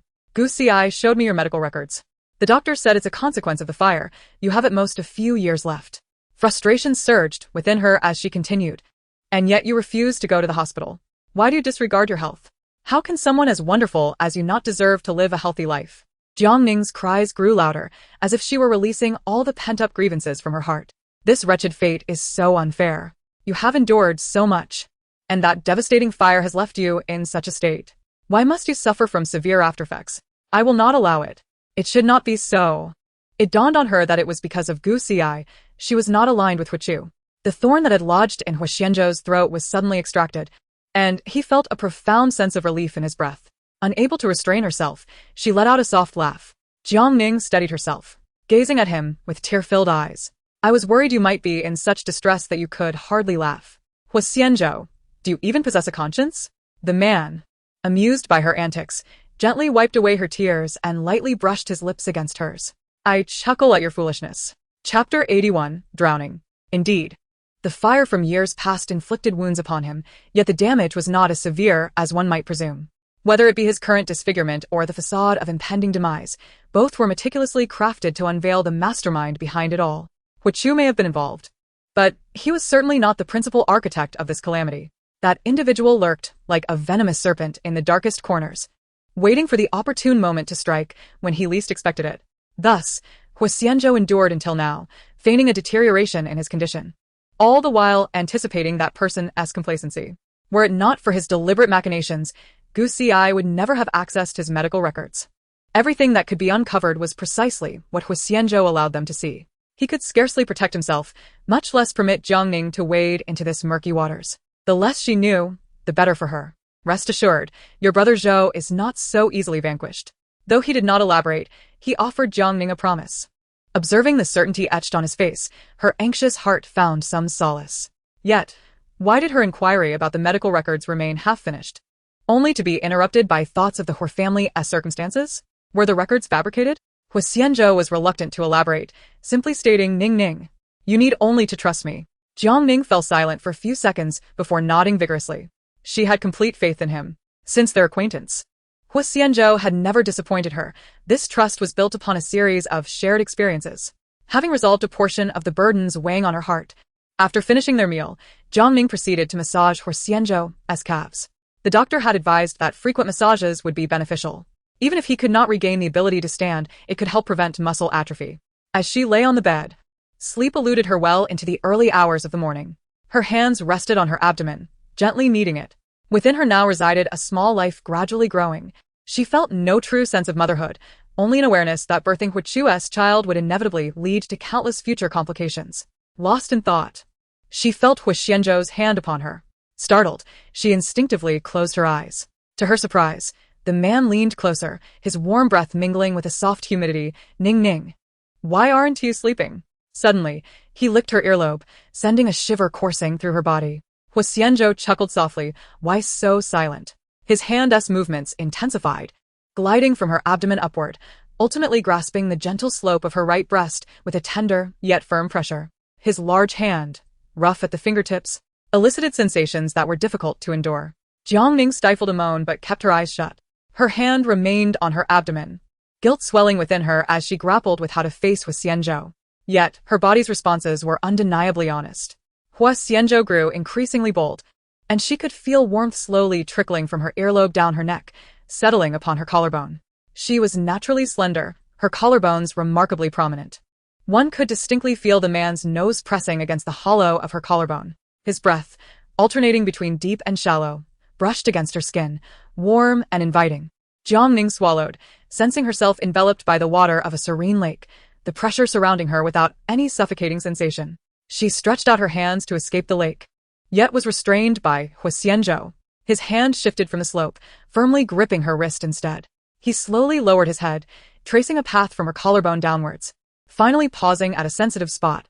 Jiang Ning felt him linger at a certain point, and a wave of warmth radiated from that focal point, coursing throughout her body, surging towards her mind. To her astonishment, Huo Xianzhou bit down on that pivotal point. Jiang Ning felt breathless, as if she were on the brink of drowning. Chapter 82. Night Stroll. It was as if she were adrift in a vast lake, her consciousness beginning to blur. In the darkness, she could only sense another figure rising and falling above her. As he rose, a breeze seemed to sweep in, carrying a hint of coolness. When he descended, their mutual warmth intertwined, dissipating all traces of chill. Despite being submerged in the lake, the perspiration on her body was unmistakable. Jiang Ning clutched the man's shoulders, akin to a drowning person grasping for the last piece of driftwood, which flowed relentlessly with the current. It felt as if she were treading water, exhausted to the point of breathlessness, when the man forcefully flipped her over. Jiang Ning then realized she was swimming freely, her back to the lake's surface, a heavy weight pressing down upon her. The man sheltered her beneath him. With every movement, she swam.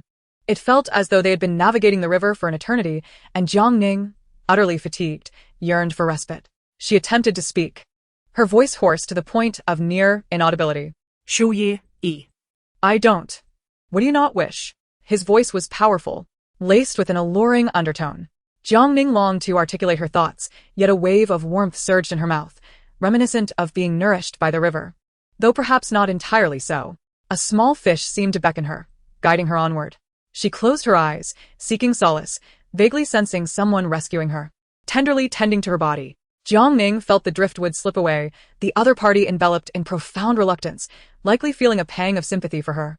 Huo Xianzhou lay beside her, gently cradling Jiang Ning in his embrace, feeling her shallow breaths, a smile unconsciously gracing his lips. His voice was soft, so gentle that the slumbering Jiang Ning thought she was experiencing a hallucination. Just a little longer. Soon the true me will stand before you. The true you?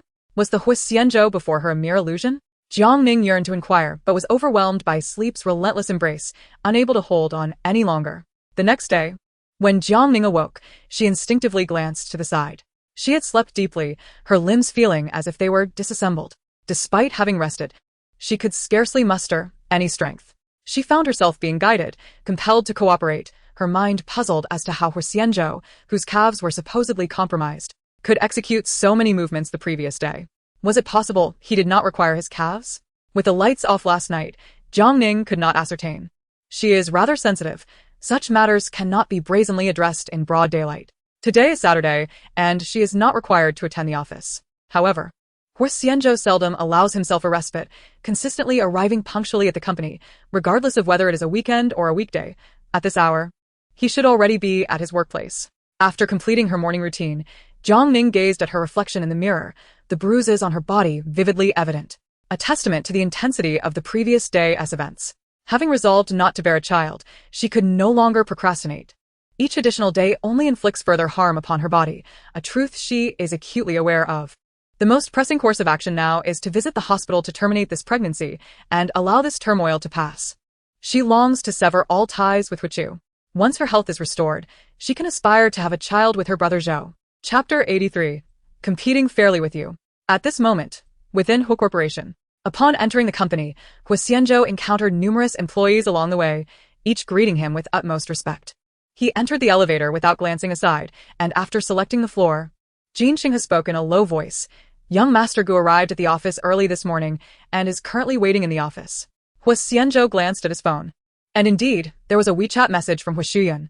Xianzhou, Xiao Ci understands his mistake. After all, you are his uncle, and there should be no lingering animosity. Sister, I can rely on no one but you. If mother were aware, she would certainly wish for you to support Gu Xi. Among the entire Huo family, we are the ones who share the same blood. He set his phone down and exhaled softly. Huo Xiyun's words rang true. Within the Huo family, they were indeed the closest of kin. Had it not been for her protection throughout his life, Huo Xianzhou might have been ensnared by that woman long ago. Despite Gu Xi's occasional foolishness, his heart is not inherently wicked. This is why he had initially felt at ease allowing Jiang Ning to accompany Gu Xi. However, his public infidelity not only humiliated Jiang Ning, but also tarnished Huo Xianzhou's reputation. As he exited the elevator, Gu Xi promptly approached him. Lowering his head and softly calling out, "Uncle," he proceeded directly to the matter at hand. "The reason is that I wish to assist you." Gu Xi straightened his back, his handsome face resolute. His second uncle is an outsider, and he must fortify himself to safeguard the company after Huo Xianzhou's departure. Humph, Huo Xianzhou scoffed, recognizing the vast chasm between himself and Huo Chu, likening it to the disparity between a kitten and a ferocious tiger. Should that day ever arrive when he is no longer present, Gu Xi would undoubtedly be devoured, leaving not even a bone behind. "What other reasons do you have?" Huo Xianzhou inquired further. Gu Xi understood he could not conceal the truth from his uncle. Throughout his life, this uncle had an uncanny ability to perceive his deceit. "Moreover, I want to compete fairly with you." In a moment of desperation, he averted his gaze from Huo Xianzhou's eyes and spilled forth his thoughts. "I have wronged Jiang Ning, but I have come to recognize my errors. No matter my faults, Jiang Ning was my former girlfriend. Is it not excessive to marry you so soon? I still have feelings for her, so I must keep an eye on you. If you treat her poorly, I will not hesitate to pursue her." Huo Xianzhou's eyes narrowed slightly, an icy chill enveloping him. Gu Xi was momentarily intimidated by his terrifying aura, instinctively wanting to retreat. Yet she managed to steady her legs. With her head held high, she defiantly spoke, "I am not mistaken. Since she is your ex-girlfriend, she is entirely unrelated to you. Jiang Ning has the right to marry whomever she chooses. She is now my wife, and should you dare to overstep your bounds, I will sever your hand."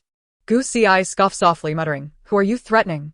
I won't do anything but keep an eye on you. If Jiang Ning becomes unhappy and wishes to divorce you, I will be the first to act." Huo Xianzhou let out a sarcastic laugh and turned to Jian Xinghe, saying, "Take him to the sales department. If he wishes to remain at Huo Corporation, he must prove his worth. Have the department manager treat him as a newcomer. Failure to meet the performance targets means he is out. Rest assured, I will undoubtedly establish my footing at Huo Corporation through my own abilities," he declared as he turned to leave, heading to report to the sales department. Watching his departing figure, Jian Xinghe chuckled softly. Gu Xiao has finally matured a bit. "Has he been in contact with Huo Chu recently?" "Yes, they have met privately twice," was the response. Huo Xianzhou's eyes narrowed dangerously. "Is he engaging with the Qingda project? We need to secure it first." It was clear he had warned Huo Chu if there were any intentions directed toward him.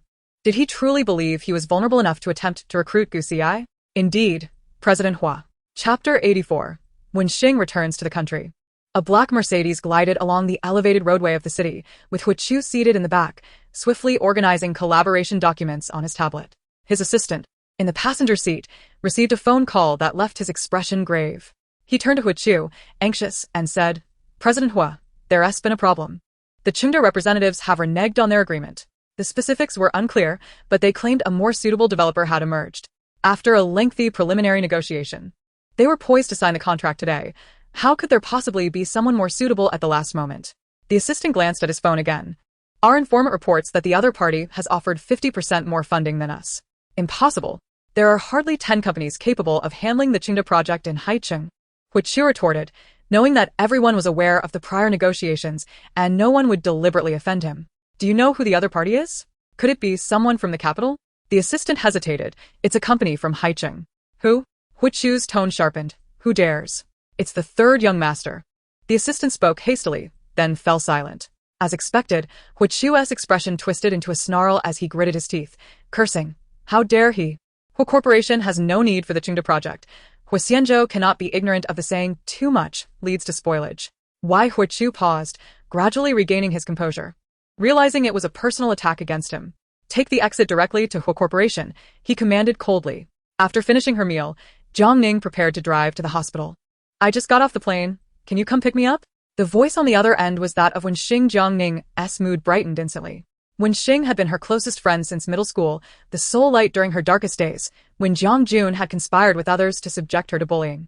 Everyone is calling her the daughter of a loose woman, and when others bullied her, only when Xian stood protectively in front of her. For Jiang Ning, when Xian was not merely a friend, she was a sister, bound not by blood but by an unbreakable bond of affection. Without a moment's hesitation, Jiang Ning turned her car towards the airport. All right, I'll be there shortly. Wait for me at the exit. Half an hour later, Jiang Ning arrived at the international arrivals exit. From a distance, she spotted a woman in a beige long dress, her short hair adorned with oversized Gucci sunglasses. Upon seeing Jiang Ning, the woman instantly broke into a wide smile and waved her hand. Ning Ning, over here. Jiang Ning hurried over, and when Xian embraced her tightly. My dear Ning Ning, it has been so long. Indeed, you have finally graduated. After finishing her university studies, Jiang Ning opted to enter the workforce, as her family could not afford to support her further education. When Xian, on the other hand, came from a wealthy family, she first pursued her master's degree in the UK and later gained admission to a prestigious university in the United States for her doctorate. What's the matter? Jiang Ning asked in a low voice. When Xian paused for 2 seconds, her delicate face stiffening. After such a long flight, I'm starving. I've missed the local cuisine of Haicheng. Can you take me out for a meal? All right. Jiang Ning had always been unable to resist her playful pouting, helping her carry the luggage outside.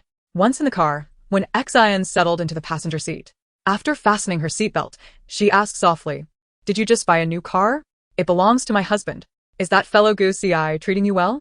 Jiang Ning started the engine, her tone calm. I haven't married Gu Ci. Then who have you married? I married Gu Ci's uncle. Oh my. Chapter 85, I'm pregnant. When Xian couldn't help but curse. Jiang Ning, you're quite something. She furrowed her brow, reflecting for a moment. She had some understanding of the Huo family. Gu Ci's uncle couldn't possibly be Huo Chu, could it? Upon hearing that name, Jiang Ning felt a visceral aversion, even a queasy impulse. No. I have no connection with him, she replied tersely. When Xian was stunned, turning to her in disbelief. Don't tell me it's Huo Xianzhou. It is. Jiang Ning cast a quick glance at her, noticing the expression on Xian's face, and asked curiously, Do you know Xianzhou? I haven't met him, but I've heard stories from the elders in my family. When Xian took a deep breath, coming from a well-off family, she was aware that the elite circles of Haicheng were small, especially concerning a conglomerate like the Huo family. Any minor incident would become major news.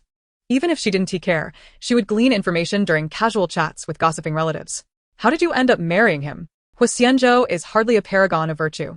She recounted the incident of Gu Ci's infidelity at the wedding, culminating in Jiang Ning's impulsive proposal to Huo Xianzhou. When Xian remained silent for quite some time, processing the torrent of information. Ning Ning, back in school. I always thought you were a gallant heroine with a sense of justice, but I never imagined you would do something like this. Gu Ci is utterly unworthy. Enamored with someone like Zhang Yimo, it would be better to cast aside the bridal veil and abandon the marriage altogether. Why must he publicly propose to Huo Xianzhou? Because I cannot bear the shame, Jiang Ning spoke coldly.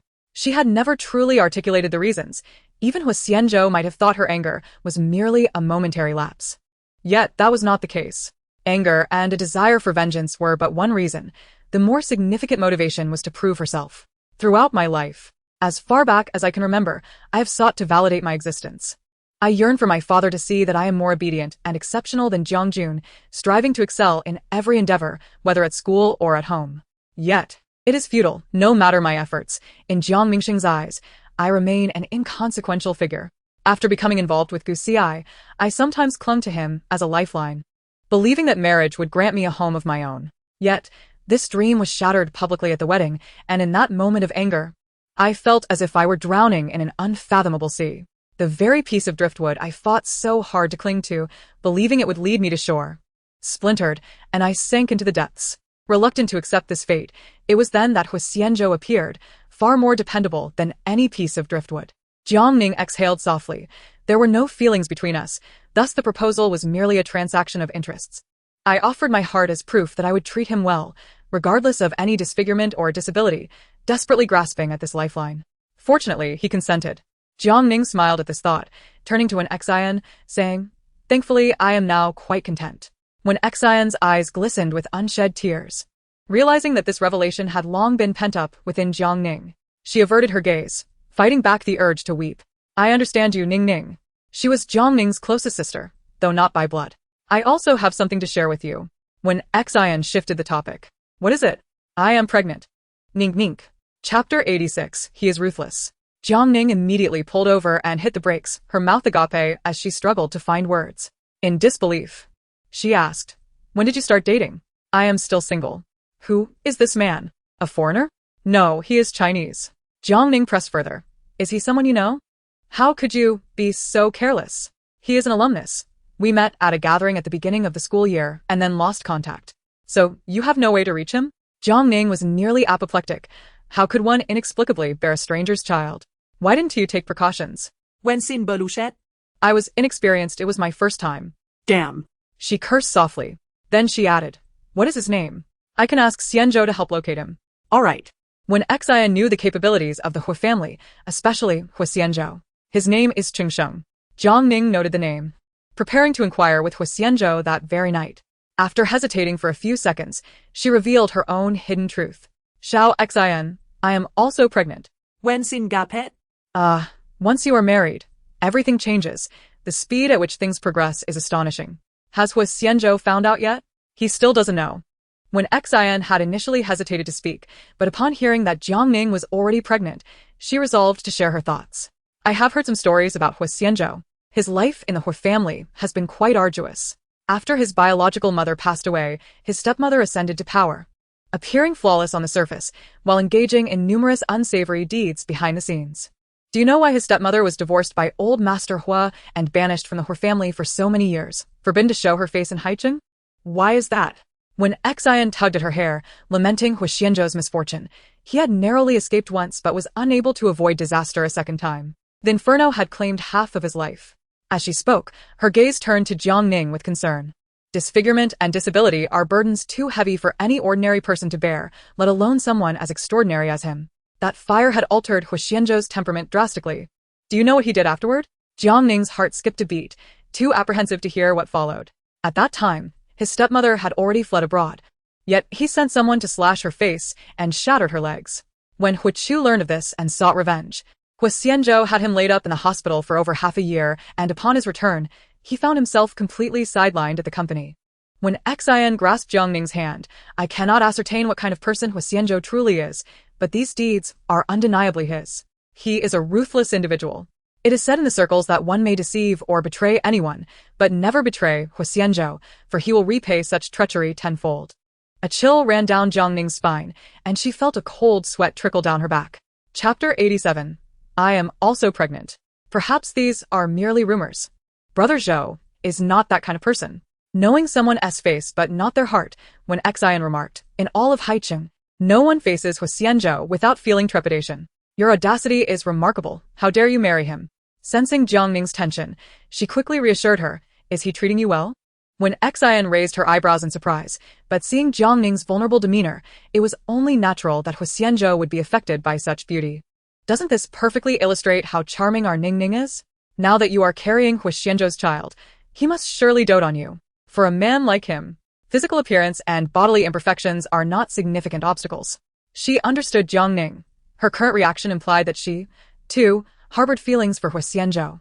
One could only say he was indeed deserving of such admiration. When Xian had another matter she refrained from mentioning. She vaguely knew who Jiang Ning's mother was and was aware of her mother's entanglements with the Huo family, or rather, with Huo Xianzhou. However, she felt it inappropriate to burden Jiang Ning with such troubling thoughts. Jiang Ning forced a bitter smile. If the child in my womb is truly Huo Xianzhou's, he would probably be overjoyed, wouldn't he? I cannot conceal this, and allow Huo Xianzhou to mistakenly believe the child is his. That would be utterly despicable. Therefore, the only option is to terminate the pregnancy. The child in my womb is not Huo Xianzhou's, Jiang Ning murmured, lowering her head. When Xian was taken aback, her mouth slowly agape. What? She exclaimed in disbelief, thinking she must have misheard. Please repeat that. I confessed, the child I am carrying is not Huo Xianzhou's. When seen. Having comprehended my words, nervously swallowed hard. 100 potential fates for Jiang Ning raced through her mind, and genuine concern for her friend's safety began to take root. She even contemplated hiding Jiang Ning within the Wen household in hopes of preserving her life. However, she quickly dismissed the notion. After all, this was Huo Xianzhou we were speaking of. Whose child is it? When Xian had not anticipated such a shocking revelation immediately after disembarking from the plane, Her voice involuntarily rose. How did I not know you possessed such audacity, daring to cuckold Huo Xianzhou? You truly have a death wish. Jiang Ning bowed her head. Her voice barely audible. It was an accident. An accident involving whom? When Xian queried. Ho Chu. Darkness clouded when Xian's vision as she contemplated whether it was too late for her to escape the situation. Infidelity within marriage was one thing, but allowing Huo Xianzhou to assume the role of father was another. The fact that the other party involved was Ho Chu, everyone in Haiqing knew they were not only brothers but also sworn enemies, was utterly unfathomable. Jiang Ning. Are you tired of living? Do you find your life so mundane that you're seeking thrills? Jiang Ning, at a loss for words, grasped when Xian's hand, near tears. You must help me find a solution. When Xian, struggling to regain her composure, posed a crucial question. Do these two brothers know about your pregnancy? Jiang Ning shook her head. They have no idea. With that, when Xian let out a sigh of relief. It is imperative that we keep this a secret. No one must know. Have you severed ties with Ho Chu? We never had a relationship to begin with. The last time was merely an accident. An accident that resulted in pregnancy. When Xian scolded, her tone tinged with exasperation. She quickly added, the most pressing matter now is to conceal this situation. Then find a reliable clinic to terminate the pregnancy, and thereafter, live your life well. Jiang Ning nodded. That is my intention as well. It must not be a hospital in Haiqing. You underestimate Huo Xianzhou's capabilities. It is highly likely that he would be waiting for you at the gynecology department the moment you step into the hospital. Even if we don't go abroad, we must stay far from Haiqing. After a moment's contemplation, when Xian suggested, I happen to be heading to the capital. Why not accompany me? Jiang Ning felt a slight easing of her previously tense heart. Yet, unbeknownst to her, the secret she believed was hidden from the Ho brothers was now laid bare under the sun. Chapter 88. His child. As Ho Chu's car came to a halt in front of the Ho Corporation, Jian Xinghe was the first to open the door. He respectfully stated, Second young master, President Ho has been waiting for you for quite some time. Ho Chu's expression darkened, realizing he had fallen into Huo Xianzhou's trap. Every step had been meticulously orchestrated by him. Arriving in a furious rage, he now forced himself to regain his composure. Casting a sidelong glance at Jian Xinghe, he paused to inquire, how long have you been by Xianzhou's side? 8 years. Ho Chu let out a sardonic laugh. It was indeed rare for someone like Huo Xianzhou to have a loyal subordinate. With that, he strode purposefully inside. The elevator ascended to the top floor, and without knocking, Ho Chu entered the office. Are you the one behind the Qingde project? Huo Xianzhou, seated in a wheelchair, met Ho Chu's gaze with his chillingly cold eyes. The two brothers bore a resemblance in their features, yet the scar on Huo Xianzhou's face imbued him with a chilling aura. Indeed. Do not forget that I also possess shares in the Huo Corporation. What justifies making significant decisions without convening a shareholders' meeting? Huo Xianzhou scoffed sarcastically. You think I, as the president of the Huo Corporation, have the luxury of time to hold a shareholders' meeting for a mere minor project? You ventured out to establish your own enterprise. So stand tall and don't come running back at the slightest setback. It only adds to the ridicule. Huo Chu trembled with anger, yet found himself utterly powerless.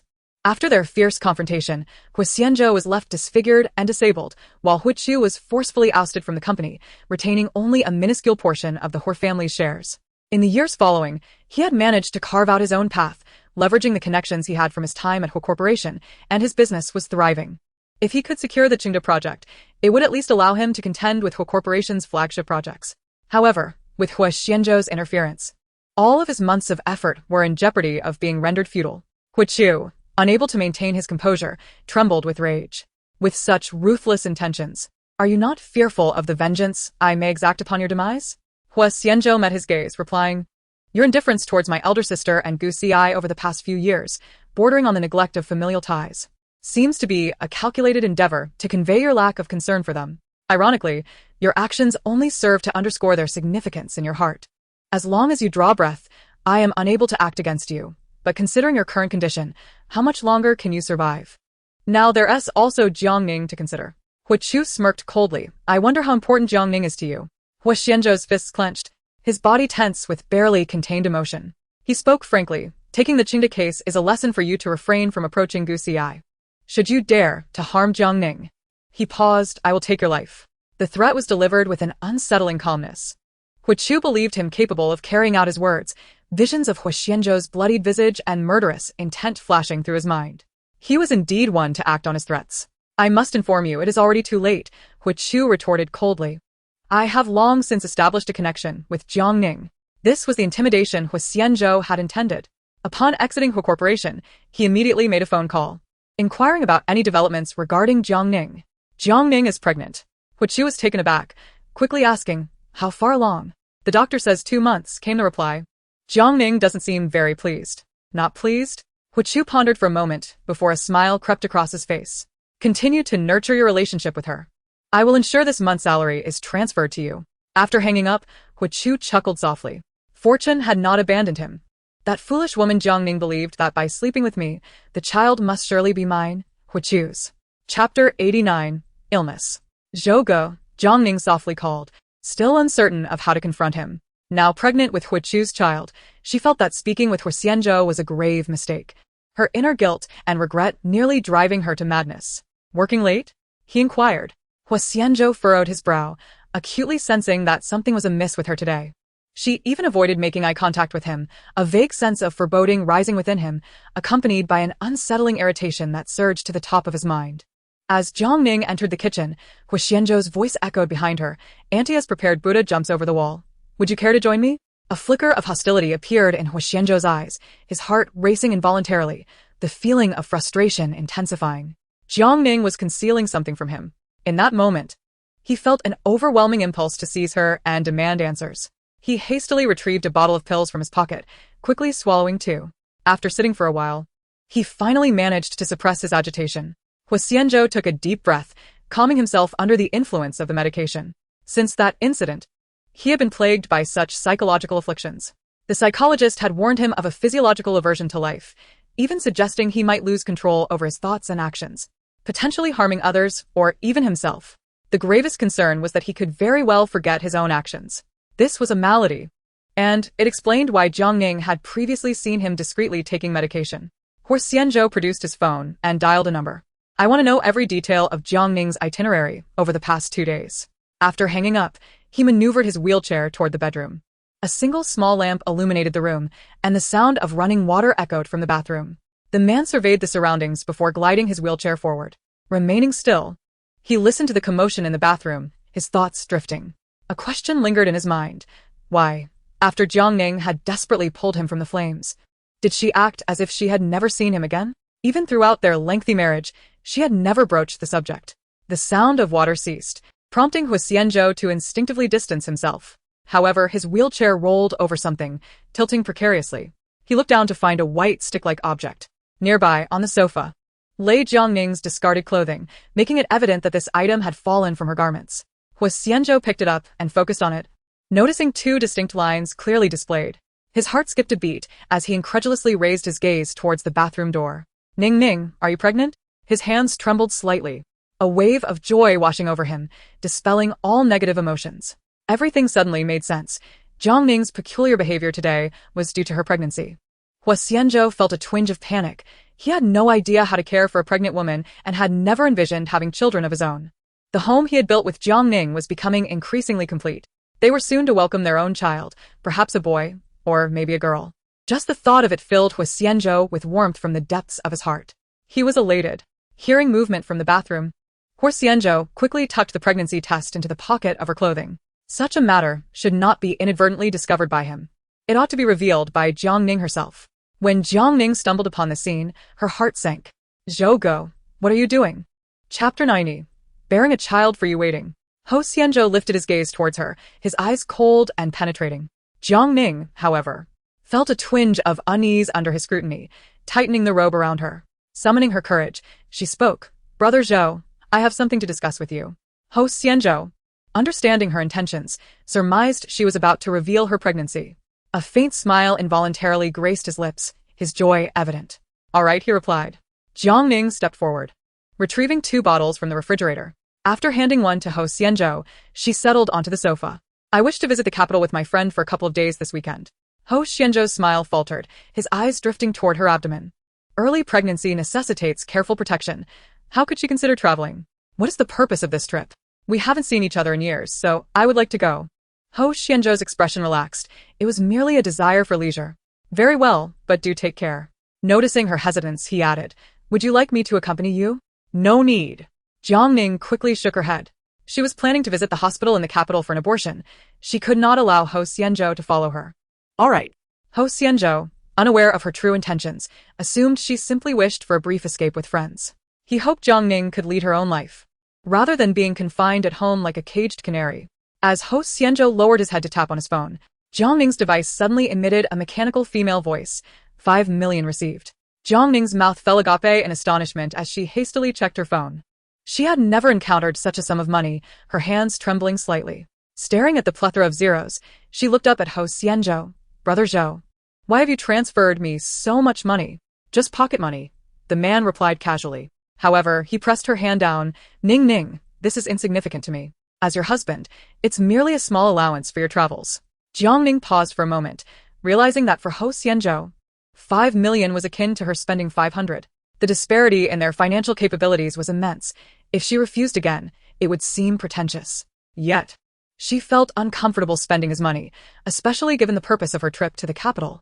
Eventually, she decided to accept it, intending not to use it. As night deepened, Huo Xianzhou's phone vibrated twice. Mr. Ho, we have gathered all the information. Your wife has visited the obstetrics and gynecology department. She is likely pregnant. Huo Xianzhou chuckled softly, gently wrapping his arm around Jiang Ning and resting his hand on her abdomen, caressing it lightly. Jiang Ning stiffened, pressing down on his hand. Brother Zhou, it's time to sleep. Ning, if we were to have a child, wouldn't our home become lively? He suddenly inquired, his voice low and contemplative. To exist in this world, one must have connections, family, a spouse, and children. Previously, he had no desire for a family, and due to certain circumstances, he inherently doubted love and questioned the virtue of procreation. While parents may find joy, they often neglect to consider whether their children wish to enter this world. Huo Xianzhou cast his gaze downward, much like himself, feeling from a young age that he had no rightful place in this world. No one welcomed him, nor did anyone genuinely feel joy because of his existence. Jiang Ning's lips curled into a bitter smile. Brother Zhou, do you like children? She inquired, closing her eyes momentarily. One hand resting on her abdomen. Was she not carrying another's child now? Brother Zhou, I will bear a child for you, Jiang Ning vowed. In the darkness, the man's lips lifted slightly as he murmured an affirmative, drawing the woman in his embrace even closer. Chapter 91. The two Huos go to the capital. A few days later, in the capital city, two fashionable women emerged from the airport, when examined delicately lowering her sunglasses. Shall we head to the hotel first? Then meet up with some old classmates for dinner? Jiang Ning nodded, having scheduled her surgery for the following day. The remaining hours today were perfect for some exploration. Meanwhile, in a luxurious apartment in Haicheng, a man lounged on the living room sofa, his long legs casually crossed. Before him stood a middle-aged man, who respectfully began, Mr. Hua. The investigation is complete. Jiang Ning's pregnancy is a fact. She arrived in the capital today and should have just landed. Get to the point, Hu Chu replied impatiently. It appears she made an appointment at the obstetrics and gynecology department of Xiehe Hospital. The man raised an eyebrow. Does she really need to fly to the capital for a checkup? Hospitals in Haicheng rank among the best in the nation. Checkup? He inquired again. What? Hu Chu sprang to his feet. This is impossible. Huo Xianzhou would never agree to this. That foolish woman must have misunderstood their relationship. Did she think she was carrying his child, hence the miscarriage? She specifically traveled to the capital to avoid Huo Xianzhou's knowledge, indicating that he was still unaware of her pregnancy. Hu Chu believed his deductions were largely correct. But why should he endure this? Why should he have to tolerate it? He was clearly the eldest son of the Hu family, and everything rightfully belonged to him. Hu Chu quickly made his way outside. Book me the earliest flight to the capital and ensure someone is always monitoring Jiang Ning's whereabouts. Yes, Mr. Hua. He had barely boarded the plane when news of his journey reached Huo Xianzhou. Jian Xinghe, standing nearby, remarked, Mr. Hua. Our company's big data system has picked up that the second young master has just boarded a flight to the capital. The specifics are still unknown, but we've stationed someone at the exit to follow him discreetly upon landing. The two brothers had transitioned from covert rivalry to open conflict. Hu Chu regarded him as a worthless, dying man, leaving himself unguarded in all matters, while Huo Xianzhou seized the opportunity to place numerous confidants around him. He nodded, not taking the matter to heart. Jian Xinghe continued, Madam has also landed in the capital with her friend. She should be shopping at the moment. However, if we secretly track Madam's phone, she might be displeased if she finds out. Huo Xianzhou nodded. This was the first time since their marriage that Jiang Ning was so far from him, and he felt uneasy. That was why he had instructed the technical department to temporarily locate her. Understood. Just as Jian Xinghe was about to leave, Huo Xianzhou suddenly halted. Why did Huo Chu suddenly travel to the capital? Could it be related to Jiang Ning? A thought surfaced in his mind without reason. Huo Xianzhou's intuition suggested that his purpose for going to the capital was indeed Jiang Ning. He decided to book a flight to the capital. Jiang Xinghe paused, her expression unchanged, yet her eyes betrayed her confusion. Are we departing today? Yes. Then, does that mean the meeting with Yuanshan Technology in the afternoon is cancelled? Cancelled. Huo Xianzhou replied in a low voice. He rose from his wheelchair, asserting that this trip to the capital would not require her accompaniment. If possible, he wished to reveal the truth about himself to Jiang Ning. She was no longer merely his wife, but also the mother of his child. Huo Xianzhou hoped she would understand that he was healthy and capable of happiness. Chapter 92. To meet her. The appointment for the miscarriage procedure was scheduled for tomorrow morning, leaving Jiang Ning in a dismal mood as she settled into her hotel bed after disembarking from the flight. She approached with a smile, saying, "Autumn in the capital is the most beautiful. It's rare to be here. Let us go out and explore." Not wanting to disappoint her friend, Jiang Ning rose from the bed. "Where are we going?" "Let us stroll around Sanlitun, perhaps buy some new clothes, and later find a highly rated restaurant for dinner." Followed by a visit to a quaint tavern, when Xian proposed, having arranged the remainder of their day. Jiang Ning was soon swept up in her enthusiasm, rubbing her cheeks to force herself to perk up. The reality of her pregnancy with Huo Chu's child had become undeniable. Lamenting her situation would yield no benefit, and all she could do was resolve the matter thoroughly. The two hailed a taxi directly to Sanlitun, one of the most vibrant areas in the capital. A veritable paradise for shoppers, filled with countless trendy boutiques and luxury stores. When Xian, coming from a well-off background, had never worried about money and chose items based solely on preference, disregarding prices. She entered a luxury store and confidently made her way to the handbag section. Picking up a classic Birkin bag, she exclaimed, "Ning Ning, they have this colorway. It must be stunning. This piece costs at least 500,000. She held the bag up to Jiang Ning, asking if she liked it. "I'll buy it for you." Jiang Ning was taken aback, quickly shaking her head. No. "Don't gift me something so extravagant. I rarely use bags. If you like it, buy it for yourself." Since she no longer needed to send money to the Jiang family after marriage, Jiang Ning found herself financially comfortable, especially after receiving a substantial sum from Zhou just yesterday. When Xian did not press the issue, knowing Jiang Ning could be quite stubborn at times. After spending more than half a day shopping, they had accumulated quite a haul, though Jiang Ning only purchased a tie from a high-end brand, nearly spending half of her savings. It was a deep black with subtle stripes, and upon first sight, she felt it perfectly suited Huo Xianzhou. She could even envision him in a suit with this tie. Despite their lengthy marriage, she had never given him any gifts. This rare opportunity in the capital inspired her to express her small sentiment, hoping Zhou would appreciate it. They then moved on to a nearby restaurant for dinner. At this moment, Huo Chu had arrived in the capital city.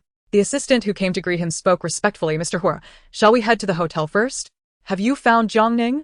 "Not yet," he replied, "but it is certain she will appear at the hospital punctually tomorrow morning." Huo Chu furrowed his brow. Aware that searching for someone without reason was akin to seeking a needle in a haystack, he could afford to wait for a night. Half an hour later, in nearly the same spot at the airport, a man emerged, clad in a white t-shirt and black trousers. He stood at least 188 centimeters tall, his physique surpassing that of runway models. His hair slightly obscured his brows, and his features were chiseled and striking, resembling the most exquisite handiwork of a creator. He walked with an air of confidence, effortlessly attracting the gaze of countless passers-by. Jiang Xinghe quickened his pace to catch up, asking in a low voice, "Mr. Huo, the car is waiting outside. Shall we go directly to meet the lady? Where is she?" Jiang Xinghe glanced at the location and noted a restaurant near Sanlitun. "Let's go find her," the man commanded coldly.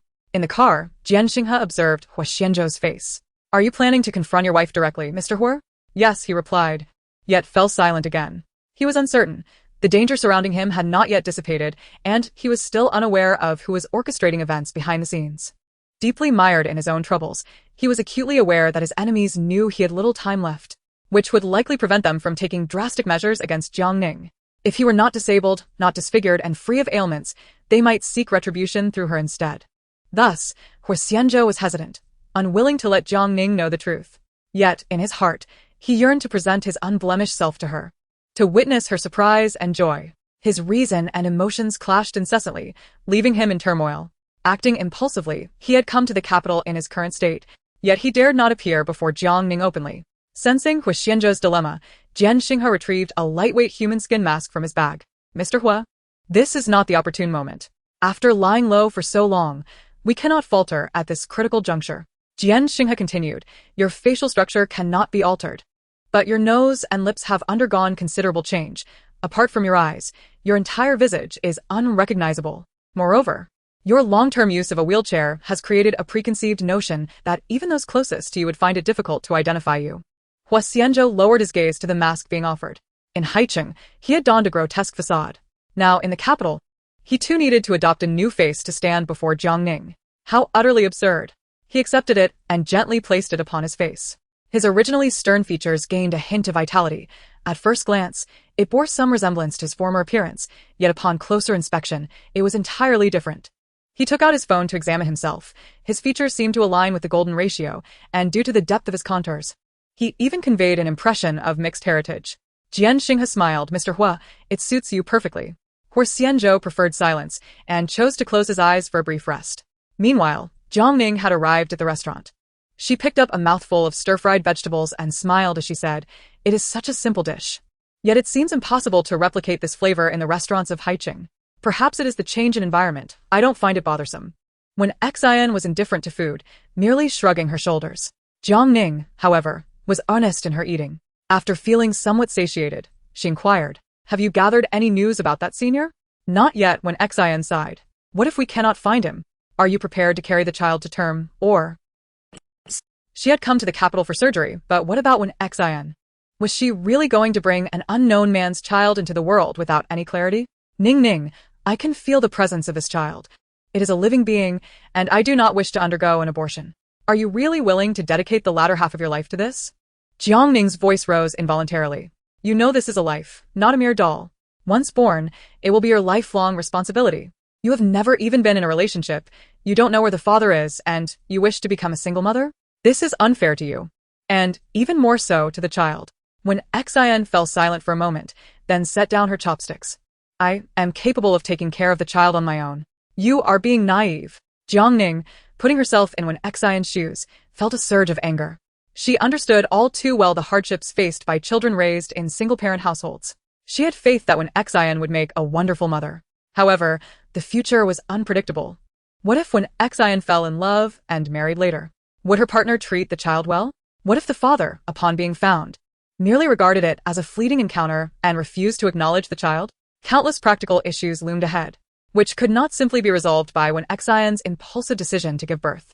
Having grown up in a prosperous family with loving parents, she believed that these concerns were trivial.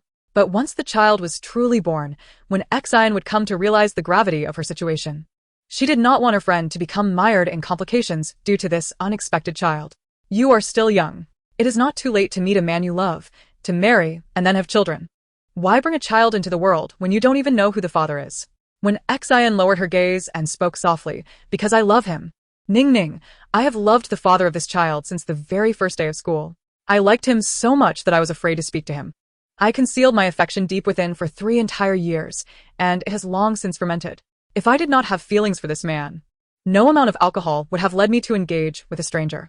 Even if I did, I would have taken the morning after pill. The reason I did not is because, deep down, I harbored a desire to let things unfold naturally. What if I became pregnant? Wouldn't he that offer me a chance with him? Jiang Ning was taken aback, and after a long pause, she finally spoke. If you like him, why not get to know him? Why not confess your feelings? There are too many people who like him, when Xian replied with a bitter smile. All my confidence crumbles to dust when I face him. I lack the courage to confess my feelings to him, fearing that I might ruin our friendship and, even worse, that becoming friends would preclude any chance of evolving into a romantic relationship. When Xin sighed, noting that both of our fields of study demand so much of our time, leaving us buried in the laboratory day after day, making it nearly impossible to pursue love. The most significant reason, however, is that I heard he comes from a modest background yet works tirelessly. He has always been diligent in his studies, earning a full scholarship to study abroad through sheer effort. His roommate mentioned that he despises wealthy second-generation students who are frivolous and lack ambition. When Xin smiled wryly. Yet, I am precisely that type of affluent individual. The money my father earns is such that I could squander it for a lifetime and still not exhaust it. I was born into privilege, the very kind he detests. How could I dare to approach him? Jiang Ning felt a pang of sorrow upon hearing this. In her eyes, Wenxin is the most wonderful girl in the world, embodying all the admirable qualities that define femininity. How could she possibly feel unworthy? Setting aside the fact that Jiang Ning had never met Qingsheng, even if he were as extraordinary as a celestial being, Wenxin would still be deserving of him. Love can be blinding. The once confident and radiant Wenxin now appeared utterly lost. Jiang Ning only saw her friend's frustration, awkwardness, and even a sense of inferiority. She grasped Wenxin's hand earnestly and spoke with solemnity. I have not met him, nor do I know how exceptional he truly is. Whether in looks, achievements, or character, you are worthy of anyone. You are Wenxin, my light, and you deserve anyone. As Jiang Ning spoke, tears welled in her eyes, unable to bear witnessing her friend's distress. Wenxin met her gaze and, upon seeing her tears, felt her own eyes well up. Her heart was filled with her friend's affection. I wish to meet the man fortunate enough to have you. That fortunate man sat just behind them, having listened to their entire conversation. A slight smile graced his lips as he gazed in Jiang Ning's direction. His girl, his future wife, continually surprised him, revealing her brilliance in myriad ways. Jiang Ning sensed someone watching her and instinctively turned her head, only to lock eyes with a pair of familiar phoenix eyes. Chapter 95. The Handsome Fool. Their gazes intertwined in the air. Jiang Ning paused for several seconds, feeling an overwhelming sense of familiarity with this man before her. Although his face was entirely unknown to her, she was struck by the illusion that she must know him well. Staring at a stranger might be considered impolite, yet Jiang Ning could not help but continue to look at him. She glanced away, unable to suppress her voice as she whispered, "What is this? Can't take your eyes off a handsome guy? I think he looks familiar." Jiang Ning chuckled helplessly, momentarily mistaking him for Huo Xianzhou. Huh. Wenxin exclaimed, widening her eyes as she looked again at the man not far away. Are you trying to pull something here? Let us not mention the saying that beauty is in the eye of the beholder. Everyone in Haiqing knows that Huo Xianzhou is disfigured. This handsome man before us is impeccably attractive. Perhaps he is even in the entertainment industry. Wenxin lowered her voice. Do you know what is the least valuable thing in Beijing? What? Small-time celebrities. With a smile, when Xian remarked, during the day, Sanlitun, at night, Gongdi Pure K. Strolling down the street, one could casually approach a passerby who appeared rather attractive. Upon inquiry, I assure you they would be affiliated with a certain film company, either as a fledgling actor or a trainee. As for those who aren't conventionally appealing, my dear sister currently has someone she fancies. Otherwise, spending tens of thousands each month would surely allow for the maintenance of several pretty boys for amusement. Jiang Ning chuckled. Oh, spare me. Turning her head, she swiftly cast a glance at the man beside her. He was indeed handsome, but in that ubiquitous manner, lacking the unique charm of Huo Xianzhou. She had yet to encounter anyone more striking than him.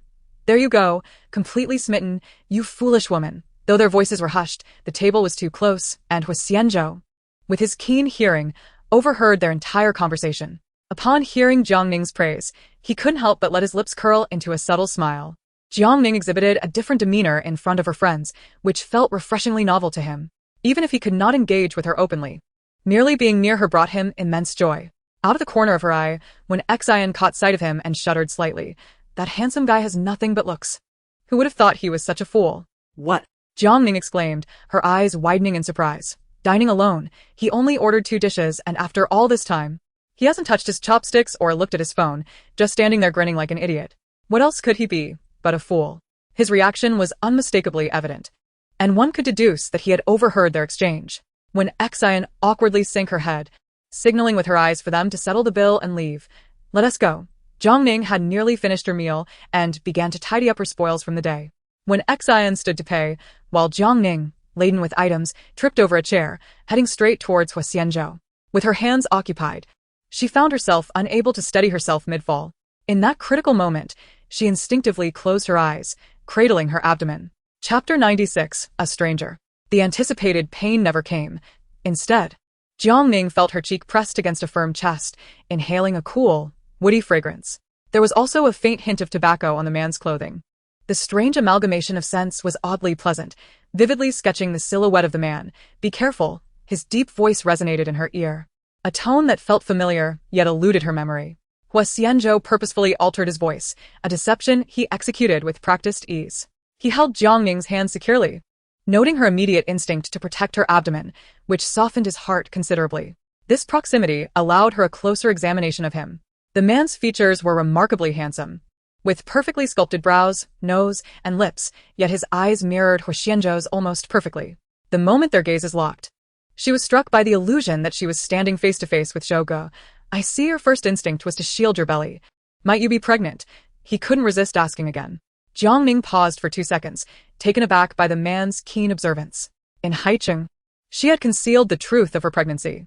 Now that everyone is here, what is there to conceal from a complete stranger? Yes, I am pregnant. Huo Xianzhou chuckled slightly, acknowledging the necessity for caution. As he watched them exit the restaurant, he remained seated, sending a message to Jian Xinghe to keep him updated on their whereabouts. Huo Xianzhou glanced again in the direction where Jiang Ning had departed, feeling a twinge of confusion. Jian Xinghe messaged him, Mr. Huo, Madam is heading towards the subway. The man furrowed his brow. The subway in the capital was notoriously crowded, and with her pregnancy, it was exceedingly unsafe. Huo Xianzhou quickly rose and jogged after her. If it weren't for that handsome man earlier, she might have fallen to the ground. Shouldn't you express your gratitude? You bumped right into him. How do you think he feels? When Xian interlaced her arm with hers, her expression brimming with curiosity. Jiang Ning shook her head helplessly, pondering what was going on. It was merely a minor accident, especially since she was already married. I never suggested you do anything, so why the defensive explanation? Or could it be that you harbor inappropriate thoughts about him? Nonsense. My heart only belongs to Huo Xianzhou. I don't believe you. When since got? Recalling the way she looked at him, I thought it was love at first sight. Exaggeration. How clingy. When Xian chattered as they both stepped into the subway. At this hour, the subway was quite crowded, the two of them squeezed in with their belongings. Just as the doors were about to close, a tall man stepped in briskly. He slightly raised his feet, navigating over a whole carriage of people, and spotted Jiang Ning entering from another door. Huo Xianzhou finally breathed a sigh of relief as he pushed towards Jiang Ning's direction. With her hands full, Jiang Ning struggled to hold onto the handrail, barely managing to lean against the pole. She nodded in acknowledgement, sensing someone pressing in behind her. Instinctively, she stepped forward, only to find the man behind her doing the same. Feeling their bodies nearly brush against each other, she could even sense the stranger's breath nearby. Jiang Ning frowned in distaste, pushing forward again, and the man followed suit. Just as she prepared to turn her head, she suddenly felt a hand slide across her backside. Chapter 97. The Subway Pervert. It seemed that the earlier incident was merely accidental, not intentional. She felt deeply unsettled and mustered all her strength to push herself in another direction, distancing herself from him. As the subway arrived at the station, passengers began to move. Jiang Ning kept her hand on the pole, remaining still until the train resumed its journey, when she suddenly felt an additional hand on her waist. The hand even squeezed her twice before beginning to descend. Ah! Jiang Ning screamed, dropping her belongings and turning to grab him. In the midst of the man's panicked expression, Jiang Ning shouted, "Pervert! Catch the pervert!" In the crowded carriage, her loud cry created a bubble of space around her. When Xian quickly reacted, realizing Jiang Ning had encountered a pervert, she swiftly slapped him, shouting, "Are you looking for death? Everyone come help, catch this pervert." The man, robust and hefty, forcefully broke free from Jiang Ning's grasp, exclaiming, "What's wrong with you? I didn't even touch you. You two outsiders have come to Beijing to cause trouble. Haven to you? Which of your eyes saw me lay a finger on you?"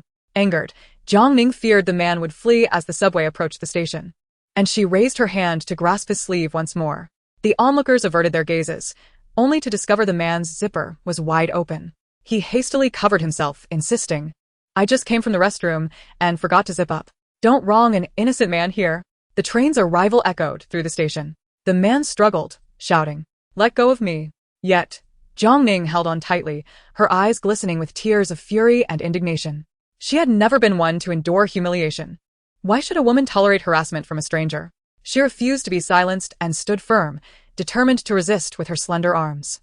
As the subway doors swung open, the man's panic escalated, and he swung his hand, landing a harsh slap on Jiang Ning's arm.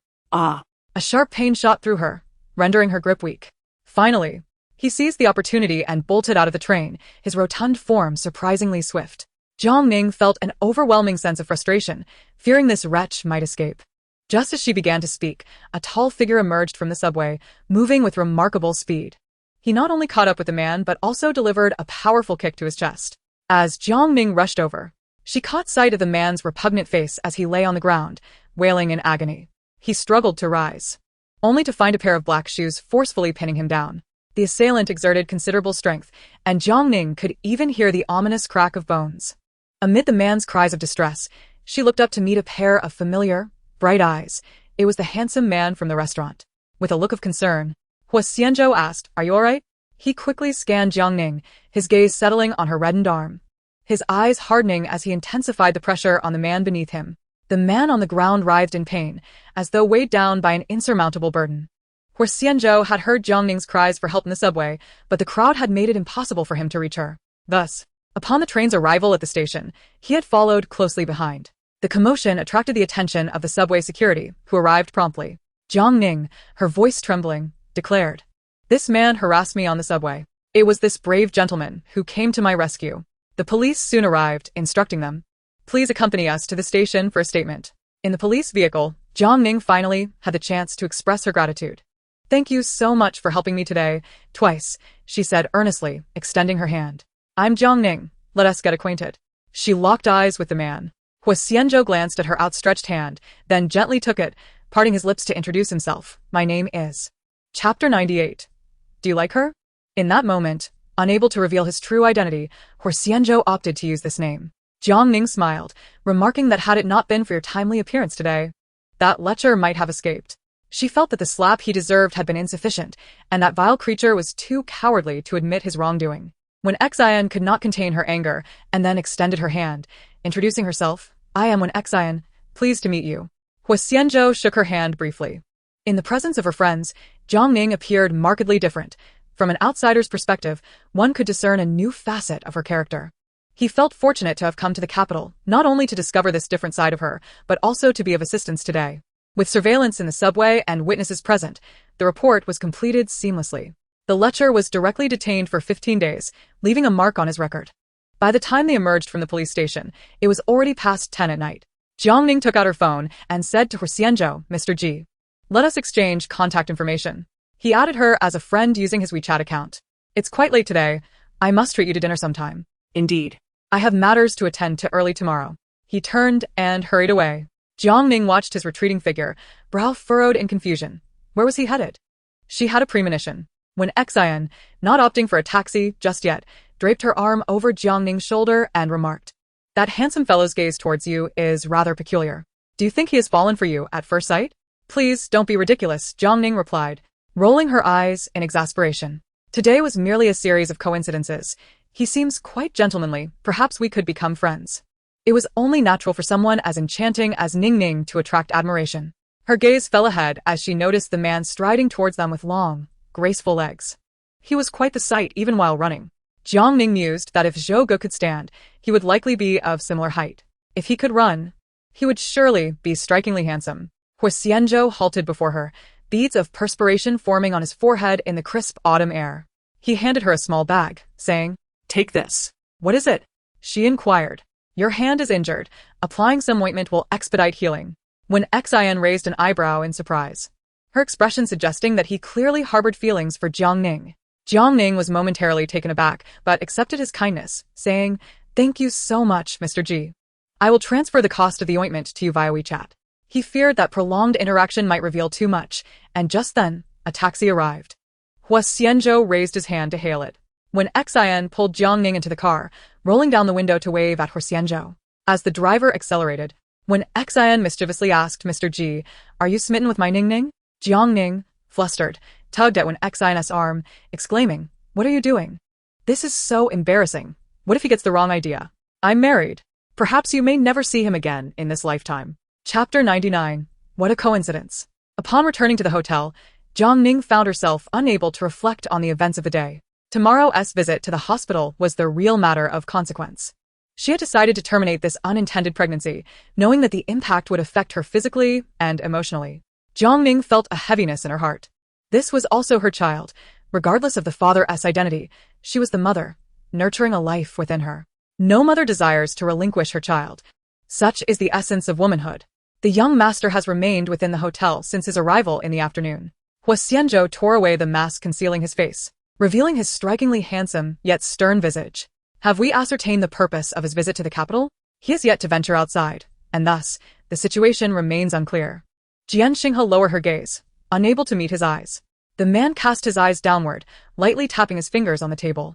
He instructed that someone be stationed at the hotel entrance, maintaining a vigilant watch around the clock, and to report any developments immediately. The following day, Huo Xianzhou had completed his morning routine by the time Jian Xinghe was already waiting in the living room, where breakfast, ordered through room service, lay on the table. "Mr. Huo, The lady's location has been traced to the hospital, specifically to the obstetrics and gynecology department. Huo Xianzhou nodded. He was aware that Jiang Ning would be undergoing an examination today. Although he found it peculiar that she had traveled specifically to a hospital in the capital, he did not dwell on it further. What about Huo Xianzhou? Our people have not witnessed him leaving the hotel. At this hour, he may still be asleep. Huo Xianzhou frowned, sensing something amiss. It was unlikely that he had come to the capital merely to sleep in the hotel. He spoke coldly. I do not require conjectures or uncertainties. Ascertain his whereabouts and whether he has left the hotel. Understood, Mr. Hua. Jian Xinghe turned to depart. Meanwhile, at the hotel where Huo Xianzhou was staying, a black Volkswagen had been stationed at the entrance since the previous night. His arrival in the capital had been quite abrupt, and such behavior would undoubtedly be reported to Huo Xianzhou.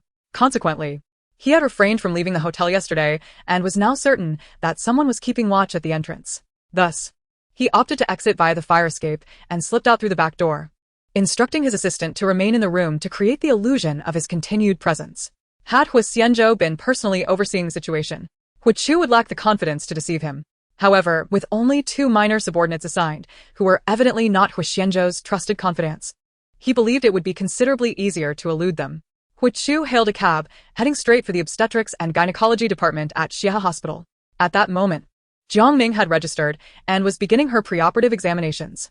Lying on the examination table, she watched as the doctor placed a device on her abdomen, her eyes fixed on the ultrasound monitor. The physician spoke gently. The child is quite healthy, showing excellent development. Are you truly certain about proceeding with the abortion? Jiang Ning paused for a moment, a wave of sorrow swelling within her. Despite having resolutely made her decision while in Haicheng, she found herself grappling with profound sadness. The child's father was Huo Xianzhou, a complete mistake who had arrived at the wrong moment. Jiang Ning closed her eyes, striving to prevent her tears from falling. Yes, I am certain I wish to terminate the pregnancy. Once the blood tests and other results were available, she would be handed the report, and if deemed fit for surgery, the nurses would prepare her for the procedure. Thank you, doctor. Jiang Ning rose from the examination table, taking a moment to compose herself before stepping out. When Xian, having just completed her own checkup, emerged from another room and quietly inquired, how did it go? The doctor said the baby is very healthy, Jiang Ning replied, her voice tinged with a quiver of emotion. Without needing to ask further, she could empathize with Jiang Ning's sorrow. Indeed, Jiang Ning softly acknowledged, her eyes glistening with fatigue. She raised her hand to wipe the corners of her eyes, stating her intention to undergo additional examinations. The entire process unfolded smoothly, and when the results were ready, Jiang Ning held the report while listening to the doctor's explanation. All indicators appeared normal, and after signing and settling the fees, she proceeded to seek the nurse for preoperative preparations, with the surgery scheduled for completion by morning. Jiang Ning's hand trembled involuntarily as she grasped the report, struggling to maintain her composure. Exiting the ward, she found herself unable to control her emotions, collapsing onto a bench in the corridor. When Xian sat beside her, holding her hand, encouraging her to rest while she went to handle the payment. As she took the report from Jiang Ning's grasp and stood up, Jiang Ning kept her head down, her thoughts a chaotic whirl, uncertain of her next steps. The arrow was drawn, and there was no turning back. Regret was not an option. Lost in thought, she suddenly noticed a pair of men's leather shoes before her, expensive ones at that. A jolt ran through her heart as she slowly lifted her gaze. Upon recognizing the figure before her, her pupils widened in shock, revealing a row of pristine teeth. Sister-in-law. What a coincidence. In that moment, Jiang Ning was momentarily dazed, not expecting to encounter Huo Xianzhou here, leaving her mind momentarily blank. It was only when Huo Xianzhou snatched the report from her hands that she regained her senses. Give that back, she demanded. Leveraging his height, he reached for the paper, his eyes fixating on it, before softly reading aloud, pregnant for 9.5 weeks. You're pregnant? Huo Xianzhou feigned surprise.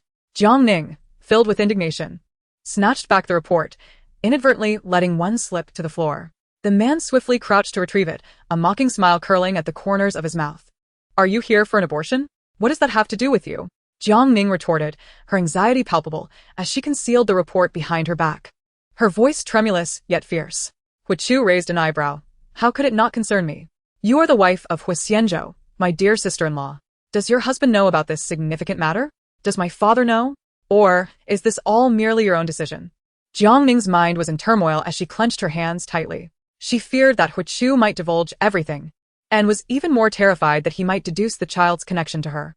Huo Xianzhou is not with you because he is unaware, isn't he? Jiang Ning desired to end the conversation, turning to leave. Before she could even take a step, Huo yanked her back with considerable force, rendering her unable to break free. Why resort to secretly terminating the pregnancy without informing Huo Xianzhou, unless... He paused deliberately, causing Jiang Ning's heart to leap into her throat. Unless the child is not his. Jiang Ning's mind went blank, drowning out all sound in that instant as she stared at Huo's face. His lips moved, yet she could hear nothing. This was her greatest fear. She had fled to the capital with the intent to terminate the pregnancy in secrecy, terrified that Huo Xianzhou would find out, and even more so that Huo would learn of it. What if this matter were used to wound Huo Xianzhou? That night was a grave mistake. She should not have indulged in alcohol, nor should she have allowed herself to be saved by Huo, leading to their entanglement. She was already bearing the weight of the consequences of this error. Perhaps she would never gain Huo Xianzhou's forgiveness, and now, with the burden of an unwanted pregnancy and the potential harm of an abortion, she accepted her fate. However, Huo Xianzhou was blameless. His life had already been marred by so much suffering, and he ought not to endure any more pain. During the proposal, she had vowed to care for him and treat him well. She could not persist in causing him harm. At 9.5 weeks pregnant, calculating back, this child was undoubtedly hers. "Sister-in-law, you are carrying the second brother's child. This is rather unfortunate," she said, attempting to leave, but Huo's voice echoed behind her. "You did not take precautions that night, did you?" Huo deduced from Jiang Ning's reaction, as he had never encountered her before. It was inconceivable that they had engaged intimately. If there were any blame to assign, it lay in her anxious confusion. Her folly, allowing him to find the chink in her armor. "It is futile for you to deny it now. I only need to inform Huo Xianzhou that you are pregnant, and the child is mine. Whether you intend to abort or carry the pregnancy to term, a paternity test can always be conducted." Huo paused deliberately. "I know Huo Xianzhou well. He values family highly due to past experiences. If he discovers you are pregnant, he will undoubtedly be overjoyed. But if he learns you are unfaithful and that the child is mine, he may very well turn on you."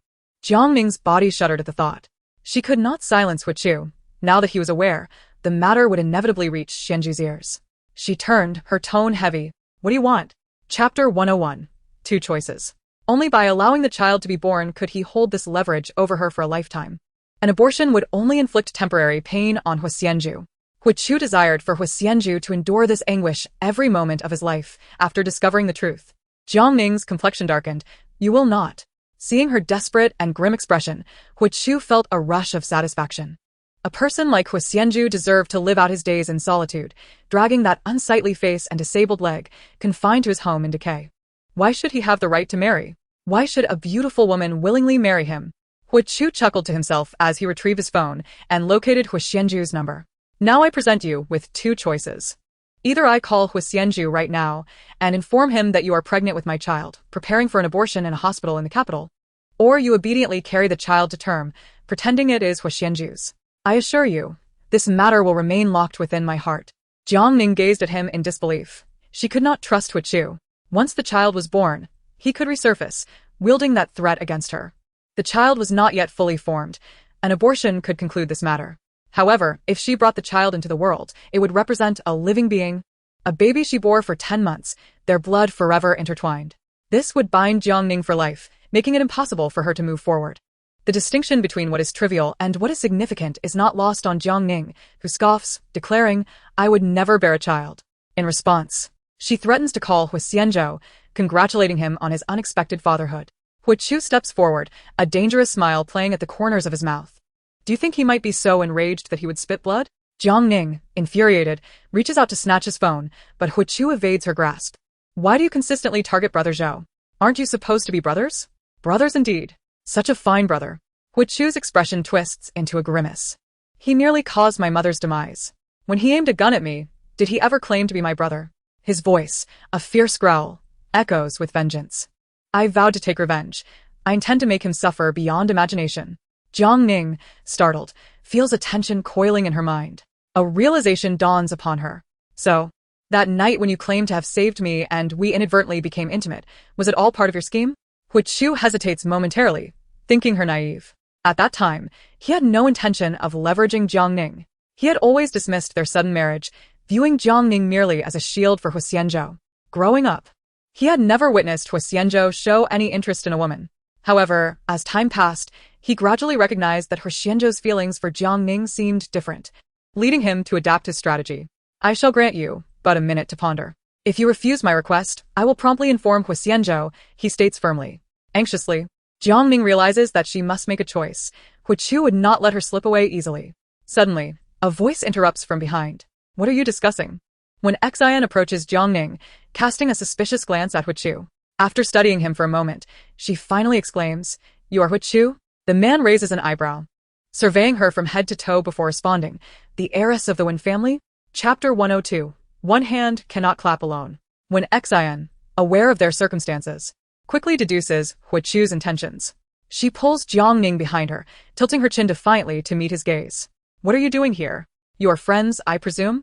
Huo, noting her protective stance, takes a step back. The Wen family thrives in the e-commerce sector, experiencing rapid growth due to the surge in live streaming. Given Huo Xianzhou's recent dominance over him, he is cautious not to offend when Xian. Jiang Ning has come to the hospital for an abortion, a decision the Huo family vehemently opposes. When Xian, incredulous, grips Jiang Ning's arm to silence her. How absurd. The child resides within Jiang Ning. She is the mother. When did it become acceptable for women to relinquish authority over their own bodies? Do you think we are living in the Qing dynasty? Must a woman seek her husband's consent for an abortion? You are not even Jiang Ning's husband, yet even if you were, she retains the right to decide for herself. Are you suggesting that if pushed too far, you would cast Jiang Ning into the Huangpu River for not adhering to your outdated notions of propriety? Huo's countenance darkens, struggling to withstand the force of Xian's words. It is my child she carries. As the father, do I not possess the right to make decisions? You certainly know how to embellish your own reputation. When Xian exclaimed angrily, If I recall correctly, Jiang Ning is the wife of Huo Xianzhou, which makes her your sister-in-law. I can assure you that Jiang Ning has done nothing to betray you. Setting aside the fact that the child is not yours, if it were, could it not be interpreted as you having bullied her? If that is indeed the case, then you should report it to the police. Let them determine the truth of the matter. Jiang Ning is merely a victim, and I believe Huo Xianzhou is a mature man who understands where the real issues lie. Even if the situation leads to their divorce, the one at fault is you, Huo. Prepare yourself to face Huo Xianzhou's wrath. This has nothing to do with Jiang Ning. Huo stood in shock, his mouth agape at this tirade. She is pregnant with my child. Which proves that Jiang Ning has committed adultery against Huo Xianzhou. Moreover, such matters cannot possibly rest on my shoulders alone. With a swift motion, when Xian delivered a resounding slap across his face, the sound echoing in the hospital payment hall. Listen closely. Can a single hand create a loud sound by itself? Feeling the sting on his cheek, Huo froze. The scoundrel doesn't want the child and forces the woman to abort, and now resorts to violence. Help. When Xian's voice rang out, attracting the attention of the surrounding crowd, an elderly lady approached, tugging at Huo's sleeve. Young man, speak respectfully. How can you strike a woman, especially one who is pregnant? Someone in the crowd pulled out a phone, ready to record and share the incident online. Huo immediately covered his face, realizing he could not allow this situation to be broadcasted. If Huo Xianzhou learned of this first, all his carefully laid plans would unravel. He knew Huo Xianzhou well. If he got wind of this, he would undoubtedly take Jiang Ning for a paternity test, thus exposing his lies. Huo, face concealed, hurriedly fled the hospital. As he burst through the doors, he collided with Huo Xianzhou, who was wearing a mask. Instinctively, Huo stepped back 2 paces. Upon recognizing his adversary, Huo Xianzhou's eyes narrowed dangerously.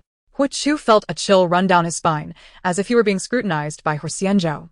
When he raised his eyes to meet a pair of familiar phoenix-like eyes, terror gripped him. How could Huo Xianzhou be here? Upon closer inspection, he realized it was an unfamiliar face, and he let out a sigh of relief. My apologies, he muttered hastily, making his way out of the hospital. Huo Xianzhou frowned, pondering why Huo was present. Could it be that Huo had come to the capital specifically for Jiang Ning? Chapter 103. Women must take charge of their own bodies. Let me tell you, dealing with someone like him requires the right approach. When Xian grasped her hand, but I must reiterate, your body is your own to command, regardless of whether this child is Huo's. The decision to keep or terminate the pregnancy rests solely with you. Jiang Ning looked at her with gratitude, tears glistening in her eyes. Xin, I cannot bear the child. I fear it might harm Huo Xianzhou. This had almost become her obsession. He had endured so much pain while treating her with such kindness. Jiang Ning wished to alleviate any burdens and negative energies surrounding her. She was particularly reluctant to allow this child to become a weapon for Huo to wield against her in the future. Have you considered that this might merely be your own wishful thinking? Perhaps, for Huo Xianzhou, The true harm does not stem from your unexpected liaison with Huichu that led to your pregnancy, but rather from your misguided decision to conceal it from him, seeking to terminate the pregnancy in the capital, which might inflict even greater emotional distress. When Xian firmly grasped her shoulder and spoke earnestly, I recall you mentioning that after that fateful night, you took the initiative to confess all your wrongdoings to Huo Xianzhou. What was his reaction? That alone proves Huo Xianzhou to be a reasonable man, one who understands that the fault does not lie with you. You, as the woman who has endured these trials, are the true victim, do you understand? When Xian's tone intensified as she continued, let us not delve into this misguided notion of victim blaming, dismissing such antiquated ideologies. You have merely suffered a singular injury. Your entire life is not irrevocably shattered. Huo Xianzhou was able to overlook this incident with ease, recognizing you as the victim, which attests to his sound moral compass. The only significant change now is the greater harm stemming from that night, your pregnancy, which is an unintended consequence. Regardless of whether the father is Huichu or some unknown scoundrel, you ought to inform Huo Xianzhou, for you are bound by the vows of marriage. This matter should not rest solely upon your shoulders. It requires a mutual decision between you as husband and wife. Whether you choose to terminate the pregnancy or carry it to term, or even if Huo Xianzhou opts for divorce, I firmly believe you will endure whatever outcome arises. When Xian sighed, recalling the words of an elder, stating that the damage wrought by deceit between spouses far surpasses that caused by honesty. Sometimes, our well-meaning intentions can inadvertently inflict the greatest hurt and sorrow upon another. Jiang Ning stood momentarily stunned, absorbing this wisdom. When Xian smiled gently, I'm glad you can take this to heart. Perhaps my prolonged stay abroad has led me to adopt a more Western perspective, where pregnancy is not regarded as a grave matter and honesty is deemed paramount. I trust you will arrive at the most judicious decision. Jiang Ning felt her eyes welling with warmth as she embraced when Xian. Thank you, Xian. Having a friend like you reassures me that, regardless of what life throws my way, I have a steadfast support system to confront any challenges. When Huo Xianzhou arrived, he happened upon the sight of them in an embrace, catching the tail end of their conversation. A smile crept across his lips. Pleased that Jiang Ning had such a compassionate friend, he feigned a casual encounter as he approached, saying, What a coincidence to find you both here at the hospital. Chapter 104. Fortunate to have you. Jiang Ning, noticing him, quickly wiped her tears and, releasing when Xian asked Mr. Ji, What brings you to the hospital? I came to visit a friend who has just welcomed a son, Huo Xianzhou replied casually. Indeed, what a serendipitous occurrence. To encounter one another in such a vast city 2 days in a row. Huo Xianzhou's gaze fell upon the list in her hand, and feigning curiosity, he inquired, Are you unwell? Here for a checkup? Oh, no. When Xian interjected hastily, stating that a gynecological examination is a matter best left unexamined by male companions. She then diverted the conversation, expressing her gratitude for the previous day, suggesting that Jiang Ning should invite him to dinner when time permits. Sounds good, he replied, feeling fortunate that an opportunity had presented itself. His intuition led him to believe that Huichu had come with intentions concerning Jiang Ning, prompting him to arrive post-haste. However, he was met with disappointment, only to witness Huichu departing in haste, oblivious to the events that had transpired between them. He contemplated leveraging his current position to discreetly glean information. When Xian quickly urged Jiang Ning to step outside, genuinely concerned that Jiang Ning might act impulsively regarding the pregnancy. After a night of reflection, her encounter with Huichu had crystallized her thoughts. The coincidences seemed too orchestrated. Something was amiss. She suspected Huichu was behind it all, and thus, she resolved not to fall into his trap. Whether the outcome was to keep the baby or terminate the pregnancy, both scenarios could very well serve Huichu's interests, as he likely had devised strategies for both outcomes, merely weighing which would yield greater advantage. The reality of the pregnancy was undeniable, and the only way to shift the narrative was to unveil the truth to Huo Xianzhou. It was imperative for the two men to confront each other, sparing Jiang Ning from bearing the burden alone. Caught in the tumult of her situation, Jiang Ning needed to maintain her composure, and as a friend, when Xian felt it was her duty to help her stay calm. Mr. Ji, are you a local in the capital? Do you know of any authentic restaurants? Jiang Ning inquired softly. She hadn't yet come to terms with her situation but was absorbing when Xian's counsel and decided to take a few days to reflect. There are a few decent places, but I hail from Haicheng, he responded. Jiang Ning paused, surprised by the coincidence. What a coincidence, we're also from Haicheng. It must be fate. The group arrived at a restaurant adorned with a distinctly Beijing aesthetic, where each dish was exquisitely authentic. Savoring the delightful cuisine uplifted Jiang Ning's spirits. Meanwhile, Huo Xianzhou stepped out to settle the bill, feeling content and momentarily setting aside thoughts of Huichu. The pleasure of enjoying culinary delights from another city with Jiang Ning brought him joy. He mused that it would be even better if they could explore together. There's no reason for the ladies to treat us, he remarked, though he felt compelled to say, but I've already mentioned. Huo Xianzhou gazed intently at her. I plan to tour the capital for a couple of days. If Miss Jiang truly wishes to express her gratitude, perhaps we could explore together. Jiang Ning hesitated for a moment, but when Xin promptly accepted on her behalf. It's perfect. Ning Ning is looking to clear her mind. And you two can keep each other company. And what about you? Jiang Ning detected an undertone in his voice. When Xin raised her hands in resignation. Have you forgotten the purpose of my visit to the capital?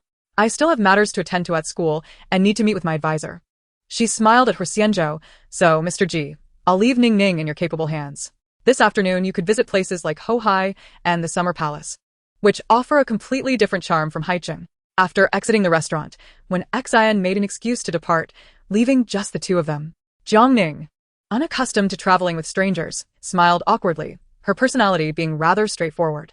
Where would you like to go first, Mr. Ji? Huo Xianzhou inquired further. Were you truly not unwell at the hospital today? Jiang Ning, fearing he might misunderstand, continued, I am pregnant and came to the hospital for a checkup. Chapter 105, A Leisurely Outing. The glimmer of joy in Huo Xianzhou's eyes confirmed her words. Indeed, she was with child. Hearing this news directly from Jiang Ning's lips felt profoundly different. He was truly about to embrace fatherhood. So, you're here for a prenatal checkup? Although they were not yet friends, Jiang Ning did not intend to elaborate further, merely nodding in affirmation. All results are normal, I presume? Jiang Ning raised the report in her hand, indicating the child was very healthy. She was not inclined to dwell on this topic, and just then, when Xin interrupted, suggesting they visit the school and take a stroll at Hohai, Jiang Ning, wishing to set aside troubling thoughts, agreed under Huo Xianzhou's inquiring gaze. As they walked along the banks of Hohai, Huo Xianzhou handed her a cup of hot latte, providing warmth to her hands. Upon taking a sip, she realized it was her favorite flavor. She had never been fond of American coffee or the conventional latte. Her preferred choice was quite niche. How did he know? Mr. Ji, what brings you to Beijing? They walked side by side, and the autumn scenery of the city was far more beautiful than she had remembered. Jiang Ning lagged behind slightly, allowing her to clearly see the man's silhouette, and she involuntarily conjured an image of Huo Xianzhou in her mind. She mused that if Zhou Gu could stand, he would likely resemble this figure. Broad shoulders, a slender waist, long legs, and a gait reminiscent of a fashion magazine. They entered a quaint artisan shop, and after browsing, Jiang Ning inquired, what type of gift should one choose for a male? Huo Xianzhou raised an eyebrow, wondering if she was preparing a gift for him. What is your relationship with him? How old is he, and what is his character like? He asked deliberately. Huo Xianzhou chuckled. Is he the father of the child? He casually picked up a handcrafted picture frame and suggested, how about buying a handmade frame? We could place our photo in it later. However, he noticed Jiang Ning's reaction and frowned in curiosity. Was it because she felt they were not familiar enough, or was there another reason? Given his current status, Huo Xianzhou could not inquire too deeply. Jiang Ning proceeded to the counter with a picture frame, and the shop was offering a complimentary photo printing service with the purchase.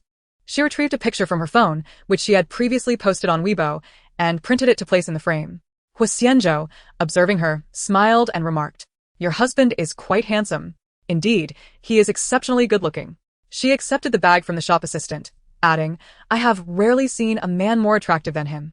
Huo Xianzhou shrugged helplessly, pondering if this could be considered a case of beauty being in the eye of the beholder. To speak of him, with his scarred face, as the most handsome man in the world was quite a testament to Jiang Ning's optimistic nature. Sensing his disbelief, she reassured him, Mr. Ji, you are also very handsome. But there is still a slight disparity when compared to my husband. I also feel I cannot measure up, Huo Xianzhou chuckled. After exiting the store, Jiang Ning took a deep breath. The scenery here is truly delightful. I must take a few photographs. She captured several shots from various angles, meticulously selecting the perfect filters. She opened WeChat and sent a message to Huo Xianzhou. While she could freely step out to witness various landscapes, it was not as convenient for him to do so. What are you doing? She inquired, extending her phone towards him. Could you take a picture for me? As Huo Xianzhou took the phone, Jiang Ning quickly retreated. She stood by the Hohai, clad in a camel-colored long trench coat, her radiant smile brightening the scene. Huo Xianzhou captured that moment perfectly. His phone, resting in his pocket, vibrated several times. Taking it out, he saw that Jiang Ning had sent 2 scenic photographs, followed by the one just taken of her smiling by the water. Brother Zhou, I'm at Hohai. I hope to come here with you next time. As she stored her phone away, their eyes met, and she momentarily lost her focus. Instinctively calling out, "Brother Zhou?" Chapter 106. Not a joke. Huo Xianzhou was taken aback. "Miss Jiang?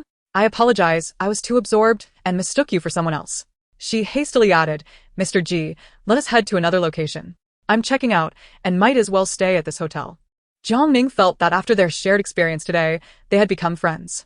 She needed to find out the purpose of Huo Chu's visit to the hospital today and arrange for her luggage to be sent to the Hilton. He need not come over.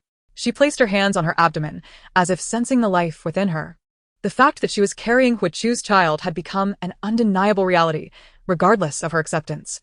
Huo Chu's demeanor today suggested that whether she bore the child or chose to terminate the pregnancy, it would become leverage against her.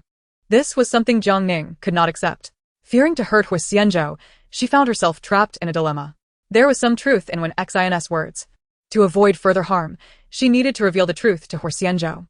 The pain caused by honesty would surely be less than that brought by concealment. When this situation first arose, she had been forthright, and Brother Zhou had accepted it quite swiftly. She considered herself a victim, regardless of Huo Xianzhou's ultimate decision. She was prepared to confess. Just then, her phone, resting on the coffee table, rang with an unfamiliar number. As she answered, Huo Chu's menacing voice echoed. "I know what you intend to do. You believe that by disclosing everything to Huo Xianzhou, it will resolve matters, do you not?" Jiang Ning remained silent, allowing him to continue. "The reason I have spared him is that he does not have much time left. If you do not allow me my way, I cannot guarantee that I won't do something that will leave you regretting." Jiang Ning did not wish to engage further with him. What do you want? She asked. "Do you know who Huo Xianzhou cares about the most?" Huo Chu questioned. Jiang Ning furrowed her brow, contemplating. Brother Zhou seemed indifferent towards the other members of the Huo family, even feeling a subtle estrangement from Huo Fu. Yet his relationship with Huo Shuyun was different. On the surface, they appeared to have a poor relationship, having even quarreled over her matters. However, Jiang Ning understood that Brother Zhou truly cared for Huo Shuyun, as she had devoted her energy to protecting him since childhood. The current display of indifference was merely a means to shield her from harm. "It is Huo Shuyun and Gu Xi, my dear sister and beloved nephew. You surely cannot believe it, can you? Last time at the Ho residence, their relationship was appalling. And you were once Gu Xi's fiancé." Jiang Ning remained silent, fearing that speaking further might lead to missteps. "I assure you, in Huo Xianzhou's heart, Huo Shuyun undoubtedly occupies the foremost position. While I may not be able to contend with him, orchestrating an unfortunate incident for my dear sister is a trivial matter." Jiang Ning's heart tightened. "She is also your biological sister, you." Huh. Huo Chu scoffed. "What a loving sister indeed. She was among those who conspired to drive us mother and son away, and Huo Shuyun played no small part in that. Now, I present you with two choices. Either obediently bring the child into the world, or choose to reveal the truth to Huo Xianzhou. If I cannot attain what I desire, I shall ruin everything." Huo Chu spoke through clenched teeth. Jiang Ning forced herself to remain composed. This was a struggle between brothers. If Huo Chu truly dared to do anything, he would have acted long ago, not waited until now. "Do you think I would still trust you?" Jiang Ning retorted. "I harbor no fondness for Huo Shuyun or Gu Xi either. Your threats using them are utterly ineffective." On the other end, Huo Chu fell silent for a moment. "But you care for Huo Xianzhou, do you not? If something were to happen to them, do you believe Huo Xianzhou could accept it? Could you bear to witness that?" Huo Chu, that sinister character, certainly knows how to exploit vulnerabilities. Jiang Ning was determined not to be deceived. Regardless of what he said, she was resolute in her convictions. She must reveal the truth to Huo Xianzhou, regardless of whether he would choose to divorce her afterward. She wanted no part in deception. If she were to lie, how could she face Zhou Guo in the future? What face would she have to appear before him? Jiang Ning was unwilling to continue this argument and prepared to hang up the phone. 10 o'clock. "If I do not receive your response by 10 o'clock, I shall first teach Huo Shuyun and her son a lesson, so you understand I am not speaking idly." Having said that, Huo Chu hung up first. Jiang Ning frowned, uncertain of what he might do. In truth, she was only half aware of the situation with the Huo family, knowing that Zhou Guo was at odds with Huo Chu. She also understood that Zhou Guo was not as indifferent to Huo Shuyun and her child as he appeared. Others claimed that Zhou Guo had only a few years left to live. In reality, it was all a facade crafted by Huo Xianzhou. Jiang Ning's mind was a tumultuous whirl, leaving her at a loss for what to do. As the clock struck 10, her heart raced, fingers clenched around her phone. Uncertain of her next move, Huo Chu was likely all bluster with no bite. He would surely not dare to act. Just then, her phone delivered 2 local news alerts from Haicheng. Huo Shuyun, the heiress of the Huo family, has been involved in an accident.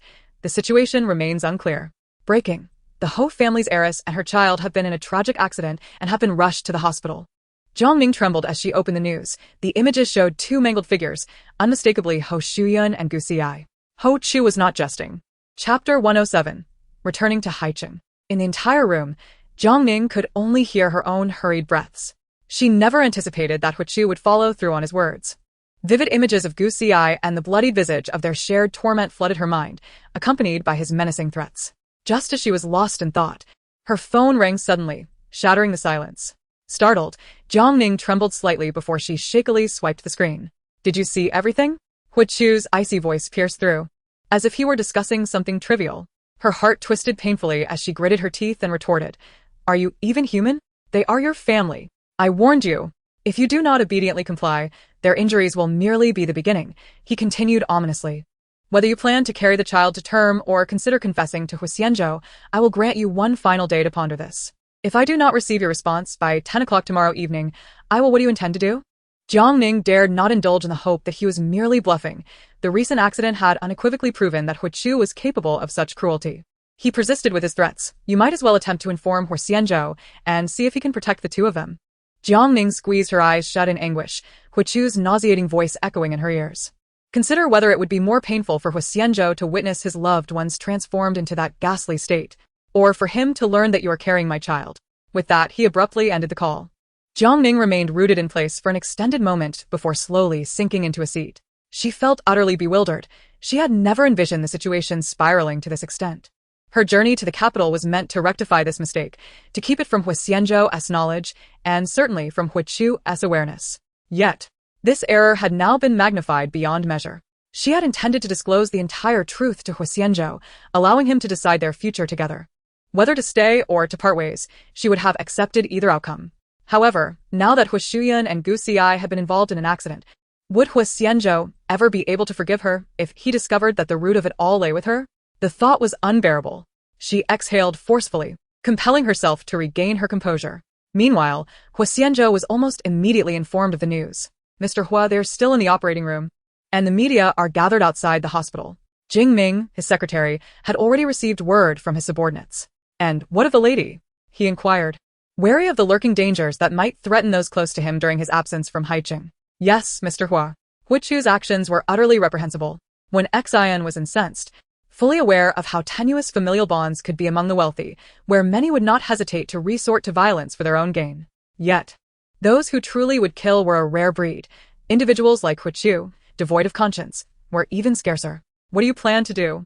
She had managed to maintain her composure in solitude, but now tears began to flow uncontrollably. When Xian quickly embraced her, insisting that she not shoulder all the blame, reminding her, "Remember, you are also a victim in this entire ordeal." Chapter 108. Not an accident. "You haven't even finished your thesis. I do not wish for you to alter your plans because of me." Jiang Ning forced a smile, though it was strained. "But I am worried. Who knows what madness he might unleash next? Whatever comes, I shall confront it," she asserted resolutely. Jiang Ning spoke with a solemn tone, leaving no opportunity for Xian to refuse. Meanwhile, at the capital airport, Huo Xianzhou had already removed his human disguise and strode purposefully forward. Jian Ming was continuously updating him on the situation at the hospital. The doctors had initially diagnosed Gu Xiyai with severe injuries, though Miss Huo remained conscious. "What about the news online?" Huo Xianzhou inquired further. "Over a dozen media outlets have already reported on it, given the involvement of the Huo family's heiress. Many self-media platforms have begun to follow suit, resulting in a plethora of unfounded rumors circulating online, with the most outrageous being." "Yes, Mr. Huo." Huo Xianzhou passed through security and boarded the plane. In the other direction of first class, he caught a glimpse of a familiar figure. He quickly entered the restroom and donned his disguise once more, relieved that Jian Ming would not draw attention in economy class. Once seated, the man's gaze darkened as he looked towards where Huo Chu was situated. "You had better pray that their injuries were not caused by you." When the plane landed in Haicheng, dawn was just breaking. The first-class passengers disembarked first, and Jian Ming joined Huo Xianzhou a moment later. Seeing him in disguise did not seem unusual. They were now in Haicheng, and any focus on Huo Xianzhou's face could lead to immediate exposure online. Having barely slept through the night, Huo Xianzhou rubbed his temples while seated in the car. "Take me directly to the hospital," he commanded coldly. "Keep me updated on the latest conditions at the hospital." Both surgeries had concluded. Miss Huo had suffered a fractured right arm and 2 broken ribs, and she had now fallen asleep after the anesthesia wore off. Gu Xi's situation was more complicated. He had sustained severe injuries, and while his leg fracture was manageable, the more serious concern was the head injury. He was currently in the ICU, with no family members permitted to visit. Huo Xianzhou furrowed his brow, his worry palpable. Bring in the best specialists for consultation. Gu Xi must recover. Understood, Jiang Ning replied, quickly relaying the orders. He then handed over a tablet, displaying footage from the accident scene. Initially, a Hyundai had rear-ended Miss Huo's vehicle, causing her car to come to a sudden stop before being struck by a truck that ran a red light. In the midst of the crisis, Gu Xi had shielded Miss Huo, resulting in his severe injuries. Huo Xianzhou scrutinized the screen for a long moment before asking, what about the driver responsible? The truck driver is at the police station for fatigue driving. The driver who rear-ended them is a novice and has also been detained by the police. The man's long fingers tapped the screen twice. Investigate. Uncover the identities of both individuals thoroughly. Yes. Jiang Ning looked up at him, but Huo Xianzhou's expression was inscrutable. Uncertain, he ventured. Does Mr. Huo suspect that this accident was not an accident? Regardless of the truth, we shall proceed as if it were not. I will give you just 1 day. Jiang Ning felt a heavy weight of pressure and immediately began to organize personnel. The vehicle halted at the hospital, where numerous reporters awaited at the entrance. At that moment, the terrifying scar reappeared on Huo Xianzhou's face as he sat in a wheelchair, being pushed inside by Jiang Ning. Look, it's Mr. Huo. The reporters, akin to explorers who have stumbled upon a new frontier, surged forward in a frenzy. Mr. Huo, you have finally appeared. May I inquire why, after the accident that occurred over an hour ago, you have only just arrived? Is it true, as the rumors suggest, that this incident was not an accident, but a deliberate act? The bodyguards separated the journalists, yet their voices continued to echo in the air. Huo Xianzhou's elongated gaze swept across the crowd, ultimately settling on one particular direction, his own television station. He addressed them directly, I will grant you 10 minutes. If I find any media still lingering in the hospital upon my exit, their continued existence will be rendered unnecessary. The previously cacophonous environment fell into an immediate hush at Huo Xianzhou's airy pronouncement. No one doubted the veracity of his words. This was Huo Xianzhou, a man who invariably followed through on his promises. The opportunistic media, recognizing the situation, promptly retracted their equipment, leaving mostly those who were rivals in business with the Huo family. Huo Xianzhou's 10-minute ultimatum would afford them sufficient time to report back to their superiors and devise a strategy. Jingming continued to push the wheelchair forward until they reached a secluded area, where he quietly inquired, Mr. Huo, might this be perceived as overly aggressive? Some platforms harbored little trepidation toward the Huo family. Upon entering, Huo Xianzhou paused at the ICU doorway, peering through the glass at Gu Xi. The attending physician remarked, the head sustained a blow. The CT scan indicates a concussion, but the reason for the prolonged unconsciousness remains uncertain. Huo Xianzhou cast his eyes downward, coldly commanding, if the cause is unclear, ascertain it. Yes, the doctor promptly bowed his head. What of my sister's condition? Miss Huo is not severely injured, but she has a fractured arm and broken ribs, which will cause her some discomfort. However, with the care provided in the hospital, she should be discharged soon. At least it was not 2 pieces of bad news. Aside from family, no outsiders are permitted to visit. Rest assured, Mr. Huo. Meanwhile, in the capital, Jiang Ning hardly slept throughout the night. After freshening up, she headed straight to the airport. As soon as her plane touched down, she rushed to the hospital. Upon arrival, she was intercepted by bodyguards. This was a private ward, and no unauthorized individuals were allowed entry. Seeing such stringent security, Jiang Ning felt a slight sense of relief. With so many guards present, even Huo Chu would find it difficult to pose a threat. Lost in thought, a familiar voice suddenly broke through from behind her. Are your eyes blind? You can't even recognize Mr. Huo's wife? Jiang Ning's back stiffened instantly. It was Huo Chu's voice. How could he be in Haicheng? And at the hospital, no less? Sister-in-law, let us enter together. The bodyguards recognized Huo Chu and immediately parted to allow him through. Ruan Tao was seething with fury but kept her emotions in check. Ignoring Huo Chu, she pushed open the door to the hospital room. The private ward was well appointed, revealing Huo Shuyun lying on the bed, her pallid complexion evident, with her arm encased in a cast. Upon hearing the commotion, she opened her eyes to see Ruan Tao and the arriving Huo Chu, only to promptly close them again. Due to the wedding issues, her relationship with Huo Shuyun had become quite strained, and at this moment, Jiang Ning found herself at a loss for words. She felt an overwhelming sense of guilt. While it was indeed Huo Chu who had caused the accident, the instigation had stemmed from a threat directed at her. Both Huo Shuyun and Gu Xi were innocent victims in this unfortunate affair. Sister, I came to check on you, Jiang Ning spoke softly. Huo Shuyun pretended not to hear her. Huo Chu stepped forward, sister. Are you hurt badly? My sister-in-law is trying to talk to you. Only then did Huo Xianzhou open her eyes, her gaze sweeping across the two of them. I had no idea you two were so close coming together to visit me, Huo Xianzhou remarked, her voice low but heavy with tone. We just happened to meet at the door, Jiang Ning quickly interjected, fearing a misunderstanding. My relationship with my sister-in-law has always been quite good. Since you are fine, I will go check on Gusiai. After saying this, he turned to Jiang Ning, his tone laced with a barely perceptible threat. Sister-in-law, would you like to join me? After all, you and Gusiai share a significant bond. Jiang Ning desperately wished to decline. The mere sight of Huo Chu made her feel nauseous. Yet, recalling his threat from the previous night, she feared for Gusi's safety. She forced a smile at Huo Xianzhou's sister. I will go check on Gusiai first. Huo Xianzhou, now feeling the effects of the medication wearing off and the pain intensifying, had no energy to continue the conversation. Upon exiting the hospital room, Jiang Ning found herself heading towards the ICU, an ominous premonition creeping into her mind.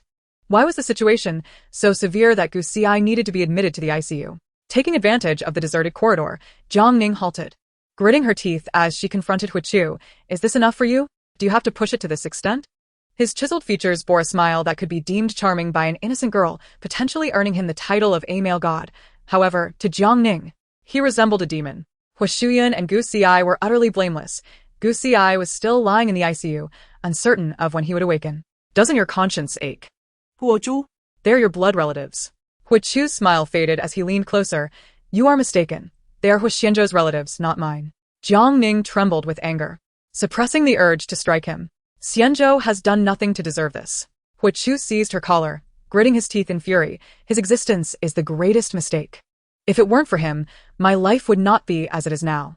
Jiang Ning was lifted off the ground by him, her gaze fixed on Huo Chu's face as she enunciated each word clearly. If I am not mistaken, your mother is the mistress, and you are the illegitimate child. You and your mother are the real mistakes for Huo Xianzhou and the Huo family. Your existence is a wound to Xianzhou and his mother. How absurd do you find this? Every word she uttered pierced through his facade, igniting Huo Chu's rage to the point where he seemed ready to strike. Just as his hand rose, a cold voice interrupted from behind. Put her down. Jiang Ning looked up to see the familiar figure seated in a wheelchair. In recent days, the overwhelming emotions nearly breached the dam of her composure. With a slight quiver in her voice, she murmured, Zhou Ge. Chapter 111. Are you pregnant? Huo Chu instantly released his grip. Jiang Ning quickly approached Huo Xianzhou, feeling a sense of reassurance upon his arrival. Xianzhou is here. Let us go see Gusiai. The specifics of their dispute eluded her, and she was reluctant to utter falsehoods to Huo Xianzhou. After exchanging a few words with her sister-in-law, her temper flared, and she felt compelled to sincerely apologize to Jiang Ning. He chuckled awkwardly and stepped closer to her. I was out of line just now. It was my error. Please forgive me this once. Jiang Ning clenched her fist, unable to suppress her frustration. This man possessed not merely two faces, but an array of disguises, demonstrating remarkable flexibility before Zhou Ge. It's fine, Jiang Ning replied tersely. Huo Chu's smile broadened. Sister-in-law, you are quite magnanimous. He moved forward, and as he passed Jiang Ning, he whispered in a tone meant only for her ears, by 10 o'clock tonight. A jolt of realization struck Jiang Ning. She understood his implication. Last night at 10, her refusal had resulted in their car accident. If she did not provide a response by 10 tonight, both Huo Xianzhou and Gusiai could be in mortal peril. She feigned calmness as she pushed Huo Xianzhou's wheelchair. Huo Xianzhou smiled and grasped her hand, appreciating her concern. Naturally, he hoped for his beloved to mend ties with her cherished family. The man's gaze drifted to Jiang Ning's abdomen. He deliberately set aside the earlier interaction between her and Huo Chu, recognizing the veiled truths involved. For the sake of the child, he was willing to place his trust in Jiang Ning regarding significant matters. Years ago, during that devastating fire, it was Jiang Ning who had saved his life. Without her, he would have long since been reduced to mere ashes. Let us go see Gusiai, he asked, gravely injured. Huo Xianzhou's tone grew somber. Jiang Ning's heart sank alongside his. Upon entering the ICU, they found Gusiai lying on the hospital bed, surrounded by an array of medical devices. Despite the passage of time, they had shared over 6 months together, forming a bond. Although she felt angered by his betrayal during their wedding, it did not equate to wishing for his demise. In fact, after being with Huo Xianzhou, she harbored a sense of gratitude towards Gusiai, thankful for his refusal to marry her. After all, they would still be relatives in the future, and she genuinely wished for his happiness. The once vibrant young man now lay motionless on the hospital bed. The attending physician spoke softly. He briefly regained consciousness last night, but his awareness remains unclear. After today's expert consultations, we will determine the subsequent treatment plan. Fortunately, the patient exhibits a strong will to survive. We are confident he will awaken. Huo Xianzhou's eyes turned cold. My demand is not merely for him to awaken, but to recover. The doctor felt a chill run down his spine. Adjusting his glasses, yes. We will do our utmost to ensure Mr. Gu's recovery. As they exited the hospital, the afternoon sun warmed their skin, and Jiang Ning exhaled deeply. So many burdens had weighed upon her heart in recent days, nearly suffocating her. Now, with Huo Xianzhou by her side, she could finally relax, if only slightly. Who would have thought? The man beside her suddenly inquired. Ning, are you pregnant? Chapter 112, The Final Choice. Jiang Ning was taken aback, and she could almost immediately feel cold sweat trickling down her forehead. How did he know she was with child? Was it possible that Huo Xianzhou had mentioned it? Attempting to coerce her into submission? Noticing her silence, Huo Xianzhou gently asked, "What is the matter?" "Yes, I am pregnant," she confessed, bracing herself for the impending storm of emotions. To her surprise, Huo Xianzhou laughed naturally, raising the document in his hand. "It just fell out of your pocket. It's an ultrasound report. Did you go for a checkup in Beijing?" Jiang Ning exhaled in relief, realizing that was how he had discovered the news. "Yes. I went to the hospital for a checkup, and everything is quite healthy." Huo Xianzhou took her hand and gently rubbed it. "Why didn't you tell me about such an important matter at the first opportunity?" She too had yearned to inform her husband immediately. Yet, Jiang Ning could not do so. This child was not Huo Xianzhou's. The thought pierced her heart, nearly causing her to lose her composure before him. "I was too anxious," Jiang Ning admitted, unable to meet his gaze, her head bowed. "I've never experienced anything like this before, and didn't he know how to broach the subject? We've never discussed this, and I didn't know if you like children, so." "I do," Huo Xianzhou interrupted her, tightening his grip on her hand. "I had never dared to imagine it before, but now I feel immense joy. I am going to be a father, Ning." Looking into Huo Xianzhou's eyes, filled with joy and hope, Jiang Ning felt a sharp pang of pain. She could not bear to look directly at him, guilt nearly consuming her. "I am happy," Huo Xianzhou reiterated, his emotions overwhelming her. She quietly asked, "Brother Zhou, do you truly wish for me to have this child?" Their eyes met, and Huo Xianzhou seemed to convey that he genuinely desired this child, regardless of everything else. Jiang Ning perceived his reaction and finally nodded. "Thank you, Brother Zhou. Between us, there's no need for thanks. All right, I will have the driver take you home." As soon as she departed, the expression on Huo Xianzhou's face turned cold. He called Jian Xinghe to retrieve all of Jiang Ning's medical records from the hospital in the capital. "Yes, Mr. Huo. Is it impossible to trace who transferred the funds?" The other party had been very discreet, utilizing an overseas anonymous account, making it impossible to track. Huo Xianzhou was skeptical of such tactics. There must be some flaw to uncover, starting from how they made contact. She entered the bedroom for a hot shower, hoping to clear her mind. Upon emerging, her hair still damp, she sat on the sofa, contemplating her next steps. Now that Huo Xianzhou knew she was pregnant, secretly terminating the pregnancy and pretending nothing had happened was certainly not an option. She was left with two choices. Either to come clean to Huo Xianzhou, admitting the pregnancy was a result of that fateful encounter with Huo Xiu, or to agree to Huo Xiu's terms, concealing the truth and allowing Huo Xianzhou to accompany her in joy as she bore the child. In her heart, there was only one choice, to reveal the truth to Huo Xianzhou. When the time comes, the decision regarding the child will rest with Huo Xianzhou. However, the tragic fate of Huo Shuyun and Gu Xi serves as a bloody testament that such a course is untenable. If a decision is not reached by 10 o'clock tonight, Huo Xiu may take unpredictable actions. Yet, to conceal the birth of the child from Xianzhou would leave her vulnerable to Huo Xiu's leverage in the future. What difference is there between her, Jiang Ning, and an ungrateful scoundrel? Chapter 113. I have made my decision. The warmth of the heating enveloped the room as Jiang Ning sat on the sofa, her gaze unfocused as it wandered to the window. Her mind was a tumult of confusion, leaving her utterly at a loss for what to do. Gently, she placed her hands on her abdomen, conflicted within her heart. She yearned to confess everything to Huo Xianzhou, to reveal that it was Huo Xiu who had unexpectedly saved her that night, and that she, too, was a victim of her circumstances. As husband and wife, such matters should not be shrouded in secrecy. A few days ago, she contemplated secretly traveling to the capital for an abortion, and she now acknowledged her cowardice. Fear gripped her, fear that this issue might cost her Huo Xianzhou forever. Throughout her life, she had never experienced the sensation of being quietly protected. It was a feeling she cherished deeply, making the thought of losing him unbearable. Thus, she faltered. believing that if she could eliminate this child and conceal the truth, everything would eventually settle down. Yet her naivety was glaring. Concealment would be unfair to Huo Xianzhou, and Huo was certainly no benevolent figure. Everything pointed to the fact that her foremost duty was to unveil the truth to Huo Xianzhou. However, the shocking fate of Huo Shuyun and Gu Xi lay brutally before her. Gu Xi had nearly lost his life. In the grand scheme of things, these concerns seemed trivial compared to the value of a human life. The guilt of her concealment gnawed at her, and she was acutely aware that Huo would undoubtedly exploit the situation to harm Xianzhou in the future, but wasn't that a matter for another day? At least tonight, Gu Xi would not be dead. Jiang Ning pressed her hand against her chest in anguish, forcing herself to calm down and suppress her tears. Just then, her phone on the table began to vibrate incessantly. Upon glancing at the screen, she felt a throbbing pain at her temples. Remaining seated, she watched as the screen lit up with each vibration until the call ended and the screen dimmed. In that instant, the phone was illuminated once more by an incoming call. She remained still, noting the time on the screen. It was not yet 10 o'clock. After the call was terminated, a text message arrived. "If you don't answer the phone, I will make Gu Xi die right now." Fury surged within her, and she felt her stomach churn. Reluctantly, she picked up her phone and answered as another call came through. "What do you want?" Huo sneered, asserting that avoiding the call would not resolve the issue. He continued, "Have you thought it through?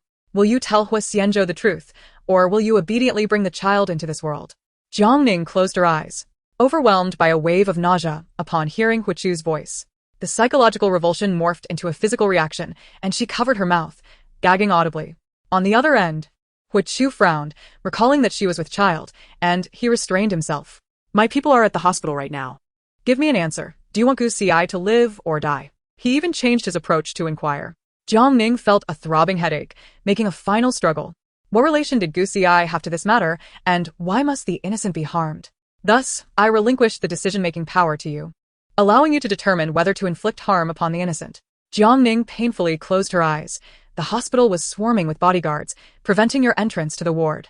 "You may certainly attempt it." Huo remained undaunted. "I shall grant you 2 minutes to provide your answer." Just as Jiang Ning was about to speak, she faintly heard noises outside the door. The sounds grew increasingly distinct. It was evident he was approaching the bedroom from the main entrance. Within 2 minutes, Huo Xianzhou could undoubtedly enter the room. Realizing this, Jiang Ning hurriedly proclaimed, "I have made my decision." Chapter 114. The Secret. "I have made up my mind. I will comply with you." Upon hearing Huo's faint chuckle, he concluded, "Jiang Ning, you've made the most correct decision. Gu Xi and the elder sister can now live safely. Take care of your pregnancy, and await my news." After hanging up, Jiang Ning emerged as if from the depths of drowning, gasping for breath yet unable to calm herself. Her back was drenched in sweat, and she appeared utterly disoriented. She reminded herself that this was merely a stalling tactic to temporarily placate Huo. She could devise a concrete plan for the future. The bedroom door swung open from the outside, prompting Jiang Ning to instinctively toss her phone aside.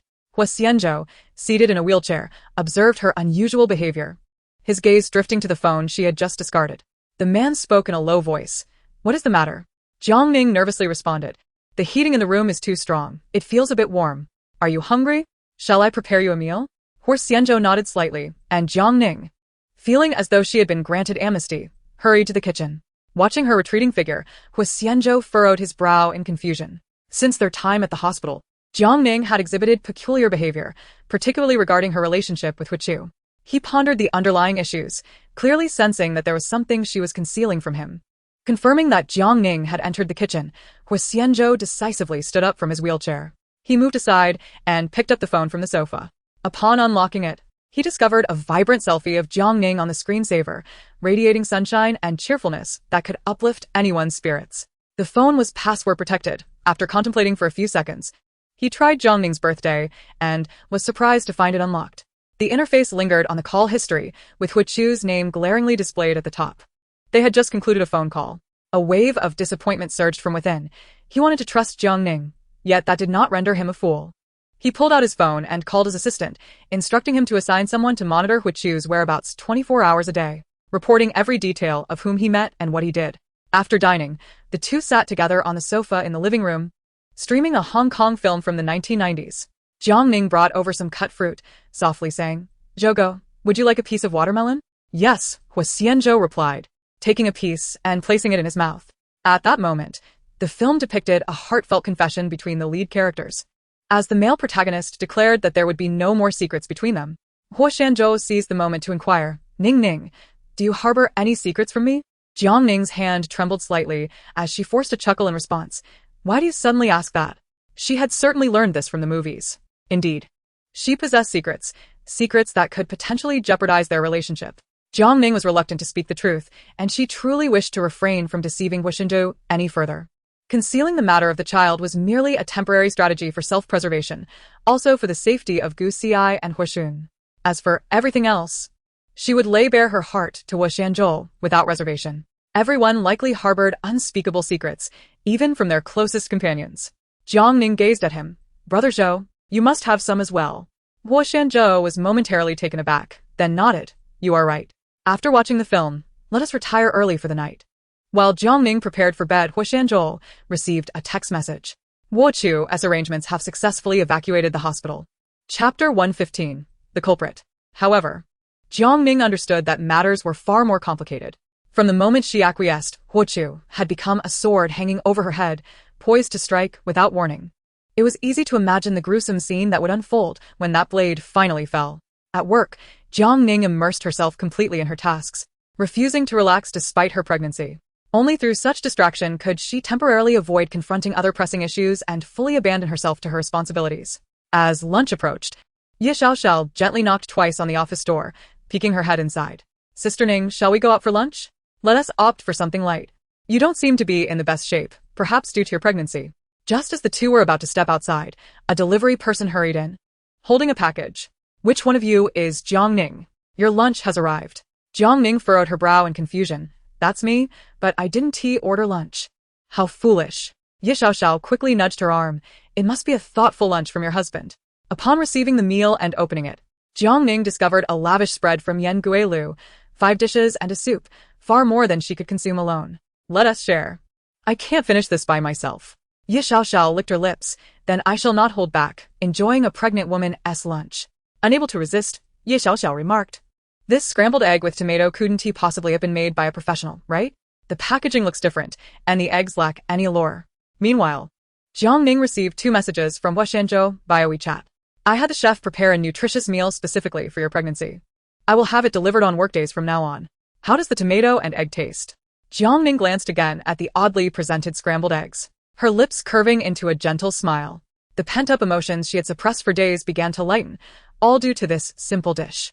There was no use in fretting. She could only cherish the present and confront challenges as they arose. I think it's quite good, Jiang Ning remarked, picking up her chopsticks to try a piece of egg. Yet, after just a few chews, her expression twisted in dismay. It appeared that Huo Xianzhou lacked culinary talent. The eggs were neither sweet nor salty, truly the strangest version of scrambled eggs with tomato she had ever tasted. Ye Xiaoxiao chuckled. It seems this was not made by your brother-in-law, was it? Seeing Jiang Ning nod, her laughter grew louder as she pushed the tomato and scrambled eggs towards her. Please, Miss Jiang, enjoy this dish. I'll settle for something else. Though spoken lightly, Jiang Ning felt a deep sense of gratitude. She understood how busy Huo Xianzhou was with work and how inconvenient it was for him to cook while seated in a wheelchair. Yet, despite these challenges, he chose to prepare a meal. The sincerity of his gesture was overwhelming. Meanwhile, Huo Xianzhou sat in his office chair, a subtle smile playing at the corners of his mouth. Ning, that's me. All right, we'll start with tomato and scrambled eggs tonight. Huo Xianzhou chuckled as he set his phone down, glancing at Jian Xinghe. Did you find anything? Yes. The anonymous account used for transferring funds to the truck driver was opened in Sweden, registered under Huichu's secretary's name. This accident was no mere coincidence. It was orchestrated. Second young master aimed to eliminate Miss Hua and Gu Xi. Chapter 116. Do you wish to reconcile? In recent days, she had made it a point to visit the hospital whenever possible, despite Huo Shuyun's persistent disdain. Yet, regardless of the weather, her resolve remained unshaken. Only by witnessing their gradual recovery could Jiang Ning alleviate the guilt that threatened to consume her. As she entered the ward with a basket of fruit, Huo Shuyun cast her a disdainful glance, curling her lips in contempt. What do you want now? Are you deliberately doing this to impress Xianzhou? Hoping to secure your position as Mrs. Huo? Jiang Ning had learned to let such remarks pass without response. Transitioning from Gu Xi's fiancée to Huo Xianzhou's wife, it was only natural for Huo Shuyun to harbor animosity towards her. Lying in the hospital bed, with her arms and legs encased in plaster, Huo Shuyun sneered. Spare me your false compassion. Jiang Ning forced a smile, intending to wash the fruit. She called out from the hallway, all right, let the nurse handle it. I wouldn't want Xianzhou accusing me of mistreating you by making a pregnant woman wash things in cold water. Thank you, sister. Truly sharp-tongued yet soft-hearted, Huo Xianzhou retorted, momentarily taken aback, then waved her hand dismissively. Just go. Seeing you makes my wounds ache. Jiang Ning chose not to linger, heading to the intensive care unit. Last night, Gu Xi had been transferred from the ICU to the general ward, and his condition had improved significantly. Upon entering the room, Gu Xi looked up, his handsome face pale with illness. What brings you here? He asked, his voice hoarse. Jiang Ning's heart ached at the sight of the bandage on his head and his noticeably gaunt cheeks. Please don't look at me like that. I'm not dying. Gucci frowned in a neance. Jiang Ning stepped closer, placing the fruit aside. I just came to check on you. Did you come alone? Where's your uncle? He glanced towards the door, puzzled as to how Jiang Ning could have arrived unaccompanied. Given her vengeful nature, knowing about his accident, she might have been celebrating at home. I stopped by on my way home from work. Are you feeling any better? I told you I'm not dying. Gu Xi regarded her with suspicion, then asked, why did you come to see me alone? In what capacity have you come here, as my aunt by marriage, an ex-girlfriend, or merely a casual friend? Jiang Ning inwardly rolled her eyes, affirming that he was indeed recovering and still had the leisure to entertain fanciful thoughts. I merely stopped by out of convenience. We are relatives now, after all. Spare me. I am well aware of your intentions. Gu Xi scoffed, you know about my accident. Perhaps you are even contemplating transferring funds to the perpetrator. How could you possibly come here alone, without your uncle? A weasel wishing a chicken a happy new year clearly harbors ill will. Having been together for over 6 months, he was acutely aware of Jiang Ning's character. She was someone who clearly distinguished between love and hate. He had betrayed her with Zhang Yimou, slapping her in the face on their wedding day. Thus, Jiang Ning could publicly propose to Huo Xianzhou, and their subsequent encounters were rife with evident disdain. How could he think that after his accident, she would suddenly warm to him? Do not presume the worst. I am here merely to visit, Jiang Ning replied helplessly. However, seeing him so spirited while conversing eased her mood considerably. Gu Xi scanned her from head to toe before finally smiling and asking, I see. You must have realized your feelings for me after witnessing my near demise, and now regret breaking up with me. If you wish to reconcile, it is not impossible. But you must first divorce your uncle and ensure that you never meet him alone again for us to have any potential future. Jiang Ning nearly rolled her eyes to the heavens. This guy must still be in a daze, having narrowly escaped death, yet he remained so obliviously self-assured. Even if she were to rummage through the garbage for a boyfriend, she would never look his way again. Moreover, Huo Xianzhou was far superior. You are sorely mistaken. Still unwilling to admit it, you clearly. Jiang Ning hastily interrupted him. Gu Xi, I am pregnant. Chapter 117. Previously affectionate. Gu Xi looked incredulously at her abdomen. Beneath her loose clothing, nothing was discernible. He swallowed hard. You are carrying your uncle's child?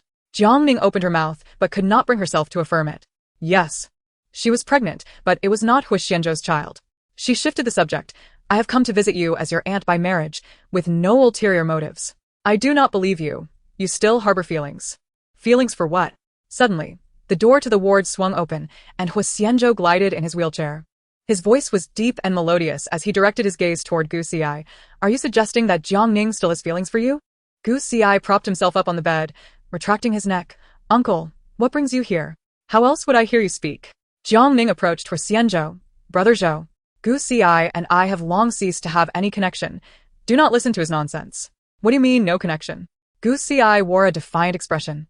He turned to Huo Xianzhou, speaking deliberately. You are indeed the authority of the Huo family, and I have no place to interfere in your words or actions. But Jiang Ning was once my fiancé. We even held a wedding ceremony. Huo Xianzhou, seated in his wheelchair, calmly reminded him, during the vows. You called out the name of your bridesmaid. Gu Xi was momentarily at a loss for words.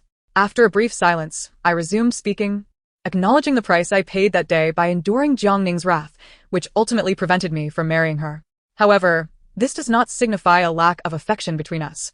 To take a hypothetical step back, even if we were to part ways, Jiang Ning was once poised to be my bride. Had we acquired our marriage certificate before the wedding, she would legally be my wife. In her moment of anger, she acted impulsively. Why did you follow her folly?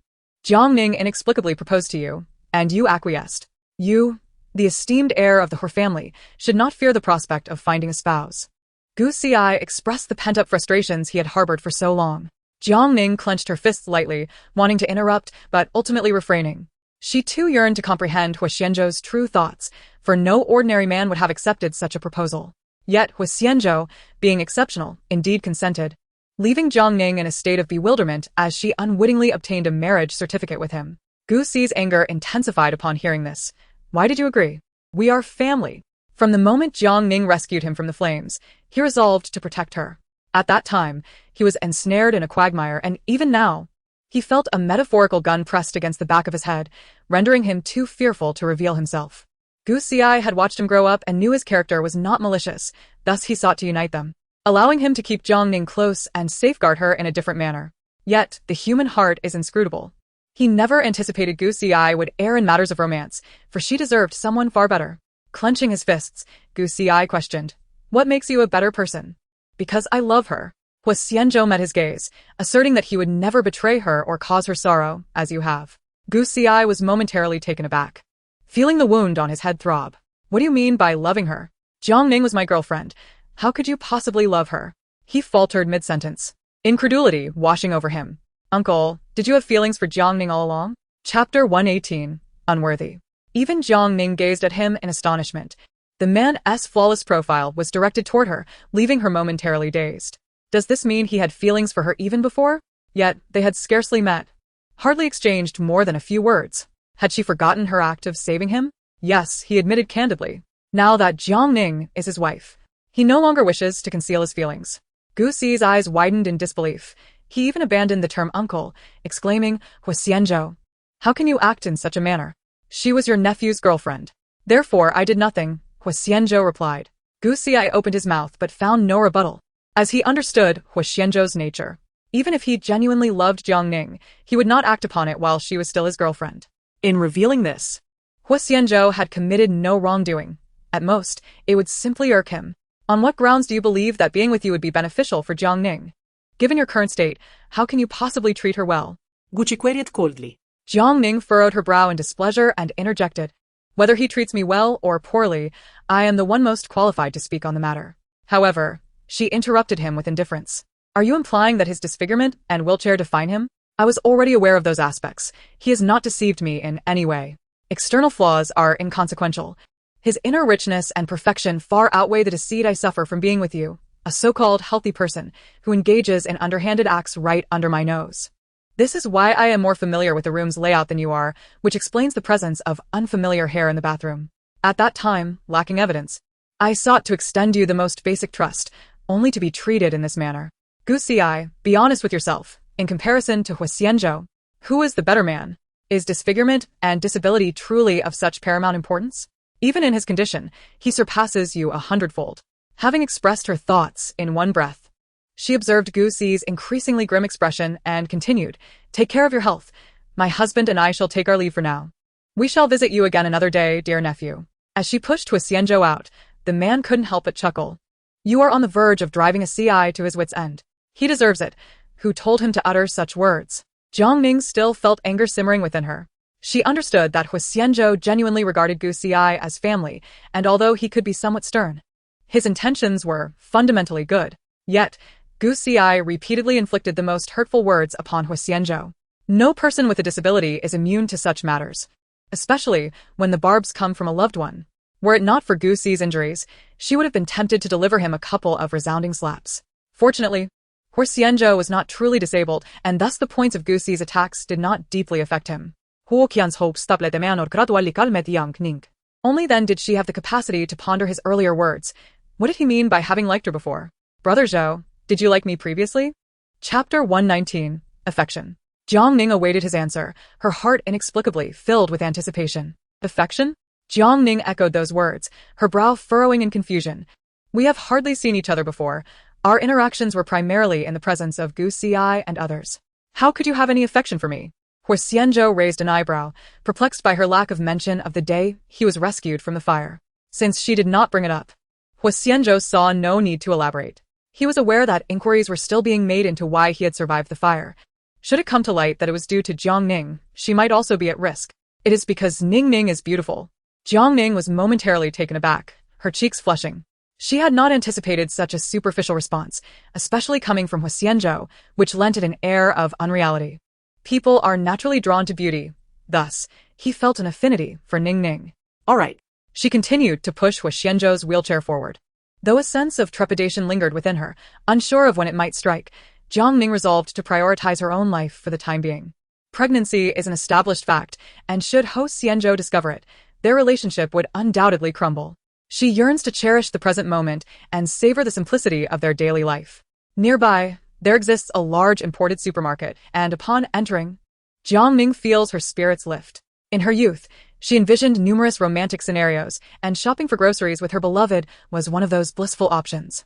This experience evokes a sense of living a simple, yet enduring married life. The fruits here are quite delightful. Does Zhou Ji enjoy durians? Huo Xianzhou instinctively furrows his brow. And before he can respond, Jiang Ning adds, "All right, you don't like them. Let's buy some strawberries and cherries instead." Huo Xianzhou chuckles softly. "Choose what you enjoy." His appetite is not particularly strong. Perhaps due to a childhood devoid of want, he does not dwell on such desires. Eating together is what makes it enjoyable. As they stroll to the vegetable section, Huo Xianzhou suddenly inquires, "Is the tomato and scrambled egg dish truly delicious?" Jiang Ning hesitates, struggling to express her thoughts on the food. "Well, it's good, but not exceptionally so." She chuckles awkwardly, placing a box of tomatoes in the cart. "I'll teach you how to make it tonight." "All right," Huo Xianzhou replies with a resigned smile. Just then, a small boy around 7 or 8 years old tugs at Huo Xianzhou's sleeve and whispers, "Uncle, you're quite ugly. Do you have no manners?" Jiang Ning reproaches, pulling the boy away. The child pouts. "But this uncle is really ugly. His face has scary red scars, even scarier than a monster. I want Ultraman to defeat him." He strikes a classic Ultraman pose. Jiang Ning, infuriated, fears for Huo Xianzhou's feelings and raises her voice. "Where are the parents? Why are you neglecting this child?" The child leans against a woman, lamenting, "This uncle is so scary, and that aunt scolded me." How dare you speak to my son like that? The woman exclaims, her voice rising as she glances at Huo Xianzhou. She dramatically steps back. "Goodness, who do you intend to scare? Looking so frightening and still out in public. Don't you have any sense of decency?" Chapter 120. The scolding Jiang Ning, furious and ready to retaliate, is restrained by Huo Xianzhou.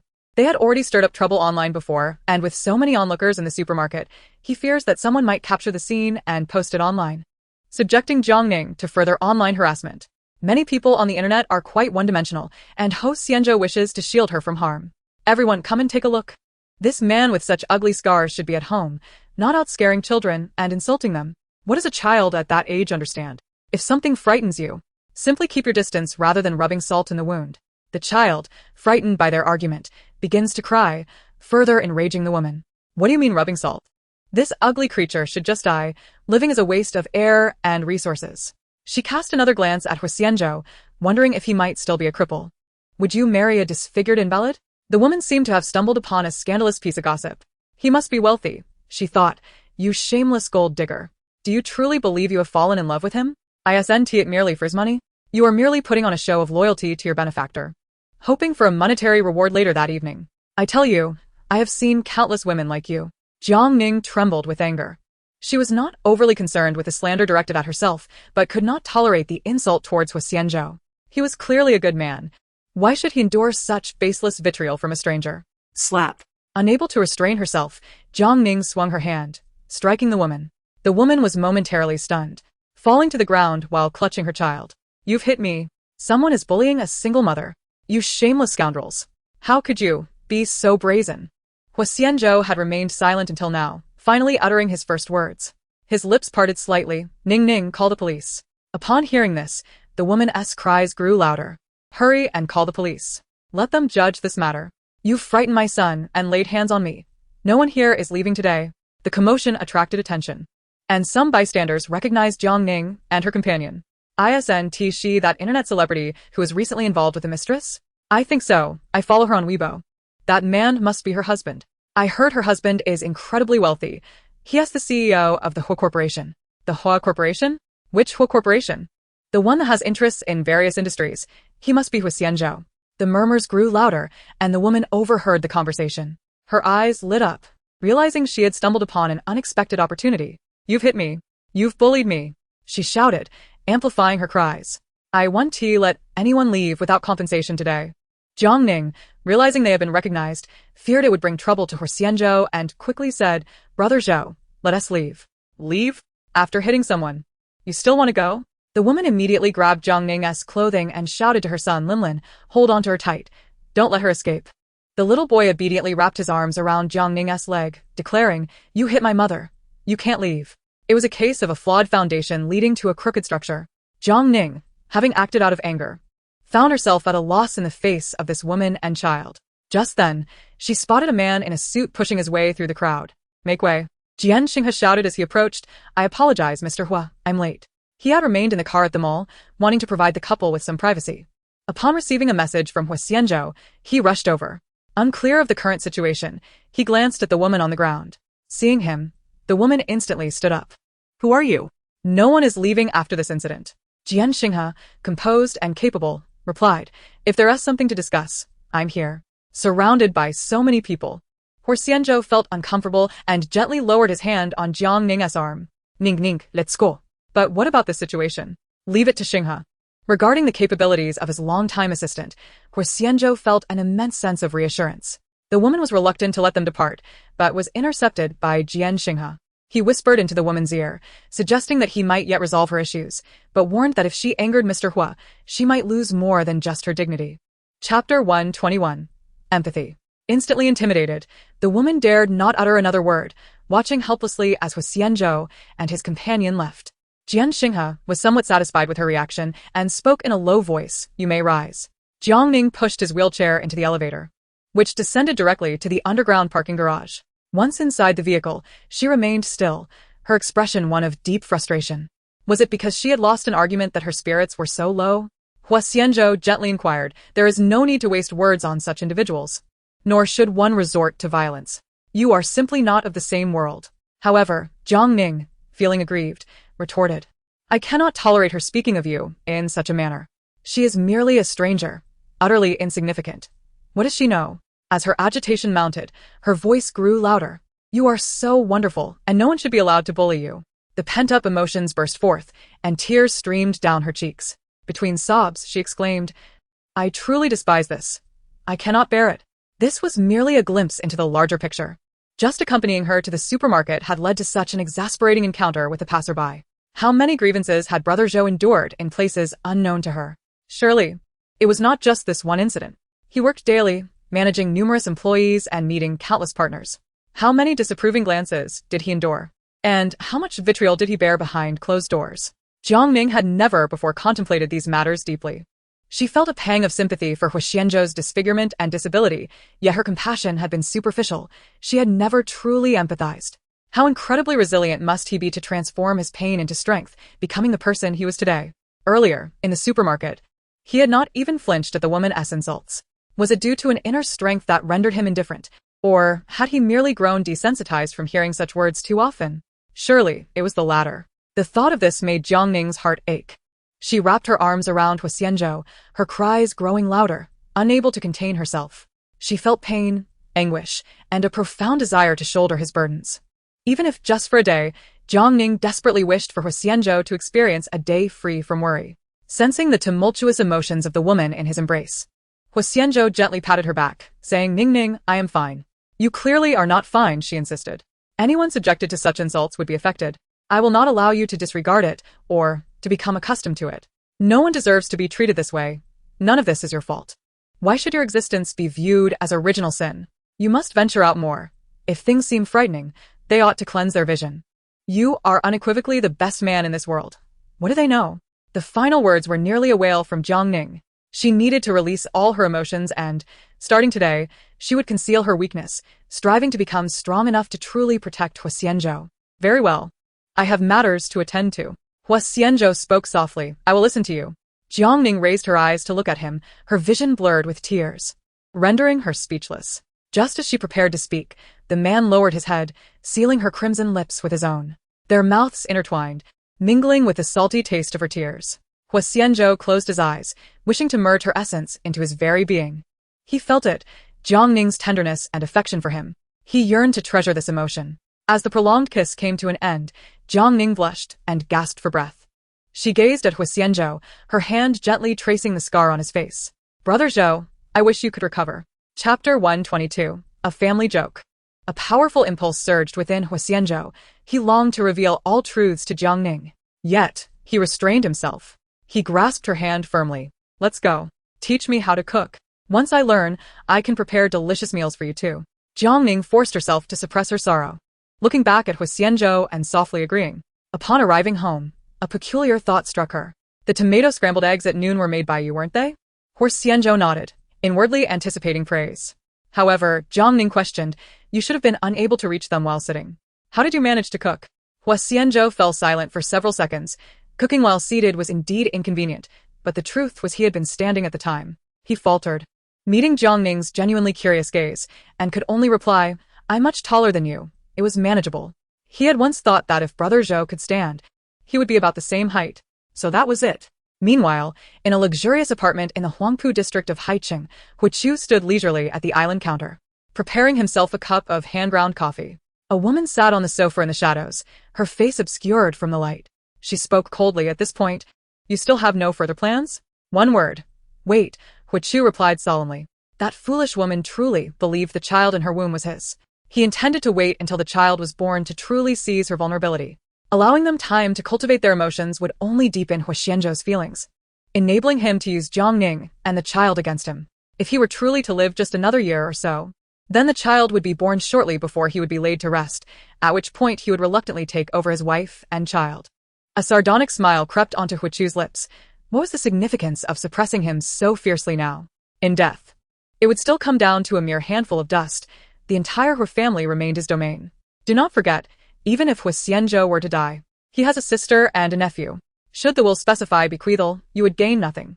Huo, however, remained unhurried, savoring a sip of coffee. Yes, there was still the sister and nephew. But what if they no longer existed? He had nearly taken the lives of this mother and child. What difficulty would it be to repeat the act? The woman rose from the sofa, illuminated by the dim light, revealing a face that still bore charm, somewhat reminiscent of Huo. Do you intend to kill them? Do not forget that your father is still alive. He would never permit you to lay a hand on his daughter and grandson. The leisurely demeanor on Huo's face vanished, replaced by a suppressed rage. You think you can escape the consequences? Huo scoffed coldly, then no one shall survive. That fire from years ago was clearly not caused by you. How dare you seize the opportunity to expel me from the Huo family? Silence. The woman shrieked, interrupting him, and slapped Huo across the face with a swift motion. Containing her surging fury, her beautiful eyes bore into Huo's. Did I not warn you? This matter must remain buried within me for a lifetime. No one is allowed to mention it again. Feeling the pain on his face, Huo smirked. How absurd. This entire family is a farce. Chapter 123. Aunt's Invitation. Gu Xi had undergone treatment for over half a month and was finally discharged, fully recovered. Huo Shuyun, having sustained serious injuries, still needed time to recuperate. One day, as Jiang Ning exited her office after work, she spotted Gu Xi waiting outside. The weather in Haiqing had turned cooler, and he donned a black trench coat that accentuated his tall figure.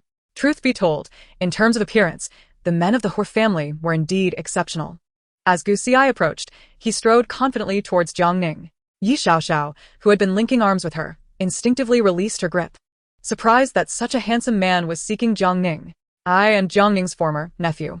Jiang Ning promptly interrupted, he is my husband's grandnephew. He likely has business with me. Xiaoxiao, you should head to the subway station first. Yi Xiaoxiao waved goodbye to her. What business do you have with me? Jiang Ning wore a bewildered expression, reflecting on how she had never noticed his childishness and audacity before. Yes, it is quite embarrassing. To think she would learn of my ex-boyfriend, who was unfaithful and even mispronounced my name during our wedding vows. It is truly humiliating. As she spoke, she attempted to leave, but Gu Xi swiftly grasped her arm. In the process, her slightly protruding baby bump was revealed, causing Gu Xi to release his grip immediately. How many months along are you? Over 3 months. If you have something to say, then say it. Jiang Ning's heart skipped a beat, searching for reasons to decline. She had not received any news from Huo in recent days and had been hypnotizing herself into believing that everything was fine. Yet, that did not mean the matter had dissolved. A visit to the Huo family's old residence would inevitably lead to an encounter with Huo. Will everyone from the Huo family be present? She asked in a hushed tone. After all, it was a joyous occasion. Her mother had recovered well from her tribulations. And she was pregnant. It had been years since a new baby had appeared in the Huo family, so everyone was quite elated. Jiang Ning felt a heavy heart, seeking an excuse to refuse. I might have to postpone Friday's engagement. Gu Xi spoke directly. You are one of the main characters. How could you not attend? I came today specifically to discuss this with you. Noticing Jiang Ning's grim expression, he assumed it was due to his presence. Gucci pouted. I have already broken up with Zhang Yimou. My past mistakes were mine alone, and I wronged you. I'm a fool. But now, you are my aunt. We are family, and we will see each other often. Can we not harbor ill feelings towards one another? She hesitated to refuse, but Gu Xi stepped forward first. I am aware of a nearby restaurant renowned for its exquisite Cantonese cuisine, which is perfectly suited to a pregnant woman's palate. Shall we go together? As Jiang Ning met his hopeful gaze, she recalled that Gu Xi's injury was a consequence of her actions. Let us go, she replied. Today, I shall treat you. It hardly seemed sufficient to repay him for his brush with death. Gu Xi raised an eyebrow in surprise. Have you struck it rich? That place isn't inexpensive. Not exactly wealthy, but I did receive a promotion, she countered. Besides, I married a rather affluent husband, so my monthly allowance is ample enough to cover our meal. Gu Xi pursed his lips, conceding her point. After all, he too received a monthly allowance from his uncle. It was amusing to think that they were both being supported by the same man. Fearing he might misunderstand, Jiang Ning promptly added, I am now your aunt, so it is only fitting for a relative to treat. Gu Xi opened the car door, weary of further debate, concerned that Jiang Ning might say something inappropriate. Chapter 124. Where is the cave? Gu Xi parked the car in the underground garage of an upscale shopping mall. The restaurant was located on the 5th floor, and there was also a delightful cake shop nearby. Upon arriving at the restaurant, Gu Xi exhibited remarkable thoughtfulness, even pulling out her chair. A server approached with a smile. Today is Member S Day. We have an exclusive couple S set meal available. Then we shall select that, Gu Xi responded. We'll order a la carte. Jiang Ning interjected simultaneously.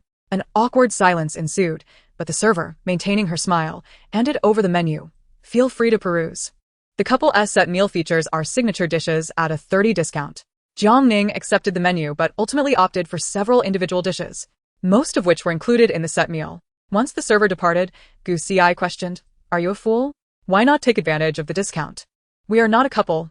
Why should we order the couple S meal? Gu Xi retorted, exasperated.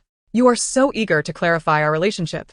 Jiang Ning shot him a glance. If you cannot discern our relationship, then perhaps we need not dine together at all. Today, I am merely your aunt treating her nephew to a meal. Do you understand? He had already informed Jiang Ning that his uncle had little time left. Why then would she consider pregnancy? Did she wish to leave a legacy for Huo Xianzhou? Such selfless dedication? They had barely known each other before. Could it be that she genuinely harbored feelings for his uncle? Would a normal woman truly fall for a disfigured and disabled man? Gu Xi found it perplexing and was sincerely curious about Jiang Ning's thoughts on the matter. Is your uncle good to you? Far better than you are to me, she replied. Just then, her phone vibrated in her pocket. Upon retrieving it, she saw a WeChat message from Huo Xianzhou. Are you off work? Should I have Xinghe come to pick you up? No need. Gu Xi came here, and I will dine with him, she replied. Meanwhile, Huo Xianzhou frowned, wondering why she would choose to dine with Gu Xi. The restaurant served dishes promptly, and indeed, the flavors were delightful. As they were enjoying their meal, Jiang Ning caught a glimpse of a figure approaching quickly from the corner of her eye. Jiang Ning, Gu Xi. she exclaimed with surprise. Jiang Ning looked up to find that it was a friend of Gu Xi's, someone she had met during her previous romantic escapades at a KTV. What brings you here? Gu Xi greeted them warmly, exclaiming that she and her husband had come for a meal, and she had spotted them from afar. A mutual acquaintance had mentioned that the two of them had separated, but she dismissed it, knowing that the newlyweds were still blissfully in love. Zhang Wan boldly pulled out a chair and sat down, only then noticing Jiang Ning's slightly protruding belly. She gasped in surprise, covering her mouth. Oh my. Are you expecting? While speaking, she playfully tapped Gu Xi's arm. You're quite the steady one, aren't you? To make matters more awkward, she noticed that Huo Xianzhou had arrived at the restaurant as well. She stood up immediately. Zhou Go, what brings you here? San Juan exclaimed. So this is your uncle Huo Xianzhou?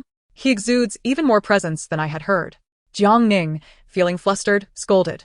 What are you calling him? Don't address him as Go. You should follow Gu Xi's lead and call him uncle. If there were a hole in the ground, Jiang Ning would have gladly burrowed into it. If not, she would have used her toes to dig one. She swallowed hard, wondering if she had mistaken him for someone else. Isn't Huo Xianzhou? But I heard that Mr. Hua is in a wheelchair and has scars on his face. Fearing that Huo Xianzhou might be offended, she quickly added, What I mean is, the scars enhance your powerful aura. Sitting in a wheelchair gives off an air of strategic mastery, akin to zhuge liang. Jiang Ning silently gave herself a thumbs up. Her flattery was a skill she could never hope to master in 20 years. Zhang Wan, hailing from northeast China, was outgoing and friendly, exuding a sense of familiarity. Mr. Huo must be here for a meal as well. I shall let you have my seat. Her voice was consistently deep and melodious, reminiscent of a cello. Jiang Ning resigned herself and introduced, "Allow me to introduce. This is Huo Xianzhou, my husband. Gu Xi and I have long since parted ways. Today, we are merely here as relatives." After repeating this several times, she still failed to convey her intended message, ultimately resorting to an exclamation, "Damn." Gu Xi shrugged, having become desensitized to the situation and could even recount the reasons with ease. "The rumors you heard are true. I made mistakes, which led to Jiang Ning and me breaking up. She soon met another man, coincidentally, my uncle." Zhang Wan swallowed nervously, chuckling awkwardly. The melodrama often seen on television regarding wealthy families paled in comparison to reality.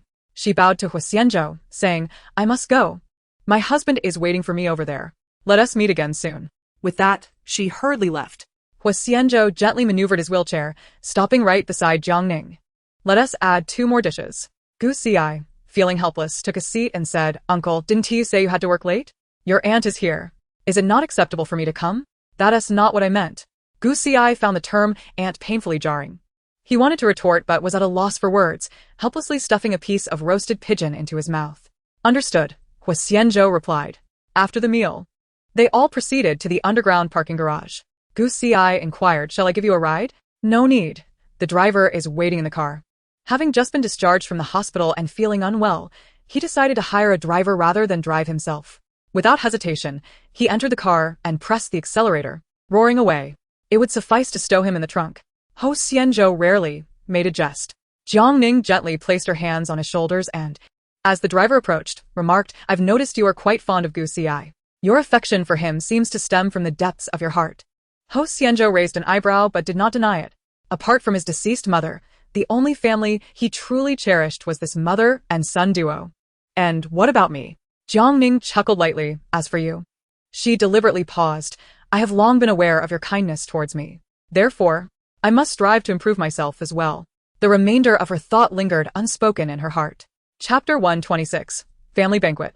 On Friday, after finishing work, Jiang Ning spotted a Maybach waiting at the company entrance. As soon as Jianxing saw her, he promptly exited the car and opened the rear door. Despite her reluctance to endure the ordeal, she had no choice but to head to the Ho family's ancestral home and confront Ho Chu. She noticed Huo Xianzhou still working on his laptop in the car and softly inquired, "Do you still have work to do?" Huo Xianzhou's fingers danced swiftly over the keyboard, preparing a document he would need shortly. Needed shortly? She thought. Aren't we heading to the old residence? As the vehicle entered the Ho family estate, the butler was already waiting at the entrance, kindly assisting Huo Xianzhou with his wheelchair. Everyone had arrived. They were merely awaiting the third young master and his wife. Huo Xianzhou nodded, indicating it was time to proceed. They entered the house, where everyone was already seated in the dining room. The seat of honor was occupied by Huo Xianzhou's father, Ho Qingshan. To his left sat his uncle, Ho Qingji, with his family, alongside cousin Chai Xian. To the right, at the head of the table, were Ho Shuyun, Gu Xi, and Ho Chu. The seating arrangement was not overly formal, primarily ordered by age. Jiang Ning could not avoid seeing Ho Chu. She averted her gaze in an attempt to appear unseeing, but Ho Chu stood up graciously, acknowledging. The third brother and sister-in-law have finally arrived. After all, being busy is understandable, and a slight delay of 10 minutes is excusable. "Then let us have the kitchen serve the dishes," he added, his tone laced with sarcasm. His aunt intervened diplomatically, suggesting that since they had snacked earlier, they were not particularly hungry, and a slight delay in serving dinner would pose no issue. After all, Xianzhou was also exceedingly busy with work. Huo Xianzhou nodded in acknowledgement, remembering the close relationship his aunt had with his mother, and he felt compelled to honor that bond. Ho Chu smirked, his gaze fixed on Jiang Ning. "Congratulations on your pregnancy, sister-in-law. The Ho family will finally welcome another child." He deliberately emphasized child and children, causing Jiang Ning to unconsciously clench her fist. She refrained from responding and guided Huo Xianzhou's wheelchair to the table, taking a seat to his left. The servants began to serve the dishes, and Ho Qingshan, the figure of authority at the head of the table, appeared in good spirits, radiating an aura of quiet command. He lifted his glass and, addressing everyone, declared, "The reason for gathering today is to celebrate a joyous occasion. Let us toast." Jiang Ning also raised her glass, and the servant thoughtfully swapped her red wine for grape juice. She took a sip of the grape juice in her cup and turned to Huo Xianzhou, whispering, "Brother Zhou, my stomach feels a bit uncomfortable. Do you need to use the restroom? You can hold on for a little while longer." It would be rather impolite to leave right after sitting down. However, during pregnancy, one cannot always control their physiological reactions. The bond between the third brother and his sister-in-law seemed quite strong, as they occasionally exchanged hushed words, leaving one to wonder what secrets they dared not share aloud. Huo Xianzhou cast a cold glance in his direction. "Are you afraid that you wouldn't dare to listen?" "Is that so?" Huo remarked with a half-smile. Glancing at Jiang Ning, and slowly continued, "I too have matters that I fear the third brother may not wish to hear." "Then do share with me," chimed in Chai Xian with a smile. She was Huo Xianzhou's cousin, a relative from his mother's side. Her presence at the family banquet was due to Huo Xianzhou extending a formal invitation to her, celebrating Jiang Ning's pregnancy. He desired family from his mother's side to bear witness to this joyous occasion. Chai Xian and Huo Xianzhou were of similar age and had grown up together. Thus she harbored a strong disdain for Huo, the son of the third wife. Her aunt had fallen victim to the machinations of this vampiric mother-son duo. "I am curious to hear what it is that Xianzhou dares not hear." The atmosphere suddenly grew tense. It was Huo Xianzhou who intervened, suggesting, "Let us eat first." With such a significant event as Shuyun and Xiaoxi's fortunate recovery and Jiang Ning's pregnancy, it is clear that the heavens are favoring our Huo family. "Xianzhou, your wife's pregnancy is a major event. You need not oversee every detail at the company." Huo Xianzhou furrowed his brow and met Huo Qingshan's gaze directly. "I can manage it. I noticed that the Huo Corporation has recently expanded into the short video industry. While I may not fully understand the endeavors of the younger generation, I am aware that succeeding in such emerging fields requires considerable effort. I see that Huo has been performing well at the branch. Perhaps he could come to the headquarters to alleviate some of your burdens." Huo Xianzhou sneered inwardly, realizing that this so-called celebration was merely a facade, and the true intention was to empower Huo. Chapter 127. Power Struggle. Huo Xianzhou's lips curled slightly, for ever since Huo took over the branch, he had been rumored to be laying the groundwork in the electric vehicle industry. The branch had originated in real estate, lacking both the relevant staff and the necessary experience or technical personnel. Since last year, large sums had been recklessly invested, leveraging the Huo Corporation's name to secure a loan of 2 billion from the bank. That money must be nearly exhausted by now. The vehicles may have been produced, but who will buy them? Huo Xianzhou retorted. Huo's expression darkened. The majority of sales for electric vehicles in the domestic market are dominated by foreign manufacturers, and the remaining domestic competitors are formidable. I am merely starting. Just starting? Huo Xianzhou scoffed. In this rapidly evolving landscape, you have been in it for nearly 2 years, exhausting all funds. When the bank demands repayment at the end of the year, the branch will likely face bankruptcy and liquidation. With your kind of ability, do you still wish to join the headquarters to relieve my pressure? He glanced at Huo Qingshan at the head of the table. I would like to inquire whether this is your own idea or our father's. Is the intention of joining the headquarters truly to alleviate my burdens, or to see the Huo Corporation fall into ruin? Despite the imposing stature of the Huo family, with its fingers in various industries, it has yet to reach the pinnacle of success. A single misstep could lead to its downfall in an instant. I wager you would not dare to take that risk. The material comforts you currently enjoy, your homes, your vehicles, and your reputations, are all the fruits of my relentless efforts since I entered the company. Were it not for me, the Huo family would have crumbled 5 years ago amidst the financial turmoil, leaving you not only penniless, but also burdened with substantial debts. The Huo family bears my surname, Huo Xianzhou, not Huo Qingshan or Huo. I had assumed you would grasp this without needing to articulate it, yet it appears that understanding has eluded you. Do you comprehend now? A profound silence enveloped the room, so palpable that even the sounds of chewing seemed to vanish. His tone, though calm, exuded an overwhelming sense of pressure. Seated in his wheelchair, he towered over everyone present. She swallowed hard, instinctively pouring wine into Huo Xianzhou's glass. With a resounding clap of his hands against the table, Huo demanded, "What do you mean by that? This company was built by my father through years of hard work, and you claim it is solely yours?" Huo Xianzhou responded with a cold smirk. "The Huo family that your father built crumbled completely 5 years ago during that storm. The current Huo family belongs to me, Huo Xianzhou. I have converted all of our father's assets into shares under his name, ensuring that the dividends provide for him comfortably for generations." He continued, "I have also shown you, Huo, considerable leniency by allocating one of the most profitable subsidiaries to your name, even excluding headquarters from any stake.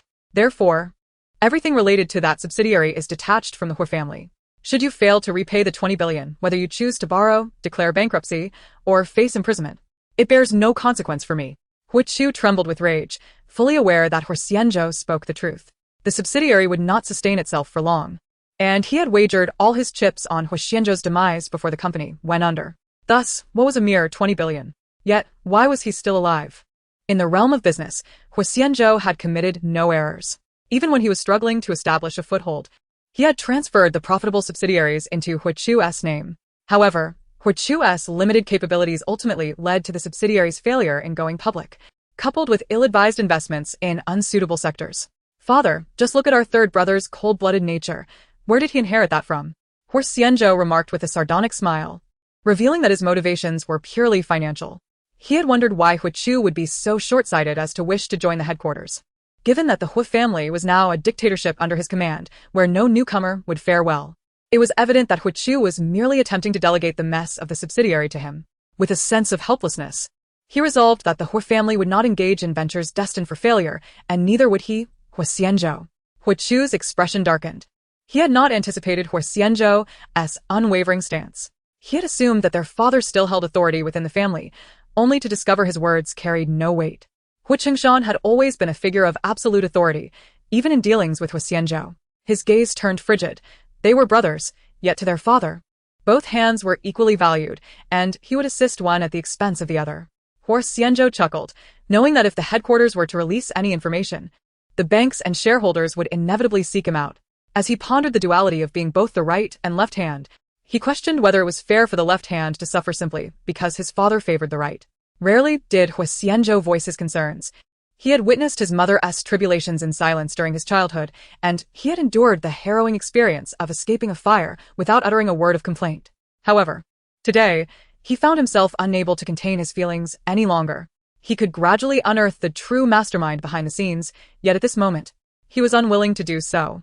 Instead, he chose to adopt the most assertive stance possible, isolating himself from all threats, not only for his own sake but also for Jiang Ning and their child. Huo Xianzhou's hand, resting beneath the table, gently clenched into a fist, a manifestation of his vulnerability. Below the table, Jiang Ning softly grasped his hand, offering her silent support, conveying to Huo Xianzhou that he was not alone in this moment. The atmosphere in the room was eerily quiet, with not even a single set of chopsticks moving. Amidst the tension, everyone feared inadvertently harming themselves. It was clear to Huo Xianzhou what his father's intentions were. 2 billion was insignificant to the Huo family, yet it was not worth the cost of imprisoning his own brother. Would Huo Qiu's incarceration benefit him in any way? Huo Xianzhou lightly tapped the table twice and stated firmly, even if the company's issues are resolved, Huo Qiu still deserves to be imprisoned. Huo Qiu's expression shifted, casting a sidelong glance at him, questioning, "What do you mean by that? Does the second brother truly not understand?" Huo Xianzhou retorted, "Do you honestly believe your actions are flawless, leaving no traces behind?" With a snap of his fingers, Xiang Xinghe, who was stationed nearby, immediately comprehended the cue and dispatched all evidence to the mobile phones of everyone present. "Why don't you enlighten everyone? Was the car accident involving my sister and Gu Xi an accident or a deliberate act?" Chapter 129. Evidence. If the previous silence was so profound that one could hear a pin drop, it was now evident that everyone's breathing had quickened, especially Huo Qiu, who could no longer maintain his composure. His eyes widened in disbelief. How could he have been discovered after executing everything so covertly? "What nonsense are you spouting?" Huo Qiu's voice involuntarily rose.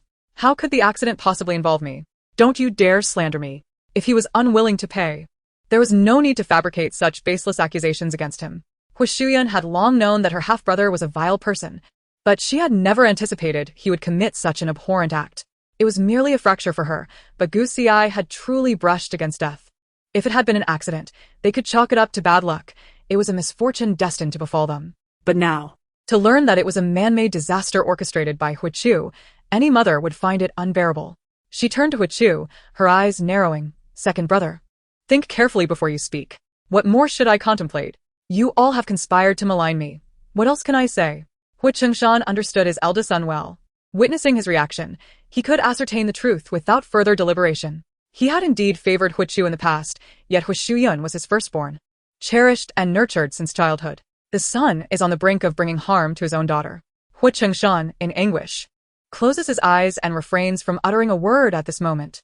As the incessant ringing and vibrations persist, evidence has been dispatched to everyone's mobile devices, including Jiang Ning's, who is among the first to uncover the truth, aware that all of this turmoil stems from her. Consequently, she finds herself in a state of unease. Upon unlocking her screen, she discovers the remittance slip sent to the reckless driver with the anonymous connection indirectly implicating Huichu. After perusing the information, Huichu exhales a sigh of relief, yet he knows that this alone does not establish him as the perpetrator. The anonymous account is not mine. How can you accuse me? Huo Xianzhou slams the table with force. Those are your people. Do you still wish to argue? Second brother. I never imagined you could stoop so low as to endanger both my life and Gu Xi's. Are we merely eyesores to you? Gu Xi, with a kind heart, always regarded him as a respected family member. Is this how he repays that regard? Huichu compels himself to remain composed. The remittance was made by my subordinate. But it was not at my behest. I shall investigate this matter thoroughly and provide everyone with an explanation. I will not let this go unaddressed. Huo Xianzhou raises a sardonic eyebrow, lightly inquiring, will you genuinely conduct a thorough investigation, or is it merely a ploy to scapegoat someone else? I understand that, for now, you will all suspect me. Grant me a few days, and I shall deliver a response. As he speaks, he glances at Jiang Ning, silently urging her to speak on his behalf. Jiang Ning comprehends his intent, but chooses to feign ignorance. She will never stand against Zhou Ge. Not now nor at any time. Huichu requires her to be pregnant as leverage, and Jiang Ning does not believe that if she does not take a side now, he will dare to reveal the truth. It seems that this meal is untenable.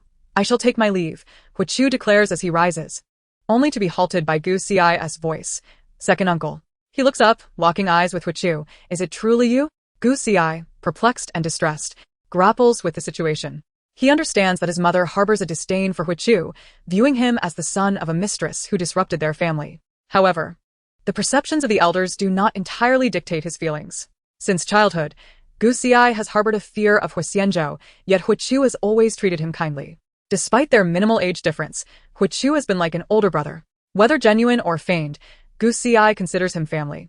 Now, everyone is claiming that Huichu seeks his life. Chapter 130. Sending you away.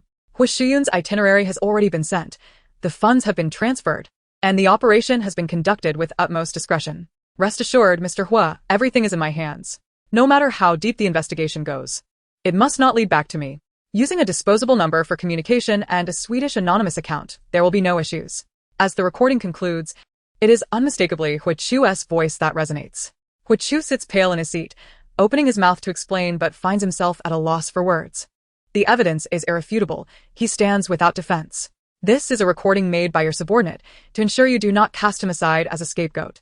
The entire room was enveloped in silence, save for the voice of Huo Xianzhou that resonated within. Particularly, the Huo Qingji family wished fervently to become invisible, regretting their presence at this family banquet. Why? Gu Ci inquired with a somber tone. Second uncle, why? Gu Ci was bewildered and unable to fathom the situation. Even if all these years had been steeped in pretense, they were still genuine blood relatives. How could one bring such harm upon their kin? My mother and I have committed no wrong. Why must you seek our demise? Huichu closed his eyes briefly before opening them again. I did not intend to take your lives. The collision with your truck was not at high speed. Injuries were inevitable, but not death. He understood that the evidence was irrefutable, leaving no room for denial. Huichu continued, I have erred. Since you have uncovered the truth, there is little left to say. He had no intention of elaborating further, choosing silence instead. They were all adults. This was not a mere mistake that could be brushed aside. It was a crime. Huo Xianzhou turned his intense gaze toward Huo Qingshan, asking, Father, what do you propose we do? This was Huo Xianzhou's final opportunity for his father to grasp the gravity of the situation. Huo Qingshan's anger erupted. He was incensed by Huichu's recklessness and cruelty, struggling to comprehend the motives behind his actions. Shuyun and Gu Ci are the victims. Let them decide. We should report this premeditated murder. Let the law take its course. Huichu opened his eyes and fixed his gaze upon Huo Xian. If they were to report it, perhaps Huo Xianzhou could maneuver things to ensure Huichu spent a decade or more in prison. Absolutely not. Reporting this would be impossible to conceal from the public. After all, I am a member of the Huo family. The repercussions would be far more severe than a mere 20 billion loss in stock value. Huo Xianzhou furrowed his brow, recognizing the truth in his words. Huo Xian, not involved in company affairs, turned to Huo Xianzhou, you speak. Not reporting is an option. But the Huo family cannot retain you. Today, you may have attempted to murder my sister and Gu Ci. Tomorrow, it could very well be my father and me. You are akin to a ticking time bomb. What do you desire? Huo Xianzhou queried, his tone nonchalant. You should go abroad, voluntarily exit the branch company. All shares and debts will be acquired by the parent company, severing all ties with you, Huichu. You need not worry about imprisonment for failing to repay 20 billion. Chapter 131, No Opportunities. Upon hearing this, everyone gasped in shock. Jiang Ning even felt that this proposition was more difficult to accept than sentencing Huo Xianzhou to prison. She silently hoped that if Huo Xianzhou could acquiesce, it might indicate that a significant portion of the crisis had been averted. Huo Xianzhou remained stunned for a considerable time before breaking into a smile. You had this all planned, didn't you?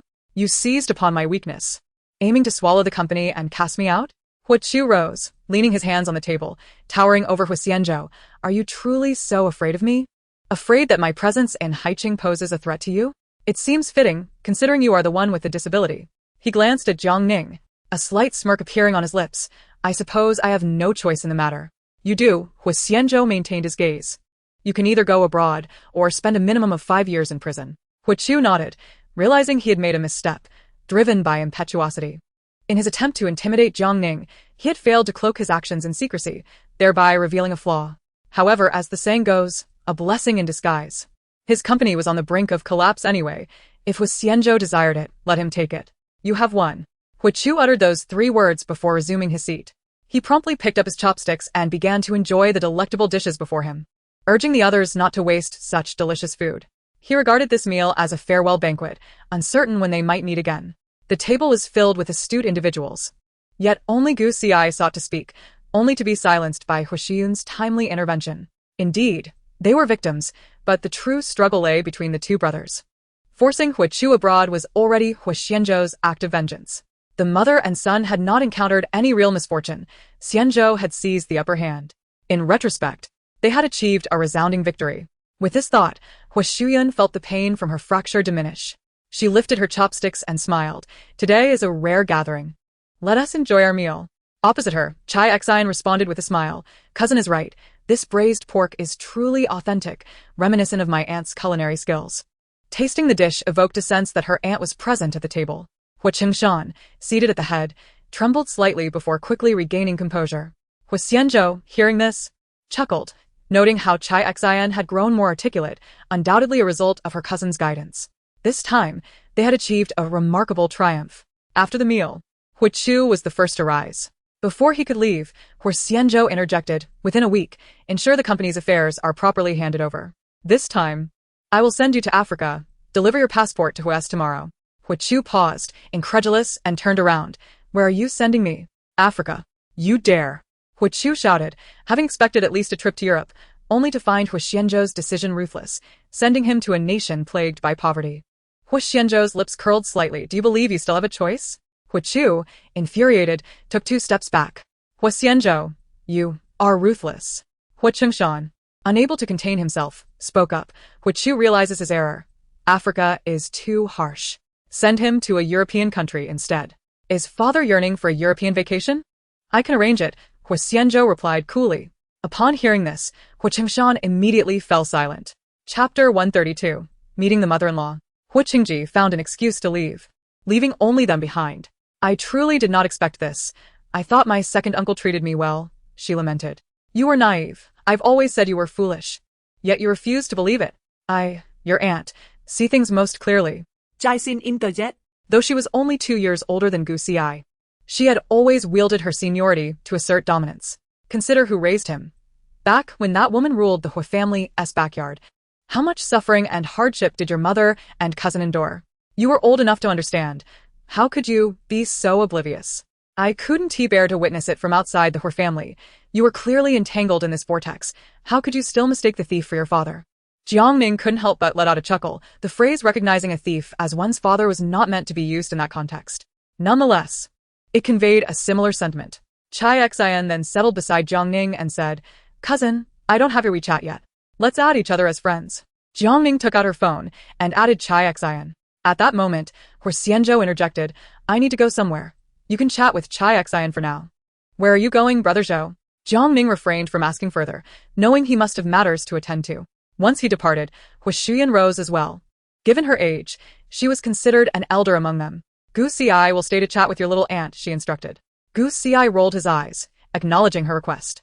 At this point, only the 3 of them remained in the dining room. The servants discreetly cleared the table and replaced it with a platter of freshly cut fruits.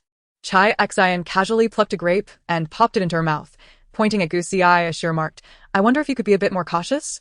If you channel the energy you used to deceive in your affairs into something else, would you still be so easily fooled by Huo? What do you mean by that? What do you mean by that? Gucci retorted. Are you not listening to your little Anne anymore? At the wedding, I couldn't help but think, what merit does Gu Xi have to marry such a beautiful wife? Thankfully, in the end, Jiang Ning married my cousin. Jiang Ning interjected, what's in the past is past. Gu Xi and I have cleared things up. From now on, I will be his little aunt. How amusing, Chai Xian chuckled lightly, her gaze drifting to Jiang Ning's abdomen. Are you experiencing severe pregnancy symptoms? I had been vomiting frequently in the past few days, but it's much better now. Seeing them delve into topics of womanhood, Gu Xi decided to rise. I'll go find my little uncle.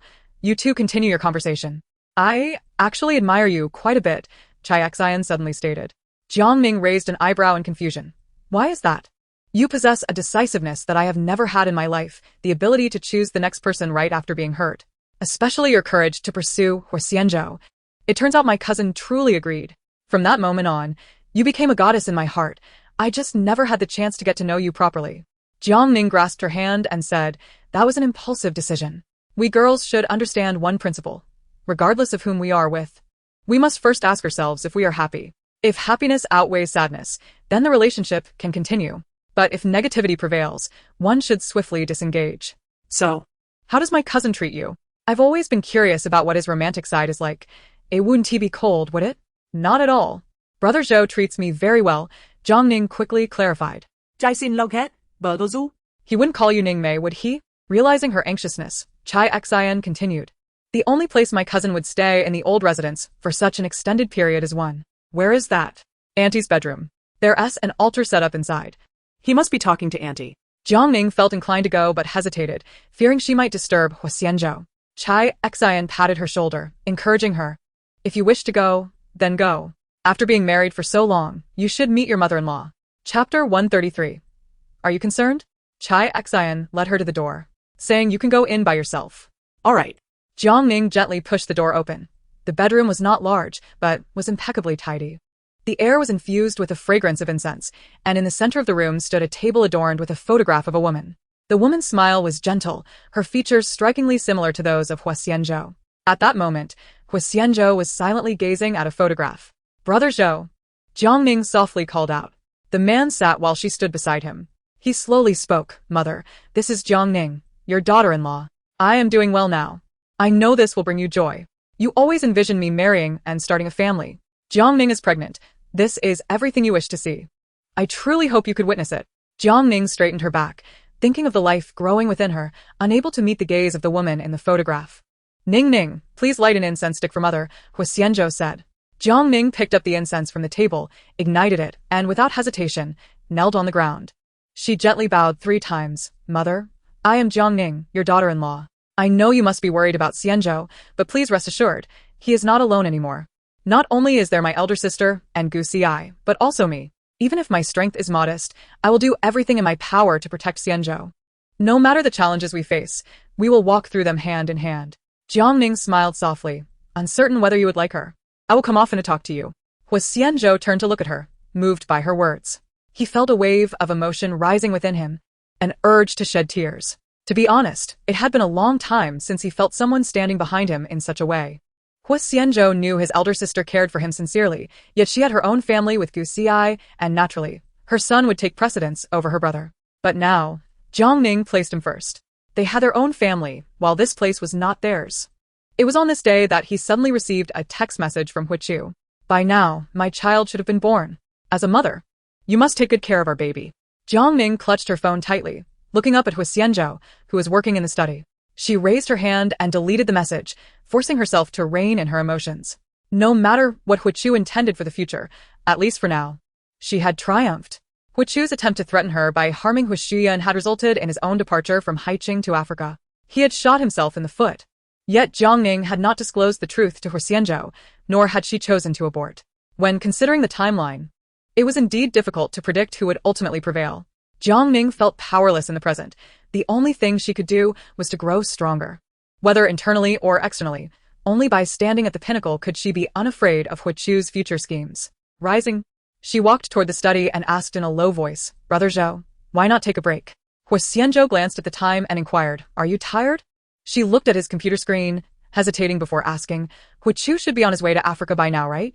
The man's hand paused, a sense of aversion rising within him. They indeed had some other connection, did they not? "You care about Huichu?" Chapter 134. Buying a car. Jiang Ning's expression faltered. She certainly cared for Huichu, even wishing for his immediate demise.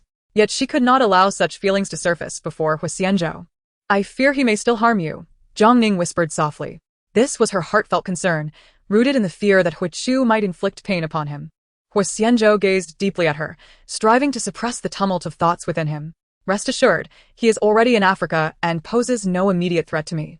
Jiang Ning exhaled in relief, a smile gracing her lips. "That is good to hear." Huo Xianzhou nodded slightly. "Go on." Shortly after her departure, Huo Xianzhou received a phone call. "Mr. Huo, we have gathered all the information. I reviewed the surveillance footage from the hospital in Beijing. The lady had a fierce argument with Huichu, during which her friend was also present. The specifics of their conversation remain unclear, but there are continuous records of calls from her phone to Huichu thereafter." "Understood. Have two people keep an eye on Huichu. I do not permit him to step foot outside Africa for at least a year." "Yes." After hanging up, Huo Xianzhou rubbed his temples, pondering, "Jiang Ning, what exactly are you hiding from me?" When Jiang Ning was nearly 6 months pregnant, the company granted her maternity leave. She was reluctant to stop working so soon, hoping to negotiate for more time, but Huo Xianzhou could not bear to see her struggle during her pregnancy. As the year drew to a close, the company became increasingly busy. Jiang Ning wished to exert herself a bit more, aspiring to ascend the ranks swiftly, enabling her to protect Huo Xianzhou on her own. On her last day of work, as Jiang Ning exited the office, she spotted a red Porsche. When Xian leaned against the car window, smiling at her, "Let's go, beauty. It's time to celebrate your first day of leave." Jiang Ning got in the car and glanced at when Xian's prominent baby bump, remarking with exasperation, "Your belly is so big already. How can you still drive a sports car? Isn't it inconvenient? The seatbelt is uncomfortable. But I came to find you to accompany me to the dealership to buy a new car. Truly a wealthy woman. You speak of purchasing a car as if it were merely buying a meal." The car eventually halted at a Mercedes dealership. Jiang Ning queried with curiosity, "Why did you choose a Mercedes?" "I wanted something with greater comfort. It will be more convenient for taking the baby out in the future." Jiang Ning, not particularly knowledgeable about cars, recognized that the intricacies of the dealership could lead to pitfalls if one was not careful. She contemplated that Huo Xianzhou typically had a driver and that the vehicles in his garage were all suited for business, leaving him little time to familiarize himself with cars. Reflecting on her social circle, she realized that the only person well-versed in automobiles was Gu Xi. When they were together, he had been passionate about all the latest models, able to recite the details of new releases from his favorite brands, especially since he owned a Mercedes himself. "I recall that Gu Xi knew a fair bit about cars. Perhaps we should call him for assistance?" When Xian raised an eyebrow in surprise, "You still keep in touch with him? He is Huo Xianzhou's nephew." It would be difficult not to. "Moreover, due to the incident with Huichu, I actually feel a sense of guilt towards him, so." Jiang Ning hesitated for a moment. The notion of infidelity is utterly intolerable for a girl still immersed in the bliss of romance. Even after a breakup, the wounds take a long time to heal, and she would rather not hear any news about a scoundrel nor have any further contact with him. However, I am different. I maintained a level-headed demeanor throughout my relationship with Gu Xi. Even when it came to marriage, I could not discern whether it was driven by affection or merely the desire to fulfill my grandfather's last wish. Moreover, because of this situation, I am able to marry Huo Xianzhou. It is perhaps inappropriate to say so, yet deep within, I am grateful to Gu Xi for his refusal to marry me. When Xian chuckled, if Gu Xi were to hear this, it might infuriate him. "Call him over," she suggested. Chapter 135. You are the priority. Jiang Ning sent a WeChat message to Gu Xi, and he arrived in less than half an hour. By this time, when Xian had already narrowed down her options based on the sales recommendations. "Where's your friend?" Gu Xi asked upon seeing her, his gaze sliding over Jiang Ning's pregnant belly. Unable to resist inquiring, "How many months along are you?" 5 or 6 months, she replied vaguely. When Xian approached, surveying Gu Xi from head to toe. During her relationship with Jiang Ning, when Xian had been abroad, thus this was her first encounter with Gu Xi. "You must be Jiang Ning's cousin," she stated. The sales representative suggested several models. "Could you assist me in selecting one?" "Cousin." Gu Xi scoffed lightly, yet he was attentive in helping her choose, ultimately securing nearly 20,000 in discounts. Feeling pleased, when Xian clasped Gu Xi's arm and said, "Don't rush off just yet. Let us go out for dinner together." It's a perfect opportunity to celebrate Jiang Ning as time off work. On maternity leave, Gu Xi inquired. Since his discharge, he had begun working at Huo's, starting from a management position in a small department, and had grown considerably in just 2 months. Yes. Xianzhou is quite concerned and wishes for me to have a less strenuous routine, she replied. Gu Xi smirked. Are you two on a pregnancy team? When Xian laughed. As it happens, when Xian's Porsche was a 2-seater, and Gu Xi, uneasy about 2 pregnant women driving a sports car, insisted they take his vehicle instead. I know a Cantonese restaurant that is quite good and suitable for expectant mothers, he mentioned. Just then, a video call from Huo Xianzhou came through. Upon Jiang Ning answering, his deep voice resonated. Where are you headed? We're with when Xian buying a car, and now we're off to dinner, she replied. When Xian leaned in, teasingly remarking, President Huo is checking up on you. Worried I might steal your wife? Huo Xianzhou chuckled, fully aware that when Xian was Jiang Ning's closest friend. Dinner is on me. You both should enjoy a fine meal. Thank you, President Huo. How generous of you. When Xian promptly showered him with compliments. As Gu Xi drove, he glanced in the rearview mirror and clearly saw the radiant smile on Jiang Ning's face. The tone of her voice revealed the happiness of her marriage. Yet, recalling Huo Xianzhou's admission of affection for Jiang Ning in the hospital, a faint discontent stirred within him. After all, Jiang Ning had been his girlfriend at that time. How could his uncle act in such a manner? With that thought, he deliberately broke the silence. Is it a turn coming up ahead? When sin instinct kito, di ma? Isn't there a navigation system? Suddenly she realized. Upon hearing Gu Xi's voice, Huo Xianzhou initially thought he must have misheard. It should merely be a voice that sounded similar. To his astonishment, Gu Xi spoke again. Should I call your uncle to join us for a meal? Jiang Ning glanced at the man on the screen. Should they invite him over? In half an hour. Huo Xianzhou was scheduled for an international conference and could not simply cancel. He shook his head and inquired, why is Gu Xi here as well? When Xian is buying a car, and since we girls aren't very knowledgeable about it, I thought Gu Xi, being quite familiar with automobiles, could come over to assist. Huo Xianzhou felt no jealousy. Rather, he found it peculiar that Jiang Ning's first thought in a situation was not of him. Why not call me? I was afraid you were too busy with work, and besides, it's just a minor issue. I'm not busy. Huo Xianzhou insisted. Your matters are always my top priority. Chapter 136, A Fortuitous Encounter. Gu Xi, who was driving, rolled his eyes, pretending not to hear. When Xian dramatically covered her ears. You two should refrain from flaunting your affection. Jiang Ning felt a bit embarrassed. Huo Xianzhou rarely spoke this way, and his sudden change in demeanor was unexpected. Hastily, she sought an excuse to end the video call. Aren't they quite the loving couple? When Xian gently nudged her shoulder. Even Gu Xi couldn't help but comment. I never expected your uncle to utter such sentimental words. You wouldn't understand. When one falls in love, regardless of gender, they become different. It merely signifies that our Ning Ning possesses great charm, capable of captivating even Huo Xianzhou. Jiang Ning felt quite bashful, especially in front of Gu Xi. Stop it. Such lines are straight out of a drama. My hands are too small to encompass him. Gu Xi was unwilling to indulge in this conversation any further. As they had just arrived at the restaurant, unfortunately, it was peak dining time, and after an extensive search, they had yet to find an available parking space. Just then, a vehicle vacated a spot. Gu Xi intended to turn in, but another car intercepted from a different direction. The two cars nearly collided, prompting Gu Xi to slam on the brakes, causing Jiang Ning and Wen Xian in the back seat to lurch forward. Jiang Ning's abdomen collided with the front seat, sending a sharp pain through her. Ah! Jiang Ning gasped in distress. Wen Xian quickly extended her hand for support and asked, Are you alright? I'm fine. I just need a moment.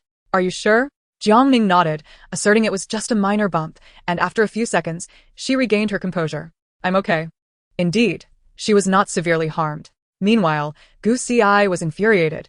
He had intended to park in the spot first, being cautious since 2 pregnant women were in the car.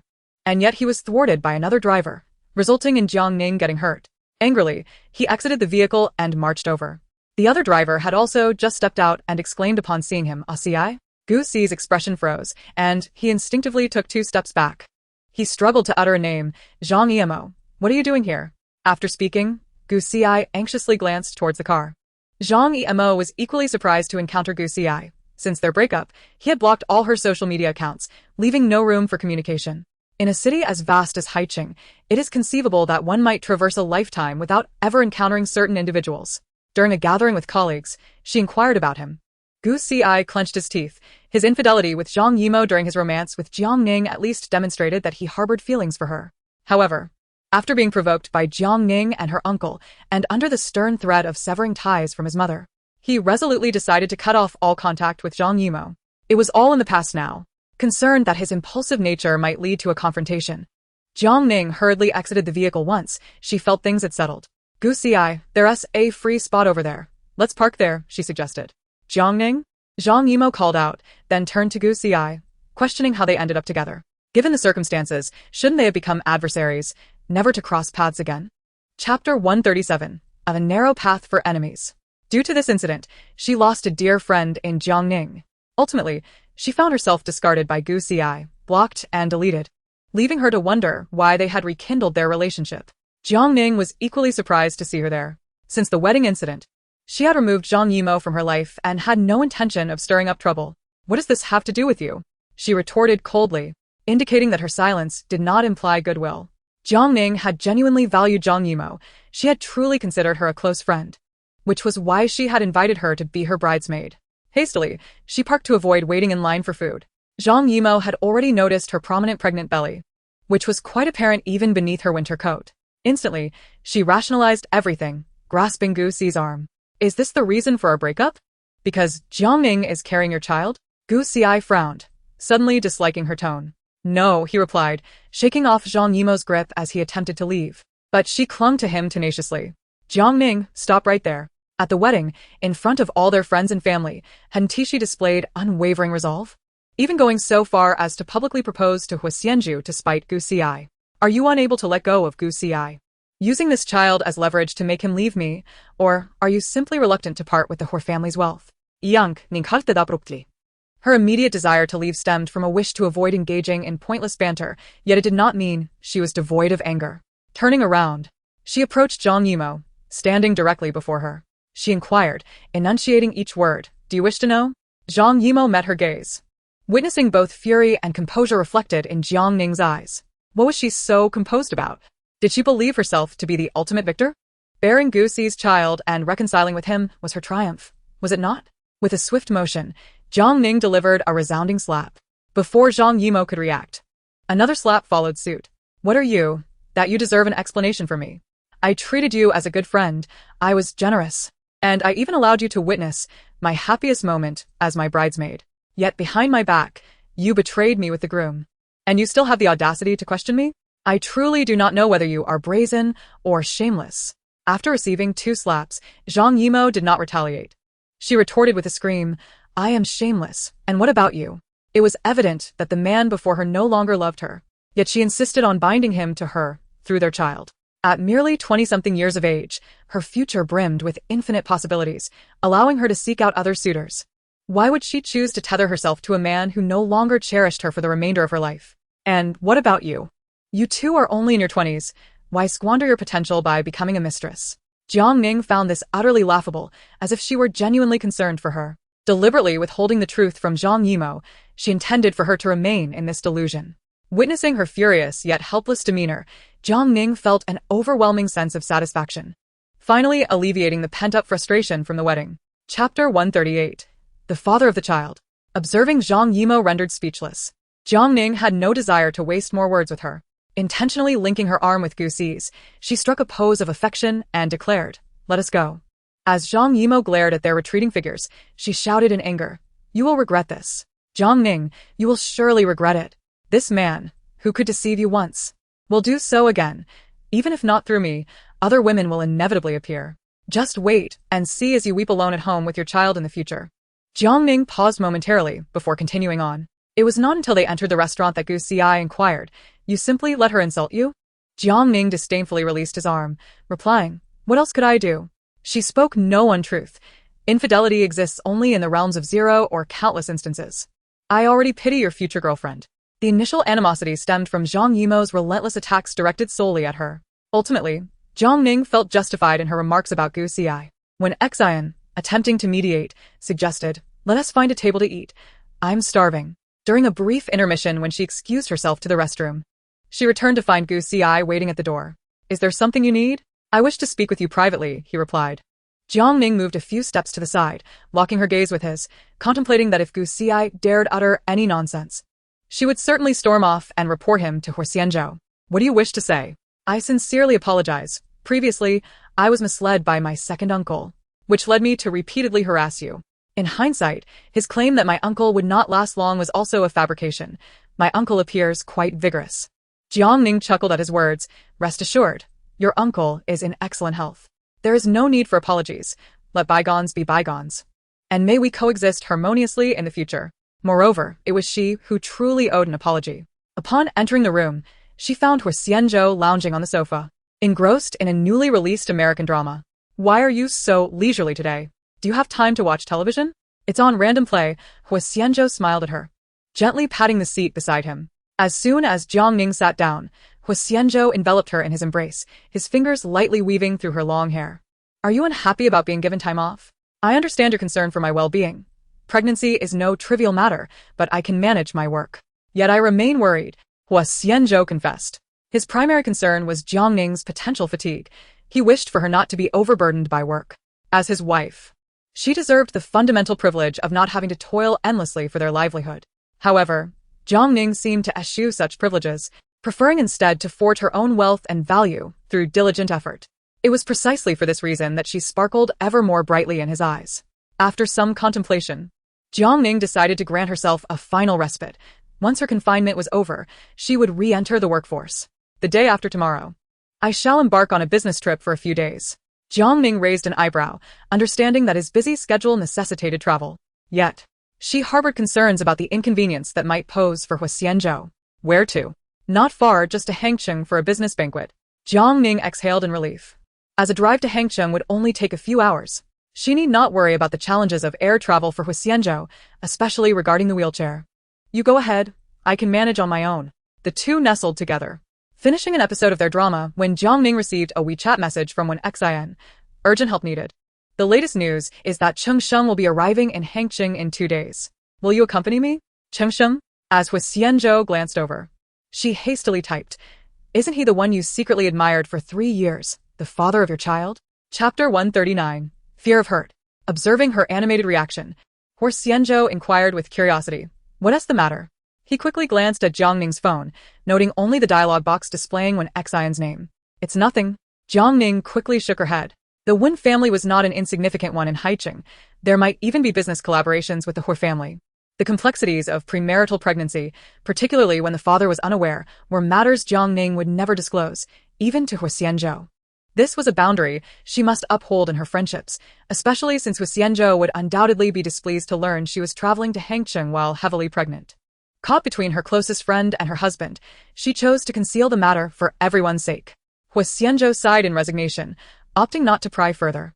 He was perceptive enough to refrain from pressing her on topics she preferred to keep private. Why is there suddenly news about him?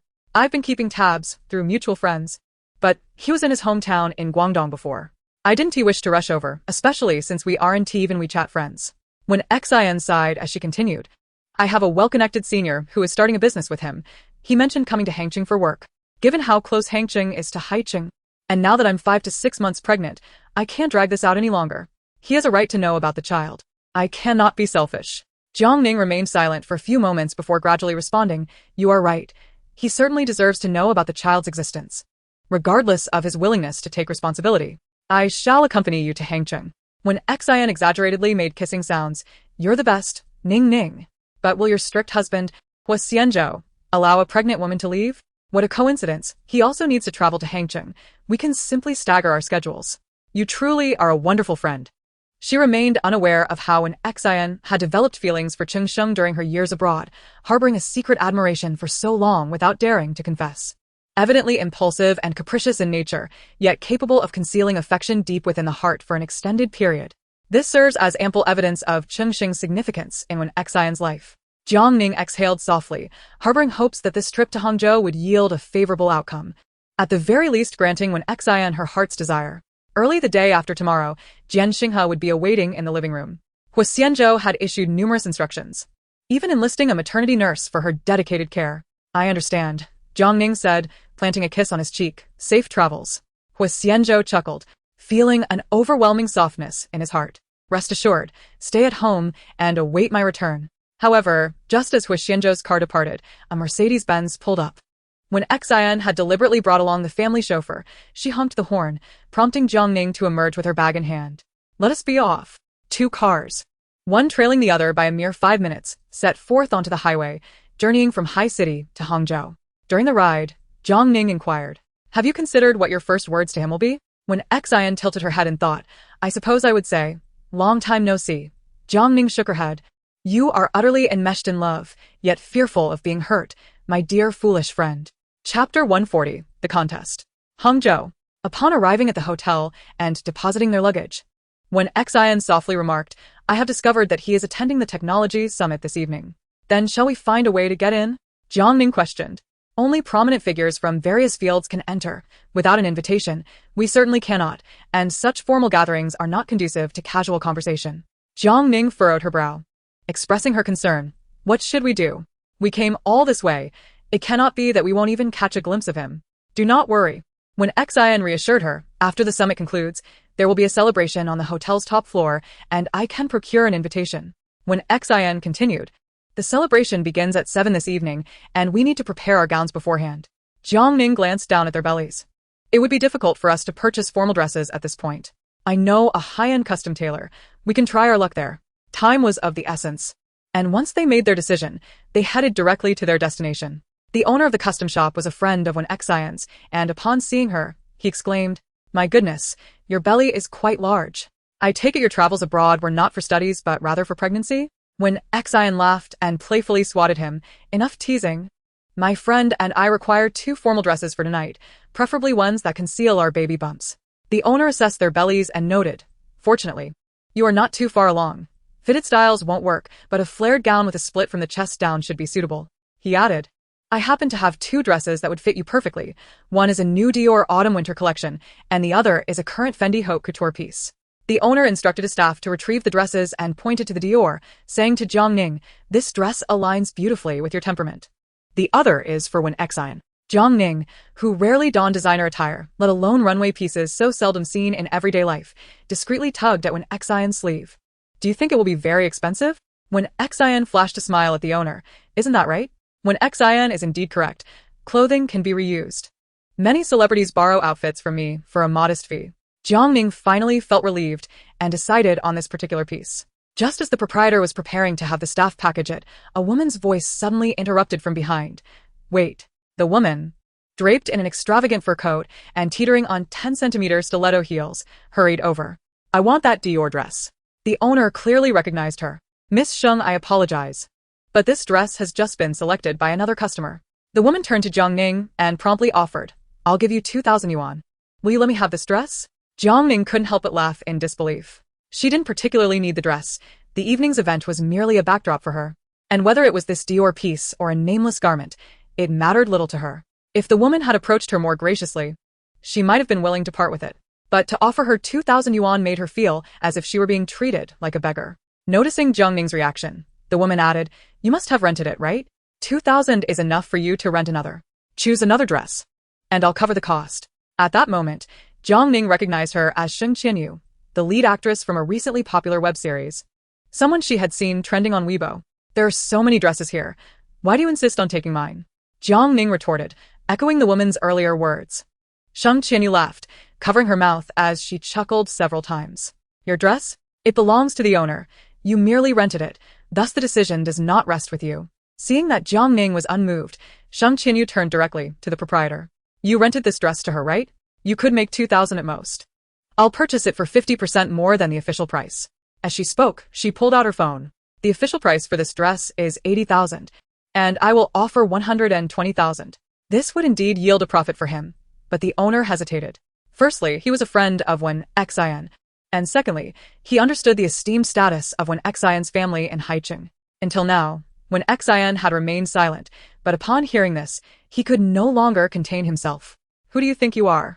Just because you have a bit of money, you act superior? You couldn't afford to buy it." "Oh, did you have garlic for breakfast?" "Your words reek of it." Sheng Qianyu retorted angrily. Xian's sharp tongue left her at a loss for words. She then turned to the proprietor, saying, "This deal won't be a loss for you. If it makes you uncomfortable, I can offer an additional 2,000 as compensation to this customer. But I must acquire this dress." The owner appeared troubled, glancing around for guidance before replying, "I have similar styles available, but preferences dictate that it's first come, first served. Buying and renting are certainly different." As a businessman, he sought to maximize profit. How much? I'll buy it, Jiang Ning suddenly interjected. Sheng Qinyu gazed at Jiang Ning as if she had just heard a ridiculous joke, scrutinizing her from head to toe. You want to buy it? As she entered, she distinctly heard Jiang Ning inquire of a friend whether the dress was excessively expensive. Upon learning that it was a rental, she sighed in relief. Such a person. Would they truly have the means to purchase that dress? Even if they did, would they be willing to spend such a sum? Indeed, I will buy it, Jiang Ning declared, turning to the proprietor. How much is it? I'll just use my card. 88,000, but we can offer a 10% discount. Sheng Qinyu chuckled derisively from the side, eager to witness Jiang Ning's folly. After completing her purchase, if she realized that returns were not permitted here, she would surely regret her impulsive decision. If you find it too pricey, perhaps you should let me have it. After all, 80,000 might very well be your annual salary. Sheng Qinyu, however, did not wish to appear overly harsh, being a public figure. Yet. Her desire for that dress was overwhelming. She had heard that the man she had longed to meet would also be attending the evening's gala. According to a mutual acquaintance, he had a penchant for women donning Dior dresses. Normally, she could purchase directly from the boutique or even borrow from the brand. However, the short notice left her with no time. In all of Hangzhou, this establishment was the only one with the new Dior dress that suited her. Thus, she felt compelled to acquire it. Just as Jiang Ning was about to hand over her bank card, Sheng Qinyu snatched it first. Never mind. How about this? I'll purchase the dress for you, but I require you to lend it to me for one evening. I shall return it to you tomorrow. This was an opportunity too good to pass up for anyone. Even the proprietor hoped Jiang Ning would acquiesce. Although an Xian was indifferent to the hefty price tag, she understood Jiang Ning's nature and sensed she might need the funds.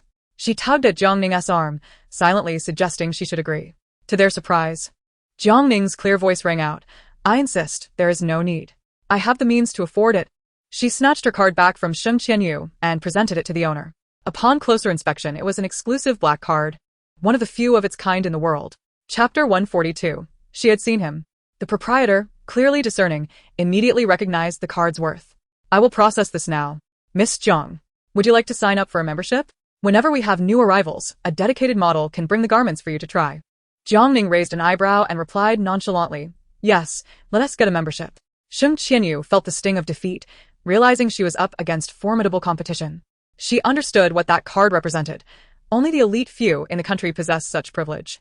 Yet, she had never encountered Jiang Ning before. Her gaze drifted from Jiang Ning's subtly rounded abdomen to an Xian beside her. With their remarkable looks and a pregnancy between them, they could be seen as the kept women of some business or political magnate. This thought ignited a flicker of disdain in Sheng Qianyu's eyes. It was merely a case of the dog relying on its master. I'll choose another dress. This one can be yours, she declared. Jiang Ning was not inclined to indulge the actress. How dare she suggest that they should be grateful? It was transparent that she was envious and unable to compete. If she truly had the means, she could simply buy the dress herself. The absurdity of it all was palpable, offering 80,000, yet exuding the air of a multimillionaire. Who was she attempting to belittle? When Xian could not help but chuckle at the side, noting how assertive Jiang Ning had become. Was it perhaps due to her relationship with Huo Xianzhou, the makeup artist, whom when Xian had booked in advance, arrived promptly? Jiang Ning could discern her seriousness regarding the day's events and could not resist advising, maintain a calm demeanor and exude confidence. Ning, if you meet him, you will understand why I am so anxious, when Xian replied.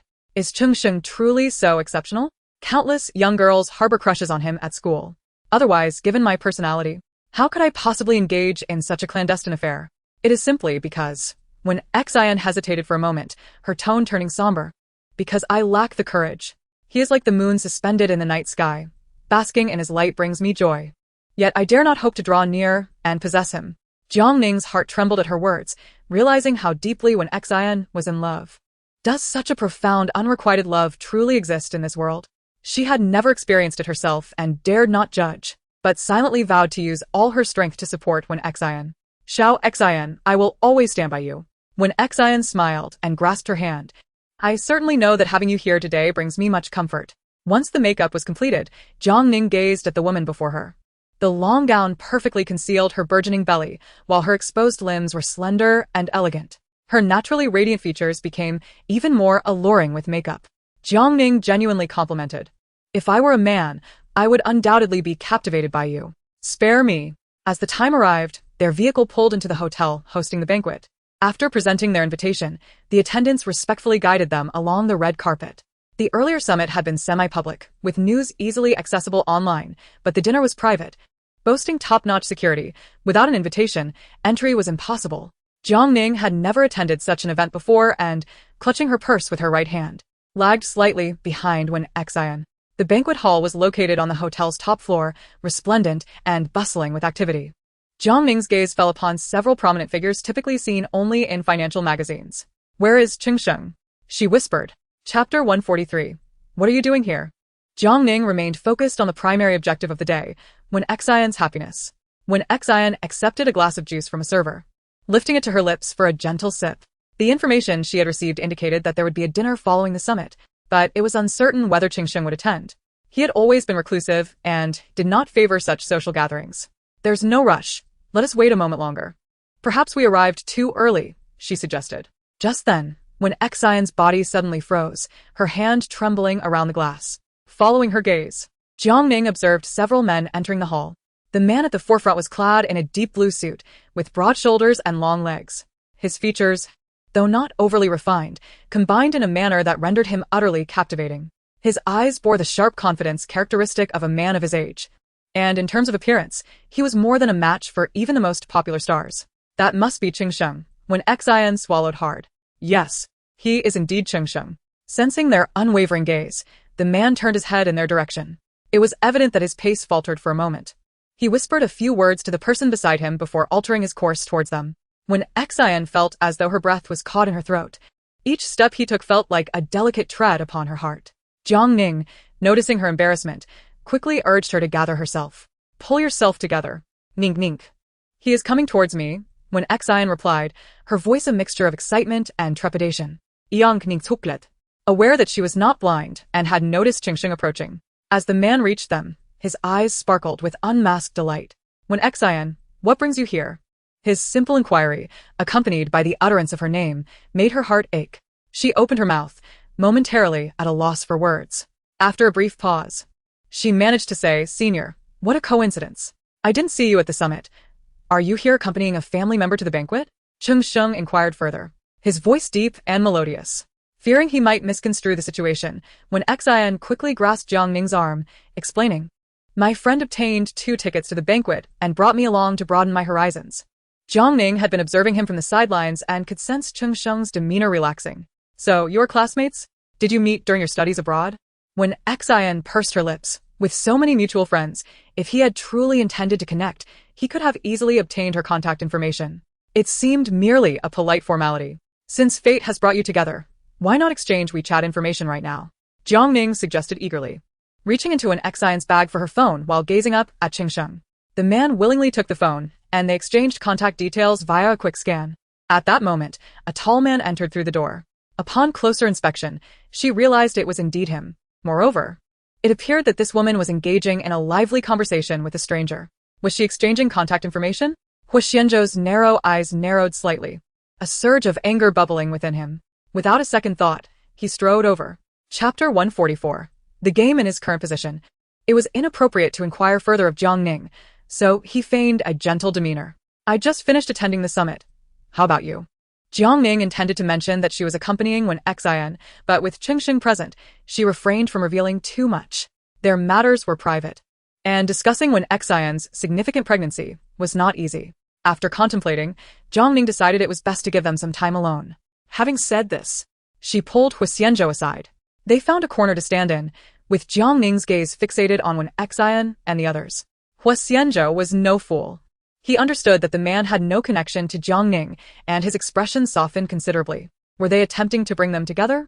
He hadn't anticipated running into them in Hang City after missing them in High City. His gaze fell upon her abdomen, suggesting a fortuitous connection between them. "Indeed, it is truly wonderful to have a friend like you. Your friend is also expecting?" "Ah!" Jiang Ning exclaimed, turning to meet Huo Xianzhou's gaze. "Mr. Ji, you truly have a keen eye. You noticed that." It wasn't difficult to discern. Miss Wen is quite slender, yet her abdomen shows a slight protrusion, indicating she is likely pregnant. He replied, "Yes, indeed. Yang Ning notet.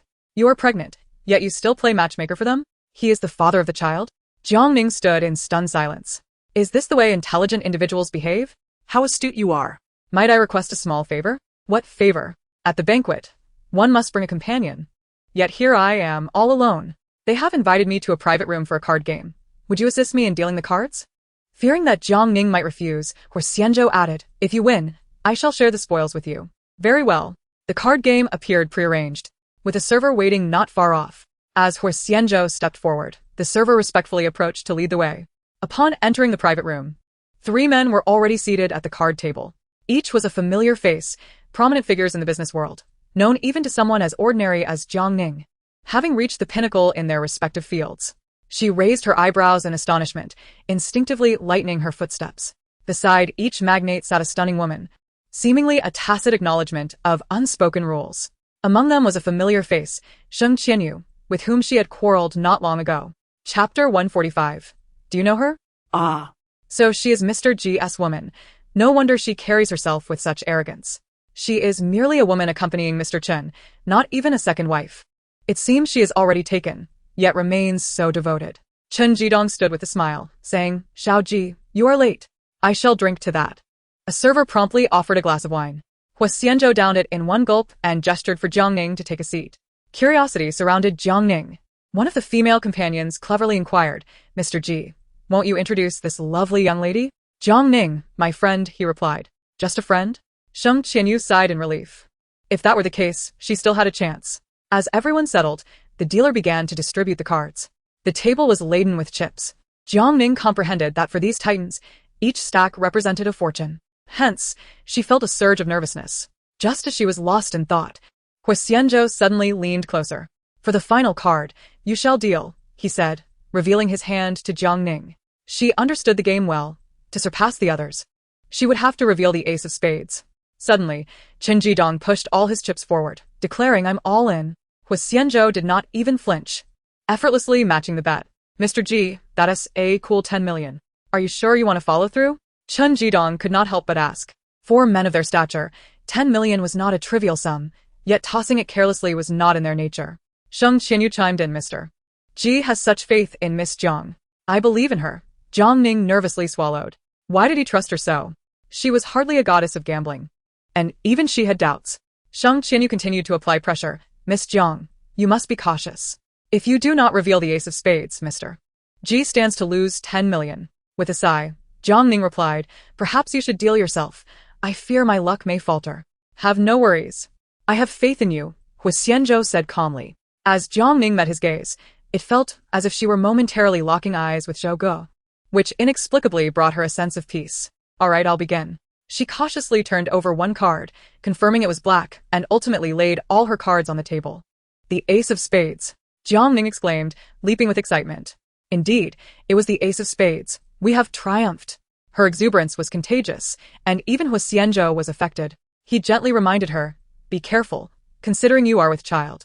Jiang Ning quickly settled back down. I got a bit too carried away.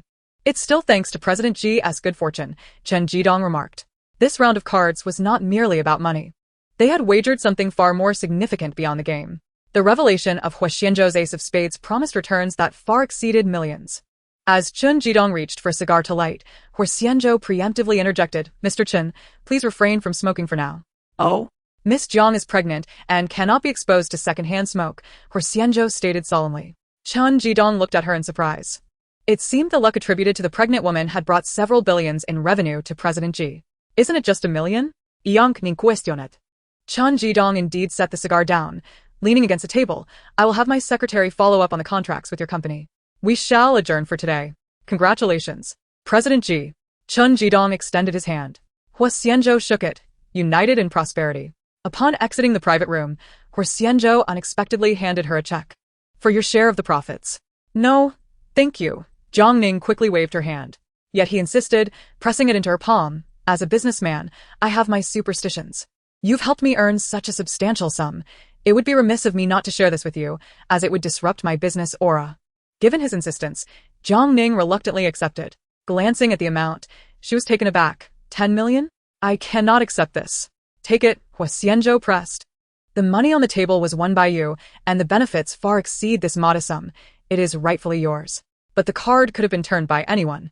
It was just luck. Huo Xianzhou chuckled lightly. Only you could have turned it. He did not articulate the convoluted intricacies involved, but though their acquaintance was brief, he had gleaned an understanding of her nature. You should have your own aspirations and ambitions regarding your work. Surely, you do not wish to remain subordinate. After the baby is born, use this money to start your own venture. Consider it my angel investment, and I shall become your shareholder. Jiang Ning was taken aback. This was the very thought nestled deep in her heart, one she had not even shared with Huo Xianzhou. She understood that the moment she expressed her need for funds, he would readily provide them. Her intention had never been to seek money. She strove tirelessly to amass her own capital to facilitate her future plans. Now, unexpectedly, this sum had come into her possession. Huo Xianzhou was undoubtedly aware of her thoughts. He had hesitated numerous times, fearing she might reject his offer. Thank you, Mr. G. I will make good use of this money, and you shall undoubtedly be the largest shareholder. No, the principal shareholder of the company must be you. Mastering the power of discourse is the first lesson I taught you in business. I will merely take a small stake. Finally, Huo Xianzhou added, feel free to discuss any ideas with your husband. He may offer you valuable insights. Chapter 146, Entrepreneurship. In his heart, Huo Xianzhou felt a sense of helplessness, pondering whether Ning would ever forgive him upon discovering the truth. Pressured by circumstances, he found himself compelled to conceal his true identity. Regardless of his initial intentions, the act of deception had already taken place, and he must bear the consequences of her future reactions, whatever they may be. Setting aside the uncertainties of tomorrow, he earnestly wished for Jiang Ning to pursue her passions and become the person she aspired to be. He hoped that marriage and motherhood would not hinder her aspirations. Rather, they should empower her to soar even higher, unfurling her wings instead of folding them away. He longed to be her wind, the source of her confidence, a goal Huo Xianzhou had always cherished. Mr. Huo was indeed an exceptional individual, and it was only natural for him to be known in Haiqing. Jiang Ning nodded in agreement, recognizing the truth in his words. My husband also attended this summit. You must have crossed paths. However, he typically avoids such social gatherings and will not be present at the dinner. The check is settled. Should you ever have aspirations for entrepreneurship, feel free to reach out to me. He added with a gentle smile, you can also contact me anytime. After all, we are friends. Though they were husband and wife, there remained unspoken matters that could only be shared between friends and confidants. Huo Xianzhou employed a clever tactic. Wishing to be more than just her husband, he desired to understand her from every angle. Certainly, let's stay in touch. Since we are both in Haiqing next time, I will invite you to dinner with Xianzhou. With a smile, she deftly shifted the topic. Now, go find your friends. The scene shifts back to an hour earlier.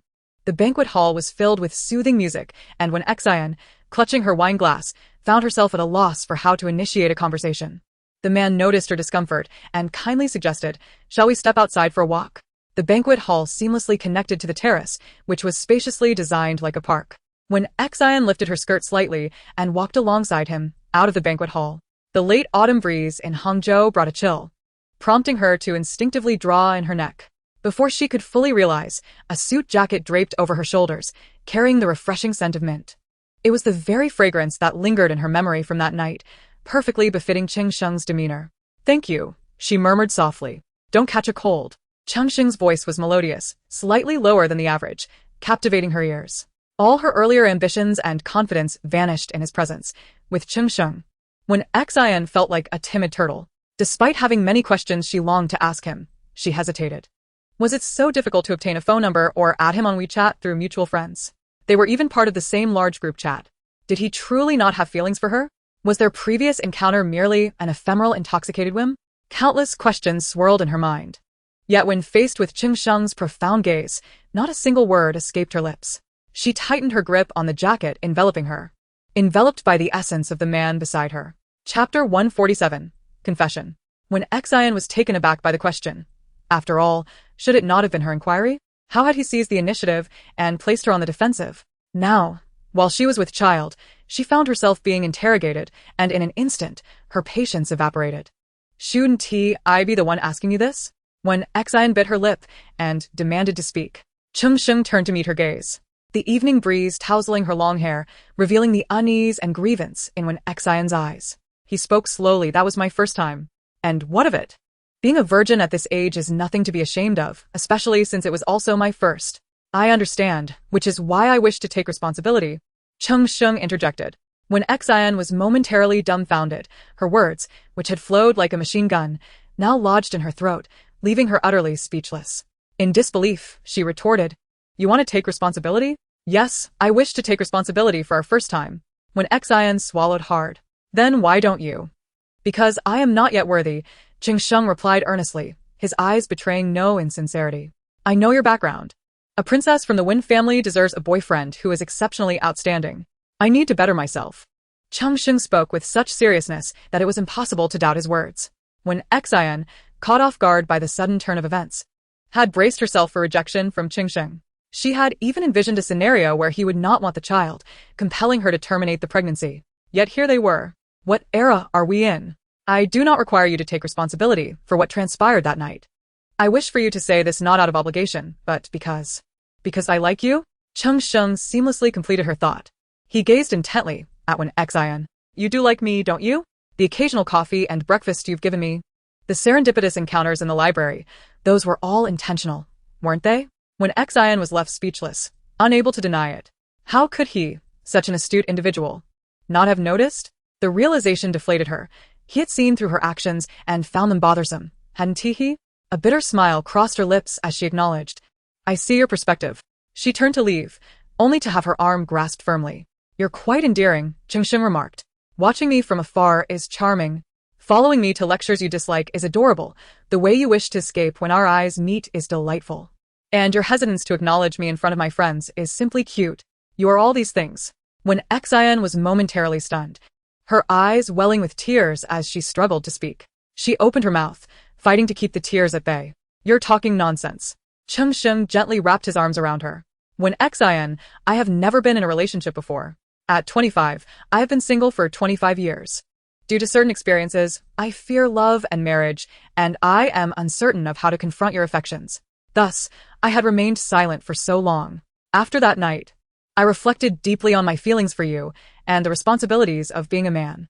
I am not someone who shies away from responsibility. When Xian, if you do not mind my shortcomings, let us try to date. Tears streamed down when Xian's face. Each of his words was imbued with sincerity, and sincerity, indeed, was a formidable weapon. She felt an overwhelming sense of gratitude and emotion. When Xian took a deep breath and slowly spoke, Qingsheng, I am pregnant. It has been over 4 months, and it is your child. Chapter 148. Are you serious? Qingsheng fell silent, as if he were processing this information. When Xian waited, every second stretching into an unbearable torment, she feared that he might utter words expressing a desire not to have the child. The fact that Qingsheng had taken the initiative to confess was already infinitely better than the scene she had anticipated. Should she not hope for more? This was a life. She felt the child's presence and heartbeat with every moment. If Qingsheng were to say he did not wish to have the child, when Xian would be at a loss. Should she choose Qingsheng or the child? She did not want to face such a dilemma. Thus, with each passing second of silence, she could hear the thunderous beating of her own heart. Then Qingsheng swallowed hard, his throat moving twice as he slowly began.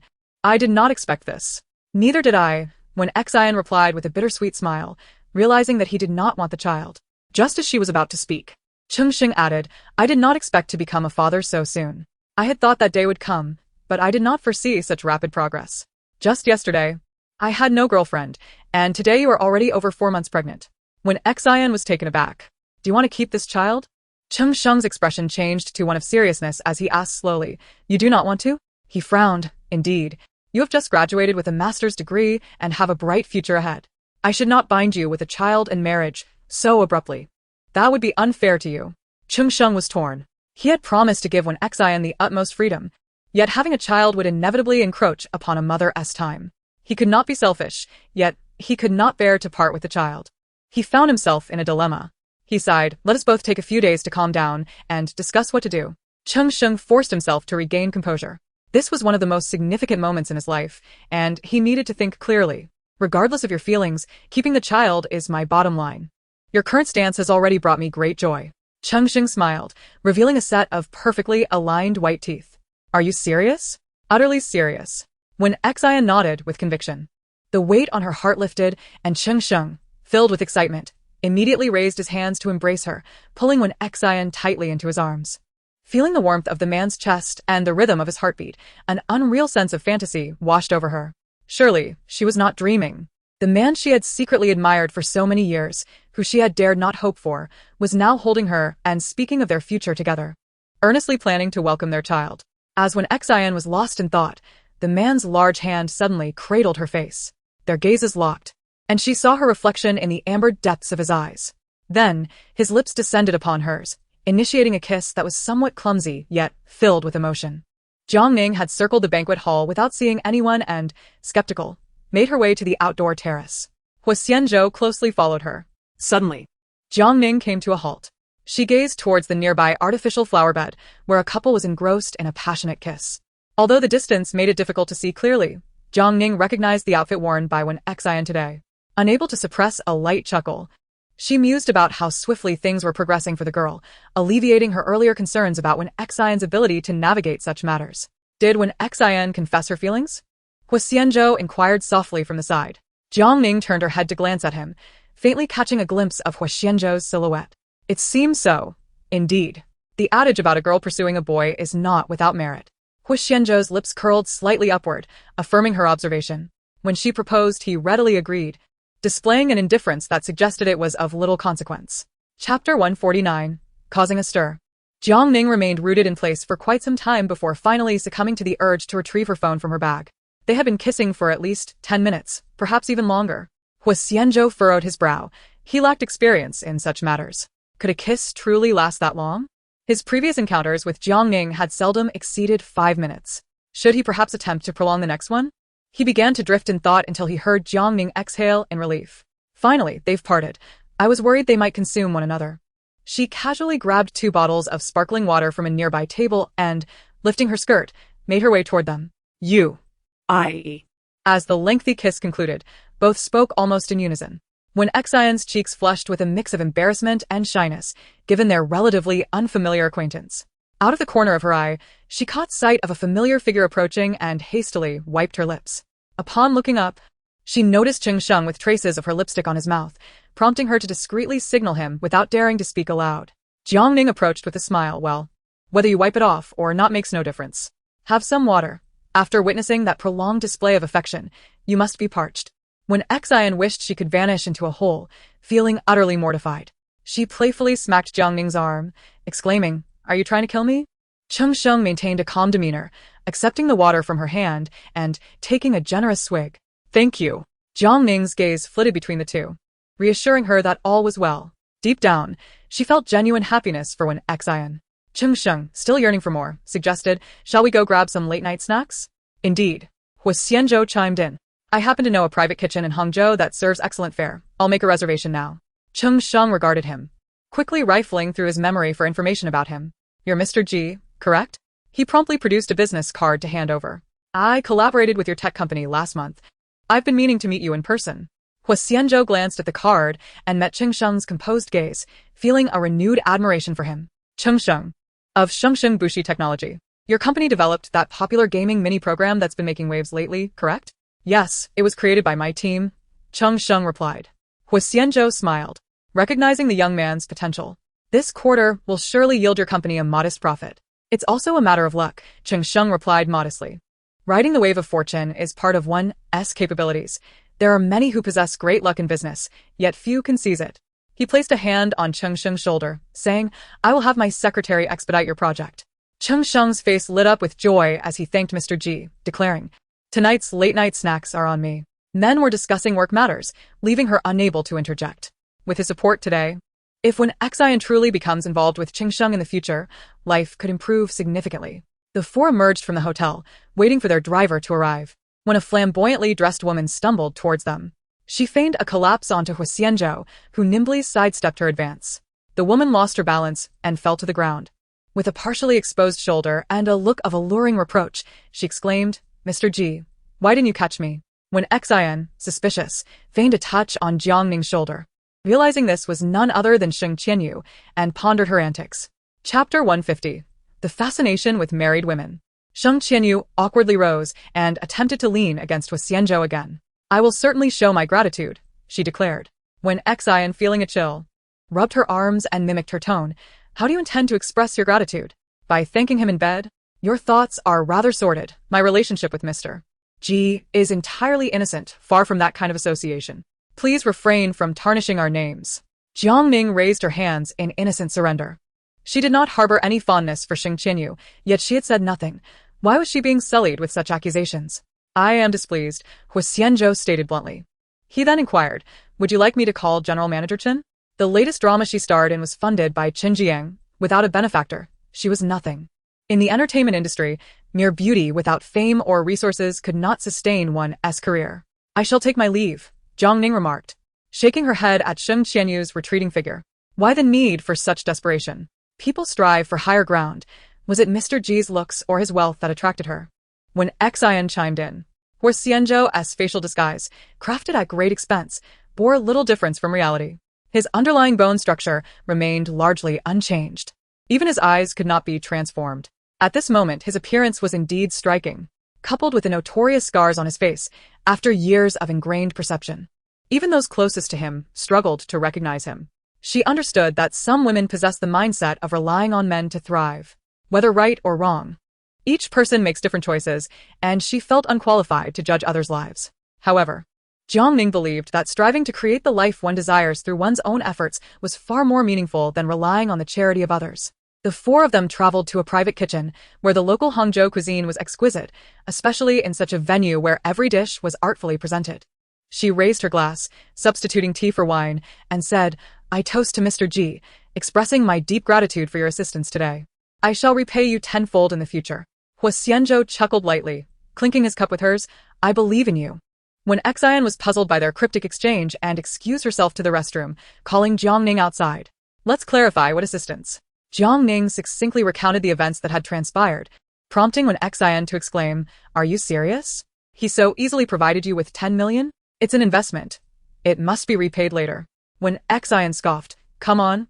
Did you present any patents or project proposals? The wealthy proprietor has no legitimate reason to bestow such a sum upon you. The notion of investment funds is merely a pretext to draw closer to you. You are overthinking this, Jiang Ning. Consider it from a rational perspective. What else could there be?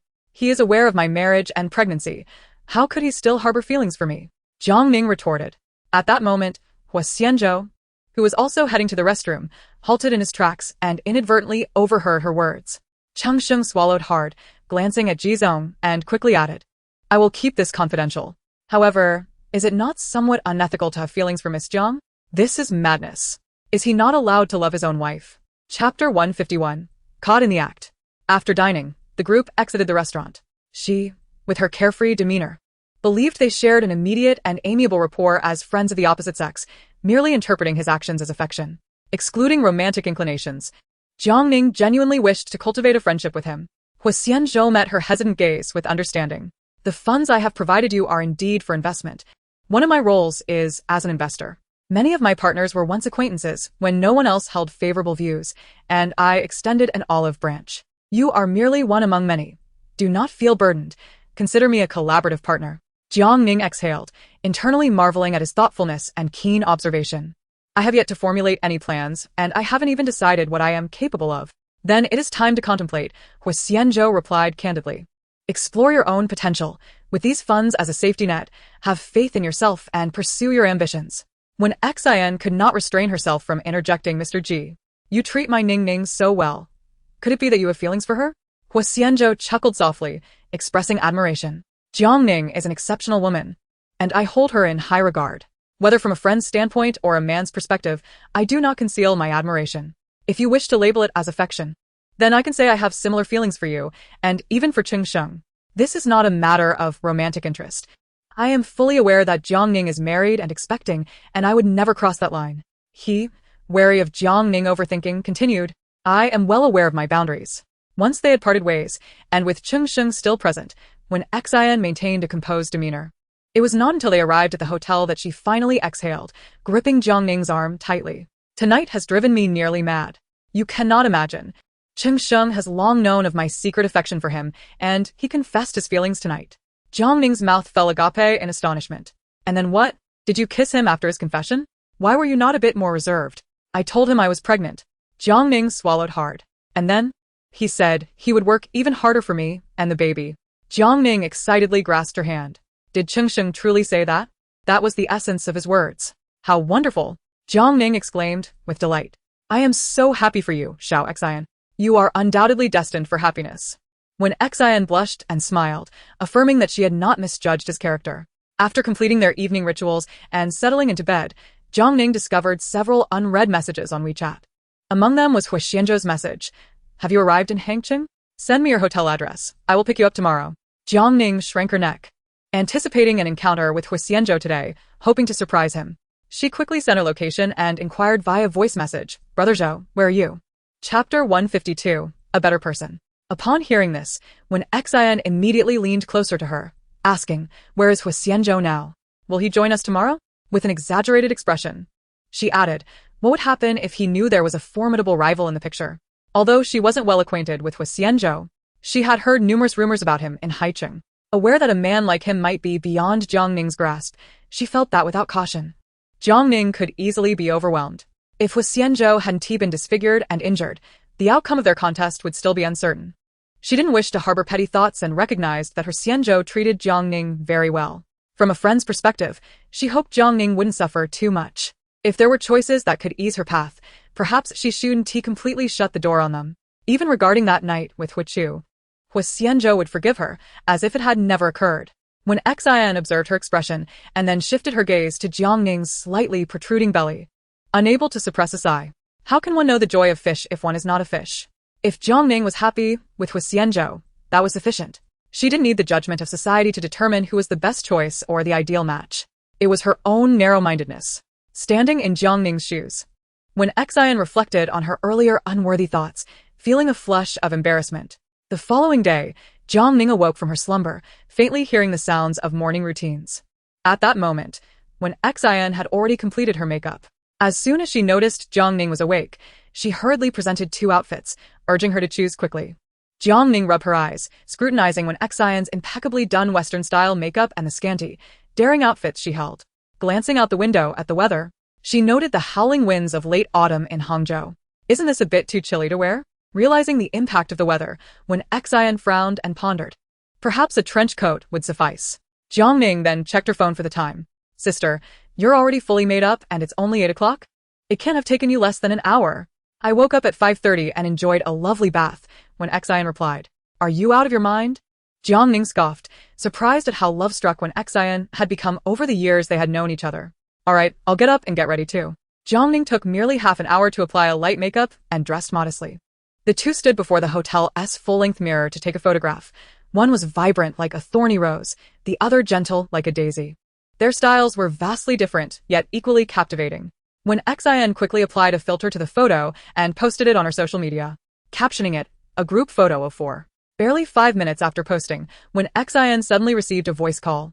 She glanced at her phone and looked at Jiang Ning in astonishment. Ning Ning, why is your brother calling me? My brother? Jiang Ning raised an eyebrow in surprise. Her elder brother had been busy working abroad, and they hadn't been in touch much lately. Jiang Ning answered the call, and a deep, melodious voice resonated from the other end, laced with barely concealed anger. When Xian, is my sister with you? Brother, it's me, Jiang Ning replied. She distinctly heard a sharp intake of breath, followed by Jiang Sun's voice, strained with tension. Jiang Ning, are you pregnant? It seemed she had forgotten to inform her elder brother. Previously, Jiang Ning had chosen to conceal the pregnancy, not wishing to burden Jiang Sun, who was abroad. When Xian exchanged a glance with her, fully aware of Jiang Sun's fiery temper, silently, she mouthed, you can't be serious. How could you hide this? Concealing such news from an utterly devoted brother could indeed provoke an explosion. Yes, for months, Jiang Ning said, and promptly ended the call. With a sigh. She held her phone tightly and looked up at when Xian, asking, what should we do? Just go with the flow. When Xian shrugged, resigning herself to fate. Chapter 153. The elder brother is coming back. Upon exiting the hotel, they spotted the familiar long black Maybach. Jian Xinghe stood by the car, smiling as he greeted, Madam, Miss Wen. He opened the car door, revealing a man in the back seat, smiling at Jiang Ning. His injured right cheek was shrouded in shadow, while his left side, flawless and striking, faced them. Zhou Ge, Jiang Ning called sweetly. When Xian, feeling at ease, leaned in and exclaimed, Mr. Huo, long time no see. You are looking even more handsome. Huo Xianzhou smiled with a hint of exasperation. Get in. Mr. Huo, could you ask the driver to make a stop at the Sheraton? My boyfriend is waiting in the lobby. Jiang Ning chimed in, it's not far, just a right turn and 2 kilometers ahead. Understood, madam. Jian Xinghe replied respectfully. Just call me by my name, Or you can refer to me as Xiao Xian when speaking to Ning Ning, when Xian said, fastening her seatbelt. I just accepted his confession last night. Today marks our first day together. Oh. Huo Xianzhou raised an eyebrow. He is indeed fortunate. When xin chúc cờ sốc ti. Taking Jiang Ning's hand. Ning Ning, your husband truly knows how to speak. He is nothing like the rumors suggest. What do the rumors say? Huo Xianzhou suddenly inquired. They say you're cold-blooded and irritable, that few employees can last 3 months with you, that you have no interest in women, and even that you have blood on your hands. Nonsense. Jiang Ning interjected, not a single word of it is true. Zhou Ge is undoubtedly the best person in the world. When Xian shrugged, less of the sweet talk. Since sending Huo Chu abroad, Huo Xianzhou had found life considerably lighter. Although he was aware of lurking dangers, he felt assured that they posed no immediate threat. Beyond work, he focused entirely on Jiang Ning and the child, hoping to be there for her. Chengsheng got into the car and was momentarily taken aback at the sight of Huo Xianzhou. He had only seen him in finance magazines and heard whispers among friends. Witnessing him in person was a tremendous impact. The scars on his face and his entire aura were striking. He instinctively swallowed hard, realizing when Xian came from a well-off family. Yet he never imagined she would have such an extensive circle of acquaintances. Today, she had managed to have the illustrious Huo Xianzhou come to pick him up. Stop staring. Let me introduce you, Jiang Ning said. This is Huo Xianzhou, the husband of Jiang Ning. Chengsheng, my boyfriend. Chengsheng's astonished expression could not conceal his surprise as he looked toward Jiang Ning. Mr. Huo is your husband? He asked, seemingly bewildered. Jiang Ning took the opportunity to link her arm with Huo Xianzhou's and smiled as she inquired, what did you expect? He quickly responded, I apologize. I was momentarily taken aback. Mr. Huo has long been an idol of mine in many respects, and I never anticipated meeting you in this manner. How did you think you would meet me? Last night, he had formed a favorable impression of Chengsheng, believing him to be a person of great potential. After all, they both resided in Haicheng, and he had often envisioned a day when he might hold a prominent position and have the privilege of meeting him. Chengsheng swiftly composed himself, producing a business card from his pocket and extending it. It is an honor to make your acquaintance now. Here is my card. When Xian observed quietly from the side, refraining from interjecting, and saw nothing improper in Chengsheng's actions. Any reasonable person understood the influence Huo Xianzhou commanded, and Chengsheng's humble yet confident demeanor was precisely what she admired. Huo Xianzhou's current status was a result of his abilities, and she believed that one day, Chengsheng too could reach the pinnacle of success. Huo Xianzhou accepted the business card, his lips parting slightly as he read aloud, Chengsheng, everlasting technology. I have heard of you. Your newly developed drone may have the opportunity to collaborate with Huo's company. I will have my secretary get in touch with you. Chengsheng's face brightened with gratitude. Thank you, Mr. Huo, for your recognition. One must possess corresponding abilities to earn such acknowledgement. He then glanced at Wen Xian. You have chosen a commendable boyfriend. Hearing this, Wen Xian felt more elated than if she had received praise for herself. After a moment, she added, given Mr. Huo's generosity, I may as well divulge a little secret. Huo Xianzhou raised an eyebrow, as he had long been aware that Jiang Ning had a very close elder brother. Though he had never had the chance to meet him, Jiang Ning nodded. However, it appeared that her elder brother was of the same age as Huo Xianzhou, with Huo being 2 months older. Would she be expected to address him as elder brother in the future? Lost in thought, she felt the warmth of a man's hand clasping hers. I will accompany you to the airport tomorrow. Chapter 154, Jiang Sun. At the exit of Haicheng International Airport, Jiang Ning stood nervously amidst the crowd and glanced down at Huo Xianzhou, who was seated in a wheelchair. How long has it been since I last saw my brother? She pondered. Back then, she still lived with the Jiang family, and with greater autonomy from beginning her career, she felt optimistic about the future. Yet, today, a sense of things being irrevocably changed washed over her. Is he aware of my existence? Huo Xianzhou inquired once more. Jiang Ning nodded, though she dared not disclose that she had already been with Huo Xianzhou during her wedding with Gu Xi. She merely mentioned in passing that her relationship with Gu Xi had faltered, and later, she had found someone she truly liked. Being adults, her brother would not interfere too much in matters of the heart. He trusted Jiang Ning's judgment. As passengers disembarked from the plane in an orderly fashion, Jiang Ning caught sight of a familiar figure in the distance. The man stood over 185 centimeters tall, bearing a resemblance to Jiang Ning, yet with a more defined and sharp bone structure. As he approached, he exuded a commanding presence. Brother, Jiang Ning called out, raising her hand in greeting. Jiang Sun's elongated gaze swept over, and his originally stern face softened like snow melting under the spring sun. Striding forward with his suitcase in tow, he enveloped Jiang Ning in a warm embrace. Feeling her elder brother's fervent hug, Jiang Ning was suddenly overwhelmed with emotion, her nose tinged with a hint of soreness. Initially, her heart brimmed solely with joy at seeing him. However, being embraced stirred feelings of grievance within her. There was nostalgia for Jiang Sun, alongside the memories of the injustices she had endured over the years. It was as if she had found a pillar of support, a family member to lean on. "Ning Ning, let me have a look at you," he said, studying her face intently before breaking into a smile. "You've grown. There's finally a hint of fullness in your cheeks." Indeed, she had gained a few pounds due to her pregnancy, though Jiang Ning was reluctant to admit it. Jiang Sun chuckled softly, his eyes brimming with affection. "Your brother misses you dearly. I should introduce you. This is my husband, Huo Xianzhou. Zhou Ge. This is my elder brother, Jiang Sun." The two men's gazes met, one standing and the other seated. "So you are with Huo Xianzhou? He is Gu Xi's uncle." Jiang Ning recoiled slightly, hesitant to say more. It was only natural for her brother to recognize Huo Xianzhou. "Jiang Ning, it seems you've spread your wings. How could you conceal such a significant matter from me? Don't tell me you've already married him?" Jiang Ning lowered her head, unable to meet his eyes. "Jiang Sun, you're quite agitated." He turned to Huo Xianzhou. "After all these years, you've transformed into this ghastly sight?" Huo Xianzhou sighed inwardly, cursing the narrowness of fate's paths. He had known Jiang Sun for years, and they had even been the best of friends at one time. He was aware that Jiang Sun had a sister but never imagined that it would be Jiang Ning. "It's all just superficial changes," Jiang Sun said, leaning down to grasp Huo Xianzhou's collar. "You still possess the same hypocritical demeanor, don't you? How dare you present yourself as a suitor for my sister? I will never consent. Whether you consent or not, Jiang Ning and I are already married, and she is expecting my child," Huo Xianzhou replied calmly, gently extricating himself from Jiang Sun's grip. Observing the tension between the two men, Jiang Ning, belatedly realizing the situation, asked, "Did you two know each other before?" Huo Xianzhou chuckled lightly, looking up at Jiang Ning. "Your brother and I were high school classmates. He was my closest friend back then." He pulled Jiang Ning behind him, asserting, "No matter what you say, my sister absolutely cannot marry you." Chapter 155. Returning to the Jiang family. Jiang Ning was oblivious to their past grievances and quickly tugged at Jiang Sun's hand. "Brother, please say less." They were the two most important men in her life, and if they were at odds, it would surely sadden her. What good does that statement do? "I am already married to Huo Xianzhou." Jiang Sun felt a headache coming on. He knew Huo Xianzhou's character and was aware of the events that had transpired over the years.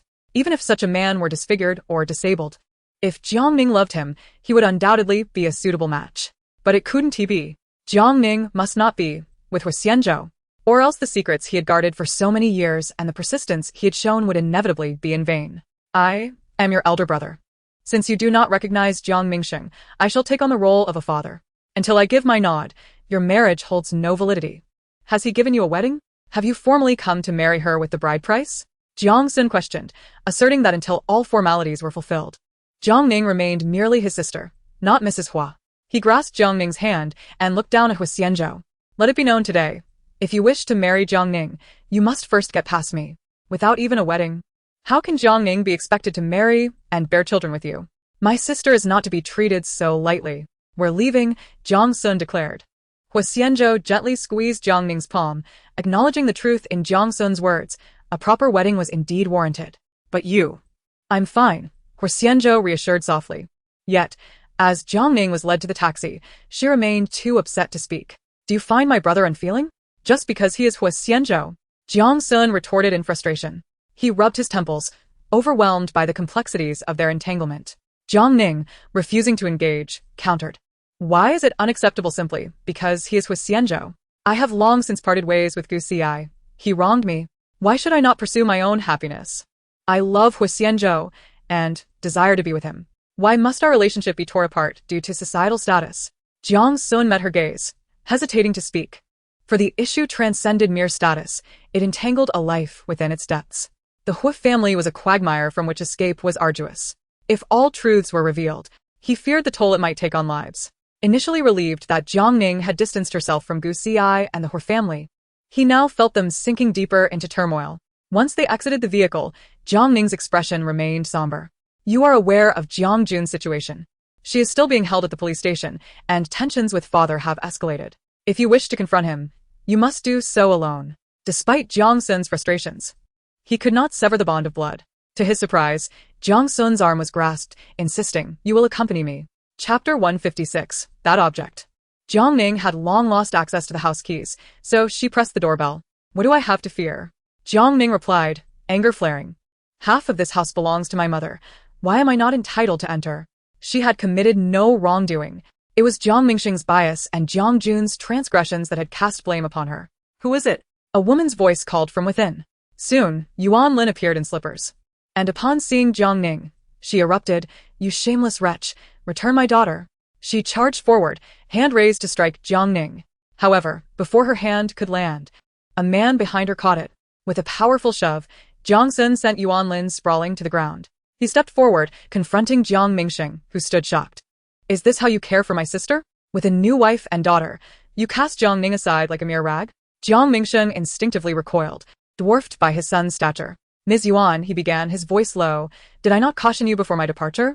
I warned you that should you dare to bully my sister, you would all pay the price. The ownership of this house is registered in my name. If you do not vacate within 3 days, I shall have you forcibly removed. Yuan Lin collapsed onto the floor, wailing incessantly, you are driving your parents out. Not only have you harmed my daughter, but now you seek to take my life as well. Jiang Ming, filled with indignation, retorted, what nonsense are you spouting, ungrateful child? I am your father. Do you dare to throw me out? You are my father, and thus may reside here, but Ms. Yuan Lin cannot. Jiang Sun, previously reluctant to act too aggressively for certain reasons, found their audacity appalling. If you utter one more word, both of you may leave at once. Jiang Sun's commanding presence rendered Jiang Ming unable to utter a single dissenting word. You must release Jiang Jun. Rest assured, Jiang Ming employed a delaying tactic. First persuading Yuan Lin to depart. Once she was gone, he managed a forced smile. Now that Annie is left, please close the door and come inside. We wouldn't want Lingju to witness our disgrace. With only their family present, it became convenient to speak freely. Jiang Ning found Jiang Ming's loathsome demeanor intolerable. As soon as the door closed, Jiang Ming began to lament aloud. What sins did I commit in my past life to deserve such ungrateful children? Must I be driven to ruin before you find joy? Even if your mother were to learn of this from the afterlife, she would not be pleased. Jiang Sun's attractive brows furrowed as he demanded, hand over the box my mother left behind. Jiang Ming was taken aback, suddenly recalling the existence of the box. His posture straightened, casting a glance at Jiang Ning. I see. You intend to intimidate me for that item. Chapter 157. I am unimportant. What item? Jiang Ning, unaware of the situation, looked at Jiang Sun in confusion. The man's sharp brows knitted tightly, unwilling to elaborate in front of Jiang Ning. Perceiving his demeanor, Jiang Ming sensed an opportunity and spoke up. That item is safely stored away. It is not beyond your reach if you wish for it. What do you propose? Jiang Sun inquired coldly. Your sister remains incarcerated. Release Jiang Ning from her lawsuit to free her. Jiang Sun was unaware of the specifics of Jiang Yuan's actions. He turned to Jiang Ning, his eyes questioning. Taking a deep breath, Jiang Ning, uncertain of what her mother's legacy entailed, acknowledged the tangible harm Jiang Jun had inflicted upon her. That is impossible, she rejected outright without hesitation. Jiang Ming, growing impatient, recognized that further debate with Jiang Ning was futile and instead addressed his son. Let it be known. Your aunt has been unable to eat or sleep due to Jiang Jun's situation. Her health is deteriorating. Even if she erred, we are family. A sincere apology should suffice. How much suffering must she endure in that prison? If Yuan Lin were to suffer any ill fate, none of us would have a peaceful life. Jiang Ming scoffed. His face creased with disdain. I will grant you 2 days. If Jiang Jun is not released, I shall incinerate that item entirely. Jiang Ning wished to interject, but Jiang Sun preemptively restrained her. He was acutely aware of the significance of that item, which far exceeded what a mere Jiang Jun could comprehend. Come with me, he instructed. As the door closed, Jiang Mingxing's voice echoed from within the room. In 2 days, if Jiang Jun is not found, you can forget about the item. Upon reaching the first floor, Jiang Sun spoke in a low voice. Ning Ning, this item is of utmost importance to me. Brother, you have always known the extent of the grievances I have endured in this family. Every incident is etched in my memory, and I keep meticulous records of all the debts owed to me. There have been countless moments when I was overwhelmed with sorrow and tears. Yet you were never by my side. This time, I can finally retaliate with my own strength, and I have sent her in. What reason do I have to compromise? Jiang Sun looked down at her, noticing her agitation, her starry eyes brimming with tears. He realized that he had been a rather inadequate brother. During his student years, he devoted most of his energy to his studies, hoping to provide a better life for his sister through his own efforts. Yet he forgot that what Jiang Ning truly needed was his protection. Even after going abroad, he could not be present for her. I'm sorry, Jansun Mermed. It is my fault. You know he is capable of anything. That box is genuinely important to me. Can you? Jiang Ning struggled to maintain her composure. Ning, I cannot tell you just yet. I hope you can trust me this once. She had been fixated on the dilemma, weighing herself against the box. At that moment, in Jiang Sun's heart, the box clearly held greater weight. She felt as if she was less significant than an inanimate object. Jiang Sun, you have profoundly disappointed me, she exclaimed, turning to leave. Just as he prepared to follow, a phone call interrupted him. He glanced at the screen quickly and, confirming Jiang Ning had walked away, answered the call. Yes, I have seen him. I have yet to retrieve the box, and Ning is upset with me. Mother, I understand. Chapter 158. She could leave. She could empathize with the thoughts of an ordinary person meeting Huo Xianzhou for the first time and was well aware of Jiang Sun's concerns regarding her marriage.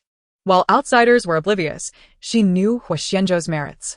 Therefore, the disfigurement and disability that others might find objectionable meant little to her. She recognized the strength within Huo Xianzhou. Yet she still feared that her brother's words would weigh heavily on him. Upon returning home, she pushed open the door, only to find the living room devoid of Huo Xianzhou's presence. She faintly heard sounds emanating from the study. As Jiang Ning approached to knock, a familiar voice suddenly reached her ears. Find out how Yumeng died all those years ago, whether she is dead or alive. Yumeng? Jiang Ning was taken aback.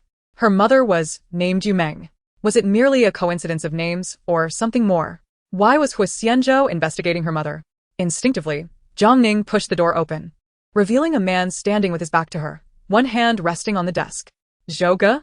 She instinctively called out. He turned, his face betraying an unmistakable sense of panic. Still reeling from the shock of her mother's name, she stumbled upon yet another incredulous revelation. Shu Ye. You can stand now? He was clearly standing just a moment ago, his arms seemingly braced against the table for support, appearing no different from an ordinary person at first glance. It is tiring to remain seated all the time, and he could manage to stand for a while. Jiang Ning's gaze fell upon his calves, an unsettling feeling creeping over her.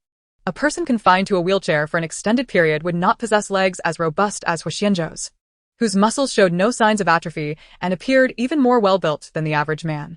A suspicion gradually arose within her. Had Brother Zhou's legs already healed? If so, why conceal it for so long, even from her, his wife? Jiang Ning unconsciously swallowed, a thought blossoming in her mind. She sensed that Huo Xianzhou was deceiving her. Brother Zhou, have your legs truly recovered? She repeated, her tone shifting from inquiry to certainty. After all, a fully functional body would become fatigued from sitting in a wheelchair all day. He had merely relaxed for a moment before being caught. They lived in close proximity, and Huo Xianzhou was aware that the truth would eventually be uncovered. However, the environment he found himself in remained perilous.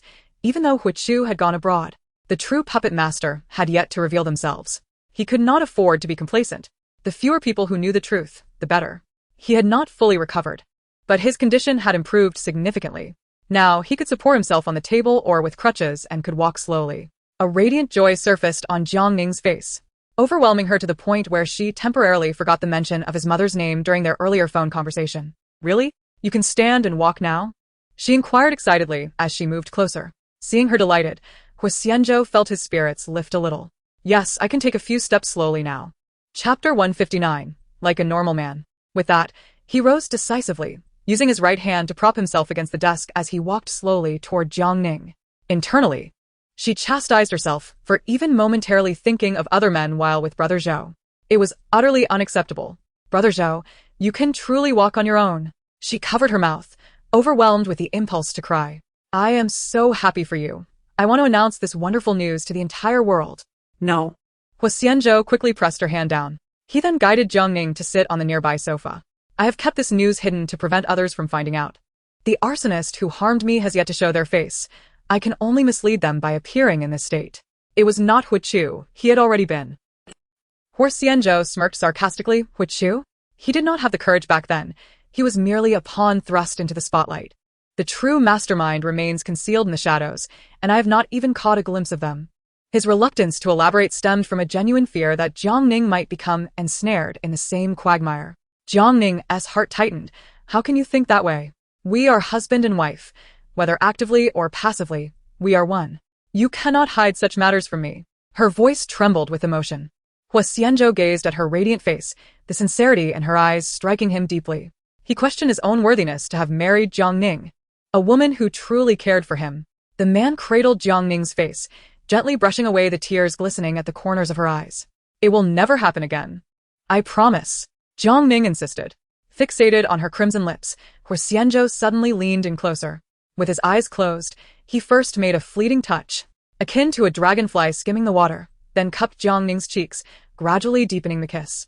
His kiss was filled with fervor, his tongue boldly exploring, leading Jiang Ning with an assertive grace.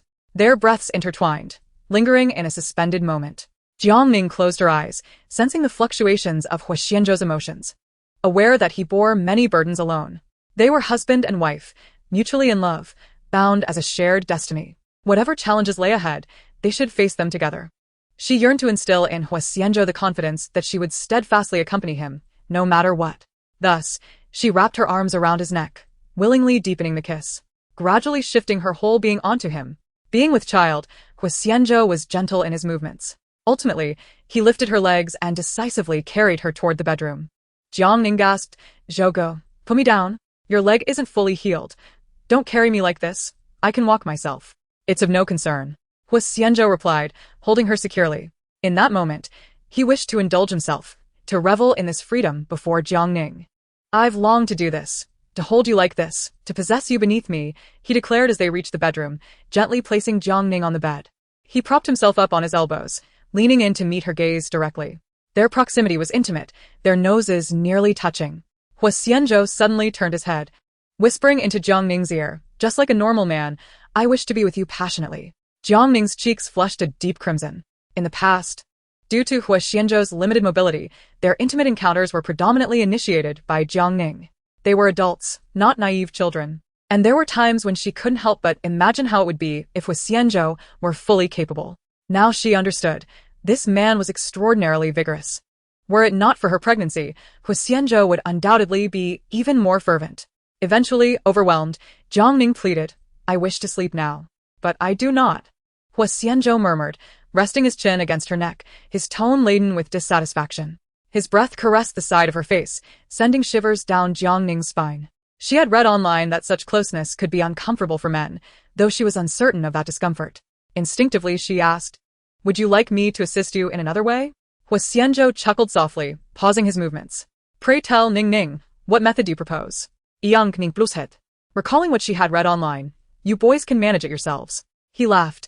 "I cannot bear to see you toil, so allow me to bear the burden instead." Resigned, Jiang Ning lay back, deploying her ultimate argument. "If I don't rest, the baby also needs to rest. The child sleeps throughout the day, awakening only occasionally." Huo Xianzhou retorts, "However, I read online that pregnant women should try to avoid such activities as they are detrimental to the child." Huo Xianzhou chuckles lightly. "I consulted with a doctor. As long as the first 3 months of pregnancy have passed, couples can engage in intimacy as normal." Jiang Ning's face flushed. "Why are you always thinking about such matters?" "I do not consent." Oh. Huo Xianzhou grasped her hand.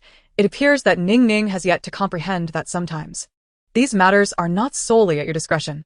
Jiang Ning shot him a sideways glance. "But didn't you used to enjoy it?" Jiang Ning's cheeks reddened further. How could he suddenly be so shameless? "I don't." Before she could finish her sentence, her lips were seized, and Huo Xianzhou turned off the lights. The next day, when Jiang Ning awoke, it was already past noon. She had been utterly exhausted the night prior and had slept soundly until now. Turning to the side, she noticed Huo Xianzhou had indeed left for work. She wondered where this man found such boundless energy. As she rose, every part of her body felt sore. She casually draped a bathrobe over herself and made her way to the bathroom. Remembering that Huo Xianzhou's legs were fine, she felt a genuine sense of happiness. Though she hoped to minimize occurrences like last night, once a week would be sufficient, she feared she might one day exhaust herself completely. Damn. Her cheeks flushed, wondering what lewd thoughts had crossed her mind. After freshening up, Jiang Ning took out her phone to check for messages. She discovered several missed calls from Jiang Sun, along with WeChat notifications. She opened one. "Are you awake? Big brother wants to apologize. Jiang Jun does not compare to you in my heart. Trust me, I will always place you first. Please answer the phone." Jiang Ning sikhet. Rationality urged her that if that box was truly so significant to Jiang Sun, releasing Jiang Jun was not out of the question. Yet emotionally, she still felt hurt and aggrieved. It was her closest brother, and when she felt wronged, she wished to be protected, yet her brother sided with her adversary. Jiang Ning dialed the phone. Brother, where are you? I'm in your living room. Jiang Sun glanced at the man across from him, conversing with Huo Xianzhou. 2 hours earlier, at the Huo residence. Last night, he had been unable to restrain himself, worried that Jiang Ning would feel unwell upon waking, so he decided not to go to the office. He instructed the maid to prepare lunch and waited in the living room for Jiang Ning to rise. Unexpectedly, Jiang Sun arrived first. After the maid let him in, she stepped aside. Mr. Huo, we have a guest. Huo Xianzhou lifted his gaze to the newcomer. Jiang Sun bore a striking resemblance to Jiang Ning, though his expression was considerably more austere. Faced with this visage so similar to hers, Huo Xianzhou found his patience considerably bolstered. Please have a seat. Would you like something to drink? Jiang Sun, not one to stand on ceremony, settled directly onto the sofa and instructed the maid, a glass of iced coffee, please. The maid went to the kitchen, and Jiang Sun surveyed the spacious living room, which was larger than most people's entire homes. At least in material terms, Jiang Ning would not suffer. Pregnancy brings with it an overwhelming sense of drowsiness and lingering late mornings. Jiang Sun felt a sense of relief. After last night's quarrel, Jiang Ning had turned off her phone, which prompted his early visit. With Ning Ning present yesterday, he refrained from saying too much. Now, With only the two of them, it was time for a candid conversation between men. Huo Xianzhou nodded, his expression composed as he casually sipped from the cup of hot tea beside him. Speak plainly, elder brother. Jiang Sun's handsome features twisted in disbelief. Have some dignity. Huo Xianzhou, you are 2 months my senior, and yet you refer to me as elder brother? You are Jiang Ning as husband, and as her elder brother. It is only fitting that you are addressed as such. Years ago, Huo Xianzhou had been his dearest friend, whom he had cared for and protected, striving to lend a helping hand. That was before Huo Xianzhou's identity transformed from an ordinary individual to the young master of the Huo family. No one anticipated that the young heir of the Huo family would attend such a mundane public school, displaying a character so reclusive. The emotions of youth are fervent and tumultuous. Concealing one's affluent background is akin to the gravest deception, and even after Huo Xianzhou transferred schools, Jiang Sun could not bring himself to confront the truth. It was only after a series of events unfolded that they had not crossed paths since their separation at school. Yesterday marked their first encounter post-graduation. The world had changed, and so had they. Even during his years abroad, Jiang Sun had heard of the Huo family and Huo Xianzhou's illustrious exploits. Jiang Ning is my dear sister. I cannot bear the thought of her being harmed in any way. The risks associated with being with you are too great, and I cannot condone it. There were underlying reasons he could not voice, yet they were of paramount importance. I will protect her. I will not allow Jiang Ning to suffer. Jiang Sun scoffed, his gaze drifting from Huo Xianzhou's disfigured face to his injured leg. The implication was unmistakable. If you cannot even protect yourself, how can you safeguard Ning Ning? Huo Xianzhou lowered his eyes, acknowledging Jiang Sun's truth. He had yet to fully uncover the mastermind behind the events. However, he was close, and given a little more time, the truth would be revealed. If you genuinely care for Jiang Ning, you should let her go. The Huo family is a quagmire. Anyone who steps in will be ensnared, unless you can level the ground. Huo Xianzhou understood the necessity of making a promise. I will do it. Prove it to me, Jiang Sun challenged. Your life was saved by both me and Jiang Ning. You owe us this. Chapter 162, Divorce, Jiang Ning. what? Huo Xianzhou's pupils dilated in shock. What do you mean by that? During that devastating fire, both Jiang Sun and Jiang Ning had been present. Jiang Sun's words fell like a bombshell. Huo Xianzhou's investigation had been stymied by a critical piece of information he had yet to uncover, the identity of the arsonist. He had long suspected it was that woman, yet lacked the evidence. You were at the scene? Yes, Jiang Sun replied, fixing his gaze upon him. As the flames grew more ferocious, I realized you were still inside. When I rushed in, Jiang Ning followed me. Upon finding you, you had inhaled an excessive amount of smoke, leaving your consciousness hazy. It was at that moment that Ning Ning poured a bottle of water onto your face. Together, we managed to drag you out. Unfortunately, Ning Ning also succumbed to the smoke and remained unconscious for 2 entire days. Upon awakening, she could scarcely recall the events of your rescue, nor even some memories from her childhood. Huo Xianzhou suddenly understood. Thus, everything became clear. In the final moment of his unconsciousness amidst the flames, he distinctly saw Jiang Ning's face, her image indelibly etched in his mind. It was indeed curious how such a petite figure managed to carry his unconscious self to safety. It turned out that Jiang Sun was present as well. Her aftermath was the loss of memory regarding the incident, which explained why Jiang Ning had refrained from mentioning her act of salvation for such a prolonged period. The truth was as such. Thank you, Huo Xianzhou solemnly stated. Both you and Ning Ning are my lifesavers. You saw Ning Ning that day, didn't you? You know she saved you, Jiang Sun remarked. Huo Xianzhou nodded, acknowledging the truth. Humph. Jiang Sun scoffed. So your way of repaying your savior is to marry her? How antiquated, Huo Xiao, still indulging in such archaic notions of devotion. Faced with his sarcasm, Huo Xianzhou found himself at a loss for words. It was a fact that he harbored feelings for Jiang Ning. I will exert every effort to protect her, he declared. At that moment, the aunt brought over coffee, which Jiang Sun took and gulped down. Setting it down, he fixed his gaze upon Huo Xianzhou and said, I suggest you focus on safeguarding yourself first. After all these years, you aren't still unaware of who set the fire, are you? I know you expelled your stepmother from her family and even sent Huo Chu abroad, thinking that would ensure safety. Are you certain that this mother-son duo is the only one wishing for your downfall? Jiang Sun's trio of inquiries was laden with insinuation. Huo Xianzhou furrowed his brow and spoke in a low tone. What do you know? I witnessed the arsonist with Ning Ning.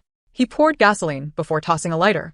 He stated, shocking Huo Xianzhou. He had spent nearly 6 years searching for clues, yet had found none. Could the truth be unraveling at this moment? His hands trembled slightly with tension. Who was it? It was a man, wearing a hat and mask. I could not see his face. Huo Chu? He inquired again. Jiang Sun shook his head. It shouldn't be him. The height doesn't match. I saw Huo Chu from a distance afterward, and there was a noticeable difference. Huo Xianzhou took a deep breath and finally asked, if you were to see him again, could you recognize him? I cannot guarantee that, Jiang Sun replied, turning his gaze towards Huo Xianzhou. I picked up the lighter he used for the arson.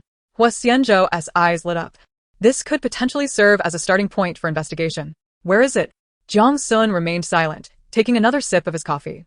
Why should I so readily hand it over to you? Huo Xianzhou understood that the situation was not so simple. He had come today evidently brimming with anger, as if he had disturbed the most exquisite of flowers. State your conditions. Divorce Jiang Ning. Chapter 163. Conditions. If obtaining the truth of that year required him to part ways with Jiang Ning, he might as well remain in ignorance for a lifetime. This, I absolutely cannot agree to. He bluntly refused, which instead eased Jiang Sun's expression somewhat, revealing his genuine concern for Jiang Ning. Let me propose a different condition, Jiang Sun said, adopting a negotiating stance. Huo Xianzhou looked at him, his voice low. Speak. Regardless of the future dynamics between you and Jiang Ning, I require you to allocate 10% of the shares from the headquarters to Jiang Ning's son, which you may hold on behalf of the child until he reaches adulthood. Jiang Sun felt compelled to plan ahead. 10% was a sum that would entice anyone. He had no desire for his family's wealth, yet understood the necessity of providing Jiang Ning with a sense of security in such a precarious environment. Upon hearing this, Huo Xianzhou chuckled. Everything I possess will ultimately belong to the child. Write it down in black and white. Jiang Sun tapped the table twice. Still hesitant? I agree to your terms. Wealth is merely a material possession. For Huo Xianzhou, 10% of the shares is insignificant. Even if I were to refuse, the future gifts to the child would exceed this amount. Jiang Sun relaxed, retrieving a nearly charred lighter from his pocket and tossing it over. This is what the murderer left behind. I need you to sign the contract granting the child shares and hand it to Ning Ning. All right. Huo Xianzhou accepted the lighter, his slender fingers spinning it gently. He felt an odd familiarity with the lighter, vaguely recalling having seen it somewhere before. He carefully tucked it away and expressed his gratitude once more. Thank you. No need for thanks, this is a transaction. I am securing benefits for my nephew or niece. Huo Xianzhou chuckled. You remain as stubborn as ever, clinging to your principles. This is not merely your nephew. He is also my son. Jiang Sun frowned. Why do you only mention your son? You wouldn't be exhibiting a preference for males, would you? Huo Xianzhou sighed. Even a simple statement invites scrutiny. The matter was settled. Regardless of Jiang Sun's opposition, it was futile now. Their divorce did not sever their ties. With the child in existence, they would forever be bound together, as inseparable as bones and sinews. The conversation between the men continued until Jiang Sun received a call from Jiang Ning. The call was still connected when Jiang Ning hurriedly emerged from her bedroom. She was visibly pregnant, prompting Jiang Sun to stand up anxiously. Take it slow. Brother, what brings you here? Jiang Sun replied displeased. Is it inappropriate for me to visit my sister's home? Jiang Ning quickly assessed the two men, noting their calm demeanor and the nearly empty cups on the table, which eased her tension. As long as there was no argument, she felt relieved. Her brother's straightforward nature often clashed with Huo Xianzhou's temperament. Your brother no longer opposes our relationship. Huo Xianzhou gently took her hand and whispered. Jiang Ning's eyebrows shot up in surprise. Really? Jiang Sun shrugged. He is merely temporarily refraining from opposition. Should I discover any mistreatment towards my sister, I will certainly whisk her away immediately. I knew you were the best brother, she exclaimed joyfully, her spirits lifting considerably. As long as they could coexist peacefully. That was of utmost importance to Jiang Ning. It's getting late. Let us have lunch together, and afterward, accompany me to the police station. Huo Xianzhou was puzzled, wondering if something had occurred. Why go to the police station? To bail out Jiang Jun, who was her half-sister. Huo Xianzhou glanced at Jiang Sun, understanding that this was a family matter, and wisely refrained from asking further. There's no need for you to go through the trouble. I'll have Xinghe call the station chief. Chapter 164. Jiang Jun's release. During dinner, Jiang Sun took the initiative to say, My sister is already married to you and is now expecting, yet you haven't even had a wedding. As Jiang Ning's guardian, I believe it's only proper that both families meet after the marriage certificate has been obtained. Huo Xianzhou nodded, realizing that he had been somewhat dismissive of Jiang Ning's significance. All right, I will make the arrangements. Jiang Ning quietly ate her meal, understanding that her family was advocating for her, and she wisely chose not to interject. Shall we visit the Huo family ancestral home tomorrow evening? Huo Xianzhou inquired. Jiang Ning, who had remained silent thus far, was puzzled. Why call him? You could simply go yourself. It's different. This matter requires the presence of elders. Rest assured, everything will be taken care of by your brother. Huo Xianzhou's desire to take this approach must have its reasons. After they finished their meal, Jiang Jun was also released from custody. Jiang Sun stood up and addressed his sister. I do not wish to morally constrain you with platitudes about what is best for you. I merely hope you find happiness. If being with Huo Xianzhou brings you joy, I will not come between you. Huo Xianzhou glanced at his phone. Jiang Jun had indeed been released. All right. It was only when Jiang Sun came down that Huo Xianzhou pulled out his lighter to inspect it. Jiang Ning remarked, How did this lighter become so damaged? ISN, T, a classic model from that brand? You understand this? Previously, we pooled our money to buy this brand for a respected teacher's birthday. It was quite expensive. A teacher? Huo Xianzhou raised an eyebrow. Yes, a university professor, Jiang Ning confirmed. A silver Bentley parked downstairs in the residential complex. Who are you? Where is this place? Why did you bail me out? I want to leave. Let me out of the car. Jian Xinghe glanced at her through the rearview mirror. Speaking with resignation, Miss Jiang, I have not restrained your hands or feet. Please wait a moment. Someone will come to escort you. As they spoke, the car door was suddenly opened from the outside, startling Jiang Jun. After a moment, she dared to peek out, meeting Jiang Sun's gaze face to face. She swallowed hard. Brother? Jiang Sun regarded her with an impassive expression, nodding toward Jian Xinghe. Thank you. My pleasure, Mr. Jiang. Do you need me to drive you? Yesterday. Her tears welled up instantly. You are the one who had me rescued, right? Yes, I did something regrettable to Jiang Ning, but we are family. It should not come to such extremes. Shut up. Jiang Sun coldly interrupted, showing no interest in her protests. Jiang Jun immediately fell silent, having always feared Jiang Sun and never daring to argue against his words. Each time she bullied Jiang Ning, it was in places where Jiang Sun could not see. Deep down, she even envied Jiang Ning for having such a handsome brother who wholeheartedly cared for her. Why does Jiang Sun treat her poorly while being so kind to Jiang Ning? Come with me. Jiang Sun interrupted her thoughts and strode ahead. Chapter 165. Money. Jiang Jun pressed the doorbell and cautiously glanced back at him. Brother, thank you for rescuing me. Jiang Sun's lips curled into a sardonic smile as he crossed his arms, looking down at her from a height. Without the victim's acknowledgement, how could you possibly be released? The one you should thank and apologize to is not me. The door opened from within, and Yuan Lin exclaimed in surprise upon seeing her. She embraced Jiang Yuan and then turned to yell into the house. Old Jiang, hurry out. Mom. Jiang Jun cried as she hugged her, the two of them enacting a profoundly moving mother-daughter scene. Jiang Sun frowned in distaste. Please step aside. Do not block the way. Only then did Yuan Lin notice the man beside her, instinctively feeling a sense of dread towards Jiang Sun. This guy, even before reaching adulthood, had dared to wield a knife and fight for Jiang Ning. She stepped aside, and Jiang Sun entered the house with long strides. He headed straight for the bedroom where there was some commotion, just as Jiang Mingsheng was rising to come out. The father and son stood facing each other. Your sister has come out of prison? I'm sorry, I only have one sister, Jiang Ning. Where's the stuff? Jiang Sun extended his hand, too disinterested to utter any more words. Jiang Mingsheng glanced at him with dissatisfaction, attempting to assume a paternal demeanor, but was intimidated by Jiang Sun's gaze. He swallowed hard. You are my biological son. Do you not feel any kinship? As he spoke, he walked outside. Sit in the living room for a while. I will fetch the items. Jiang Sun was uncertain of what game he was playing and chose to sit on the sofa. At that moment, Yuan Lin had begun bustling about in the kitchen, preparing a meal for Jiang Jun. Jiang Jun stood nervously in place, cautiously glancing at Jiang Sun. Brother, I'll go change into some clothes. Jiang Sun pretended not to hear, not even lifting his eyelids. Soon, Jiang Mingxing returned with an ancient wooden box. It was indeed the item left behind by their mother. Seeing that it was still there, Jiang Sun visibly relaxed. Hand it over. He extended his hand, but Jiang Mingxing did not pass it to him. Instead, he sat down across from him and feigned a gentle tone. Everything is going smoothly abroad, I presume? Jiang Sun did not engage, waiting for him to continue, curious about what Jiang Mingxing was really after. As Jiang Mingxing fell silent, he awkwardly rubbed his hands together. You know how things are with Dad. Your aunt has been a homemaker for many years. Now that Jiang Jun has just come out of prison, it's difficult for someone with a criminal record to find work. The financial pressure of the entire family has fallen on my shoulders. Dad's capabilities are limited. He only earns a meager amount each month, and it's long been insufficient. After speaking, he stared at Jiang Sun, his eyes filled with hope. Jiang Sun's lips curled in a sardonic smile as he retorted, and so, you need to help me. Dad raised both you and Jiang Ning, and now that you finally have the ability to earn money, you cannot abandon him, can you? As he spoke, he raised the box in his hand. If you show filial piety to Dad, I will willingly give you the items. So it was all for money. What if I choose not to be filial? Jiang Mingxing's complexion instantaneously shifted, fear gripping him at the thought of Jiang Sun's resolve. He hastily exclaimed, You wouldn't truly do this, would you? Give me 1 million, and I shall hand over the box. The pretense of their father-son bond was torn asunder, leaving no facade intact.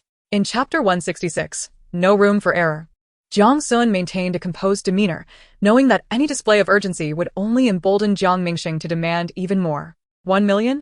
He mused, a smirk playing at the corners of his mouth, his eyes glinting with scorn. This was originally my mother's possession.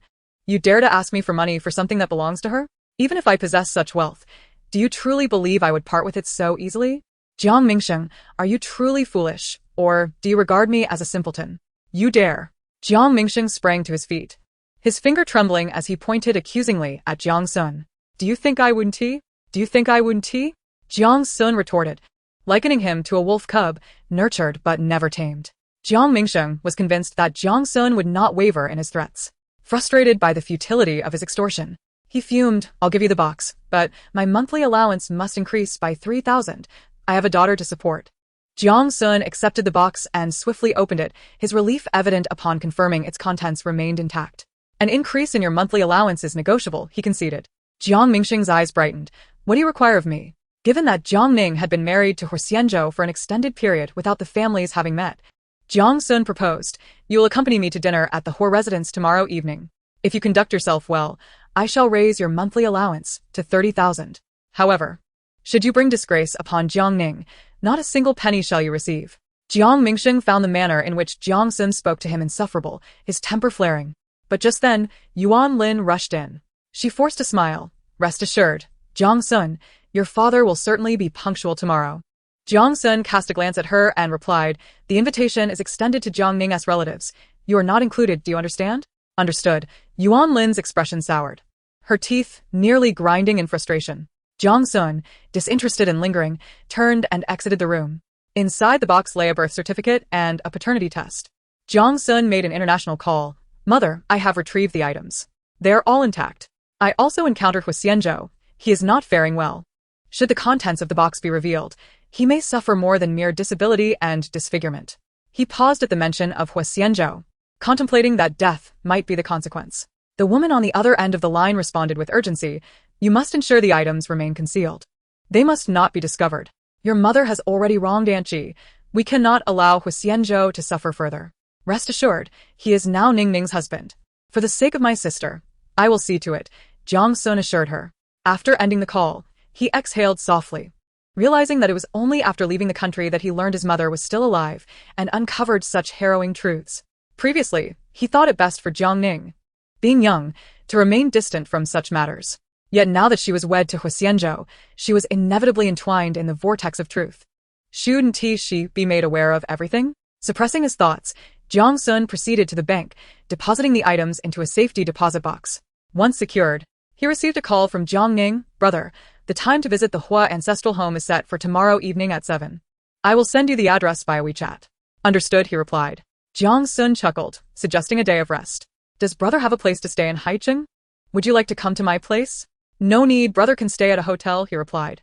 Jiang Sun gently reassured him. See you tomorrow. After hanging up, Jiang Sun furrowed his brow, glancing at the document in his hand.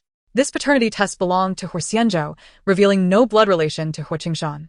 Chapter 167. I am getting married. Jiang Ning ended the call and turned to the man beside her. Brother doesn't want to stay with us. Leaning against him, she said. Zhouge, you're not angry, are you? My brother may appear fierce and speak rudely, but he is truly a good person. Rest assured. Knowing there are others to protect you besides me brings me joy. Jiang Ning's smile widened as she rested her head on his arm. Suddenly, her phone on the table vibrated twice, and she instinctively picked it up. Just one glance made her body freeze. Huo Xianzhou noticed her reaction and turned his gaze to the screen, but Jiang Ning quickly pressed the phone to her chest. What's wrong? His deep voice, tinged with an imperceptible chill, echoed in her ear. Jiang Ning swallowed hard. It's nothing. It's a message from one Xian. Just a little secret between girls that you shouldn't see. Huo Xianzhou lowered his eyes, feeling a tightness in his chest, struggling to breathe. She was lying. He had only seen 2 characters. The sender was noted as Huo Chu. Did they still have contact? Why were they communicating? And why was she afraid for him to see? Jiang Ning stood up. Zhouge, I'm going to the restroom. Huo Xianzhou replied with a non-committal his tone revealing no anger or joy. Go ahead. As soon as she left, Huo Xianzhou took out his phone and made a call to report on Huo Chu's situation. The text messages read, I heard you're bringing your parents to the Huo family. Are you planning a wedding with Huo Xianzhou? Do you need a friendly reminder about whose child is in your belly? Don't wait until the baby is born, only to have to call me uncle. That would anger me. I might just reveal the truth if I'm displeased. Do you think Huo Xianzhou would still want you then? But rest assured, even if Huo Xianzhou were to cast you aside, I could still begrudgingly accept you for the child's sake. Jiang Ning felt a wave of nausea as she read the incoming messages. She covered her mouth, retching, the feeling of sickness intensifying. Half crouched on the floor, she looked ready to empty her stomach. The sounds of retching in the restroom were loud, prompting Huo Xianzhou to rush over, knocking on the door anxiously. Ning Ning. Are you alright? I'm fine. Jiang Ning quickly wiped her mouth with a tissue and flushed the toilet. I think I ate something too greasy tonight. She deleted the messages from Huo Chu one by one before finally opening the restroom door. She collided directly with Huo Xianzhou's worried gaze. Are you feeling very unwell? Once I finish throwing up, I'll be alright. It's just a common pregnancy reaction, nothing to worry about, she said, feigning nonchalance. Huo Xianzhou's concern deepened as she noticed her eyes were red from the vomiting. Just a moment ago, everything was perfectly fine. How could the moment Huo Chu's message arrived, everything changed? Could it be that they're engaged in some clandestine dealings? Huo Xianzhou yearned to inquire directly, yet he feared that the answer might be unbearable. He had nearly lost everything, and now, having finally gained Jiang Ning and their child, he cherished them more than ever. He did not wish for anyone or anything to stand between them. Huo Xianzhou embraced her tightly, urging her to lie down and rest while he prepared some soup. No need, your leg is also inconvenient, she replied. Huo Xianzhou reassured her in a deep voice. It's fine to move around a bit at home. She composed herself and opened WeChat, discovering 2 voice messages from one Xian. Ning Ning, there is something I need to tell you. I'm getting married. Chapter 168. Deception. What's going on? Jiang Ning immediately called her. When Xian continued, after we confirmed our relationship, I briefly mentioned Qingsheng's background, and my parents directly arranged to meet him. You know how exceptional Qingsheng is. Even though his family background is quite different from ours, his qualities are undeniable. In terms of appearance and professional competence, he far surpasses the average person. Moreover, with my condition being so obvious, my conservative father won't allow me to remain unmarried and pregnant, and they're already discussing the wedding. Tomorrow, Qingsheng's parents will come to Haicheng. I anticipate that a meeting between our families will finalize the wedding date, likely by the end of the year. Jiang Ning tuklet. You two are moving at quite a pace. It seems destined lovers shall indeed become couple. She shrugged, almost. When I first met Huo Xianzhou, I couldn't help but criticize him, but thankfully brother Zhou has a good temperament. Only you would think Huo Xianzhou has a good temperament. If you were to inquire about his reputation in Haicheng, anyone in the business world who believes him to be easygoing would be in for a rude awakening. And then, when Xian asked, already invested in Jiang Ning's situation after resolving her own. Later, I recognized brother Zhou's merits and thought it would be best not to let things remain ambiguous. I also hoped our families would meet to hold a wedding. Coincidentally, I'm going to the Ho family as old residents tomorrow. When Xian laughed heartily, her cheerful laughter resonating, it seems our sisterhood is truly synchronized. We're both pregnant and meeting our families together. Why not have our weddings together as well? Oh, you two lovebirds are not resting even in your condition. Take it easy and don't overexert yourselves. The phone's volume was loud enough for Huo Xianzhou to catch that remark. When Xian laughed, I want to interrupt your romantic evening. Good night. Jiang Ning's cheeks flushed, and she shot Huo Xianzhou a glare. What nonsense are you saying? When Xian will misunderstand. Is it really a misunderstanding? Huo Xianzhou retorted. Jiang Ning's face reddened further as she recalled how they had spent the latter half of the night together. What kind of soup did you make? She quickly changed the subject, pretending she hadn't heard. Yam and pork ribs, Huo Xianzhou replied, pulling a small table over to the bed. The ribs were prepared by the auntie beforehand. I just heated them up. Thank you, Brother Zhou. After chatting with Xian for a while, she momentarily set aside her emotions regarding Ho Chu. Jiang Ning recognized that concealment was not a solution. The longer such matters were hidden, the more they would harm each other. Soon, she would meet her parents, and if a wedding were to be held, she resolved to reveal the truth to Huo Xianzhou beforehand. Whether he chose to stay or leave would be entirely up to him. Jiang Ning lowered her head and sipped her soup, smiling as she remarked, It's delicious. Thank you, Brother Zhou. Huo Xianzhou, still preoccupied with the earlier message, feigned nonchalance and inquired, was that message from Xian in the living room just now? Jiang Ning's heart skipped a beat, and she dared not meet his gaze. Yes, it was. Huo Xianzhou felt a deep sense of disappointment. He had intended to offer Jiang Ning another chance, but it appeared that she did not cherish it. She was still lying. Chapter 169. A personal greeting. The following day, Jiang Ning regarded the forthcoming meeting of both families with utmost seriousness. She was indifferent to whether Jiang Ming would attend, but she was concerned about Jiang Sun and also harbored hopes of truly stepping into marriage with Huo Xianzhou. She imagined what their wedding might look like, yet there lingered a subtle worry. As long as the meeting went smoothly today, she would seek an opportunity to confess to Huo Xianzhou before the wedding. Dressed appropriately, she emerged from her room to find the man seated on the sofa, his gaze drifting from her long gown to her face. Without reservation, he praised her. You look stunning today. Are you implying I wasn't beautiful yesterday? Huo Xianzhou chuckled, pulling her onto his lap. Ah. Jiang Ning exclaimed, careful not to exert too much pressure for fear of discomforting him. Don't do this, your leg. My leg is fine, he replied, his arms gently encircling her waist, his chin resting on her shoulder as he whispered in her ear. And you should know whether my leg is truly fine or not. As he spoke, Huo Xianzhou tightened his grip, turning her around so that she sat facing him. Though she was perched on his lap, their height difference allowed her to meet his gaze directly. The scar on his face remained, yet the emotions in his eyes were intense, exuding an overwhelming aura of masculinity that was far from unattractive. Jiang Ning swallowed, her cheeks flushing slightly. Stop making suggestive remarks. Suggestive?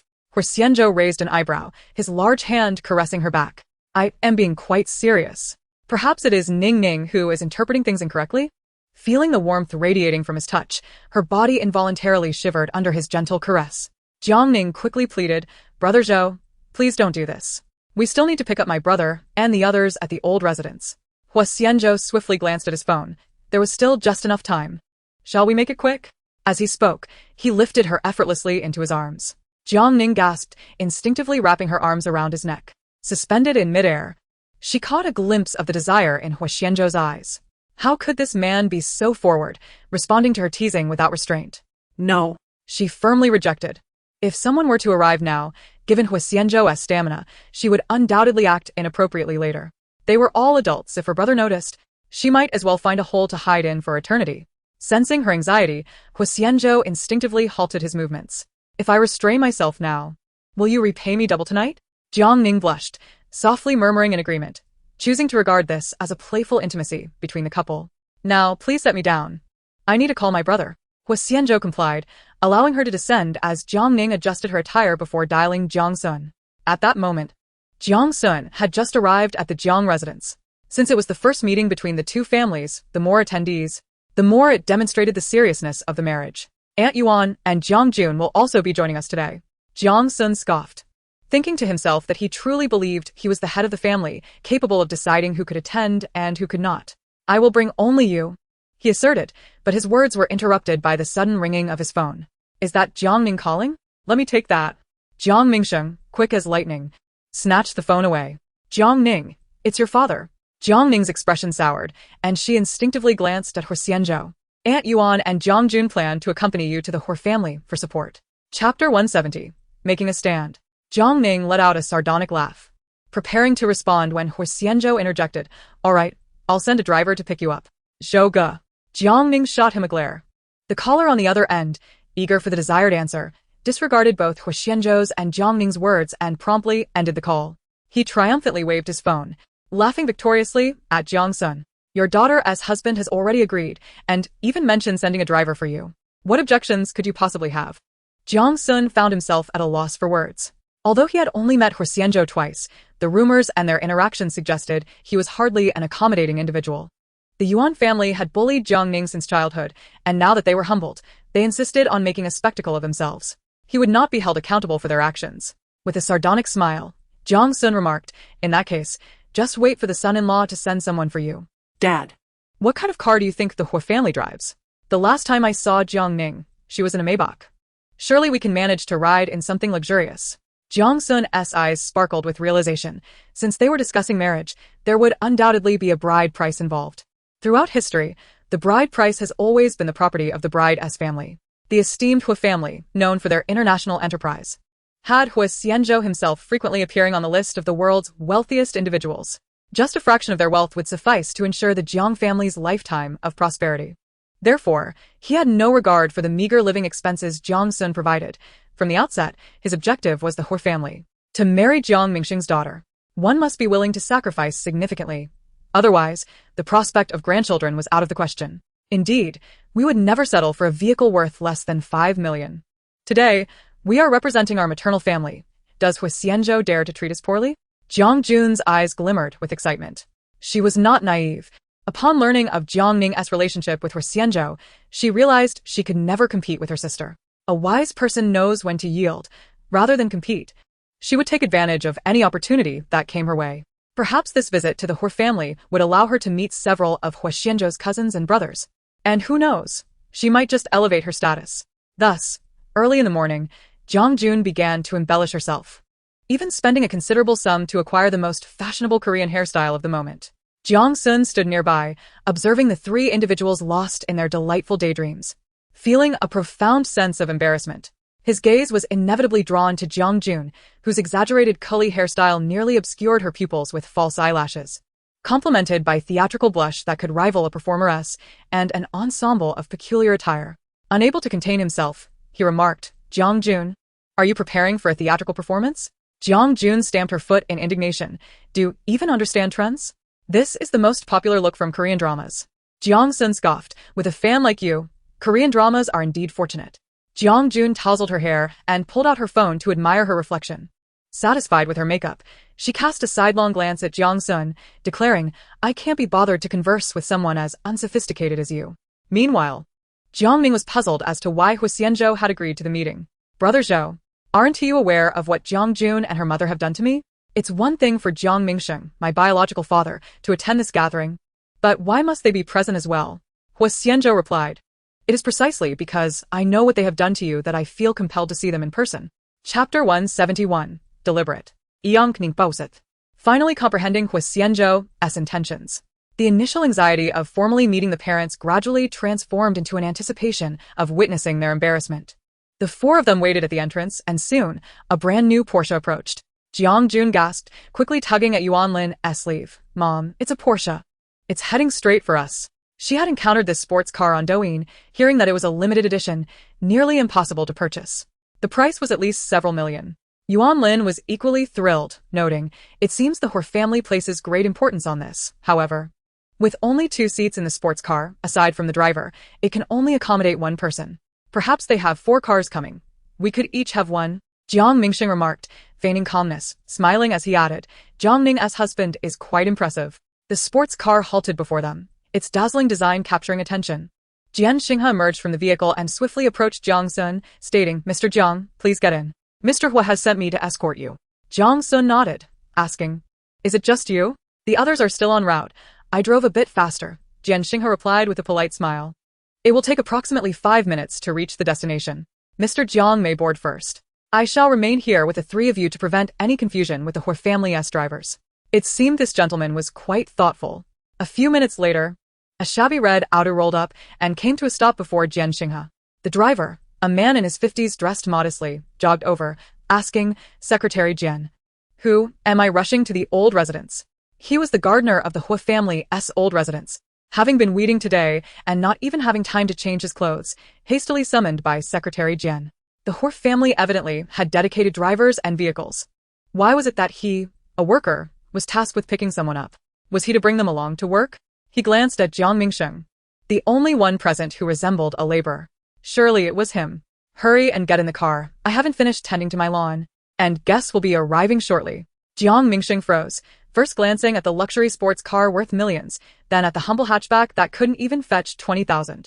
He instinctively took a couple of steps back, questioning if there had been a mistake. But it was unmistakably that sports car. Jiang Jun, unwilling to concede, couldn't he help but retort. With a composed smile, Jian Xinghe maintained a dignified demeanor, stating, "This sports car belongs to Mr. Huo, who personally instructed me to pick up Mr. Jiang's son. Do you have any objections to Mr. Huo's arrangements, miss?"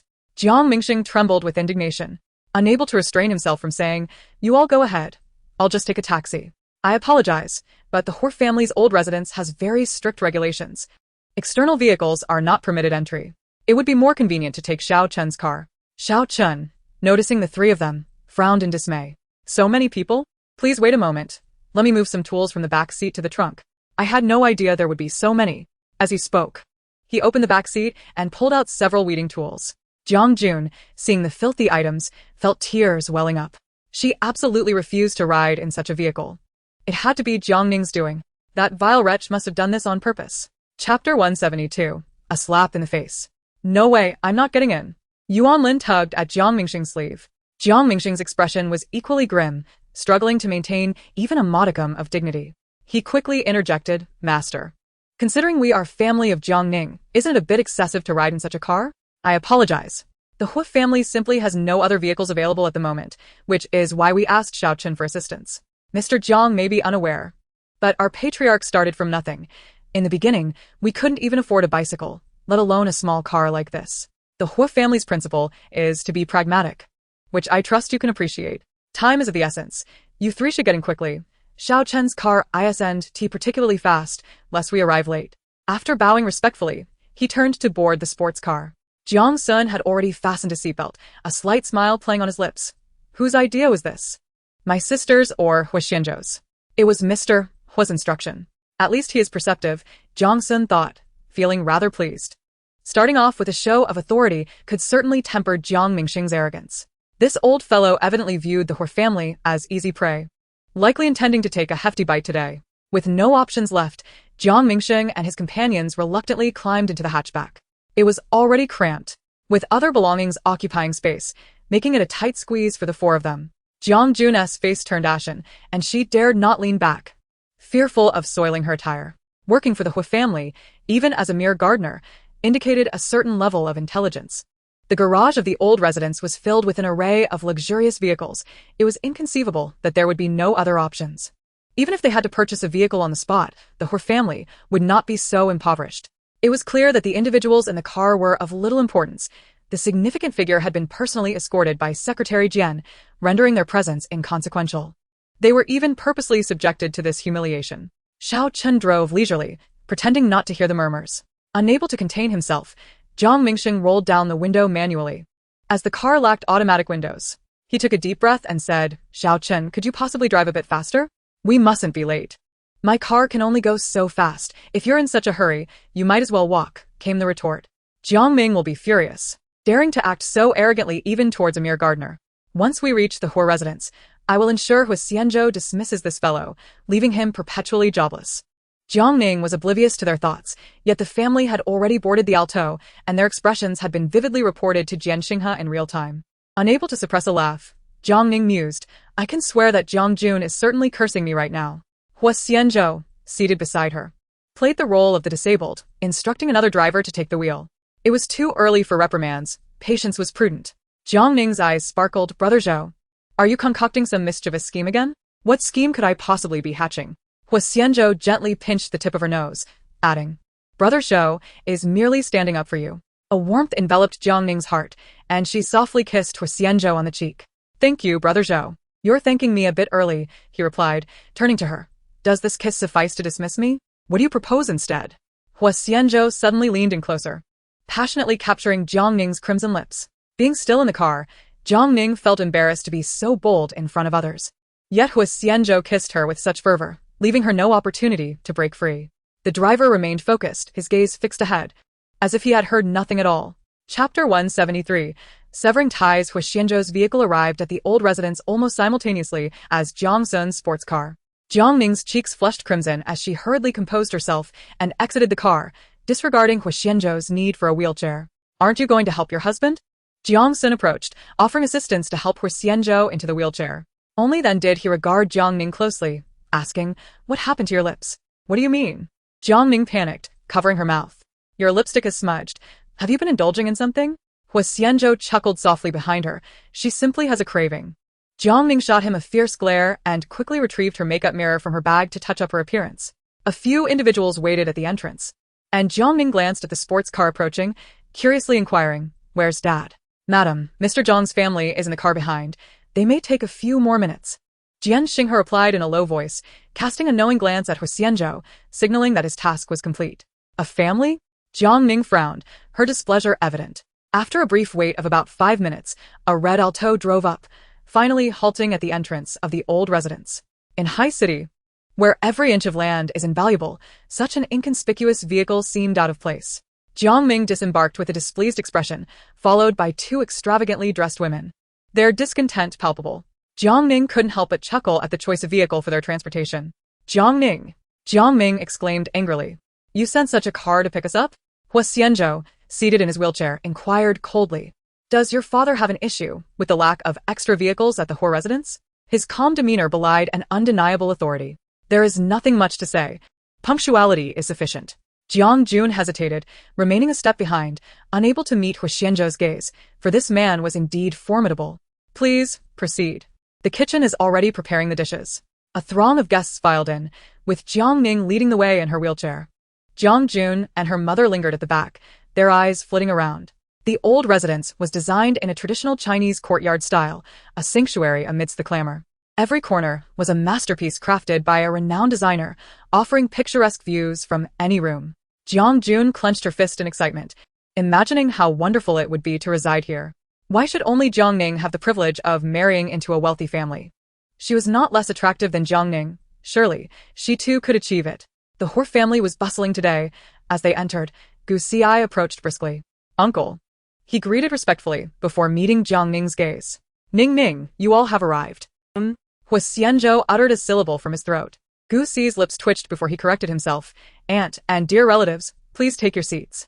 Gu Xi gritted his teeth, deliberately lagging a step to align with Jiang Ning. Teasing her. "Nephew, mind your manners. How can you address your aunt in such a manner?" Huo Xianzhou, seated, could hear their exchange, a slight smile gracing his lips. Their reconciliation and natural interaction were most welcome. Huo Xianzhou genuinely regarded Gu Xi as family. "I thought you two had such a rift that Gu Xi would have made you wear a green hat at the wedding, leading to lifelong enmity." A sudden voice interrupted from behind, followed by Jiang Jun's muffled chuckles. Chapter 174. The Meeting of Two Families. Jiang Jun quickly retracted her neck. "I meant no offense. I simply thought. What gives you the right to voice your opinions here?" Gu Xi, in Huo Xianzhou's presence, was like a docile lamb. Yet, that did not imply he was harmless. This privileged young man, raised amidst wealth, possessed the typical temperament of a second-generation elite. Moreover, as a member of the Huo family, he was accustomed to being the center of attention. There was no reason for Jiang Jun to speak out against him. In the past, when she was with Jiang Ning, she had found their family quite disagreeable, and now it was even more so. "Gu Xi, we are all relatives." "As an elder, I must say something," Jiang Mingxing interjected, adopting a parental tone. "Elder?" Gu Xi scoffed. "I never regarded you as a parent before. Our connection is so distant that it hardly qualifies. How dare you speak to me in such a manner? Even my father would not address me so." Gu Xi. "Apologize." Jiang Mingxing's expression stiffened, visibly pained. Huo Xianzhou timely interjected. Due to his authority, Gu Xi reluctantly responded, "My apologies, I misspoke." This hardly constituted an apology, further diminishing Jiang Mingxing's standing. Jiang Ning opened her mouth but chose silence. If he did not treat her as his daughter, she saw no need to defend him. Gu Xi was typically reckless but was no fool. He had learned to navigate the waters of the Huo family. He understood Jiang Ning's position within the household and recognized that this family was akin to vampires. Initially, I believed that today's gathering would inevitably result in them taking a piece of the pie, yet surprisingly, the family arrived in a gardener's vehicle. A subtle turn revealed that Huo Xianzhou was indeed issuing them a warning. My uncle, with his cunning demeanor, was destined to play the role of the apparent villain. At this moment, there was a clear lack of prior communication between the uncle and nephew, yet they shared an unspoken understanding. Jiang Ning was seething with anger, and upon noticing that Jiang Ning remained silent, he could only swallow his fury. With a rigid expression, he muttered that it was of no consequence. As everyone entered the house, Huo Xianzhou emerged to greet them. He shook Jiang Ming's hand warmly, exclaiming his delight at finally meeting his in-laws. It is our first encounter since Xiao Ning and Xianzhou have obtained their marriage certificate, and I must apologize for the inadequacies in our hospitality. I shall take it upon myself to drink a cup of wine at the dining table later. Huo Xianzhou was a prominent figure in Haiqing, and the courteous demeanor of such a person left Jiang Ming momentarily elated. No trouble at all. You are a busy man. And this meeting is not late in the least, Jiang Ming replied. Jiang Ning rolled her eyes, aware that in most families, their daughter would have been pregnant for 4 to 5 months before the parents met, and it was the elder of the bride's family who should be incensed. She did not expect her family to support her. She only desired that her Xianzhou treated her sincerely. Once they arrived at the restaurant and took their seats, Huo Xianzhou and Jiang Ning were the focal points of the evening, seated at the head of the long table with both families arranged on either side. The dishes began to arrive promptly, each plate exquisitely presented. A Michelin chef had been specially invited to prepare authentic local cuisine. Let us begin, Huo Xianzhou said with a smile. Huo Xianzhou was the first to pick up his chopsticks, placing a piece of braised pork into Jiang Ning's bowl for her to taste. The atmosphere was warm and inviting, reminiscent of a joyous union between families. However, during the meal, Jiang Ning took the initiative to speak up. Now that our daughter is quite obviously expecting, shouldn't we consider holding a wedding? He continued. Though the Jiang family may not be affluent, we are decent folk, and it is imperative that we adhere to proper customs when our daughter marries. Given that Jiang Ning is not too far along, it is indeed the right time to organize a wedding. Chapter 175. The Wedding Replanning. A wedding is certainly necessary, but such matters should be entrusted to the young couple to decide. Huo Xianzhou, who successfully manages a flourishing company, would undoubtedly have ideas on the matter. Huo Xianzhou deftly shifted the focus of the conversation. Ever since that incident, he had largely delegated authority to Huo Xianzhou and refrained from meddling in these affairs. Even Jiang Ning's decision to call off the engagement, followed by Huo Xianzhou promptly obtaining their marriage certificate, was something he had tolerated. Under normal circumstances, the Huo family would never allow such a loss of face. Their willingness to formally invite the Jiang family for dinner today was solely based on Huo Xianzhou's reputation. While this was indeed a valid point, Huo Xianzhou was still a younger generation, and it was more appropriate for the parents to discuss such matters. Huo Xianzhou nodded. When do you two plan to hold the wedding? Just call me dad instead of uncle, Jiang Ning said, delight evident in his gesture. Huo Xianzhou glanced at him. Etiquette must not be disregarded. Uncle Jiang has yet to provide me with a proper address. Jiang Ming's smile faltered. How could he possibly provide financial support? His purpose for coming today was to seek profit for himself. Thus, with a dry cough to shift the topic, it was essential to adhere to proper etiquette step by step. We first discussed the wedding arrangements. From ancient times to the present, when marrying off a daughter, the bride price must not be trifled with. I wonder if the Huo family has settled on a specific amount? Upon uttering this, Jiang Mingxing and his family began to gleam with anticipation, eagerly awaiting a golden opportunity. Huo Xianzhou shrugged, stating that the Huo family's wealth was primarily amassed by Huo Xianzhou, leaving the determination of the bride price to him. The 3 pairs of eyes then turned towards Huo Xianzhou. Rest assured, Uncle Jiang, I have prepared the bride price, he declared. 200 million in cash, 2 luxury apartments in Tangcheniping, along with shares and stock options in the Huo family. Jiang Ning was momentarily taken aback, her eyes widening in disbelief. She was uncertain whether Huo Xianzhou spoke truthfully, yet she understood that such a sum was beyond her lifetime's ambition. The hard work she had put in, determined not to rely on her husband, now seemed a mere jest. If she were to truly receive such an amount, financial independence would be hers in an instant. Brother Zhou, I cannot accept such a large sum, she protested. Are you foolish? This is the son-in-law's sincere intention, a testament to his love for you. How could you refuse? Jiang Mingxing immediately rebuked, his excitement causing him to tremble slightly. He could hardly believe Huo Xianzhou's generosity. Whether it be cash, property, or stocks, possessing any one of those would have made him ecstatic, yet here they were, presented with all 3. Even Jiang Jun could not help but swallow hard. Brother-in-law, you are giving me this much? Huo Xianzhou let out a sardonic laugh. I apologize, but this is for your sister, not for you. What difference does it make? The bride price is for our family. We are one family, after all. And money is spent together. Jiang Jun remarked, nudging Jiang Mingxing's shoulder. Right, Dad? We are one family. Why should there be a distinction? Jiang Mingxing awkwardly added. However, Huo Xianzhou's smile faded, and a commanding presence emerged, causing Jiang Jun to straighten up in fear, unable to move. I believe there is a misunderstanding, Uncle Jiang.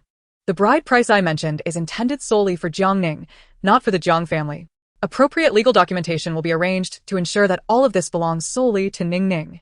Jiang Mingxing's expression froze, questioning whether he had misheard. That cannot be. I have raised my daughter to this age, and now she is marrying into your family. The bride price should be given to us as her parents. This custom does not apply in my case. The beauty of Jiang Ning is a result of her own merits, far surpassing the value of cash, property, or stocks. I am a man of simple tastes, willing to use material possessions to express my affection. The bride price and wedding are things I will undertake only because Ning Ning requires them. Do you understand what I mean? His final question, directed at Jiang Mingxing and his family, emanated a palpable aura of authority. Chapter 176, Wu Si. The desire for wealth overshadowed Huo Xianzhou's formidable presence. Being one family, would it not be unreasonable to give everything to Jiang Ning? The bride price should rightfully go to the parents. Huo Xianzhou replied nonchalantly. Since it has been given to Ning Ning, she shall be the one to decide. Regardless of whether Jiang Ning is honoring you with this sum of money or has chosen to donate it for philanthropic purposes, I shall unconditionally support her. Jiang Mingxing was momentarily taken aback, still wishing to speak, but was startled by the sudden silence that enveloped the room. A woman clad in a fitted qipao, draped with a shawl, entered. Though she bore the marks of age, her demeanor exuded elegance. Jiang Ning did not recognize her. Sensing an unusual tension emanating from Huo Xianzhou beside her, an unsettling suspicion began to form in her mind. With so many present, the woman let out a delicate laugh, swaying her hips as she approached. I have heard that Xianzhou is to be married. Today marks the meeting of both families. As his mother, how could I not be here? Wu Siu's gaze swept the room before settling on Jiang Ning. How lovely. Surely, this must be the bride-to-be.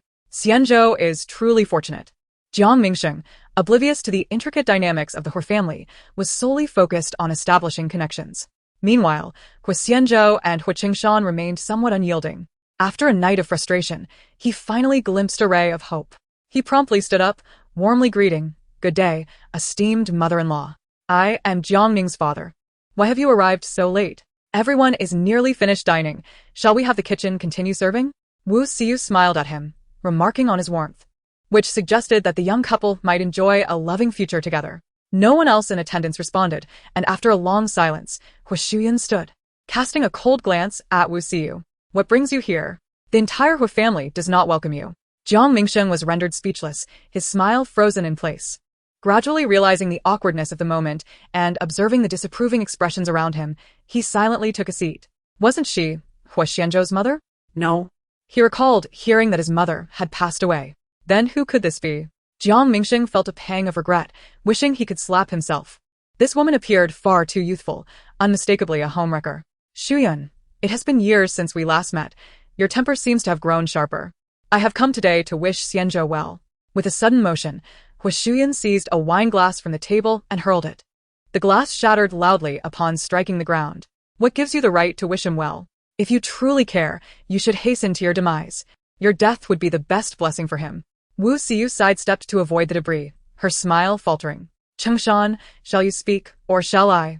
The crowd turned their attention to Huo Qingshan, whose hair had grayed and face was lined with wrinkles, yet he possessed an innate air of authority. Silence hung in the air as everyone awaited his words.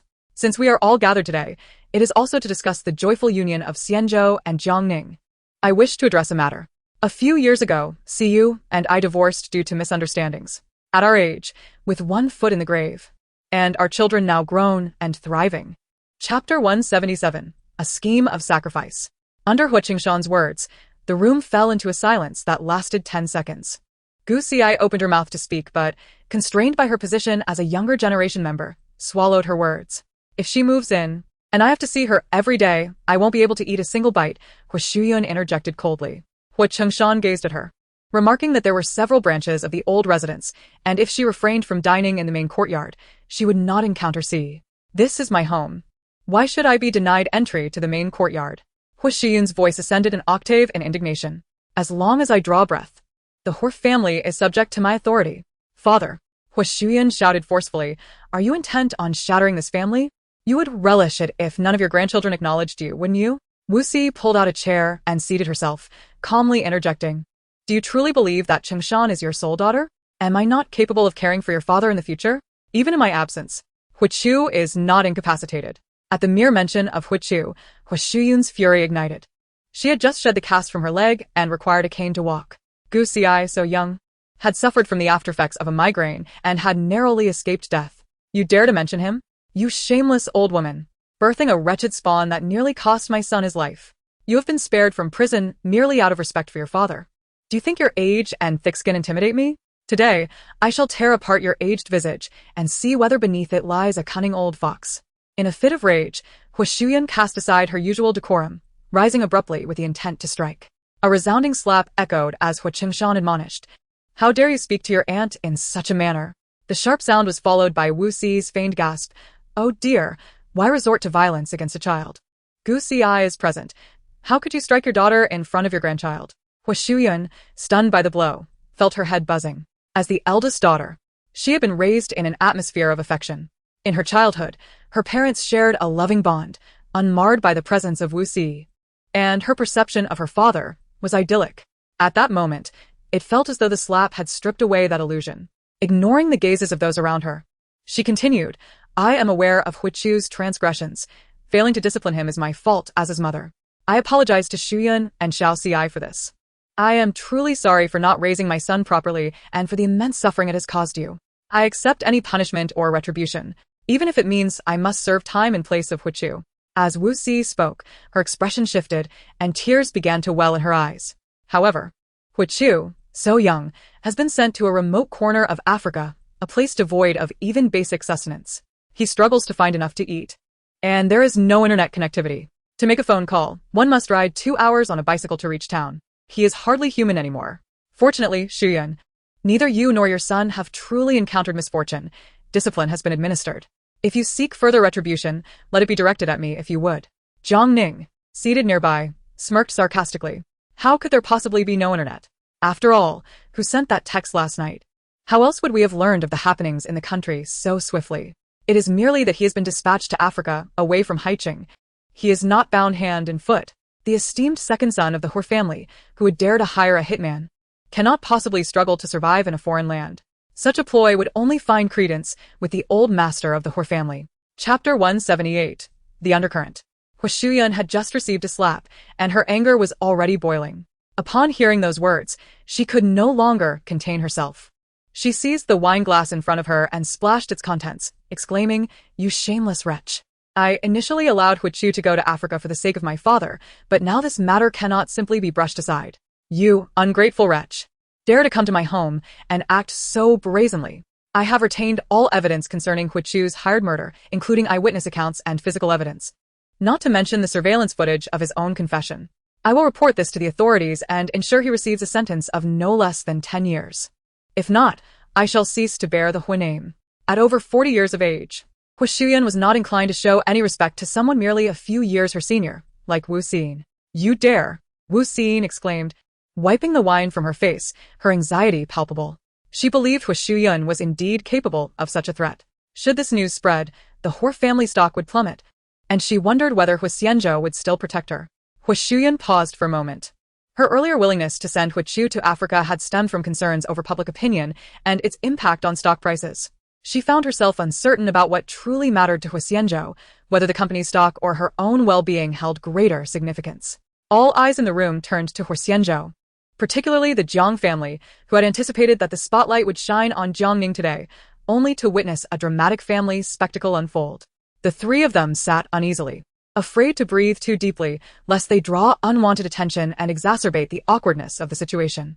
Huo Xianzhou's narrow gaze swept across the room before settling on Wu Xin. This woman had inflicted countless humiliations upon him during his vulnerable youth, while presenting a facade of a loving stepmother before outsiders. Even the death of his mother had been indirectly caused by her. Reflecting on this, Huo Xianzhou suddenly let out a soft chuckle. I thought you would never dare to show your face before me again. Wu Xin recoiled slightly, instinctively pausing her actions to wipe away the wine. What gives you such audacity? Is it Huo Qingshan? She addressed him directly, omitting the familial title. Years ago, I spared you from being cast out of the Huo family, and for all this time, I have honored that promise by not seeking you out. Do you think I am afraid? As he spoke, Huo Xianzhou rose from the table, eliciting gasps of astonishment from those present. Wu Xin took a step back in shock, staring incredulously at his legs. How can your legs? Even Huo Xian gasped, covering her mouth in disbelief. Xianzhou, did I not once say that if you dared to step into the Huo family again, I would personally break your legs and cast you out? Amidst the collective gasps, Huo Xianzhou slowly advanced towards Wu Xin. His steps were deliberate yet unsteady, each movement akin to the slow approach of death itself, instilling in her profound fear and psychological pressure. Huo Qingshan stood up, hesitantly asking, has your leg healed? If it was indeed an injury, there would come a day when it was healed. For 5 years, I have been confined to a wheelchair. Do you truly believe I am destined to be a cripple for life? Huo Xianzhou retorted, questioning whether you think that as time passes, you could trample over my incapacitated existence, as I am powerless to resist. The man's thin lips curled slightly as he softly called out a name, Xinghe. Jian Xinghe timely extended a stick towards him, asking, Mr. Ho, how is this one? Quite good, Huo Xianzhou replied, accepting it and giving it a light pat with his palm. Chapter 179. Cast Away. Qingshan, save me. Wu Xiyu was paralyzed with fear by his gaze. Hastily retreating behind Huo Qingshan, she trembled uncontrollably, presenting a stark contrast to her earlier bravado. Huo Qingshan grasped her hand, his aged eyes radiating authority as he bellowed. You dare to lay a hand on her? If you intend to harm Xiyu today, you must first kill me. Let us see if you have the courage to take my life with your own hands. Huo Xianzhou tilted his head slightly, his fingers curling lightly. Xinghe, let the bodyguards in. Everyone in, Jian Xinghe instructed, and within moments, a group of tall men in black suits surged in, bowing respectfully towards Huo Xianzhou. Their voices synchronized and imposing. Mr. Ho, take her away. The bodyguards swiftly advanced, each seizing one of Wu Xiyu's arms and lifting her effortlessly, rendering her struggles futile. Huo Qingshan attempted to intervene but was restrained by 2 guards who politely apologized. Wu Xiyu was suspended nearby as Huo Xianzhou, using the stick as a cane, approached her deliberately. I possess no remarkable qualities, save for one. He paused for 2 seconds before continuing. I always keep my word. No matter how much I despised you back then, I honored my promise to let you go as long as you exited the Huo family, and I have upheld that. Now, you can only blame yourself. He raised the stick high, poised to strike. No. Help! Wu Xiyu screamed in terror, tears streaming down her face. In her extreme fear, a stream of liquid trickled down her thigh from beneath her qipao, filling the air with a pungent odor. Wu Xiyu shut her eyes, shrieking in despair, wishing for immediate oblivion. It was not merely fear but a blend of shame and anger that enveloped her heart. She had thought that with Huo Qingshan's favor and the weight of elder status, she could navigate the Huo family with ease. Little did she anticipate that within a few short years, Huo Xianzhou would prove to be impervious to her manipulations. Had she known this day would come, she would have eliminated him earlier. Huo Xianzhou's gaze drifted from her face to the ground, and he stepped back in disgust. He tossed the stick to Jian Xinghe beside him. Quickly, take her away and do your work. I wish to spare my eyes from this filth. Yes, Mr. Ho. Jian Xinghe waved his hand, and the bodyguards briskly escorted Wu Xiyu out, leaving a trail of dripping water behind. The maids of the Huo family, understanding the situation, approached with mops and cloths, silently beginning to clean up. As silence enveloped the room, a piercing scream echoed from outside, followed by Wu Xiyu's desperate sobs. Mr. Ho, both of her shin bones have been broken. Standing guard beside her, no one is allowed to take her to the hospital tonight. Indeed. Jian Xinghe received the order and promptly exited. Jiang Ning instinctively swallowed hard, feeling as though he had lost his sanity. How audacious to approach the Huo family with such brazen demands. What sort of son-in-law was he? The recent exchange coupled with the terrifying scar on his face instilled in him a fear greater than that of a living demon. The 3 present, including Jiang Jun, were rendered speechless, their hearts yearning to flee, yet their feet remained rooted in place. Huo Xianzhou, have you lost your mind? Huo Qingshan bellowed, trembling with rage. Let go. Release me. Is this rebellion against heaven? He turned to Jiang Ning and offered a warm smile. Apologies, father-in-law. It seems you have been subjected to this farce. Chapter 180. Slapping faces all around. No, no, no. Jiang Ning hastily shook his head and waved his hands, his anxiety causing him to repeat the denial thrice. He swallowed again, at a loss for words. I heard from Ning Ning that she seemed to have had an unhappy childhood in the Jiang family. How could that be? Jiang Ming quickly refuted, his voice rising an octave. Beads of cold sweat formed on his forehead, fearing that this son-in-law would seek vengeance for the past grievances suffered by Jiang Ning, potentially breaking his legs in the process. How excruciating that would be. Furthermore, to be so heartless as to prevent anyone from escorting Wu Xiyu to the hospital. She was a pampered beauty, accustomed to luxury her entire life. Internally cursing, he dared not show any sign of dissent on his face, terrified that he might be the next target. Is that so? Why not let your wife and youngest daughter have a word with her?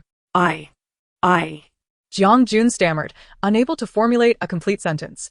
She then burst into tears, nearly collapsing in front of Jiang Ning to apologize.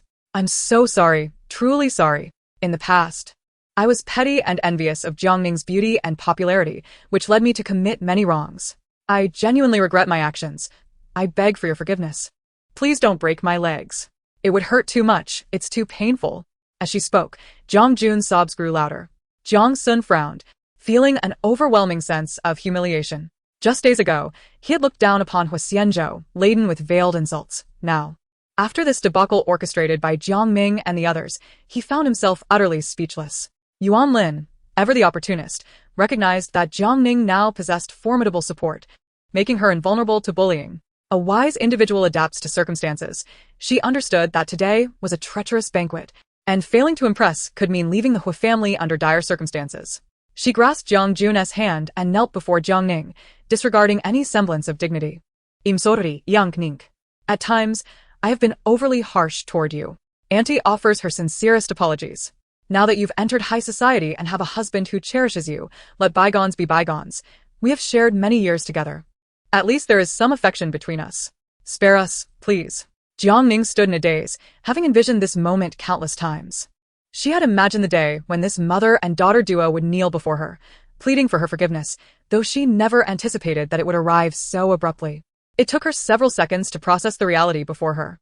Today, the gathering was quite numerous, and she did not compel Jiang Jun and the others to yield through her own prowess. Witnessing their kneeling apologies was somewhat gratifying, yet it did not bring true satisfaction. True satisfaction lies in wielding such power that they are rendered incapable of resistance. Brother Zhou, let them depart. Huo Xianzhou innocently shrugged, asserting that he had not bullied them. Yuan Lin, feeling liberated, hastily helped Jiang Jun to her feet and seized the still-dazed Jiang Mingxing to exit. Once the three had left, Jiang Ning softly remarked, Now we are all on the same side. Let us raise a glass to the one who enabled us to stand for Brother Zhou. Gu Xi chuckled, affirming that it was indeed characteristic of Jiang Ning. Jiang Sun drained his cup, stating, These matters are entirely of your family. I shall not interfere further. I only wish to inquire, does the betrothal gift for my sister still stand? It does, came the reply. Brother Jiang Ning softly called out, yet was embraced by Jiang Sun, realizing that, apart from myself, there are others who genuinely protect you. I am quite pleased. Chapter 181. You know my mother. Jiang Ning had not anticipated that events would unfold in such a manner. Gently linking her arm with Huo Xianzhou's, she quietly asked, Brother Zhou, I'm here for you. Good. Huo Xianzhou replied, revealing his first genuine smile of the evening. While others may have perceived merely his emotions, his assertiveness towards Wu Xiyu and his father, and perhaps even fear or other sentiments, only Jiang Ning showed concern for his true self. Continuing to meet with Huo Chengshan under today's circumstances would only exacerbate the quarrel. He looked towards Huo Shuyun and suggested, Why not stay at the house in the west of the city, with Gu Xi for the next few days? I refuse. Huo Shuyun retorted, indignantly asserting her right to reside in her own home after reaching this age. I shall remain in the old residence. I want to see if that old woman dares to enter this house. He then turned to Huo Xianzhou and asked, Uncle, is your leg injury all right now? I can manage a step with my crutch, just cooperate with the rehabilitation, Huo Xianzhou replied. Gu Xi's handsome face broke into a smile as he turned to Jiang Ning, saying, Perhaps Jiang Ning truly is a lucky star, since marrying you. My leg injury seems to be healing gradually. He felt no sympathy for Huo Xianzhou's actions that led to Wu Xiyu's injury. Having just emerged from the ICU, he had narrowly escaped death. Hu Chu had not faced the consequences he deserved, and as a mother, if she wished to make a scene, she might as well apologize on behalf of her son. As he turned to leave, he seemed to recall something and stepped back to Jiang Sun. Brother Sun, I owe you an apology. I promised to take good care of Jiang Ning, and I failed in that regard. Thankfully, the outcome is better now. As Jiang Ning has found someone more suitable, I shall invite you for drinks another day and make amends in a manly fashion. Jiang Sun's lips curled into a slight smile, He had previously held a fondness for Gu Xi, appreciating his looks and his ability to navigate social situations, and discerned that he indeed cared for Jiang Ning. Very well.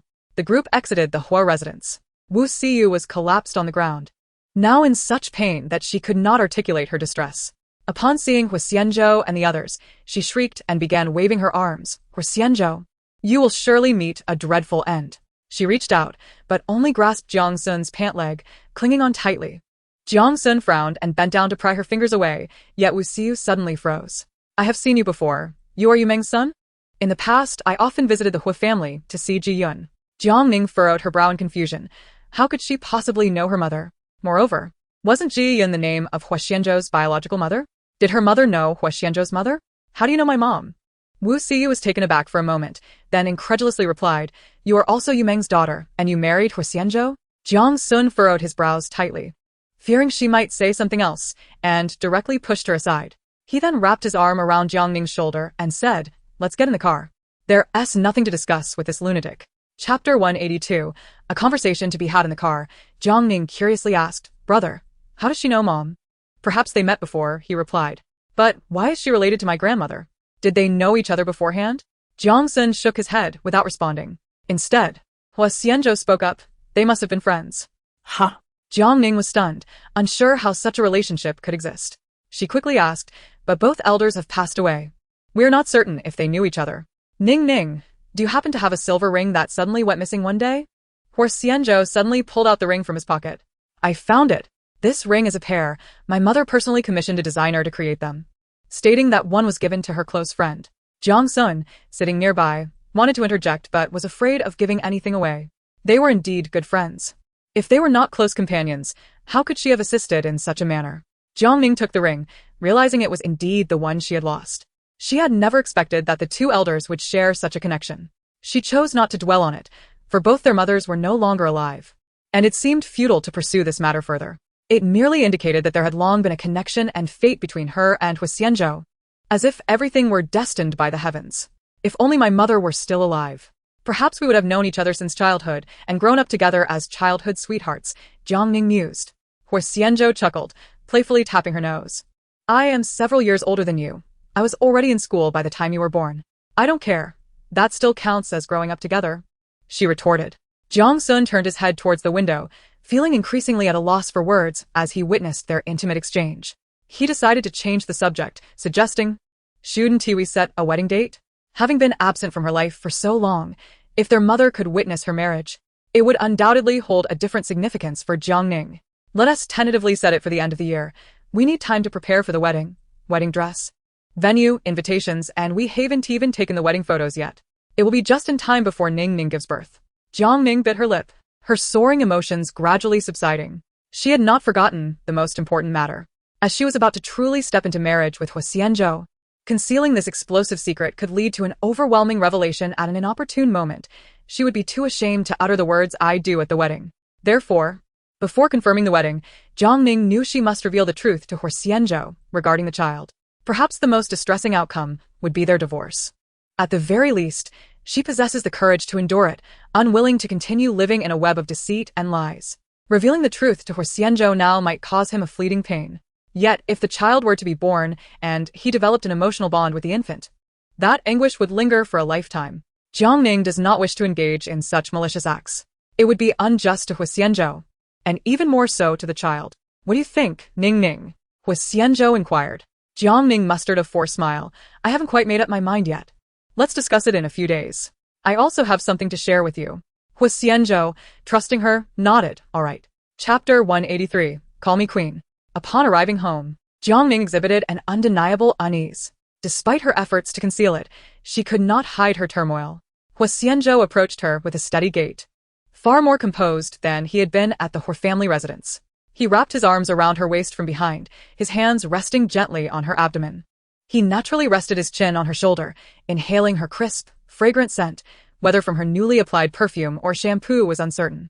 Huo Xianzhou leaned in closer, taking a couple of breaths, causing Jiang Ning to instinctively shrink her neck, feeling an electric current coursing through her body.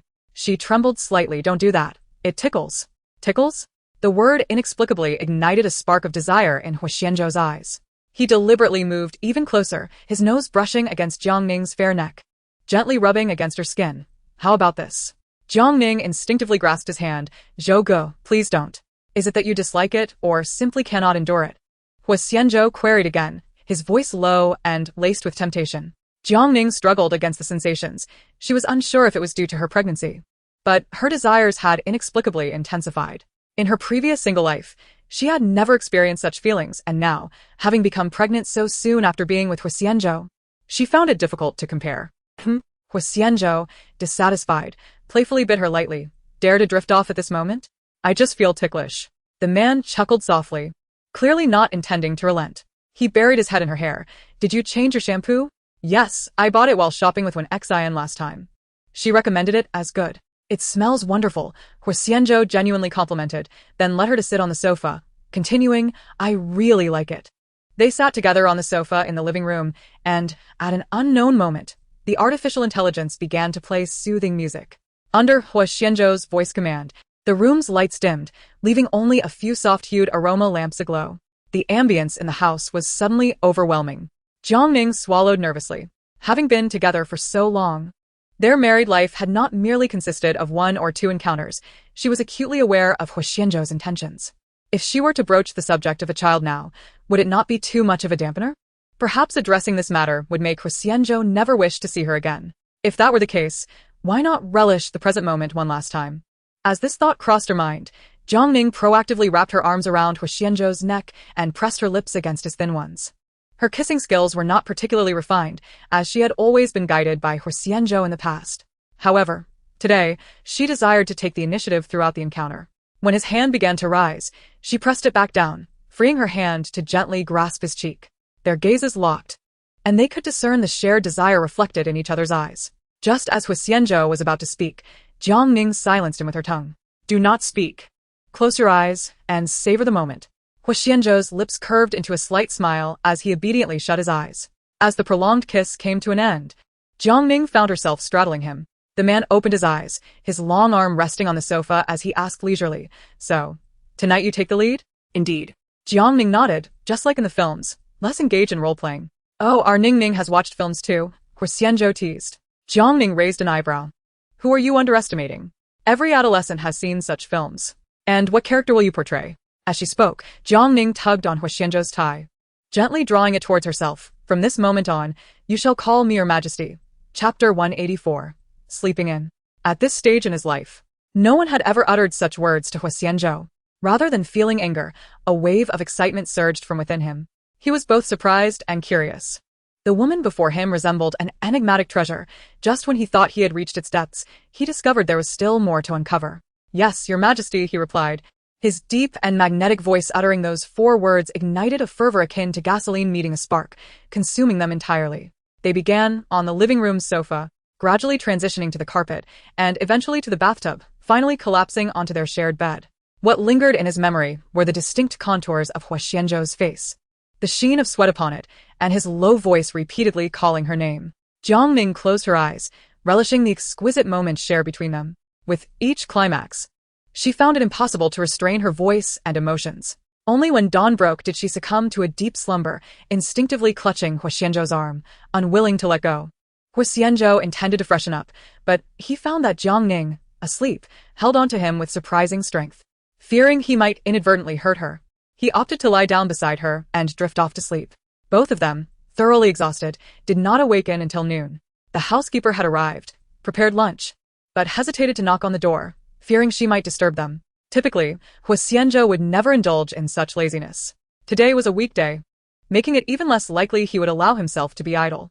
Jiang Ning was somewhat dazed from sleep, feeling as though she rested against something rather firm.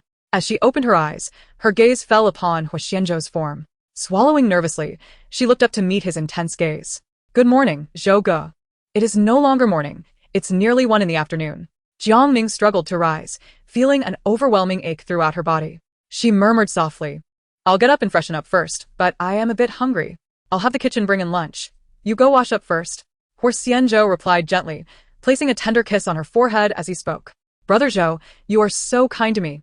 The man chuckled lightly, donning his robe and slipping into his slippers before exiting the room. Jiang Ning ran her fingers through her long hair, letting out a gentle sigh. Last night had been quite wild. She placed her hands on her abdomen and said, somewhat anxiously, "Baby, you're alright, aren't you? Don't blame mommy. If there's anyone to blame, it's your father for being so, well." At a loss for adjectives, she let the thought go. Grabbing her phone, she rose and made her way to the bathroom. In the mirror, she saw her slender limbs, with only her abdomen noticeably rounded. There were still traces from the previous night on her skin. Just then, her phone rang. It was a video call from Wen Xian. As she filled the bathtub with water, she answered casually. "Just got up and taking a bath?" Wen Xian asked with a smile. "Seems like you're living the good life, as a wealthy wife." "Stop teasing me. What's the matter?" "Qingxing's parents arrive in Haiqing at 5 today, but he has to work late. Will you accompany me to the airport?" After finishing her morning routine, Jiang Ning emerged to have a light snack. "Are you heading out?" Huo Xianzhou questioned, noticing her swift movements as she began to apply makeup. "Yes, I'm accompanying Wen Xian to pick someone up at the airport." Jiang Ning quickly put in her contact lenses while looking in the mirror. After some hesitation, she decided to apply a subtle makeup look to appear presentable without overshadowing others. Huo Xianzhou sat nearby, casually picking up a blush palette. "I think this blush would look lovely on you. Where's the loveliness?" Jiang Ning's smile faltered, and she playfully pushed him away. "You clueless straight man, what do you mean by rosy cheeks like a child? It's just a natural glow." She sighed. "Forget it. You wouldn't understand. Also, the palette in your hand is for eyeshadow, not blush." Huo Xianzhou chuckled helplessly. He knew little about these feminine products and merely sought a way to engage with Jiang Ning. The girl in the video chimed in, arguing that girls are always delighted to receive lipstick. Stepping back, Huo Xianzhou pulled out his phone and opened Taobao, searching for women's lipsticks. Numerous high-end brands appeared, overwhelming him with choices. He furrowed his brow in confusion. Are all these fakes? Why are they so cheap? Even the most expensive lipsticks were merely a few hundred yuan. Was that considered extravagant? With impressive speed, Huo Xianzhou snapped photos of every shade from the brands he recognized. Buying so many. Even if Jiang Ning had 100 mouths, it would be sufficient. The image of her with so many mouths made him chuckle softly to himself. He looked up just in time to see Jiang Ning staring at him in bewilderment. Huo Xianzhou pressed his lips together, pretending nothing had happened. "What could be so amusing that you're laughing at yourself?" he wondered, shaking his head and naturally slipping his phone into his pocket. It was a secret. Jiang Ning let out a soft huff. Truly, he had secrets from her as well. The man leaned closer, drawing near to her ear, locking eyes with Jiang Ning's reflection in the mirror. "So, Ning, do you harbor any secrets from me?" At that moment, Jiang Ning could hardly meet his gaze, instinctively averting her eyes. Surely, everyone possesses their own little secrets. She twisted open a nude-toned lip gloss, swiftly applying it before standing up. "It's quite a distance to the airport. I should be heading out soon." Huo Xianzhou, concerned for her driving alone, suggested, "Let Xinghe take you there." Jiang Ning nodded in agreement, not refusing his offer. Their residence was approximately an hour's journey from the airport. Sitting in the back seat, Jiang Ning fastened her seatbelt. "I see the lady has been getting along quite well with Mr. Huo lately. It brings me joy just to observe." Jiang Ning chuckled lightly indeed. "Xinghe, how long have you been with Zhou Ge?" "Roughly 7 years, give or take." Jiang Ning, feeling a surge of curiosity, inquired, "If you don't mind me asking, did Zhou Ge have a girlfriend before me?" Chapter 186, The Little Fish. Jian Xinghe's lips twitched slightly, and through the rear-view mirror, he caught sight of Jiang Ning's inquisitive expression. Given Mr. Huo's temperament, if he were to learn that she was prying into his romantic history, he might very well have her packing her bags. He probably didn't, he replied. Probably? Jiang Ning seized upon that key word, pressing her hands against the front seat. "Now, spill the beans." No woman is ever indifferent to her husband's past lovers, especially as she grows more familiar with the man that Huo Xianzhou is. Reflecting on the past, she envisioned a younger Huo Xianzhou, unscathed, with no injuries, truly in the bloom of youth. She found herself wondering what type of girl he would have been attracted to back then. Such curiosity, once awakened, only intensified. Jian Xinghe kept his lips tightly sealed, remaining silent for what felt like an eternity. Leaning back in her seat, Jiang Ning, exasperated, pleaded, "Just tell me secretly. I promise not to reveal that I got this from you. Furthermore, Xinghe, you clearly don't have a girlfriend, right? You must long for love. Am I right? If you share Zhou Ji's romantic history with me, I promise to introduce you to my finest single friends." Jiang Ning, feeling utterly helpless, shifted to a more desperate tone, clasping her hands together. "Please, I beg you, Xinghe. All right, I'll share, but just this once." Jian Xinghe, still focused on driving, could hardly endure the barrage of Jiang Ning's inquiries. The incessant chatter was driving him to the brink of a nervous breakdown. When I first met Mr. Huo, he hadn't yet graduated from university.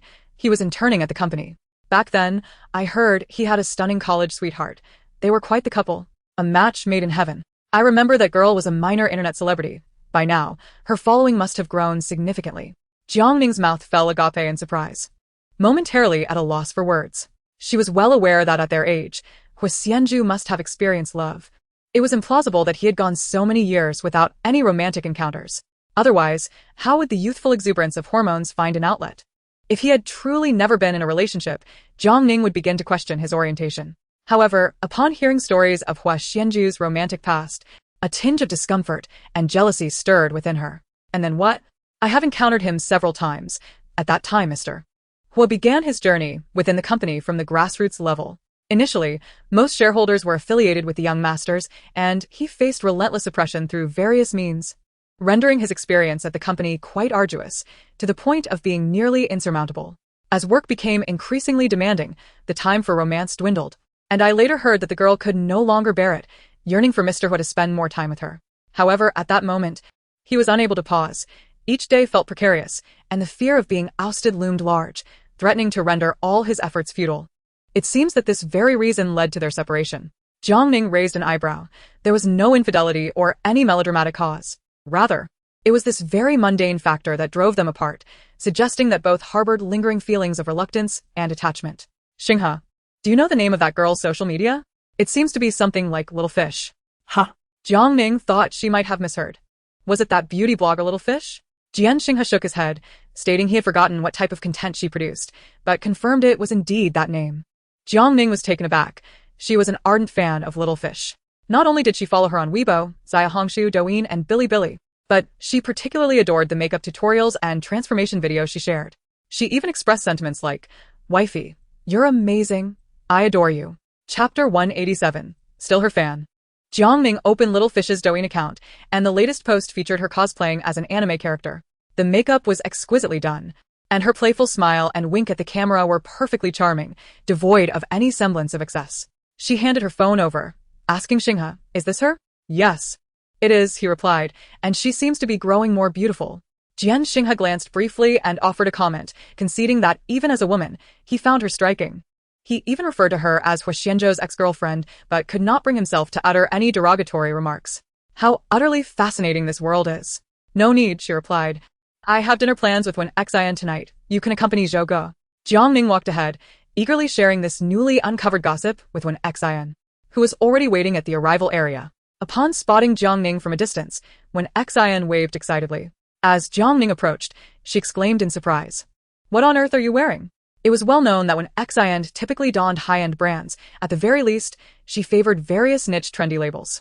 Today, however, she wore a complete outfit of Li Ning sportswear, with her hair simply tied back in a ponytail, and she had not applied any makeup at all. This was no longer a matter of whether she looked like herself. It was simply that this was not Wen Xian at all.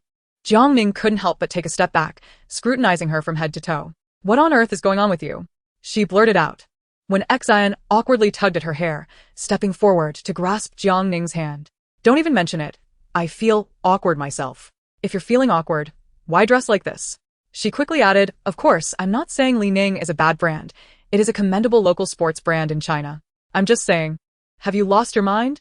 Wen Xian, with a hint of exasperation, raised her hands in a gesture of surrender. "I have inquired thoroughly. Cheng Sheng hails from a rural village in the northwest, where only he has emerged from the mountains to attend a prestigious school.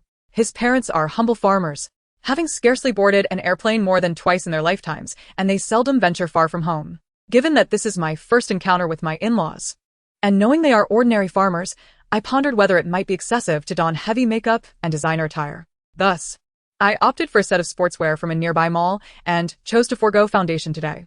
Jiang Ning, understanding her friend's sentiments, quickly interjected, "Whether you wear makeup or not, you are beautiful. However, I believe that wearing Li Ning or Dior would make little difference to them." It was a rare sight to see Wen Xian so unadorned, yet she remained strikingly lovely. Wen Xian smiled, appreciating the compliment. "At least you have some conscience," speaking kindly. Standing shoulder to shoulder, Wen Xian recalled, "By the way, you mentioned a sensational piece of gossip on WeChat earlier. What is it?" "You remember that beauty blogger I often shared with you?" Jiang Ning prompted. "Of course, What was her name? Little Sea Fish? When Xian furrowed her brow in contemplation, Jiang Ning chuckled. No, it's Little Fish. Right, I knew it was something fishy. What happened to her? When Xian inquired, pulling out her phone. I recall she had quite a substantial following. She hasn't fallen from grace, has she? My father's company has long been advertising with her. Jiang Ning held her hand, delivering shocking news. That Little Fish is actually Huo Xianzhou's ex-girlfriend. What? When Xian could hardly believe her ears, stammering. Who is she? Your husband's former flame? Jiang Ning raised her hands in resignation. I used to quite enjoy her videos. And now? When Xian pressed further, Jiang Ning shrugged, indifferent. I neither like nor dislike her. I'll simply stop watching. How did you learn of this? When sin Phobet? Did Little Fish reveal it herself online? I heard it from Zhou Ji's assistant, Jiang Ning explained.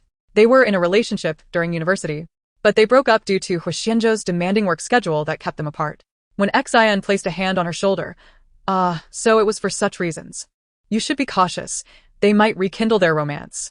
Surely not, Jiang Ning replied uncertainly. I can only advise you to be vigilant. From Little Fish's videos, one can sense her adeptness at captivating men. When viewed from a distance, she appears to be an empowered female influencer, but when considered in context, she is flirting with your husband. Perhaps she is Huo Xianzhou's idealized white moonlight. When Xian sighed deeply, you, my dear, must simply rely on your own luck. Jiang Ning playfully patted her shoulder. Oh, spare me. By the way, your brother took your father and family to the Huo residence. How did that go? When Xian tactfully shifted the subject, steering her friend away from lingering thoughts. At that moment, a growing crowd emerged from the arrival area. Jiang Ning nutket ven kin solder. Let us stop chatting and see who Qingxing's parents are. An elderly couple appeared, hastily pushing a black fabric suitcase as they exited briskly. When Xian, having recognized them after glancing at the photographs, waved and called out, Uncle Chung, Aunt Chung, over here. The elderly couple appeared to be quintessential rural folk, dressed in modest attire with gentle expressions on their faces. Their weathered skin bore testament to the passage of time. Aunt Chung approached first, her features strikingly similar to Qingxing's, revealing that she must have been a great beauty in her youth, well known in the surrounding areas. However, lacking in anti-aging care, her beauty was somewhat obscured now. As she neared, her gaze bypassed When Xian entirely, settling instead on Jiang Ning. Aunt Chung extended her hand to grasp Jiang Ning's, forcing a smile as she remarked, You must be When Xian, indeed even more lovely than I imagined. Oh, your belly is quite pronounced. I wonder how my son managed to keep such significant news from us for so long. Jiang Ning, feeling a twinge of embarrassment, quickly replied, Auntie, you've mistaken me. I am not When Xian. She is, I am merely a friend of hers. She chuckled gently, acknowledging her own confusion. Qingxing had previously shown them a photograph of a stunning young lady. When Xian clenched her fist discreetly, vowing to herself to remain composed. Perhaps the photo Qingxing shared was a professionally edited one, and it was only natural for Auntie not to make the connection. She swiftly redirected the conversation, saying, You must be famished after such a long flight. I've made reservations at a delightful restaurant known for its coastal cuisine. Let me take you there now. Chapter 189. 3 million.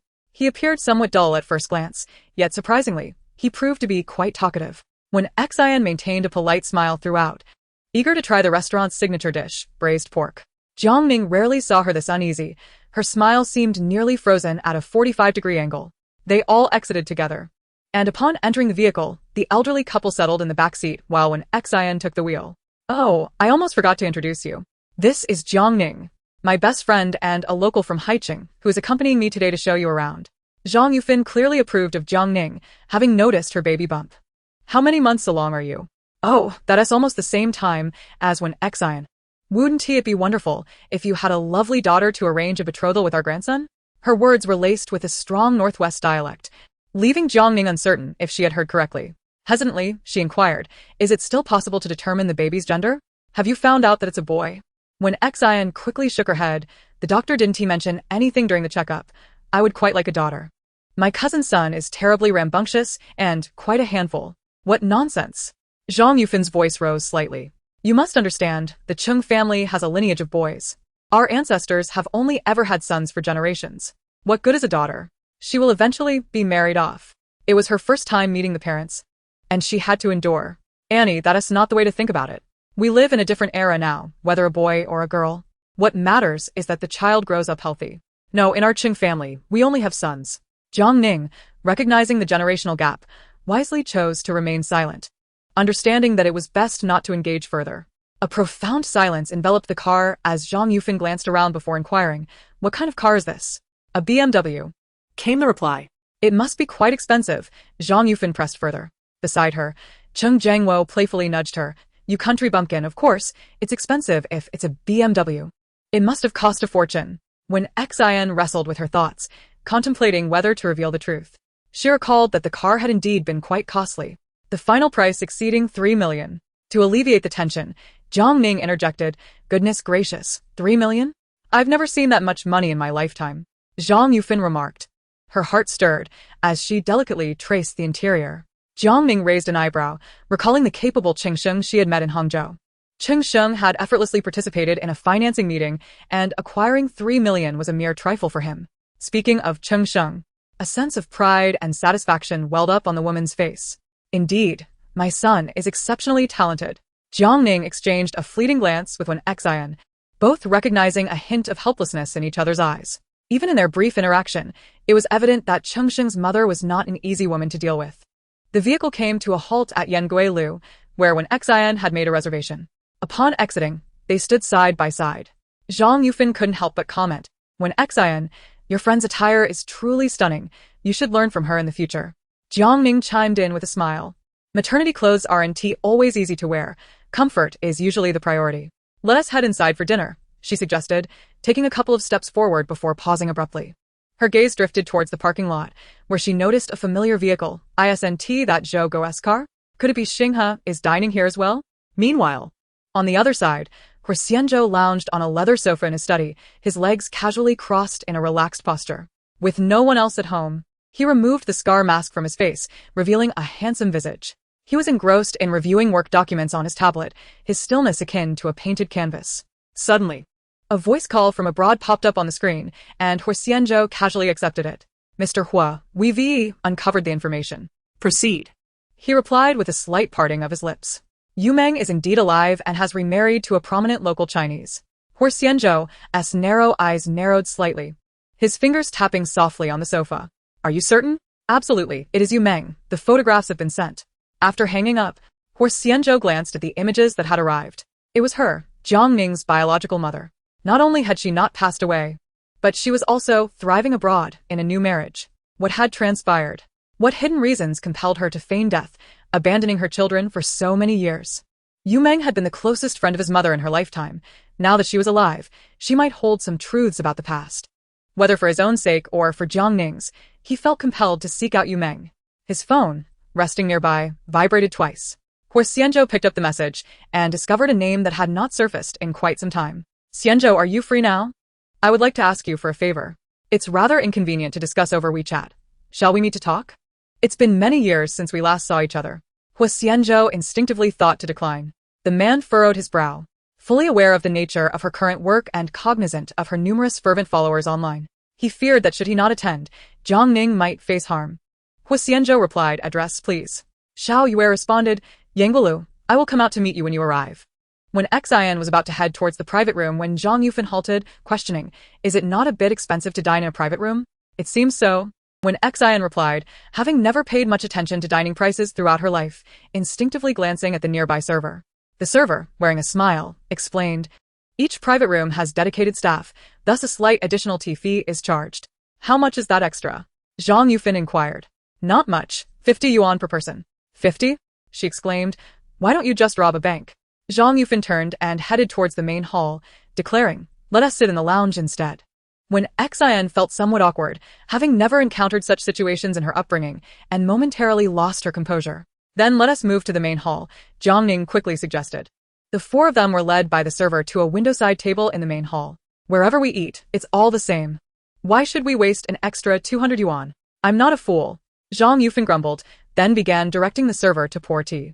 After quickly downing a cup, she exhaled a sigh of relief, saying, "I was parched along the way."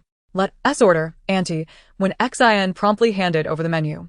As Zhang Yufan flipped open the first page, she gasped in disbelief. "Are you out of your mind? Braised pork for 388 yuan? Is this meat made of gold?" Yanguilu is renowned in Haiqing for its authentic local cuisine, and due to the quality of ingredients and chefs, prices are considerably higher than those at typical restaurants. Beside her, Cheng Jiangwo was equally astonished, exclaiming, "Why is this braised pork so expensive?" He grasped Zhang Yufin's hand, saying, "Let us go somewhere else to eat." Chapter 191. A Change of Flavor. "Uncle, Auntie, it's all right." When Xian quickly interjected, "The owner of this restaurant is a friend of my father's. I have complimentary vouchers, so the meal will be free." "Free?" Zhang Yufin's eyes lit up, as if she had discovered a new world. "Really no cost?" When Xian didn't actually know the owner of Yangwalu, and even if she did, she wouldn't dare leverage her father's connections merely for a meal.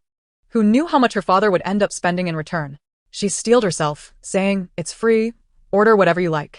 I really want you and Uncle to taste this." Zhang Yufin perused the menu, instructing the server, "We'll have this king crab, and also the Australian lobster. And shark fin. One serving of Buddha jumps over the wall for each of us, and this braised pork, and this as well." Jiang Ning swallowed hard. "Auntie, it's just the four of us. Ordering too much will leave us with leftovers. There are some seafood dishes that Xian and I cannot eat due to her pregnancy." Zhang Yufin waved her hand dismissively, exclaiming, "Are you foolish? It's free food. You should indulge. Both your uncle and I work in agriculture and have hearty appetites. A mere handful of dishes will be polished off in no time." Jiang Ning wished to respond, but when Xian preemptively held her back, smiling as she said, "Having come all this way, we should certainly eat a bit more." With that declaration, Jiang Ning, merely a companion today, had no choice but to remain silent. While waiting for the dishes, Zhang Yufin inquired, "When Xian, what do you do for work now?" "I just graduated with my master's and am currently assisting at my family's company. Due to my pregnancy, I have not been working much lately." Zhang Yufin replied, "You're so young and not working. You aren't waiting for Chengxing to support you, are you? You seem like one of those urban heroines from television, staying home to raise children as a housewife." When Xian realized she was misinterpreted and corrected her, "No, after the confinement period, I will have a nanny take care of the baby. I will a nanny." "You're actually hiring a nanny?" Zhang Yufin's voice rose in disbelief. Good heavens. A mother not personally caring for her child and instead hiring a nanny? "I will take care of the baby during my regular breaks," when Xian explained. "But during the day I will take care of him. As the grandmother, I certainly cannot let the child suffer." Seeing her resolute expression, when Xian could only remain silent. Jiang Ning, engrossed in her phone, could not help but vent to Huo Xianzhou on WeChat. "I met Chengxing's parents. His mother is quite difficult to deal with." She chose her words carefully. "You're spared from such worries." Jiang Ning quickly typed a response. "I actually wish I had such a concern. I believe my mother-in-law will be a wonderful person. I have not had a mother since childhood. I once hoped to have a close relationship with my mother-in-law, but it seems I have missed that opportunity." Huo Xianzhou's expression darkened. She still had a chance, as Yu Meng was thriving. "I believe Ning Ning will be an excellent mother," he assured. Jiang Ning smiled faintly, certainly. Before she could send the message, Zhang Yufin suddenly uttered something quite shocking. "When Xian, there is something I am unsure whether to say." "You may speak freely," when Xian replied with a smile. "In our community, being unmarried and pregnant is quite disgraceful, especially since I heard from Chengsheng that you two were not in a relationship at first. Did you deliberately get pregnant to secure your position with my son, seeing how exceptional he is?" Zhang Yufin chuckled awkwardly. "Please don't take offense at my words. After all, Chengsheng's qualities speak for themselves. He is not only handsome but also accomplished, so it is only natural that women would pursue him. His former girlfriend was exceptionally beautiful, which is why I found it odd to see you like this today." She patted Cheng Jiangwo on the shoulder, saying, "I thought our son, accustomed to exquisite delicacies, would have opted for something simpler instead." Chapter 192. Feudal Ideologies. When Xian's smile faltered, as she was confident in her appearance and did not believe she was inferior to Chengsheng's ex-girlfriend. The deliberate simplicity of her attire today was intended to appeal to Chengsheng's parents. Upon hearing those words, Jiang Ning felt a twinge of displeasure. Unlike when Xian, who harbored numerous concerns, she spoke candidly. "Auntie, you are mistaken. I have known when Xian for many years, and she has never lacked admirers. It is merely that she was entirely focused on her studies and did not accept any of their advances. Among her suitors are prominent CEOs of publicly listed companies and even affluent second-generation heirs, some of whom have made significant strides within the establishment. I concede that Chengsheng is quite exceptional, but such excellence is relative. In my eyes, when Xian is undoubtedly superior." Jiang Ning wore a smile as she naturally articulated her thoughts. Just as Zhang Yufin seemed poised to interject, the server arrived with the dishes, prompting her to quickly interrupt. "Auntie, do try a piece of the braised pork. It is best when freshly cooked."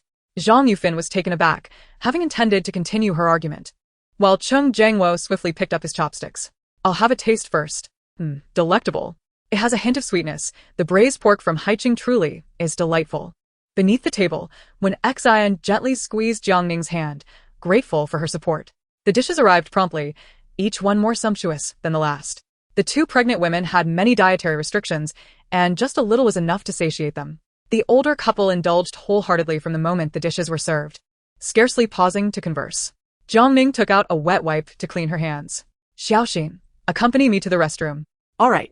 They informed their elders and rose to head toward the restroom. Once they were a little distance away, when Xian let out a deep breath. I feel like I'm going mad, she whispered in despair. I've nearly lost my composure several times today. What if we end up having to move in together after the baby is born? I would surely go insane. Jiang Ning placed a reassuring hand on her shoulder. Calm down, just breathe. Even if the elders choose to stay in Haiqing, you and Qingsheng are capable enough to acquire a new residence. There is no necessity to live together. The mother-in-law and daughter-in-law relationship has always been fraught with challenges. If they can coexist, they should, but if not, it would be wise to limit interactions and endure the rare occasions they do meet. Jiang Ning comforted her. I believe Cheng's mother holds somewhat antiquated views. Somewhat? When Xian's voice rose a notch, Jiang Ning shrugged in exasperation. All right, perhaps it's quite a lot. As they emerged from the restroom, when Xian paused for a moment, uncertainly gazing in a particular direction. Is that man in the private room Huo Xianzhou? What? Jiang Ning turned to look. The private rooms at Yangui Lu were separated by screens, inevitably leaving some gaps. From Jiang Ning's vantage point, she could clearly see the profile of a man. His profile was striking, unmistakably belonging to Huo Xianzhou. Jiang Ning raised an eyebrow, contemplating the coincidence of seeing Xinghe's car earlier. She stepped closer, and upon recognizing the woman seated across from Huo Xianzhou, her body suddenly stiffened. When Xian leaned in curiously, what's wrong? At that moment, the woman sitting opposite Huo Xianzhou was unmistakably his ex-girlfriend, Xiao Yuer.